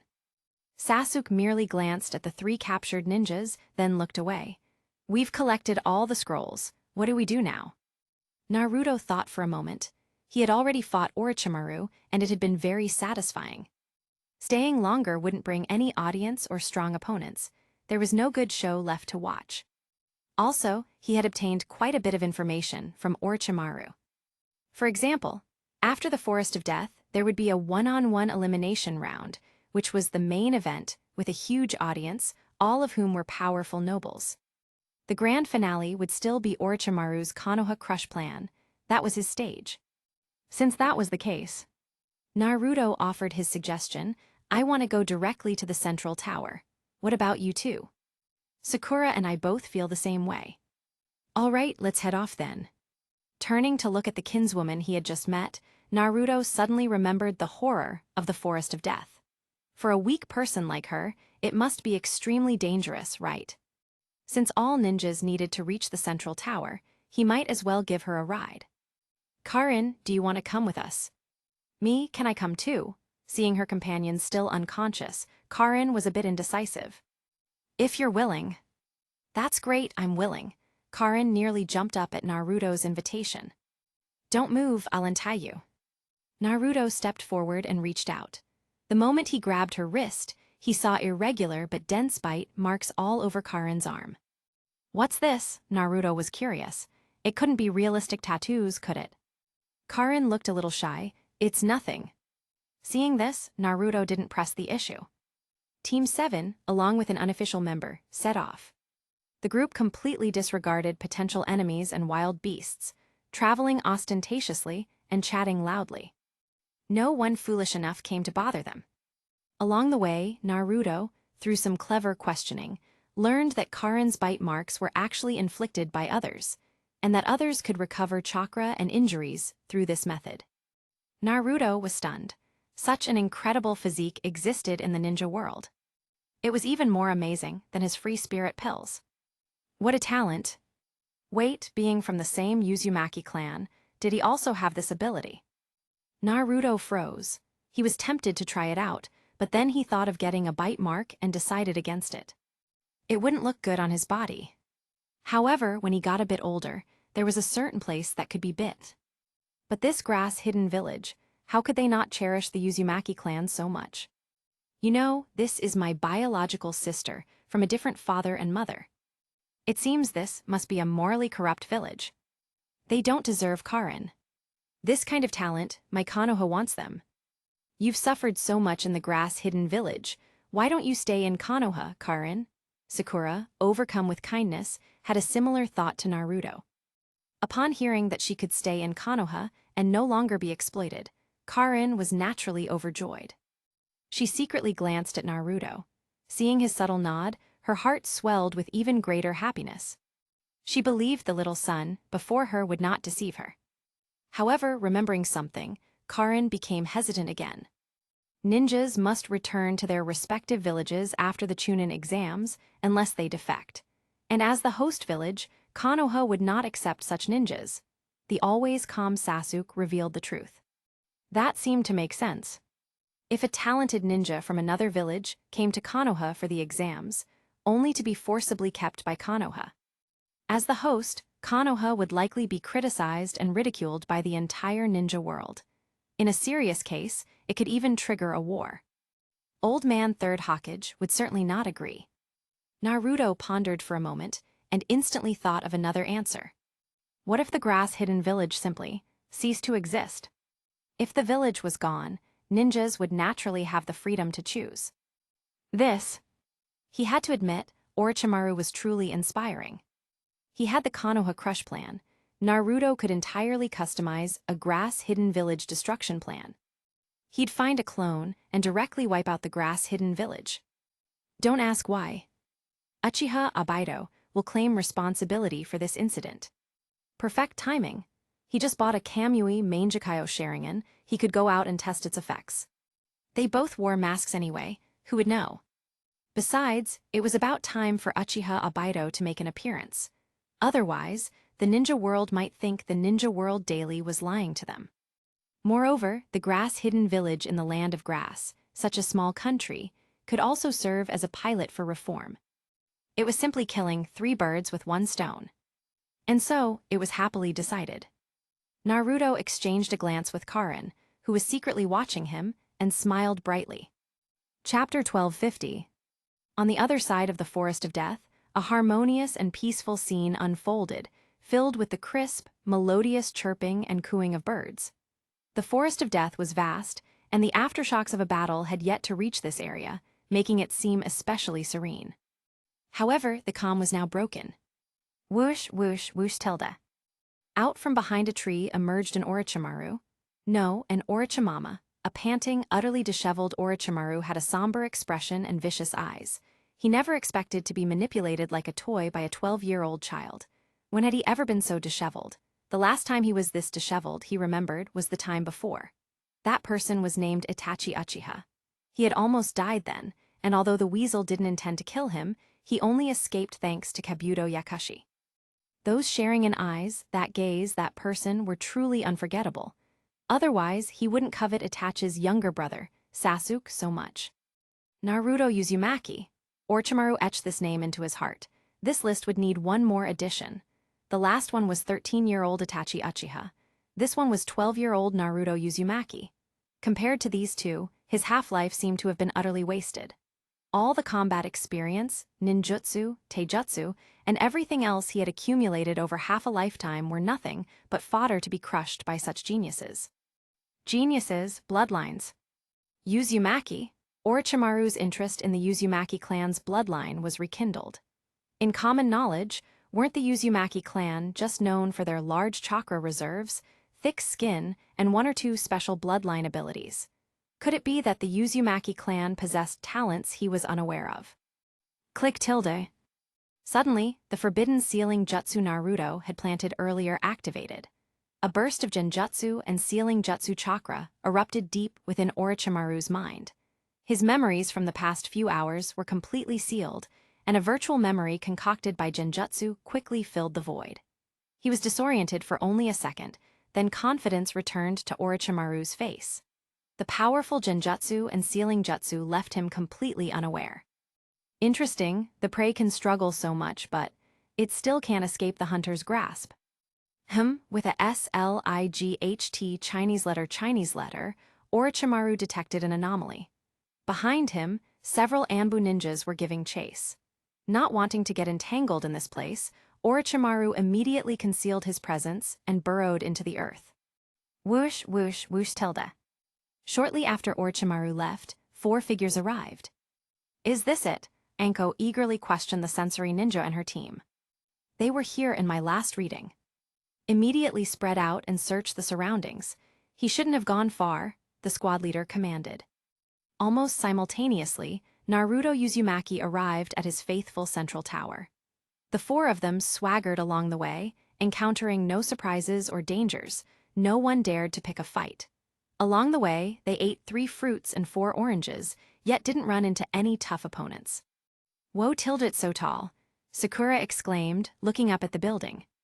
The central tower was a red building with many levels. The first floor had many doors, each sealed with paper talismans. The 4 walked around it, finding that only 2 doors had been opened. Only 2 teams have made it here, Naruto mused, looking at the open doors. Inside the tower, he sensed the chakra of Hinata's teammate and another team with a red-haired member who wasn't in Uzumaki, Gaara. It seemed both teams were quite strong. However, Hinata's team 8 likely benefited from their sensory ninjutsu. All 3 of them were sensory ninjas: Shino's bugs, Kiba's sense of smell, and Hinata's Byakugan. The difference in experience when you have map hack is obvious. I can't believe we're not first, Sasuke mumbled, not really caring. Should we go in? At this moment, the 3 stood before one of the doors. Karin stood separately. She wasn't on their team and, according to the rules, couldn't enter the same door as them. Let's go. Naruto pushed open the door. The space inside was quite large but empty, with only a calligraphy on the wall. There was, however, an elevated hallway with another door. Doors, doors, still doors. Did they want people to open 8 doors or something? Let's go. Seeing that door, Naruto jumped up. Upon entering again, it turned out to be a room, complete with a bed, a training room, and other basic amenities. There was also another door leading elsewhere. That's the 3rd door. Mumbling, Naruto opened it again. This time, a large hall appeared. As the 3 wandered around, they unexpectedly encountered other people. Naruto, turning around, Kiba, with Akamaru perched on his chest, greeted them. Beside him was a shy Hinata. It was Team 8. How is it here? It's all right, I guess. Kiba hesitated slightly, especially recalling the red-haired sand shinobi who cleanly dealt with 3 other teams, leaving no trace of their corpses. It made him feel very uncomfortable, just like Akamaru, who was trembling beside him. There's a redhead who's not to be messed with. A redhead, the One-Tails Jinchuriki, Naruto scoffed. If the One-Tails is not to be messed with, what about the 9 tails inside me? Also, Kiba hadn't finished yet, a strange reporter duo arrived. Strange? Sakura asked curiously. How strange? Yeah, a weird, expressionless cameraman, and a talkative, rude, cowlicked reporter. Look, here they come, Kiba said, pointing to the 2 walking in the distance. The 2 were backlit, but their silhouettes clearly showed their combination. One tall, one short, one burly, one skinny. It was a rather peculiar combination. You must be Lord Naruto Uzumaki, right? The voice arrived before they were even close. Sama. The others looked at Naruto. Naruto was utterly speechless. Uchiha Rokudo, what kind of stunt are you pulling now? Meanwhile, in another corner, Kankuro stared at the peculiar duo. He felt particularly annoyed that they completely ignored him and headed straight for the blonde-haired group. It wasn't like this when they first arrived. Even though they were the first, this reporter named Damatehe maintained some kind of neutral, objective, third-party attitude, coldly giving them a brief interview. His words weren't even kind, full of nitpicking, which made Gaara want to kill them. But how did they treat the Leaf Ninjas? Team 8 seemed normal, but now, seeing Team 7, they were acting so obsequious. Sama. Hathi. So what if it's the famous Ninja World Daily? Weren't they still bought off with money? Promoting this Chunin exam for the Leaf? What about us from the sand? Is it just because our village has no money, only 100 people share one newspaper, leading to low sales and unpopularity? I'd like to see how you report this exam. Reporters like dogs, fawning for scraps. Just as he cursed, Temari retorted. Kankuro, don't say that. Temari's gaze had long locked onto the handsome Naruto and Sasuke from afar. Meanwhile, Naruto was still being interviewed. Questions like, how was the room experience? How was the food? Any areas for improvement? He glanced at Rokudo no Damatehei's notebook. Naruto Uzumaki inspects the central tower. Naruto Uzumaki delivers important speech. The third Hokage isn't even dead yet, and you want me to usurp the throne? And the most outrageous one, calling him the son of Konoha. That's too much, way too much. The son is too much. For now, let's just call him the light of Konoha. Chapter 1251. Naruto-kun. Hinata, who had been looking down and fiddling with her fingers, secretly glanced up at Naruto. He was dressed the same as this morning. A white windbreaker, light gray short-sleeved shirt, dark shorts, and ninja boots. He looked sunny and clean. Naruto, backlit, seemed to glow all over. It seemed that ever since graduating from the ninja academy, Naruto-kun's looks had been on a linear ascent. But she wasn't that shallow. She had always liked his inner qualities, not his appearance. In an instant, a question popped into her mind. When did I fall in love with Naruto? The moment this question arose, the image of their meeting in the snow when she was 3 years old lingered stubbornly. Look at me, even though I have no family, I will never cry easily. Gana tilde. His bright smile was deeply etched into her mind. From that time at 3 years old, she began to pay attention to him. When she was 5, she was bullied for being weak, and he stood up for her again. For her, who had always lived in fear, his appearance was like a ray of light. In that moment, she stared at him for a very, very long time. Since then, every time she was bullied, he would stand up for her, becoming her hero. He was so brave. She always thought he was so brave, he must be a very popular person. But later, she learned that he was actually disliked by the villagers. Even so, every time she saw him, she could see his optimism and strength. His inner self must be very strong. Her talent was inferior to her sister's, and she was often ignored by her father. If only she could have a strong inner self like him. Not only that, as a member of the Hyuga clan, she was often discriminated against as a child because of her Byakugan, which was different from other children's eyes. Only he said those words. Your Byakugan are beautiful. That was the most beautiful sound she had ever heard. On the other side, the interview continued. So, what is your goal for this Chunin exam, Lord Naruto? Uchiha Rokatsu, disguised as Damatehei, meticulously took notes. Goal. Instantly, Naruto thought of that Genin badge. Genin are already this strong, Chunin must be soaring. To pass the Chunin exam and become a Chunin. At this moment, Naruto suddenly wanted to get the Chunin badge. The humble light of Konoha, Uzumaki Naruto, simply wants to get first place. Writing this in his notebook, Damatehei asked a personal question. Lord Uzumaki Naruto, do you have any advice for our profession as reporters? Advice. A reporter must first be a reporter. Uzumaki Naruto issues important directive. A reporter must first be a reporter. Just after writing it down, Damatehei realized something wasn't quite right. He secretly glanced at Naruto, seemingly noticing that the boss wasn't too angry. Good. I'll get a reporter's license right after this. Wonder if such a thing even exists in the ninja world. Returning the microphone, Naruto glared at Uchiha Rokatsu. This guy messing around. According to the plan, Uchiha Rokatsu should have gone to the Land of Lightning to cause trouble, given the loss of 3 Jonin clones. But instead, this guy directly impersonated a reporter, infiltrated Konoha, and started buttering him up. And that name, Damatehei. Do you have a sister named Dama-Yumaru? This persona, besides flattering, clearly belonged to an old otaku. But where did his memories come from? Oh. Turns out I watched it myself, so never mind. Speaking of which, I even watched such casual slice-of-life anime, so why didn't I watch Naruto? If I knew the plot, would I have to wait until graduation to realize I was the protagonist? Would I still have to be so cautious, diligent, and wholeheartedly serve the ninja world? I would have conquered the earth long ago, okay. Alas, there was no if.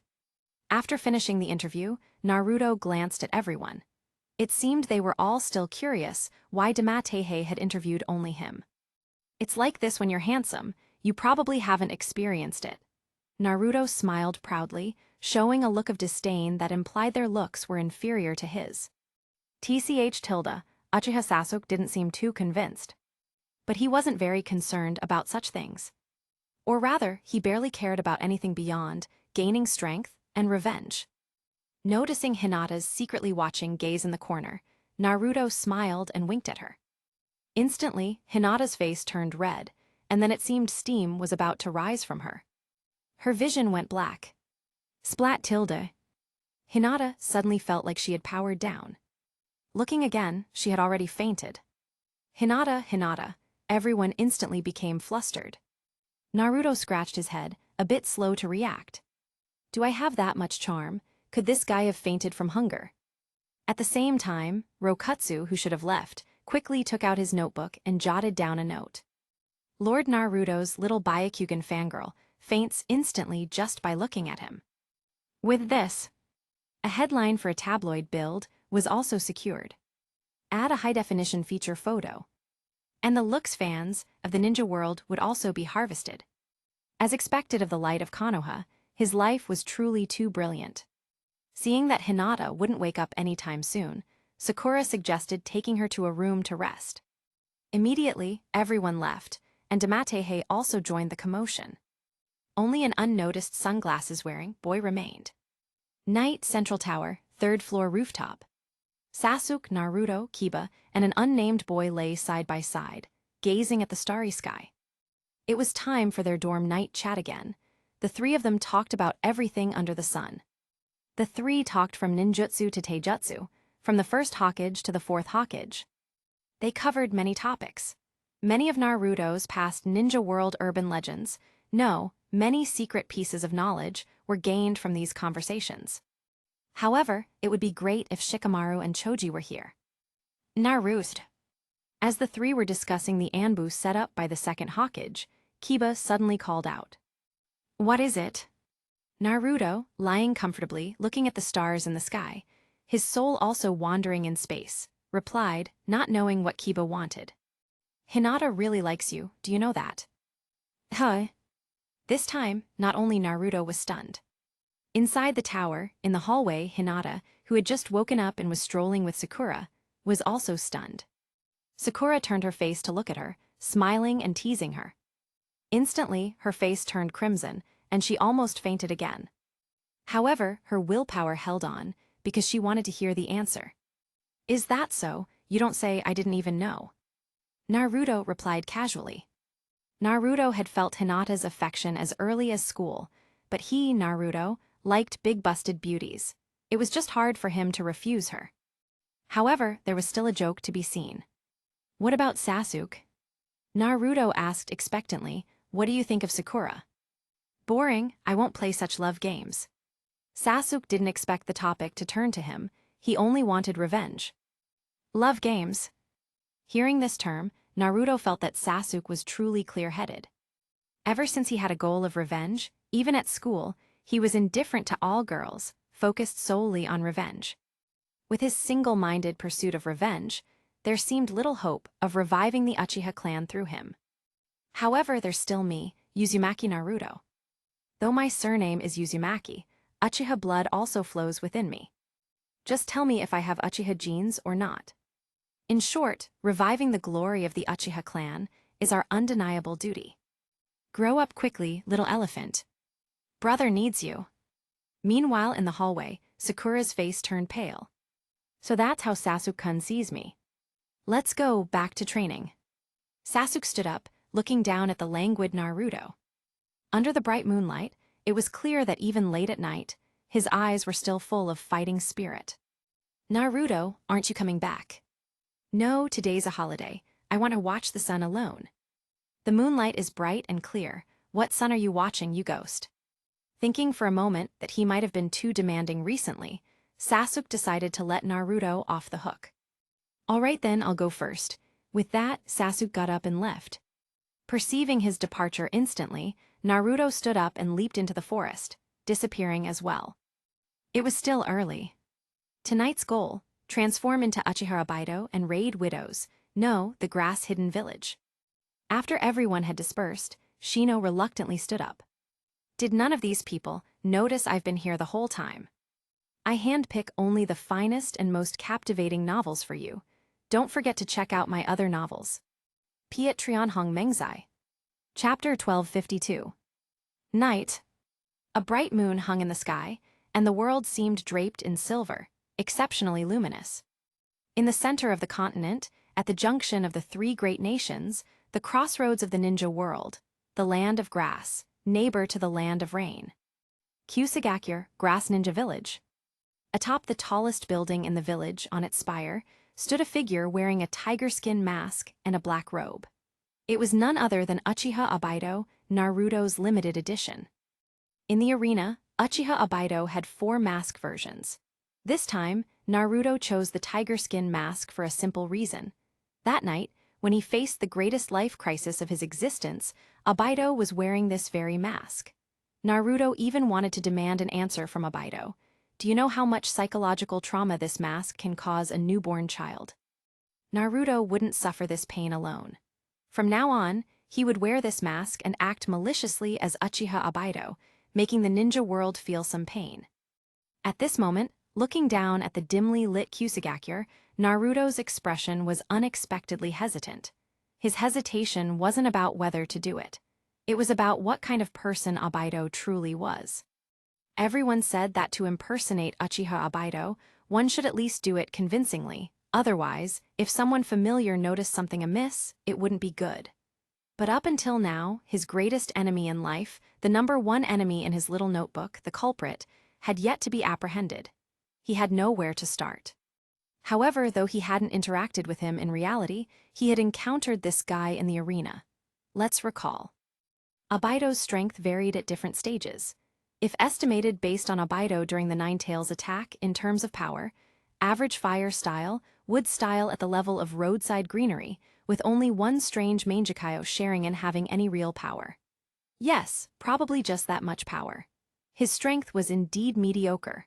Otherwise, he wouldn't have needed the Nine Tails' help to destroy Konoha. What about his personality? Let's recall again, the NPC in the arena seemed to have only a few lines. Rin, I will create a world with you. This world full of despair has no value. Reality, it's just another name for pain, helplessness, and emptiness. Roughly these few lines. Pondering them carefully, Naruto gained some insight. Clearly, this was someone who saw no hope, despairing of the world. I'm too familiar with this. Switch to late-night melancholic mode. Closing his eyes, he focused his perception for a moment. The small Tgthegood had about 1,800 people. Tilde. Today, I, Uchiha Obaido, shall demonstrate my prowess. Since that's the case, let's start with a greeting. Fire style, blazing fireballs. Dozens of strange, green glowing orbs appeared, flying through the sky towards several target buildings. Upon contact. Boom tilde. The combusting flames instantly expanded, fire-natured chakra burst violently, and in the blink of an eye, the high temperature and shockwaves destroyed all hit buildings. Who threw the fire style? Where did the attack come from? Quickly, gather the Jonin and elders. The on-duty ninja and Anbu instantly detected the attack. As a ninja village, Kyuso was fairly competent, reacting immediately to gather personnel. But the entire village was thrown into chaos by the assault. The on-duty elder Oxhead, hearing the explosion, immediately leaped out of a building. The moment he appeared, 3 Anbu surrounded him, reporting the situation. Well, have you found the culprit? Elder Oxhead's voice was slightly deep. Reporting, Elder, the culprit has not been found. Immediately gather all Jonin in the village and find the enemy. He glanced at the village, brightly illuminated by the firelight in the night, the destroyed functional buildings, the burning school, hospital, and storerooms engulfed in flames. At this moment, his heart felt like it was bleeding. Oh, right, where's that woman? Seeing that there would be many casualties, he immediately thought of that woman.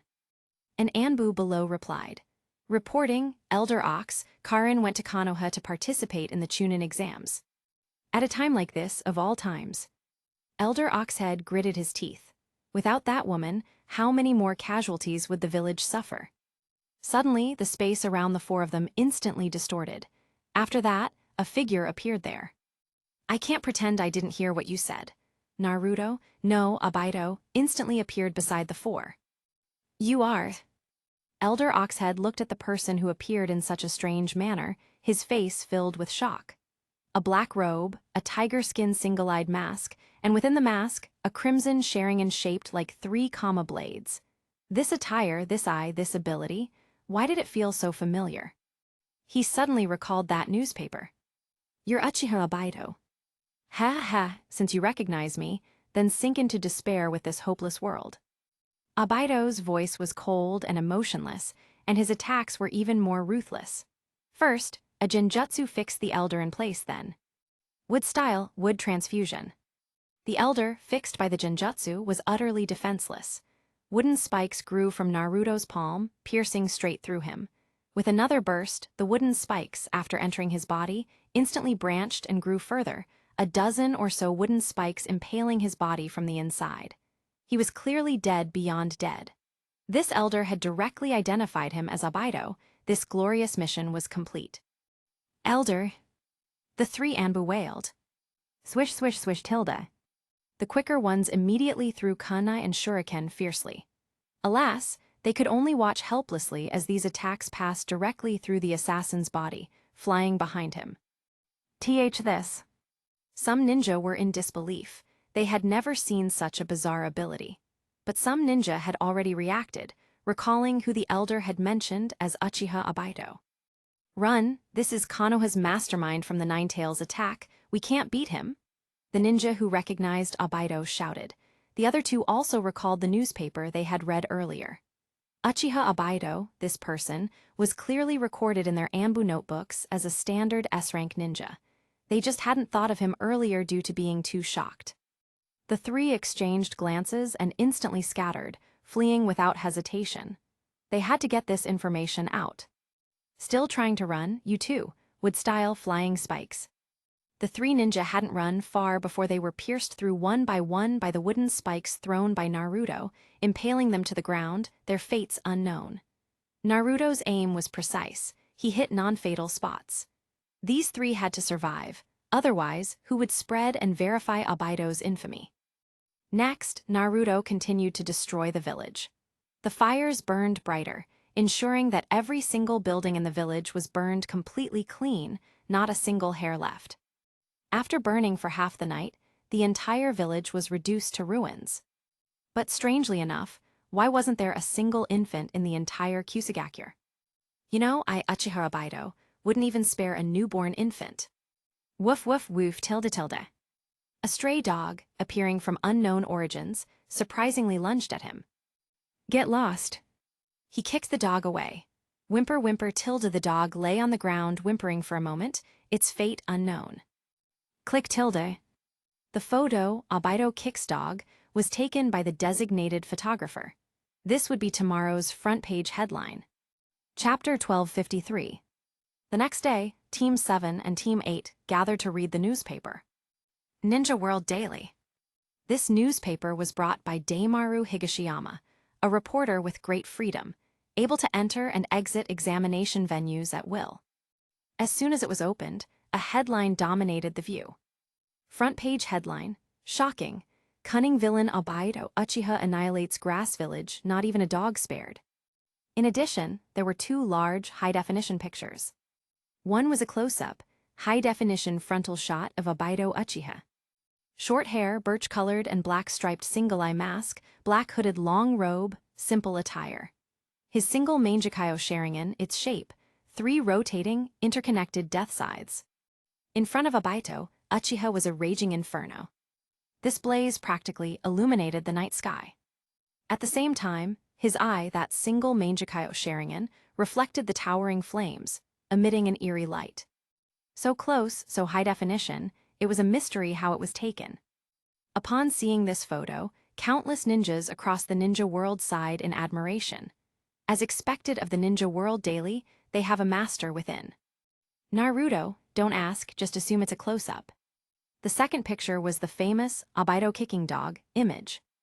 Judging by the location, it seemed to be around the same time as the previous high-definition photo. Against a backdrop of sky-high flames, this time it was backlit, so only the silhouettes of Obaido Uchiha and a dog were visible. Obaido lifted his foot, and the dog flew, the scene frozen at the moment the dog was sent flying. Obaido Uchiha truly commits all kinds of evil deeds. He destroyed a ninja village and didn't even spare a single dog in the end.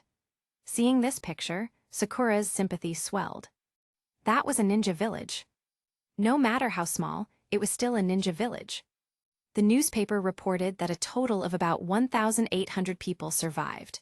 Not one, and not even bones were left after the burning. This Obaido Uchiha was truly heinous, not even sparing this cute dog. So hateful. A small ninja village, 1,800 people, who knows how many Chunin. Sasuke was still calmly analyzing Obaido's strength, assessing the gap between them. Ever since he learned of Obaido's involvement in the Uchiha clan massacre, Sasuke had listed Obaido Uchiha as one of his targets for revenge. Listening to the two continually recount Obaido Uchiha's crimes, Naruto felt somewhat guilty. However, one point needed to be clarified.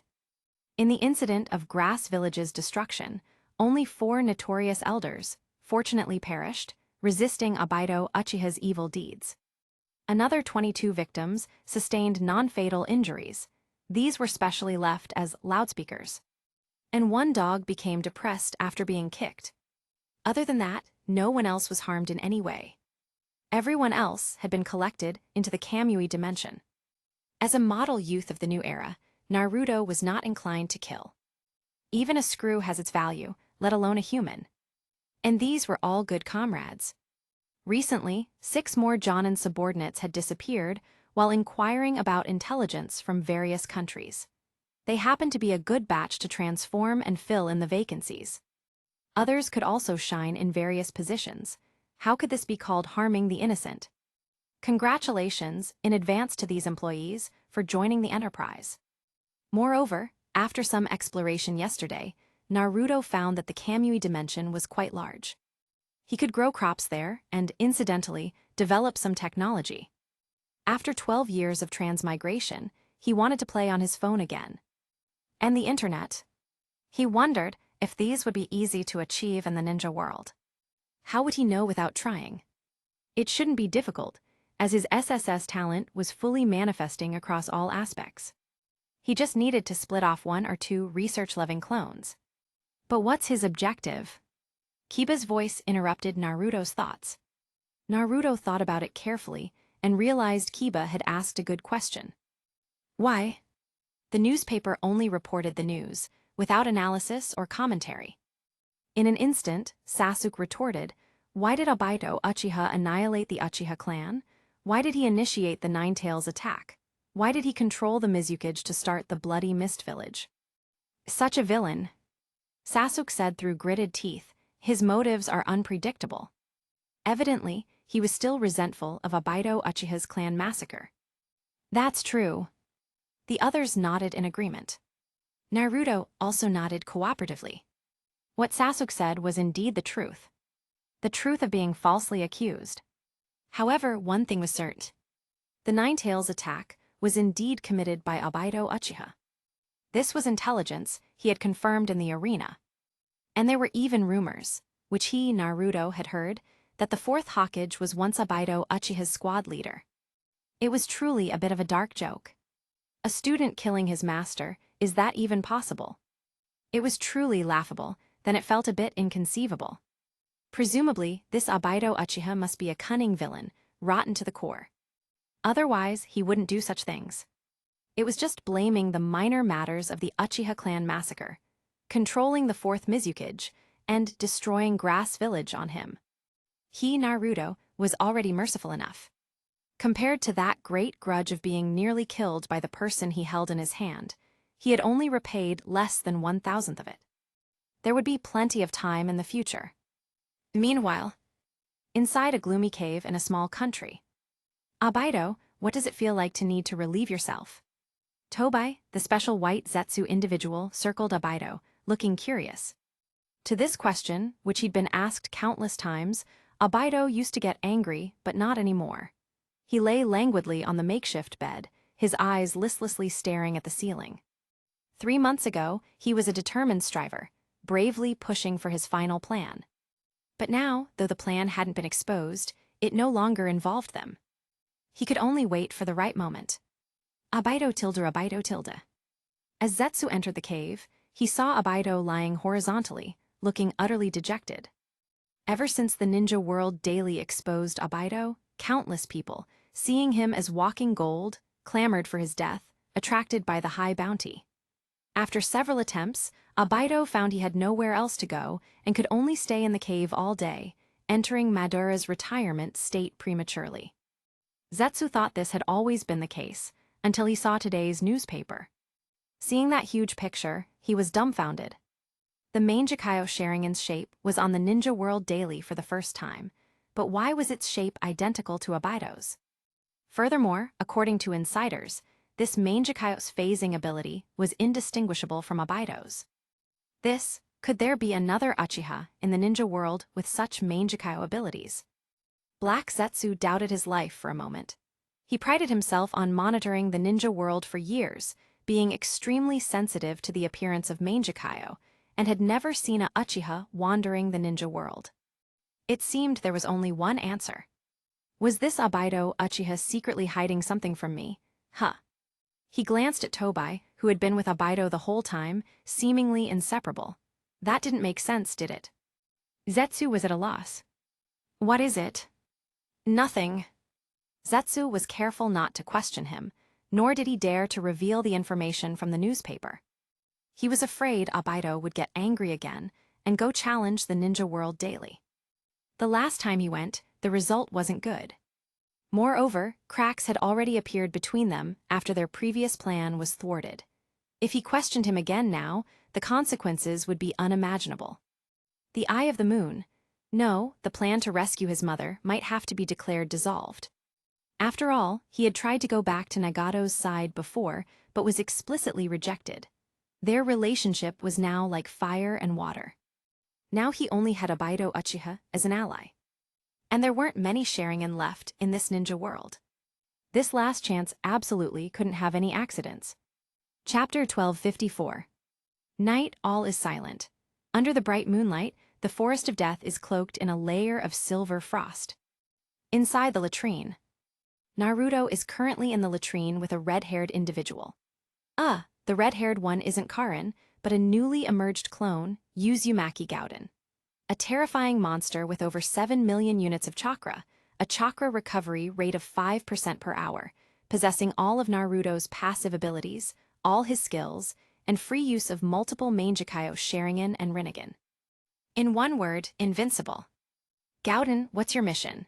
Naruto observes the new clone, wanting to see what kind of personality this newly opened blind box has. To sweep clean, boss. The newly created clone naturally knows what Naruto was just thinking. He slowly and meticulously explains. Because yesterday's attack was too sudden, there will be many fish that slipped through the net. These escaped ninjas might rebuild Kusagakure, so you want me to eliminate future troubles permanently, boss. Wait, Naruto quickly interrupts. This new clone seems to have never read emotional intelligence. What do you mean, sweep clean? That sounds awful. Uzumaki Gauden appears to be less adept at flattery than Uchiha Rokutsutsu. He pauses for a moment. Seeing this, Naruto emphasizes again, remember, you are going to help these ninjas who have lost their village. You are going to help them find a new livelihood. Then I'm truly a great benefactor, aren't I? Uzumaki Gauden leans back strategically. Not bad, this answer, it's just right. As expected of my clone, he's on my wavelength. Yes, exactly. Also, during the day, the Ninja World Daily reporters have pinpointed the locations of all these ninjas. Go and round them all up, Naruto instructs. Uzumaki Gauden doesn't seem to be a talkative person. He simply keeps nodding. You don't have much chakra, and your recovery is slow, so you can first collect those people into the dimension. Then, wait for me to modify them. There's food and drink in the dimension, so there's no need to worry at all. Uzumaki Gauden nods again, and Naruto watches. How rare, this one's actually an honest guy. Recalling the strategic lean back just now, Naruto feels something is still off. At least, compared to Uchiha Rokutsutsu, he's considered honest. Do you know how to do construction? Naruto suddenly asks again. Construction. After a moment of thought, Uzumaki Gouden's eyes light up. Boss, I know too much about it. My favorite games are simulation management games, like Cities, Skylines, SimCity, Victoria. It seems he's hit on something he likes. He instantly becomes a chatterbox. Naruto glances at him in surprise. This guy's a gamer nerd. However, he seems to have played all the games Gauden mentioned. Never mind then. But what does this have to do with construction? Well, it's loosely related. Knowing a little is fine too. The land of grass is already at rock bottom. It can only go up. From a geographical perspective, while the land of grass isn't large, its environment is actually quite good. Unlike the land of wind, which is almost entirely desert, or the land of earth, with many Gobi deserts. Especially its excellent geographical location. Situated near the crossroads of the ninja world, it has a geographical advantage and can be developed and transformed. The downside is its lack of strength, leading it to be a battleground for larger nations and exploited by them. However, with Uzumaki Gauden here, the future of the land of grass is secured. Naruto plans to transform it into an industrial base, a research base, and a cultural base, becoming his Uzumaki Naruto's grand rear area. After describing this idea in detail, Uzumaki Gauden nods again. Then go back and draft a mid to long-term development plan outline for the land of grass. Hand it to me tomorrow. Hi. I have to submit a report. Uzumaki Gauden looks up in surprise. Come on, boss. You didn't get enough report writing done before, did you? Now you're making me suffer too. Go on, someone's about to come outside. Naruto urges. Okay, boss. Swoosh. Uzumaki Gauden uses Flying Thunder God technique to depart immediately. His heart is pounding with excitement. As a newcomer, he actually has the chance to build a new nation. It's too thrilling. He can do whatever he wants on this map. If nothing else, he'll build a city first. The city's name shall be Free Gotham. As for his own name, Uzumaki Gauden, his boss really has a twisted sense of humor. But in front of the boss, I'm Gauden. Outside, what should you call me? Heck, land of grass, your dad has arrived. On the other side, looking at the receding blood-red hair, Naruto is pensive. This clone is the third one tonight. The previous two were immediately recalled because their personalities were too outlandish. He hopes this one is more reliable. As for how to develop the land of grass, Naruto only provides general requirements. The specific implementation is entirely up to the clone. If he had to focus on every detail, he'd be more exhausted than an emperor. After all, it's just an experimental field, with little impact on the ninja world, so he can mess around as much as he wants. It's just that the geopolitical location of the land of grass isn't very safe. Judging from previous ninja wars, its neighbor, the land of earth, is quite aggressive. After some thought, Naruto equips Uzumaki Gauden with the Jonin template for 108 generals and 1080 Chunin. That should be enough. These people won't show their strength normally, but if someone rashly attacks, they'll suddenly discover that a minivan has pulled up, and a whole carload of bread people have gotten out. If he then declares permanent neutrality, this not-so-weak land of grass, bristling like a hedgehog, probably no one would want to provoke. Knock knock knock tilde. Naruto, are you in there? By the sound of it, it's Sasuke knocking outside. Naruto immediately dispels the surrounding isolation seals, performing a series of rapid moves. Stop knocking, I'm coming out right away. Can't even take a dump in peace, it's so annoying. Sasuke withdraws his hand, which was about to land on the door. He feels that Naruto has been a bit off these past 2 days. What's off about him? He just senses something wrong but can't pinpoint the source. The next day at noon. Still the same cave as before. Abido tilde, white Zetsu, Tobai, holding 2 family-sized buckets and a newspaper, rushes in from outside. What is it now?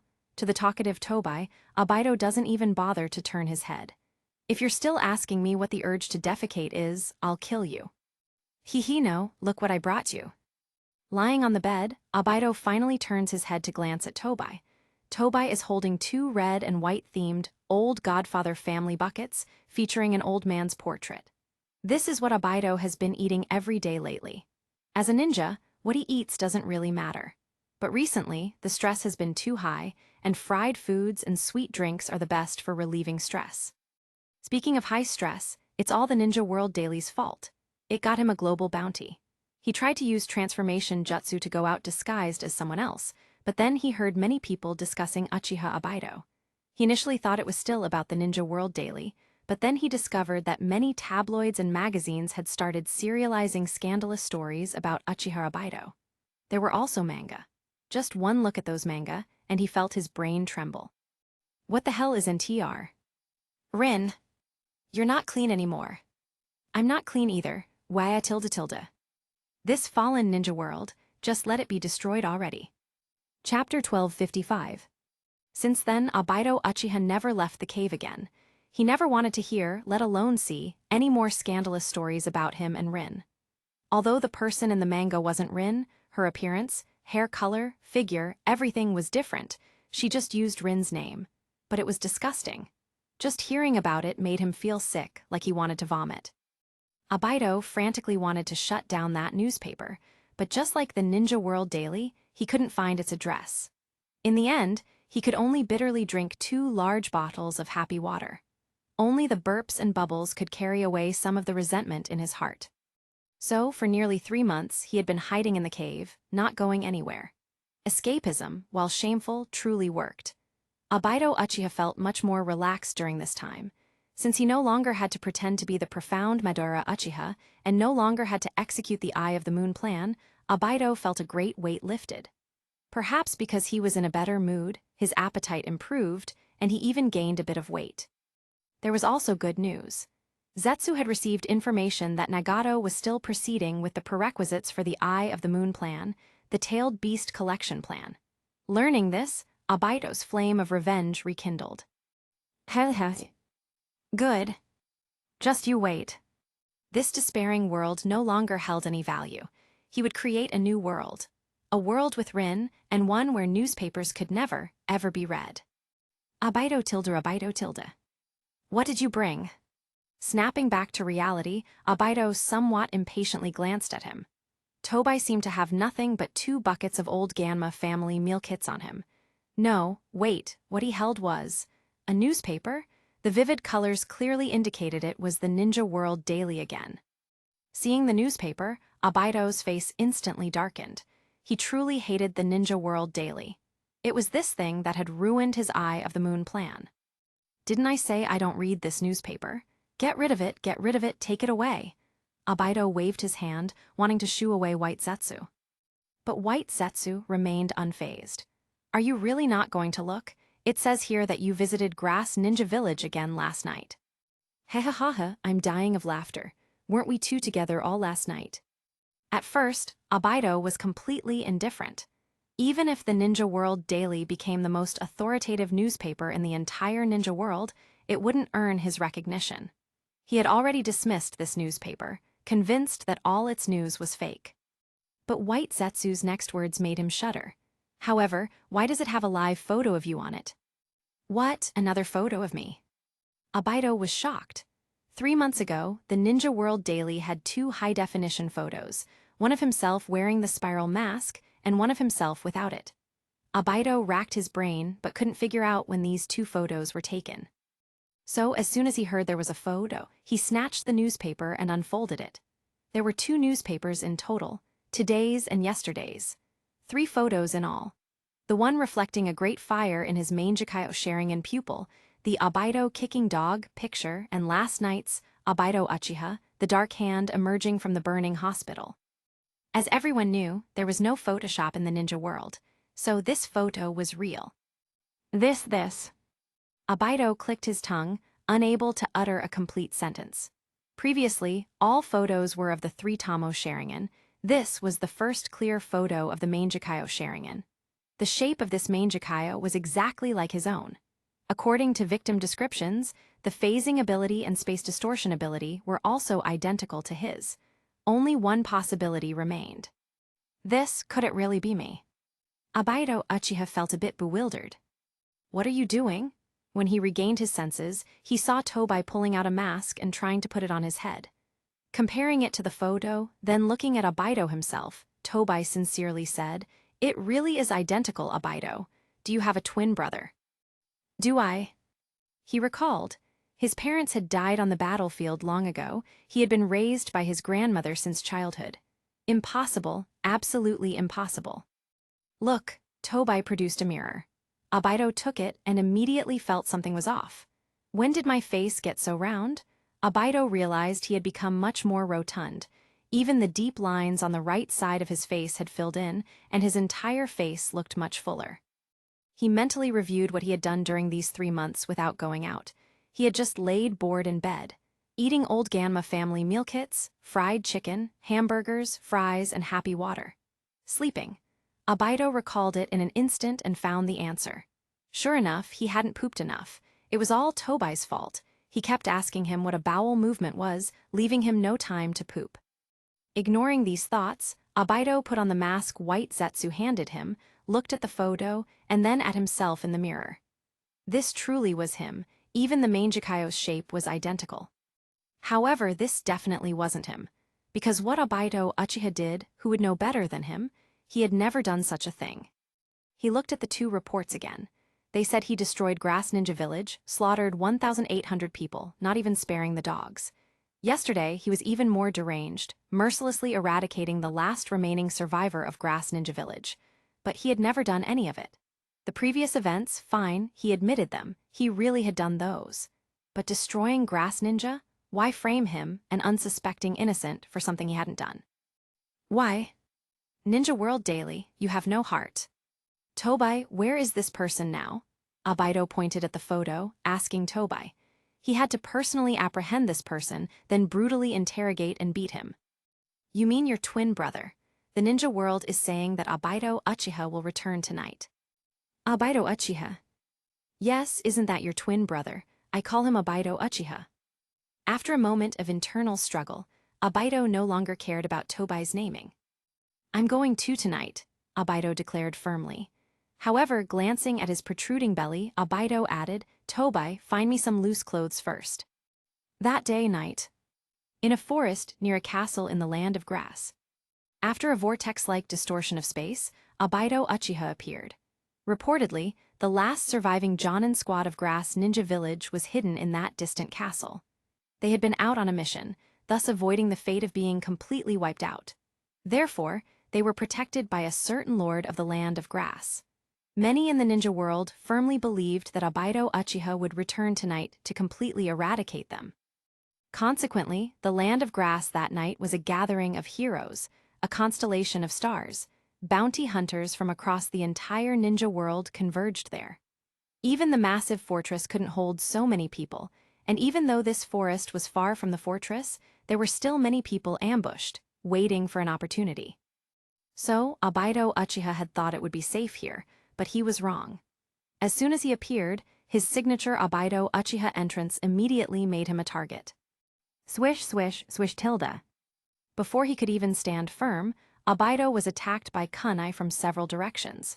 Fortunately, he immediately used his phasing ability to dodge the attacks. Abido Uchiha is here. An excited howl echoed through the entire forest. There was no emotion in the cry, only a fierce craving for money. Everyone immediately stirred. The seemingly empty forest instantly spawned countless people with glowing eyes. There were people everywhere. With this kind of momentum, Abido felt like running. But the Ninja World Daily had already extensively revealed the details of his Mangekyo abilities. Even if others couldn't necessarily defeat him, they knew how to deal with and counter him. The distorted vortex had just appeared, and he was already under attack. Swish, swish, swish tilde. Dozens, hundreds more attacks flew out. Abido could only give up on escaping and use his phasing to dodge the attacks. Looking up again at the surging crowd, Abido was speechless. He had come here to cause trouble for Abido Uchiha, but how had he become the target of attack? Damn it. Now, it seemed that even if it wasn't shit, it would be considered shit. This fake world. He was tired, destroy it quickly. On the other side, Kakuzu, who had rushed over from another country, saw the spiral mask, his eyes glowing green. Abido Uchiha, your head. No, these 1 billion ryo, I'll take them. Chapter 1256. The next day, at the central tower. Early in the morning, Team 7's 3 members gathered again to read the newspaper. They had developed a habit. Every morning, they would grab a copy of the Ninja World Daily to learn about the world. Front page headline: Shocking. The utterly vicious Abaido Uchiha attempts to eradicate the last survivor of Kusagakure. Another front page headline: It was a good thing there weren't any singers in this world vying for headlines. Otherwise, they would definitely be outdone by this Abaido Uchiha. Seeing the news, Sakura let out a perfectly timed, delicate gasp of surprise. Oh, Abaido Uchiha struck again? He's so mean. On one hand, she was shocked by Abaido Uchiha's activity these past few days. She saw news about him daily. On the other hand, she wanted to act cute in front of Sasuke. This was a trick Naruto had secretly taught her yesterday. Things like acting cute, innocent, or being a white lotus. Naruto said these things were most attractive to straightforward men, like Sasuke. She wanted to try them all, and now it seemed to be working. Sasuke glanced at Sakura in surprise but didn't respond, continuing to read downwards. Just the fact that Sasuke had looked at her made Sakura's heart pound, feeling like a dinosaur was rampaging inside her. Sure enough, the plan was a success. She secretly cast a grateful glance at Naruto. Naruto, you truly are amazing. You know everything. Once I catch Sasuke, I'll definitely give you a big red envelope. Naruto wasn't paying attention. He was curiously reading the news with Sasuke. The news continued to report that as soon as Abaido Uchiha appeared, he was besieged by numerous ninja and almost couldn't escape. Unfortunately, although Abaido Uchiha was even more pathetic than the dog he had kicked that day, missing an arm and bleeding profusely at the scene, he still managed to get away in the end. A Mr. Kakuzu, who wished to remain anonymous, offered a sharp critique. Abaido Uchiha first annihilated Kusagakure, then its survivors, and finally even tried to wipe out the last remaining individual from Kusagakure. He didn't even spare a single dog during this process. At this rate, Abaido Uchiha might as well lose all sense of shame. At the same time, this green-eyed gentleman revealed that he welcomed Abaido Uchiha to seek him out for trouble anytime. After reading the news, Naruto was full of questions. Old man on subway with phone meme, JPG. I didn't even arrange an actor to show up. Where did this Abaido come from? He opened his channel to check messages. In just one day, there were tens of thousands of unread messages. Too many messages, he didn't even want to look. He opened the conversation with media mogul Naruto. Sure enough, this clone had reported intel on Abaido's appearance last night. He had overlooked it. What a shame, Naruto sighed inwardly. He missed such a good opportunity for revenge yesterday. But who could have known? The entire ninja world knew Abaido Uchiha was going too. Any discerning person would know it was a trap. To avoid exposing his identity, he hadn't even arranged for a clone to show up. After all, with so many people in ambush, a single collective spit could drown someone, and even he himself probably wouldn't be in much trouble. He didn't expect that while the fake didn't go, the real Abaido Uchiha actually did. This Abaido seemed a bit dim-witted. As long as you study him thoroughly, Abaido Uchiha isn't that hard to deal with. After reading the front page headline, Sasuke put down the newspaper. Seeing such a pathetic Abaido, he felt that his current strength might actually be quite good. Naruto reached out and took the newspaper, then logically analyzed. It's just his Mangekyo that's a bit troublesome. If there's a way to deal with his Mangekyo, it would be much simpler. Hi. His eyes caught a sesame-sized news article in the corner, and he couldn't help but exclaim in surprise. The news content was simple: daimyo of the land of grass chokes to death on a cake. But this daimyo didn't choke to death earlier or later. He just had to wait until Uzumaki Gautama arrived in the land of grass to choke to death. Without even looking, Naruto knew who the culprit was. Wasn't this Uzumaki Gautama an honest person? Why did he kill the daimyo right at the start? What's wrong? Sakura asked exaggeratedly. Hee, Naruto guiltily rolled up the newspaper. Nothing. Tusk. Sasuke frowned, squinting at Sakura. He opened his mouth, but before words came out, he retracted his gaze, only to squint at her again. He did this several times. This action amused Naruto. He knew Sasuke wasn't usually so conflicted. Was there going to be a good show today? Sakura saw all of this, and her heart blossomed with joy. You did great, Naruto.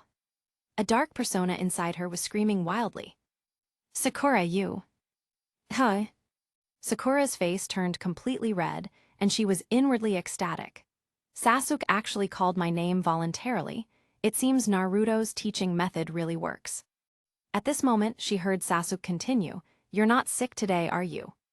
And no, Sakura felt a little suffocated, her heart pounding as if it would leap out of her chest. Is it coming? But Sasuke's next words struck her like lightning. Then could you please not talk like that? It's a bit nauseating. Sakura's violently fluctuating heartbeat almost flatlined, instantly dropping to 0. She visibly lost all color, even her art style changed from vibrant full color to black and white. Lost Dreams, JPG. PFFD tilde. Their dramatic performance almost made Naruto burst out laughing. Although he tried his best to hold it back, Sakura still heard him. She stared at Naruto with a pained expression. Naruto naturally understood what she meant, but he turned his head away. Not my problem. Sakura, bro can only help you this much. My past life girlfriends, well, let's just say there weren't crowds of them. I didn't even have one. Even I myself wasn't skilled in this art, so being able to teach you anything at all is pretty good. Sasuke's on a different level, he's immune to all tricks. You keep trying. Seeing the awkward situation, Naruto activated his topic-changing jutsu.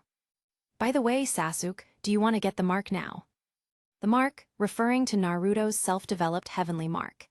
It could absorb natural energy and convert it into physical energy, which could then be extracted to restore chakra. The effect was excellent, currently achieving a maximum recovery rate of 5% per hour, which was faster than 99.999% of all ninjas' recovery rates. According to Naruto's observations, the average recovery rate for ninja in the ninja world was around 3-5 days. This was data for when chakra was basically exhausted and without any medicinal aid. From 3-5 days to 20 hours, truly remarkable. Let's do it. Sasuke was very decisive. This was also what Sensei Leopard suggested last night, saying it could help him improve his strength. He had no idea that Naruto had told Sensei Leopard to say that, and that doing this was entirely to deal with Orochimaru. Naruto touched Sasuke's nape with both hands. With a surge of chakra, 3 Tamo formed. Sasuke instantly felt both an itching and a stinging sensation. Why does it feel both itchy and painful? Sensei Leopard said there were no side effects, didn't he? Cough, cough, perhaps my mastery isn't perfect yet.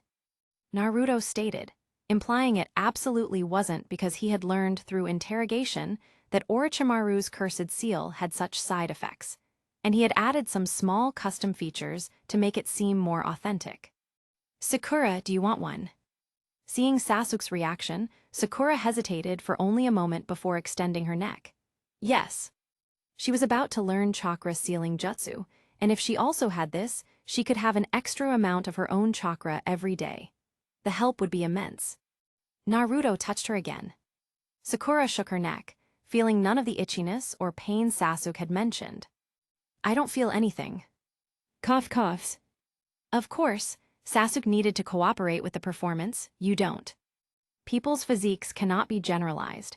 This shows that your physique, Sakura, is better than Sasuke's. Sakura, really? She visibly brightened, realizing that besides chakra control, she actually had something else that surpassed the super genius Sasuke. Naruto checked the time and said, let's go, the exam is about to end. I handpick only the finest and most captivating novels for you. Don't forget to check out my other novels. Piet Trian Hong Mengzai. Chapter 1257. Central Tower Hall. All candidates who successfully passed the exam gathered in the hall, lining up to proceed to the next stage. A total of 7 teams, 21 people, passed the exam. 5 teams from Konoha, 1 from Hidden Sand, and 1 from Hidden Sound. This number was consistent with the respective villages' strength. An interesting piece of news. All 3 teams of the latest Genin class, totaling 9 individuals, passed the exam. Meanwhile, among the 70 to 80 Konoha Genin participating in this Chunin exam, most of whom had graduated long ago, only 2 teams passed. Finally, it was no longer the worst class the teachers had ever led. At this moment, inside the hall, the Genin teams were in a chaotic buzz. As the face of Team 7, Naruto naturally stood at the very front. He scanned the crowd and found that all the individuals he was interested in were present. Good, no one disappointed him. Then Naruto noticed Hinata secretly looking at him. He suddenly turned his head and winked at her. Hinata instantly blushed, her heart pounding, and shyly lowered her head to play with her fingers. A shy little girl, quite amusing. Next, he noticed another gaze, and Naruto looked over again. It was Ino. He also winked at her in greeting, and Ino winked back cutely. See, there's quite a difference in personality between people. But this wasn't as fun. Hinata was cuter, more fun to tease, to watch her blush and get shy. He averted his gaze and looked at the stage. The third Hokage led the group, with the others being examiners, unfamiliar Konoha ninja, and the team leaders of each squad. The team leaders were mostly familiar: Might Guy, Kakashi, Asuma, and the mature Kurenai. Naturally, there was also the most important guest of this Chunin exam, our dear Orochimaru. Noticing Orochimaru's gaze drifting over, Naruto's heart stirred. Sasuke, don't blame me for being ruthless. Then, his tilde. Sasuke clutched the mark on the back of his neck, letting out a strange sound. Sasuke-kun, are you all right? Sakura immediately asked with concern. Seeing where Sasuke was clutching, she looked to Naruto for help. Naruto, quickly look, Sasuke's side effects are worsening. I'm fine, Sasuke interrupted Sakura. It wasn't pain, just itchiness. Like someone scratching the sole of his foot.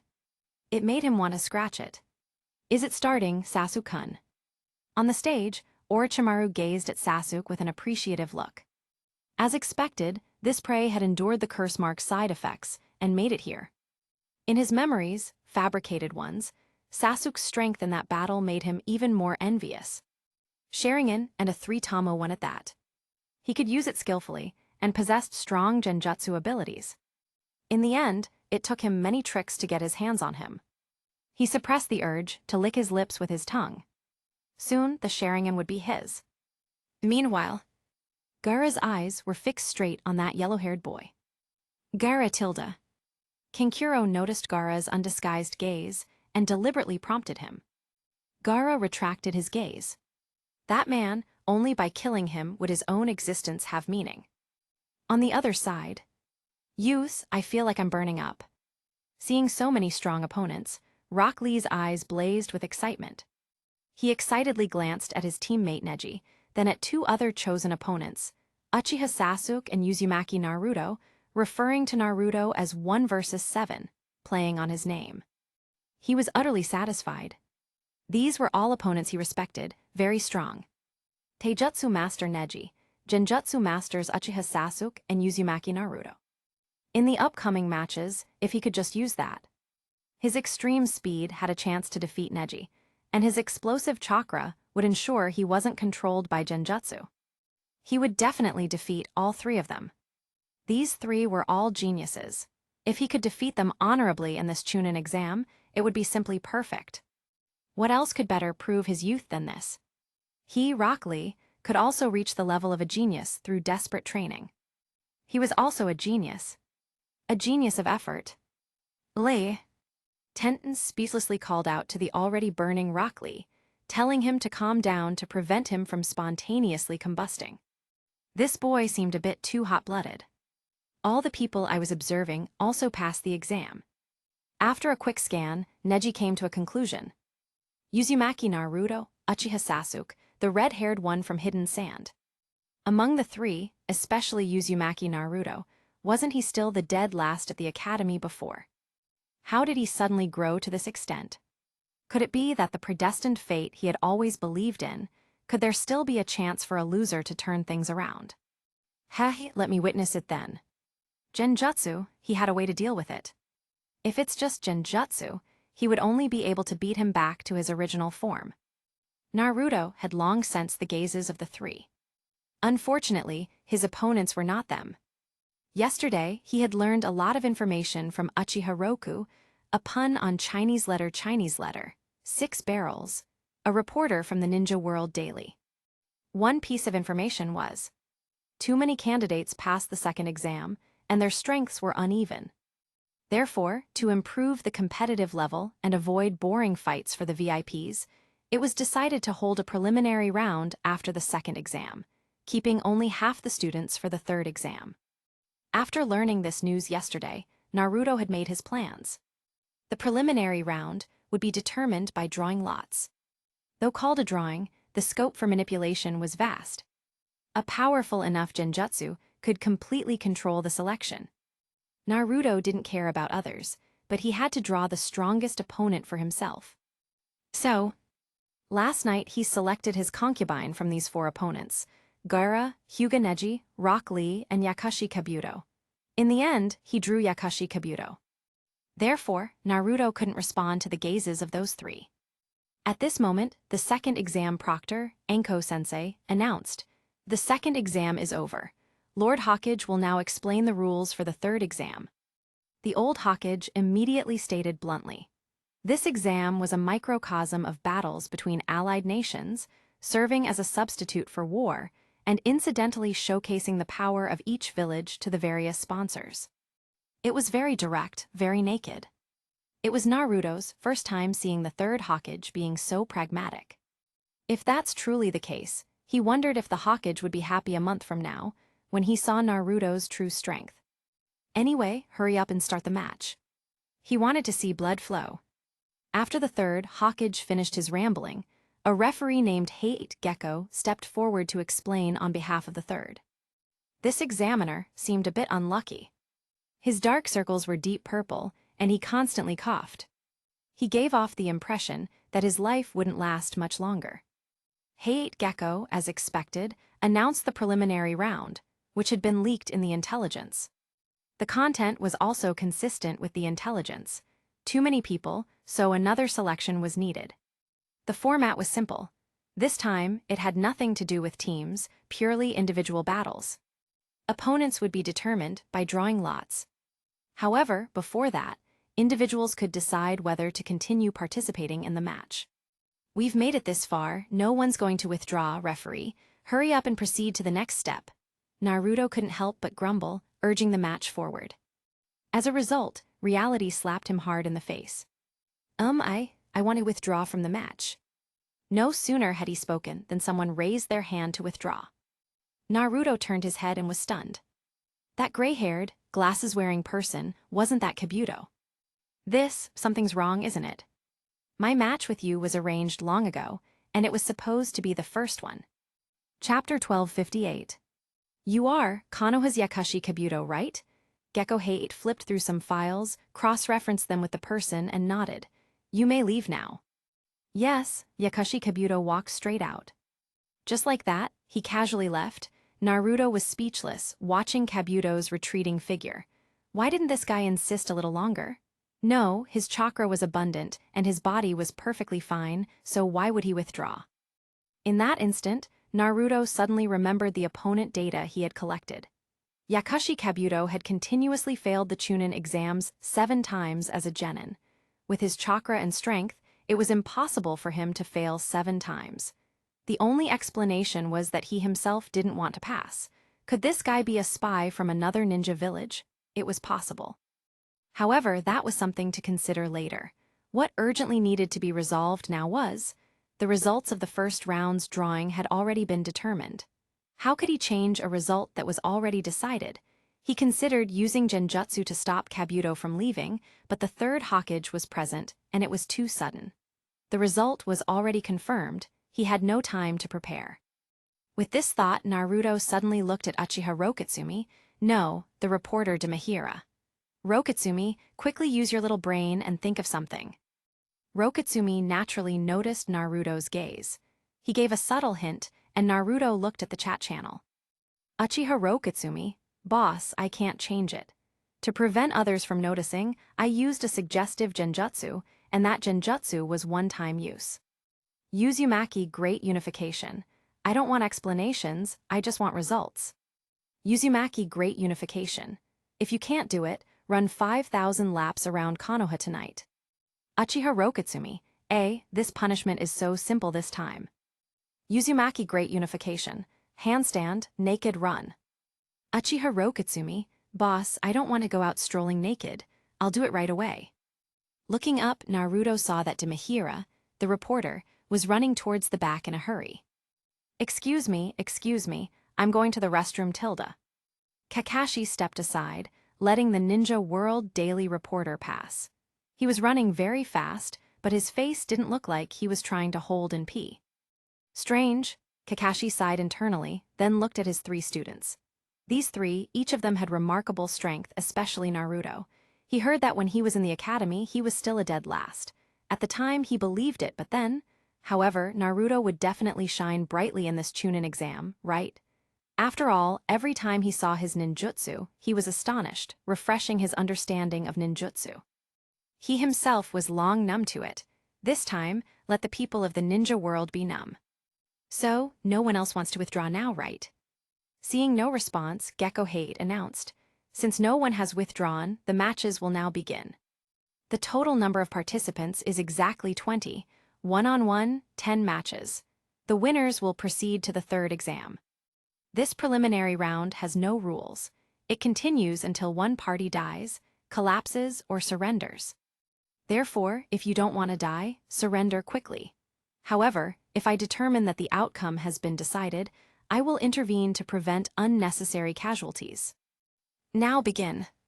After the referee announced the rules, a covering on the upper left corner of the wall opened, revealing an LED screen inside. This is an electronic scoreboard. It will randomly display the names of the 2 combatants for each match. The first group will be revealed now. Random, almost all the genin had this question pop into their heads.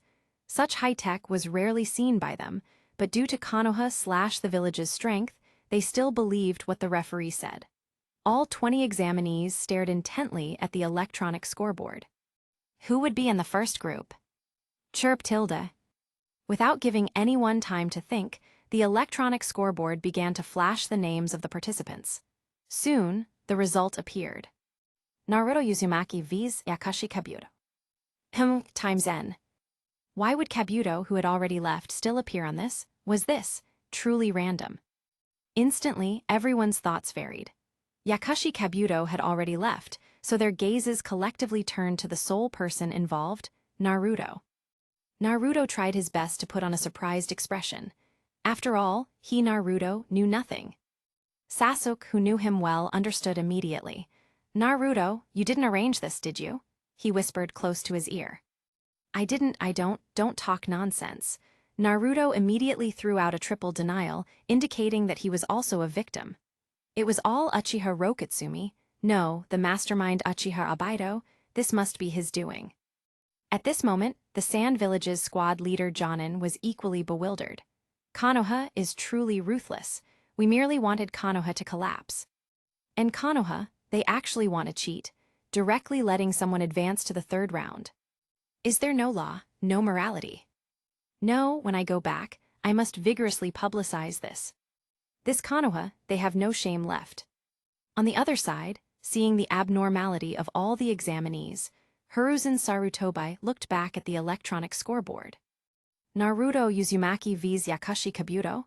He read it aloud, doubting if his eyes had deceived him.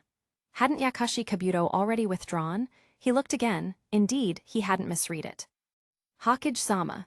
An Anbu came to ask for instructions on how to handle this situation. Hiruzen Sarutobi glanced at the crowd gathered around. His own village's people were irrelevant. It was mainly the 2 jonin from other villages. This matter was handled ungracefully. Hihi, Hiruzen Sarutobi chuckled to ease the atmosphere.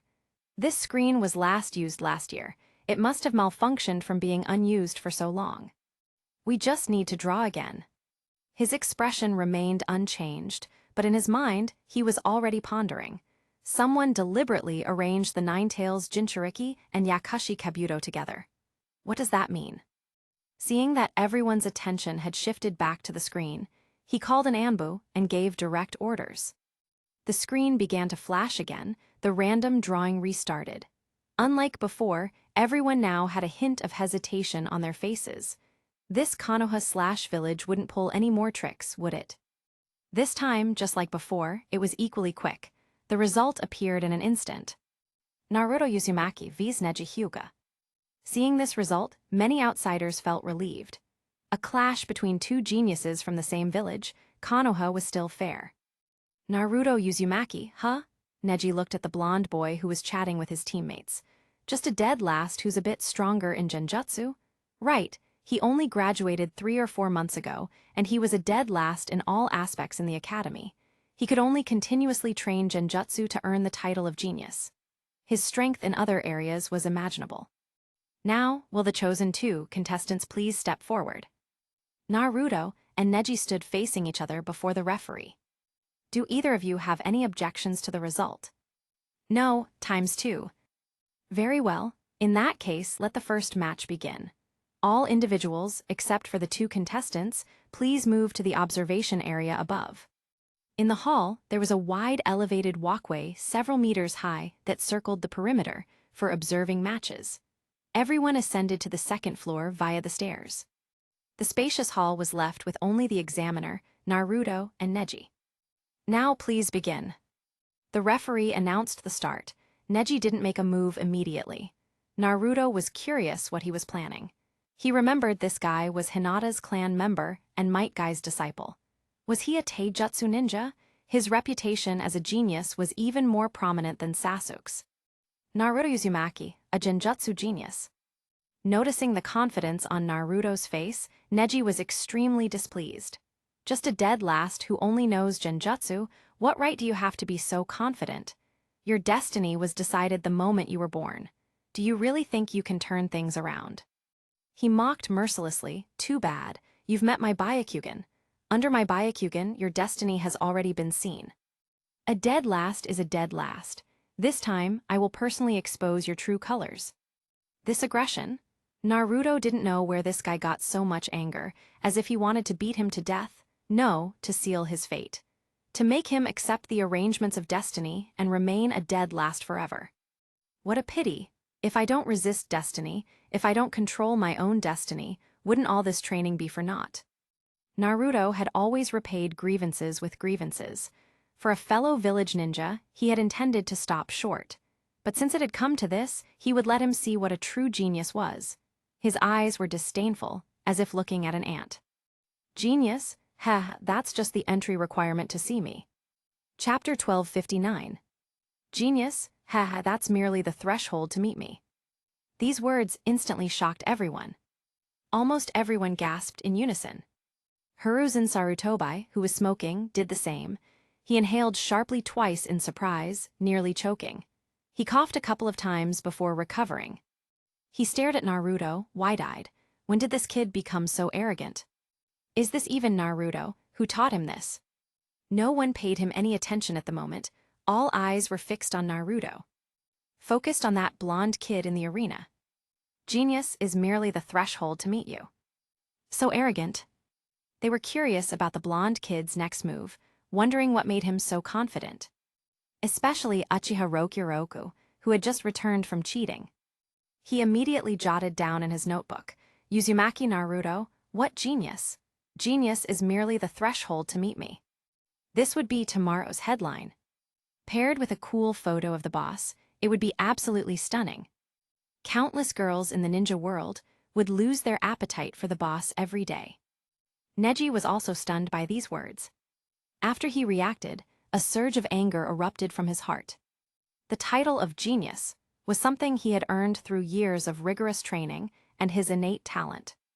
It was also proof of his transcendence over the main family. He absolutely would not allow the title of genius to be trampled upon like this. Big talker. Neji glared at Naruto, trying his best to correct his words. Do you know what a genius is? What is it? Seeing his serious expression, Naruto's lips curved into a smile, returning to his sunny, cheerful boy persona.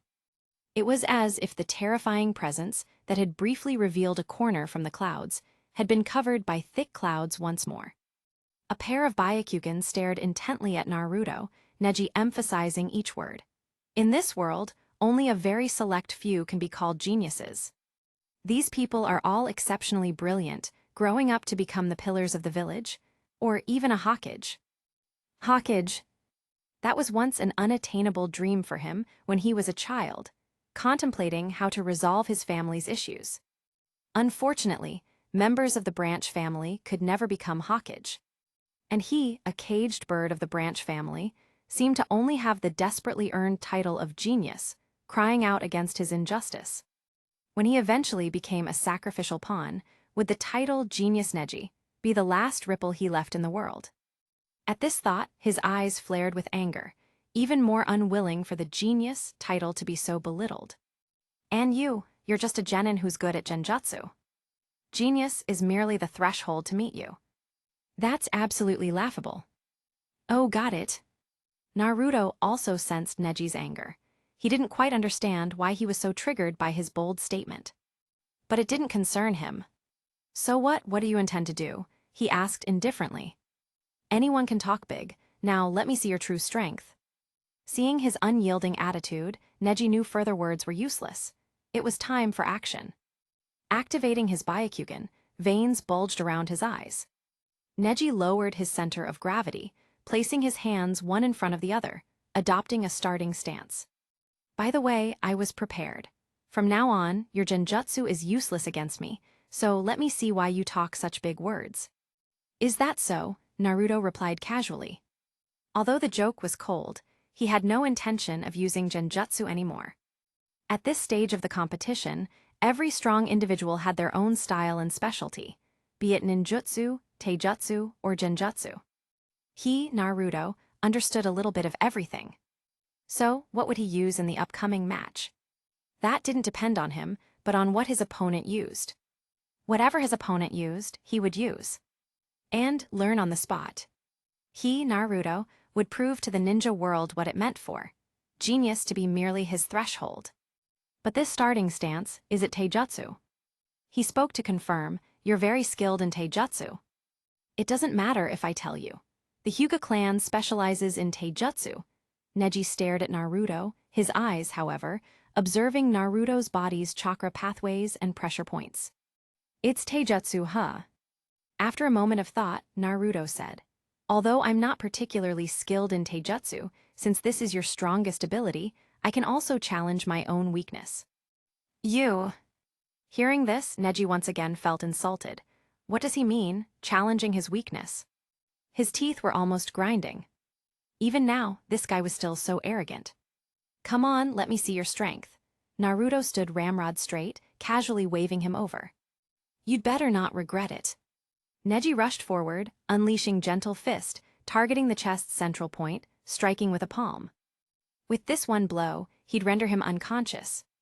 On the second floor, at the viewing area. Seeing Neji adopt his stance, Sakura curiously asked, Kakashi-sensei, Hyuga Neji is. That's the Hyuga clan's secret family art, passed down through generations, the Hyuga-style taijutsu. It's known as Konoha's strongest taijutsu style. Kakashi's gaze was fixed on the two in the arena.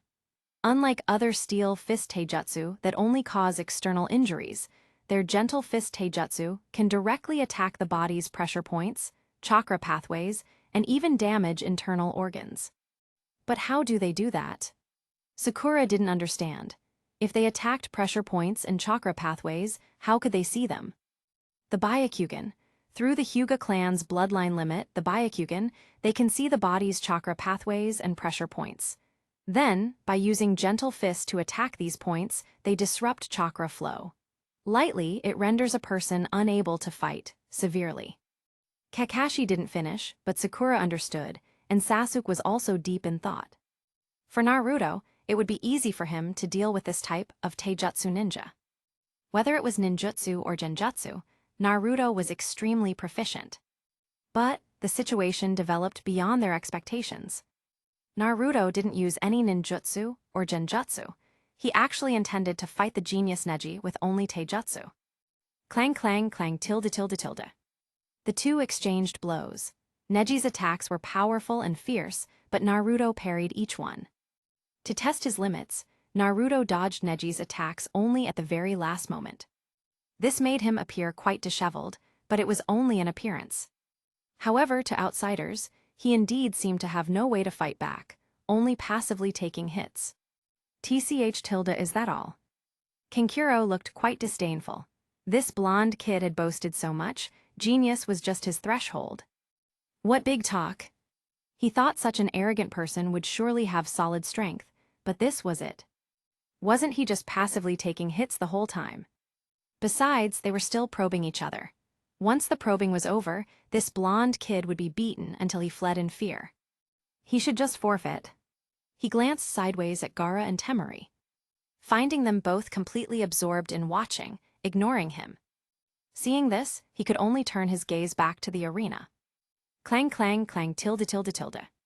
In the arena, Neji was completely in control, attacking at will, while Naruto could only passively defend. Another palm strike launched, which Naruto barely dodged. Neji had figured it out.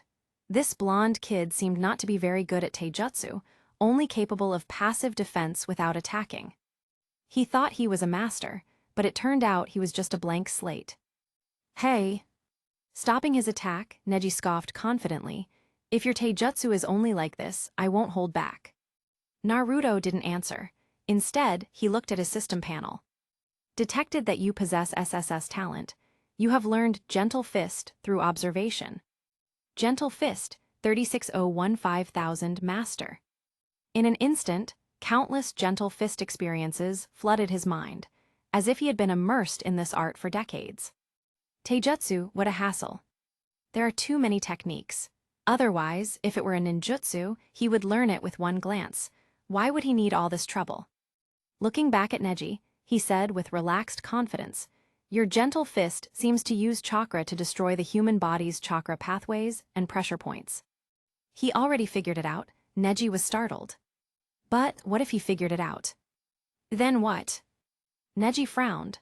Is this guy afraid to continue fighting him with taijutsu? If that's all there is to it, then it's too simple. I've already learned it. Naruto struck an identical Gentle Fist stance.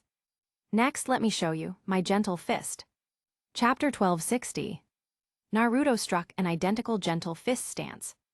Now let me show you my Gentle Fist. Your Gentle Fist? Neji sounded as if he'd heard the biggest joke in the world. What did this blonde kid just say? Too simple? I learned it. Listen to that, just listen. Is Gentle Fist something you can learn so simply?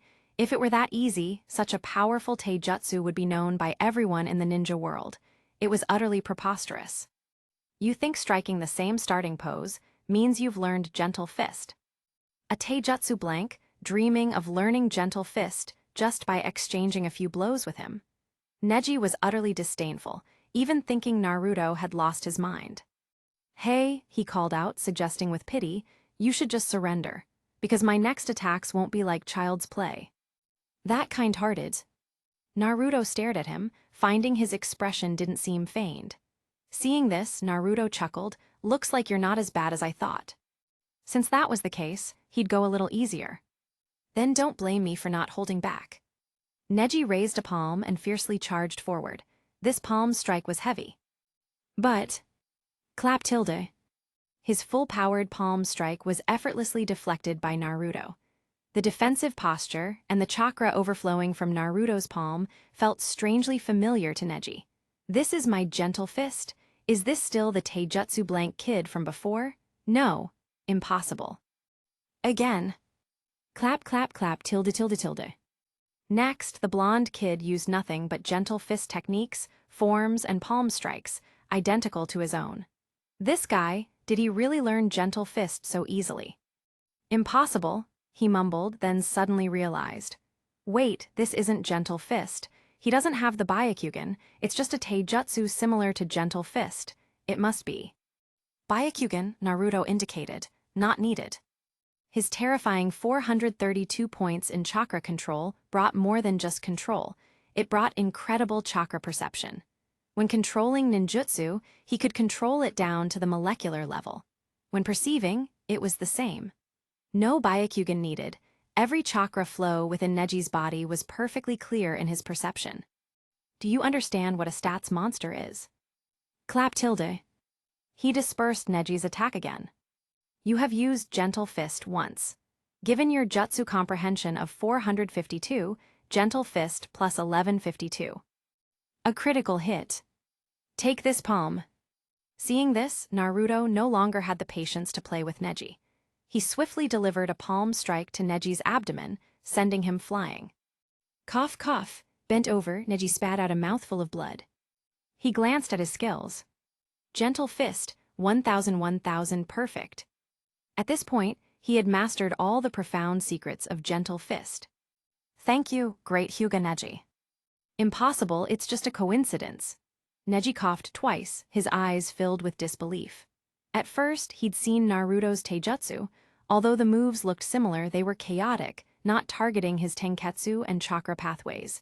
But that last strike, it actually hit his abdominal tenketsu, instantly leaving him powerless. A dead last, a taijutsu blank, actually learned gentle fist. A coincidence, it must be a coincidence. Impossible, I find you seem to really like that word. Naruto glanced at him, scoffing, but do you think this is luck? Luck, that thing, is a humble word for the strong and an excuse for the weak. Which one do you think I am? Luck, heh, cough, cough. It seemed the gas pulled at his internal injuries, and Neji coughed violently twice before finally catching his breath. I have a move I've never used before. Let me see if you, the dead last, are strong or weak. 8 trigrams, 64 palms. He suddenly gathered his last strength and charged at Naruto with incredible speed. You call that the 8 trigrams 64 palms? Well, I have a move too, 8 trigrams 128 palms. Huh? In Neji's shocked gaze, Naruto's speed was even faster. In an instant, he was in front of Neji. Their muscles, nerve reflexes, and everything else were not on the same level at all. One palm strike broke Neji's offense. With a powerful downward push to Neji's chin, Neji was suspended in midair, losing his ability to counterattack. Then, 2 palms, 4 palms, 8 palms, 16 palms, 128 palms. Done and done. Thud tilde. Neji was finally freed from the torrential assault, falling to the ground like a rag doll. Having been struck in 128 major tenketsu, even with Naruto holding back, he had lost his will to fight. Lying on the ground, he painfully closed his eyes. This one strike had utterly shattered his pride. Neji couldn't believe it was true. What this dead last said was actually true. He really did learn gentle fist and could precisely locate tenketsu and chakra pathways, and he even knew the legendary 128 palms. His gentle fist, which he had practiced assiduously for 11 years, was utterly useless before him. Cough, cough, without the Byakugan, how did you see it? Despite his unwillingness, Neji still raised his head and stubbornly asked. See, Naruto scoffed, why go to such trouble?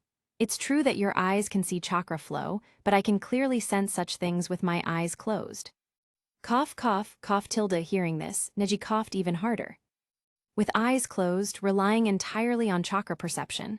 Is this still, that dead last? Can fate, which has been decided since birth, also be changed? But then, why did father die? Why have I put in all these years of effort? No, I don't believe it. A pill of Zioiawan entered his stomach, and Neji, with renewed strength, forced himself to stand again. Hey you! The referee was about to interrupt this cheating behavior, but was cut off by Naruto. Don't disturb him, I like tenacious opponents. I don't believe it. People are born unequal, there is a prearranged destiny. Neji said this, emphasizing and simultaneously trying to convince himself. Otherwise, what meaning does father's death have? Only death brings equality to everyone. He stared blankly at Naruto. You're a dead last, just a dead last. Why can you defeat me, a genius? Dead last? Naruto grinned brightly. This Neji, he didn't know what he had gone through, or if today's defeat was too hard to accept, but he was truly acting like a fanatic. Since that's the case, I'll show you something interesting. Boom tilde. Releasing the chakra that had been self-sealed within his body, a terrifying wave of chakra rapidly surged through Naruto. Outwardly, there was no difference, but Neji, with his Byakugan, could clearly see this terrifying chakra within Naruto's body. Neji was inexplicably horrified. This chakra was truly too terrifying. It was the first time he had seen such a vast amount of chakra. If a genin's chakra was a drop of water and a jonin's was a small bowl of water, this guy's chakra was a bathtub. And this is a dead last, human destiny, father. I don't believe it, I don't believe it. Neji charged at Naruto like a madman. Are you coming? Then I'll show you something even more interesting. Seeing his reaction, Naruto decided to brutally wake him up. With that, he formed his hand into a palm and suddenly pushed forward. Surging chakra erupted, transforming into an invisible giant palm that shot out from his hand. Whoosh tilde.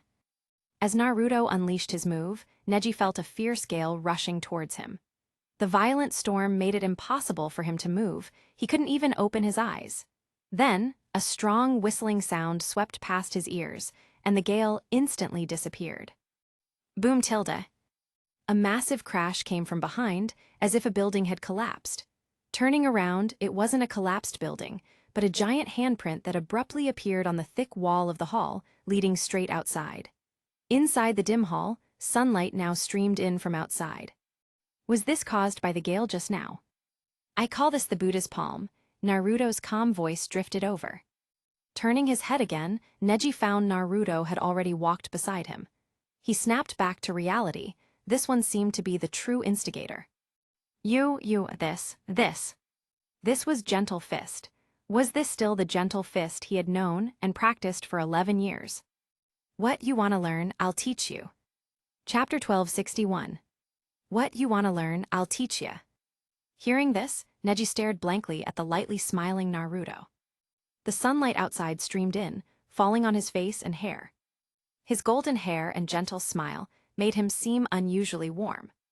At this, Neji's suppressed breath finally escaped. His body went limp, and with a thud, he fell straight onto the ground. By the sound of it, the fall must have hurt badly. But he showed no reaction, simply lying there listlessly, staring blankly at the ceiling.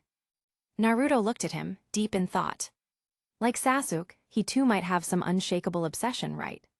Sasuke would defect for the goal of revenge. As for him, how far would he go to defy so-called fate? He didn't know. But no matter how miserable he was, could he be more miserable than Naruto himself? Orphaned, and almost the entire village hated and ignored him. Could he be more miserable than Sasuke? His elder brother massacred his entire family, no, his entire clan, leaving only him to live under the curse of revenge. At this moment, Naruto suddenly felt that these people he had encountered seemed quite miserable. They had all experienced drastic changes from a young age. So it definitely wasn't their fault, but the world's fault. This world was sick and needed change. But these were things to do later. Turning back, looking at Neji, seeing him like this, so young, yet already despairing of the world. It shouldn't be. He was only 13, with the reputation and strength of a genius. The world was vast, open to him, and he had an infinite future of youth to spend. Why be so prematurely old? Was it really necessary? Get up. Naruto smiled gently. Why are you so despairing? We're only 12 or 13, full of youthful vigor in our prime like the sun at 8 or 9 in the morning. Hope rests on you, on us. The world belongs to us. I can see you have some kind of obsession, like you said, fate and all that. But fate is something that's born to be changed. If you can't do it yourself, leave it to me. When I become Hokage, I'll change your fate. At this moment, a light seemed to shine into Neji's life. So warm. Fate, it seemed, wasn't unchangeable. When you become Hokage, then on your path to becoming Hokage, let me, Neji, be your right-hand man.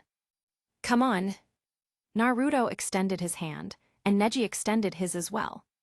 A large cloud of gloom dissipated, and Neji, relieved and sincere, asked, "Can I learn Gentle Fist from you?" Of course. Naruto didn't hesitate for a moment. Who was he, the aspiring son about to rise over Konoha?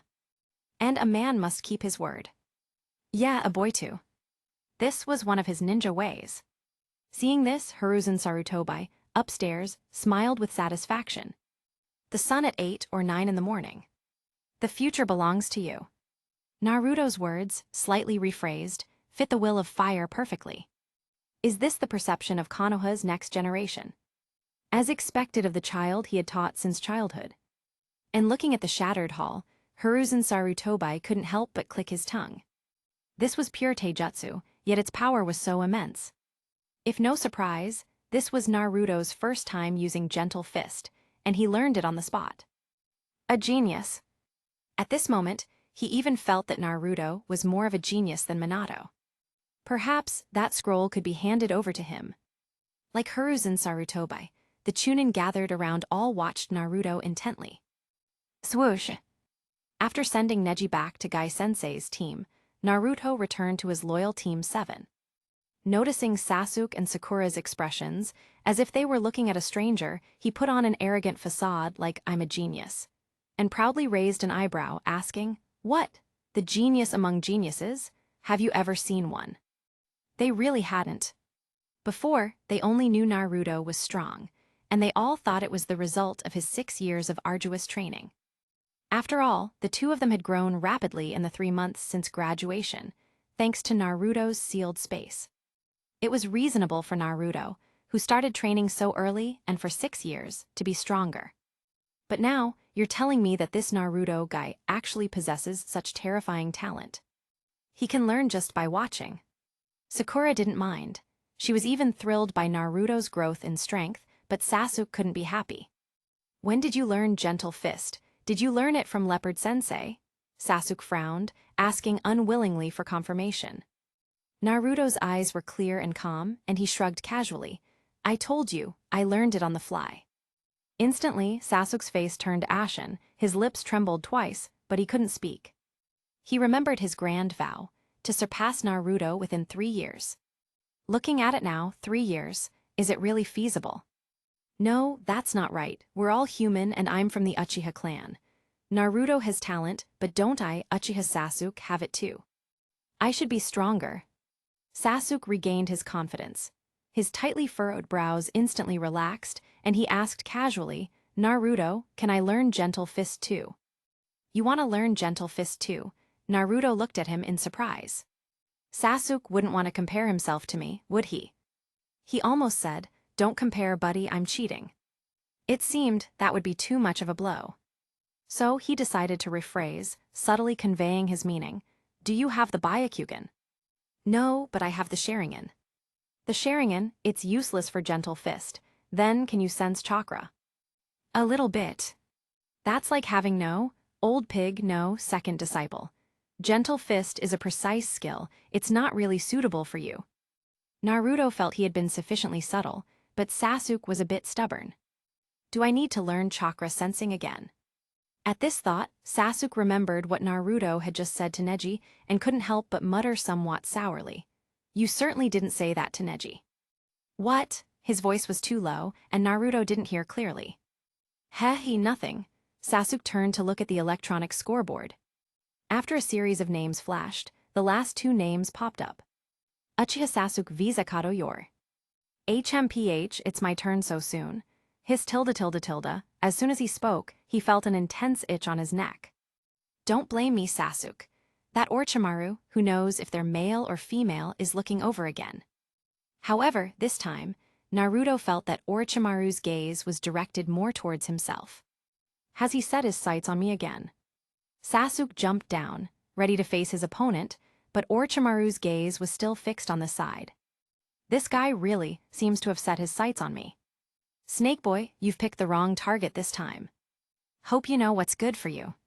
However, Orochimaru's attention on him must be related to the talent he just displayed. Not just Orochimaru, Naruto clearly sensed that there were more people in the arena, intentionally or unintentionally looking at him. It seemed that through the previous battle, everyone had become aware of his talent.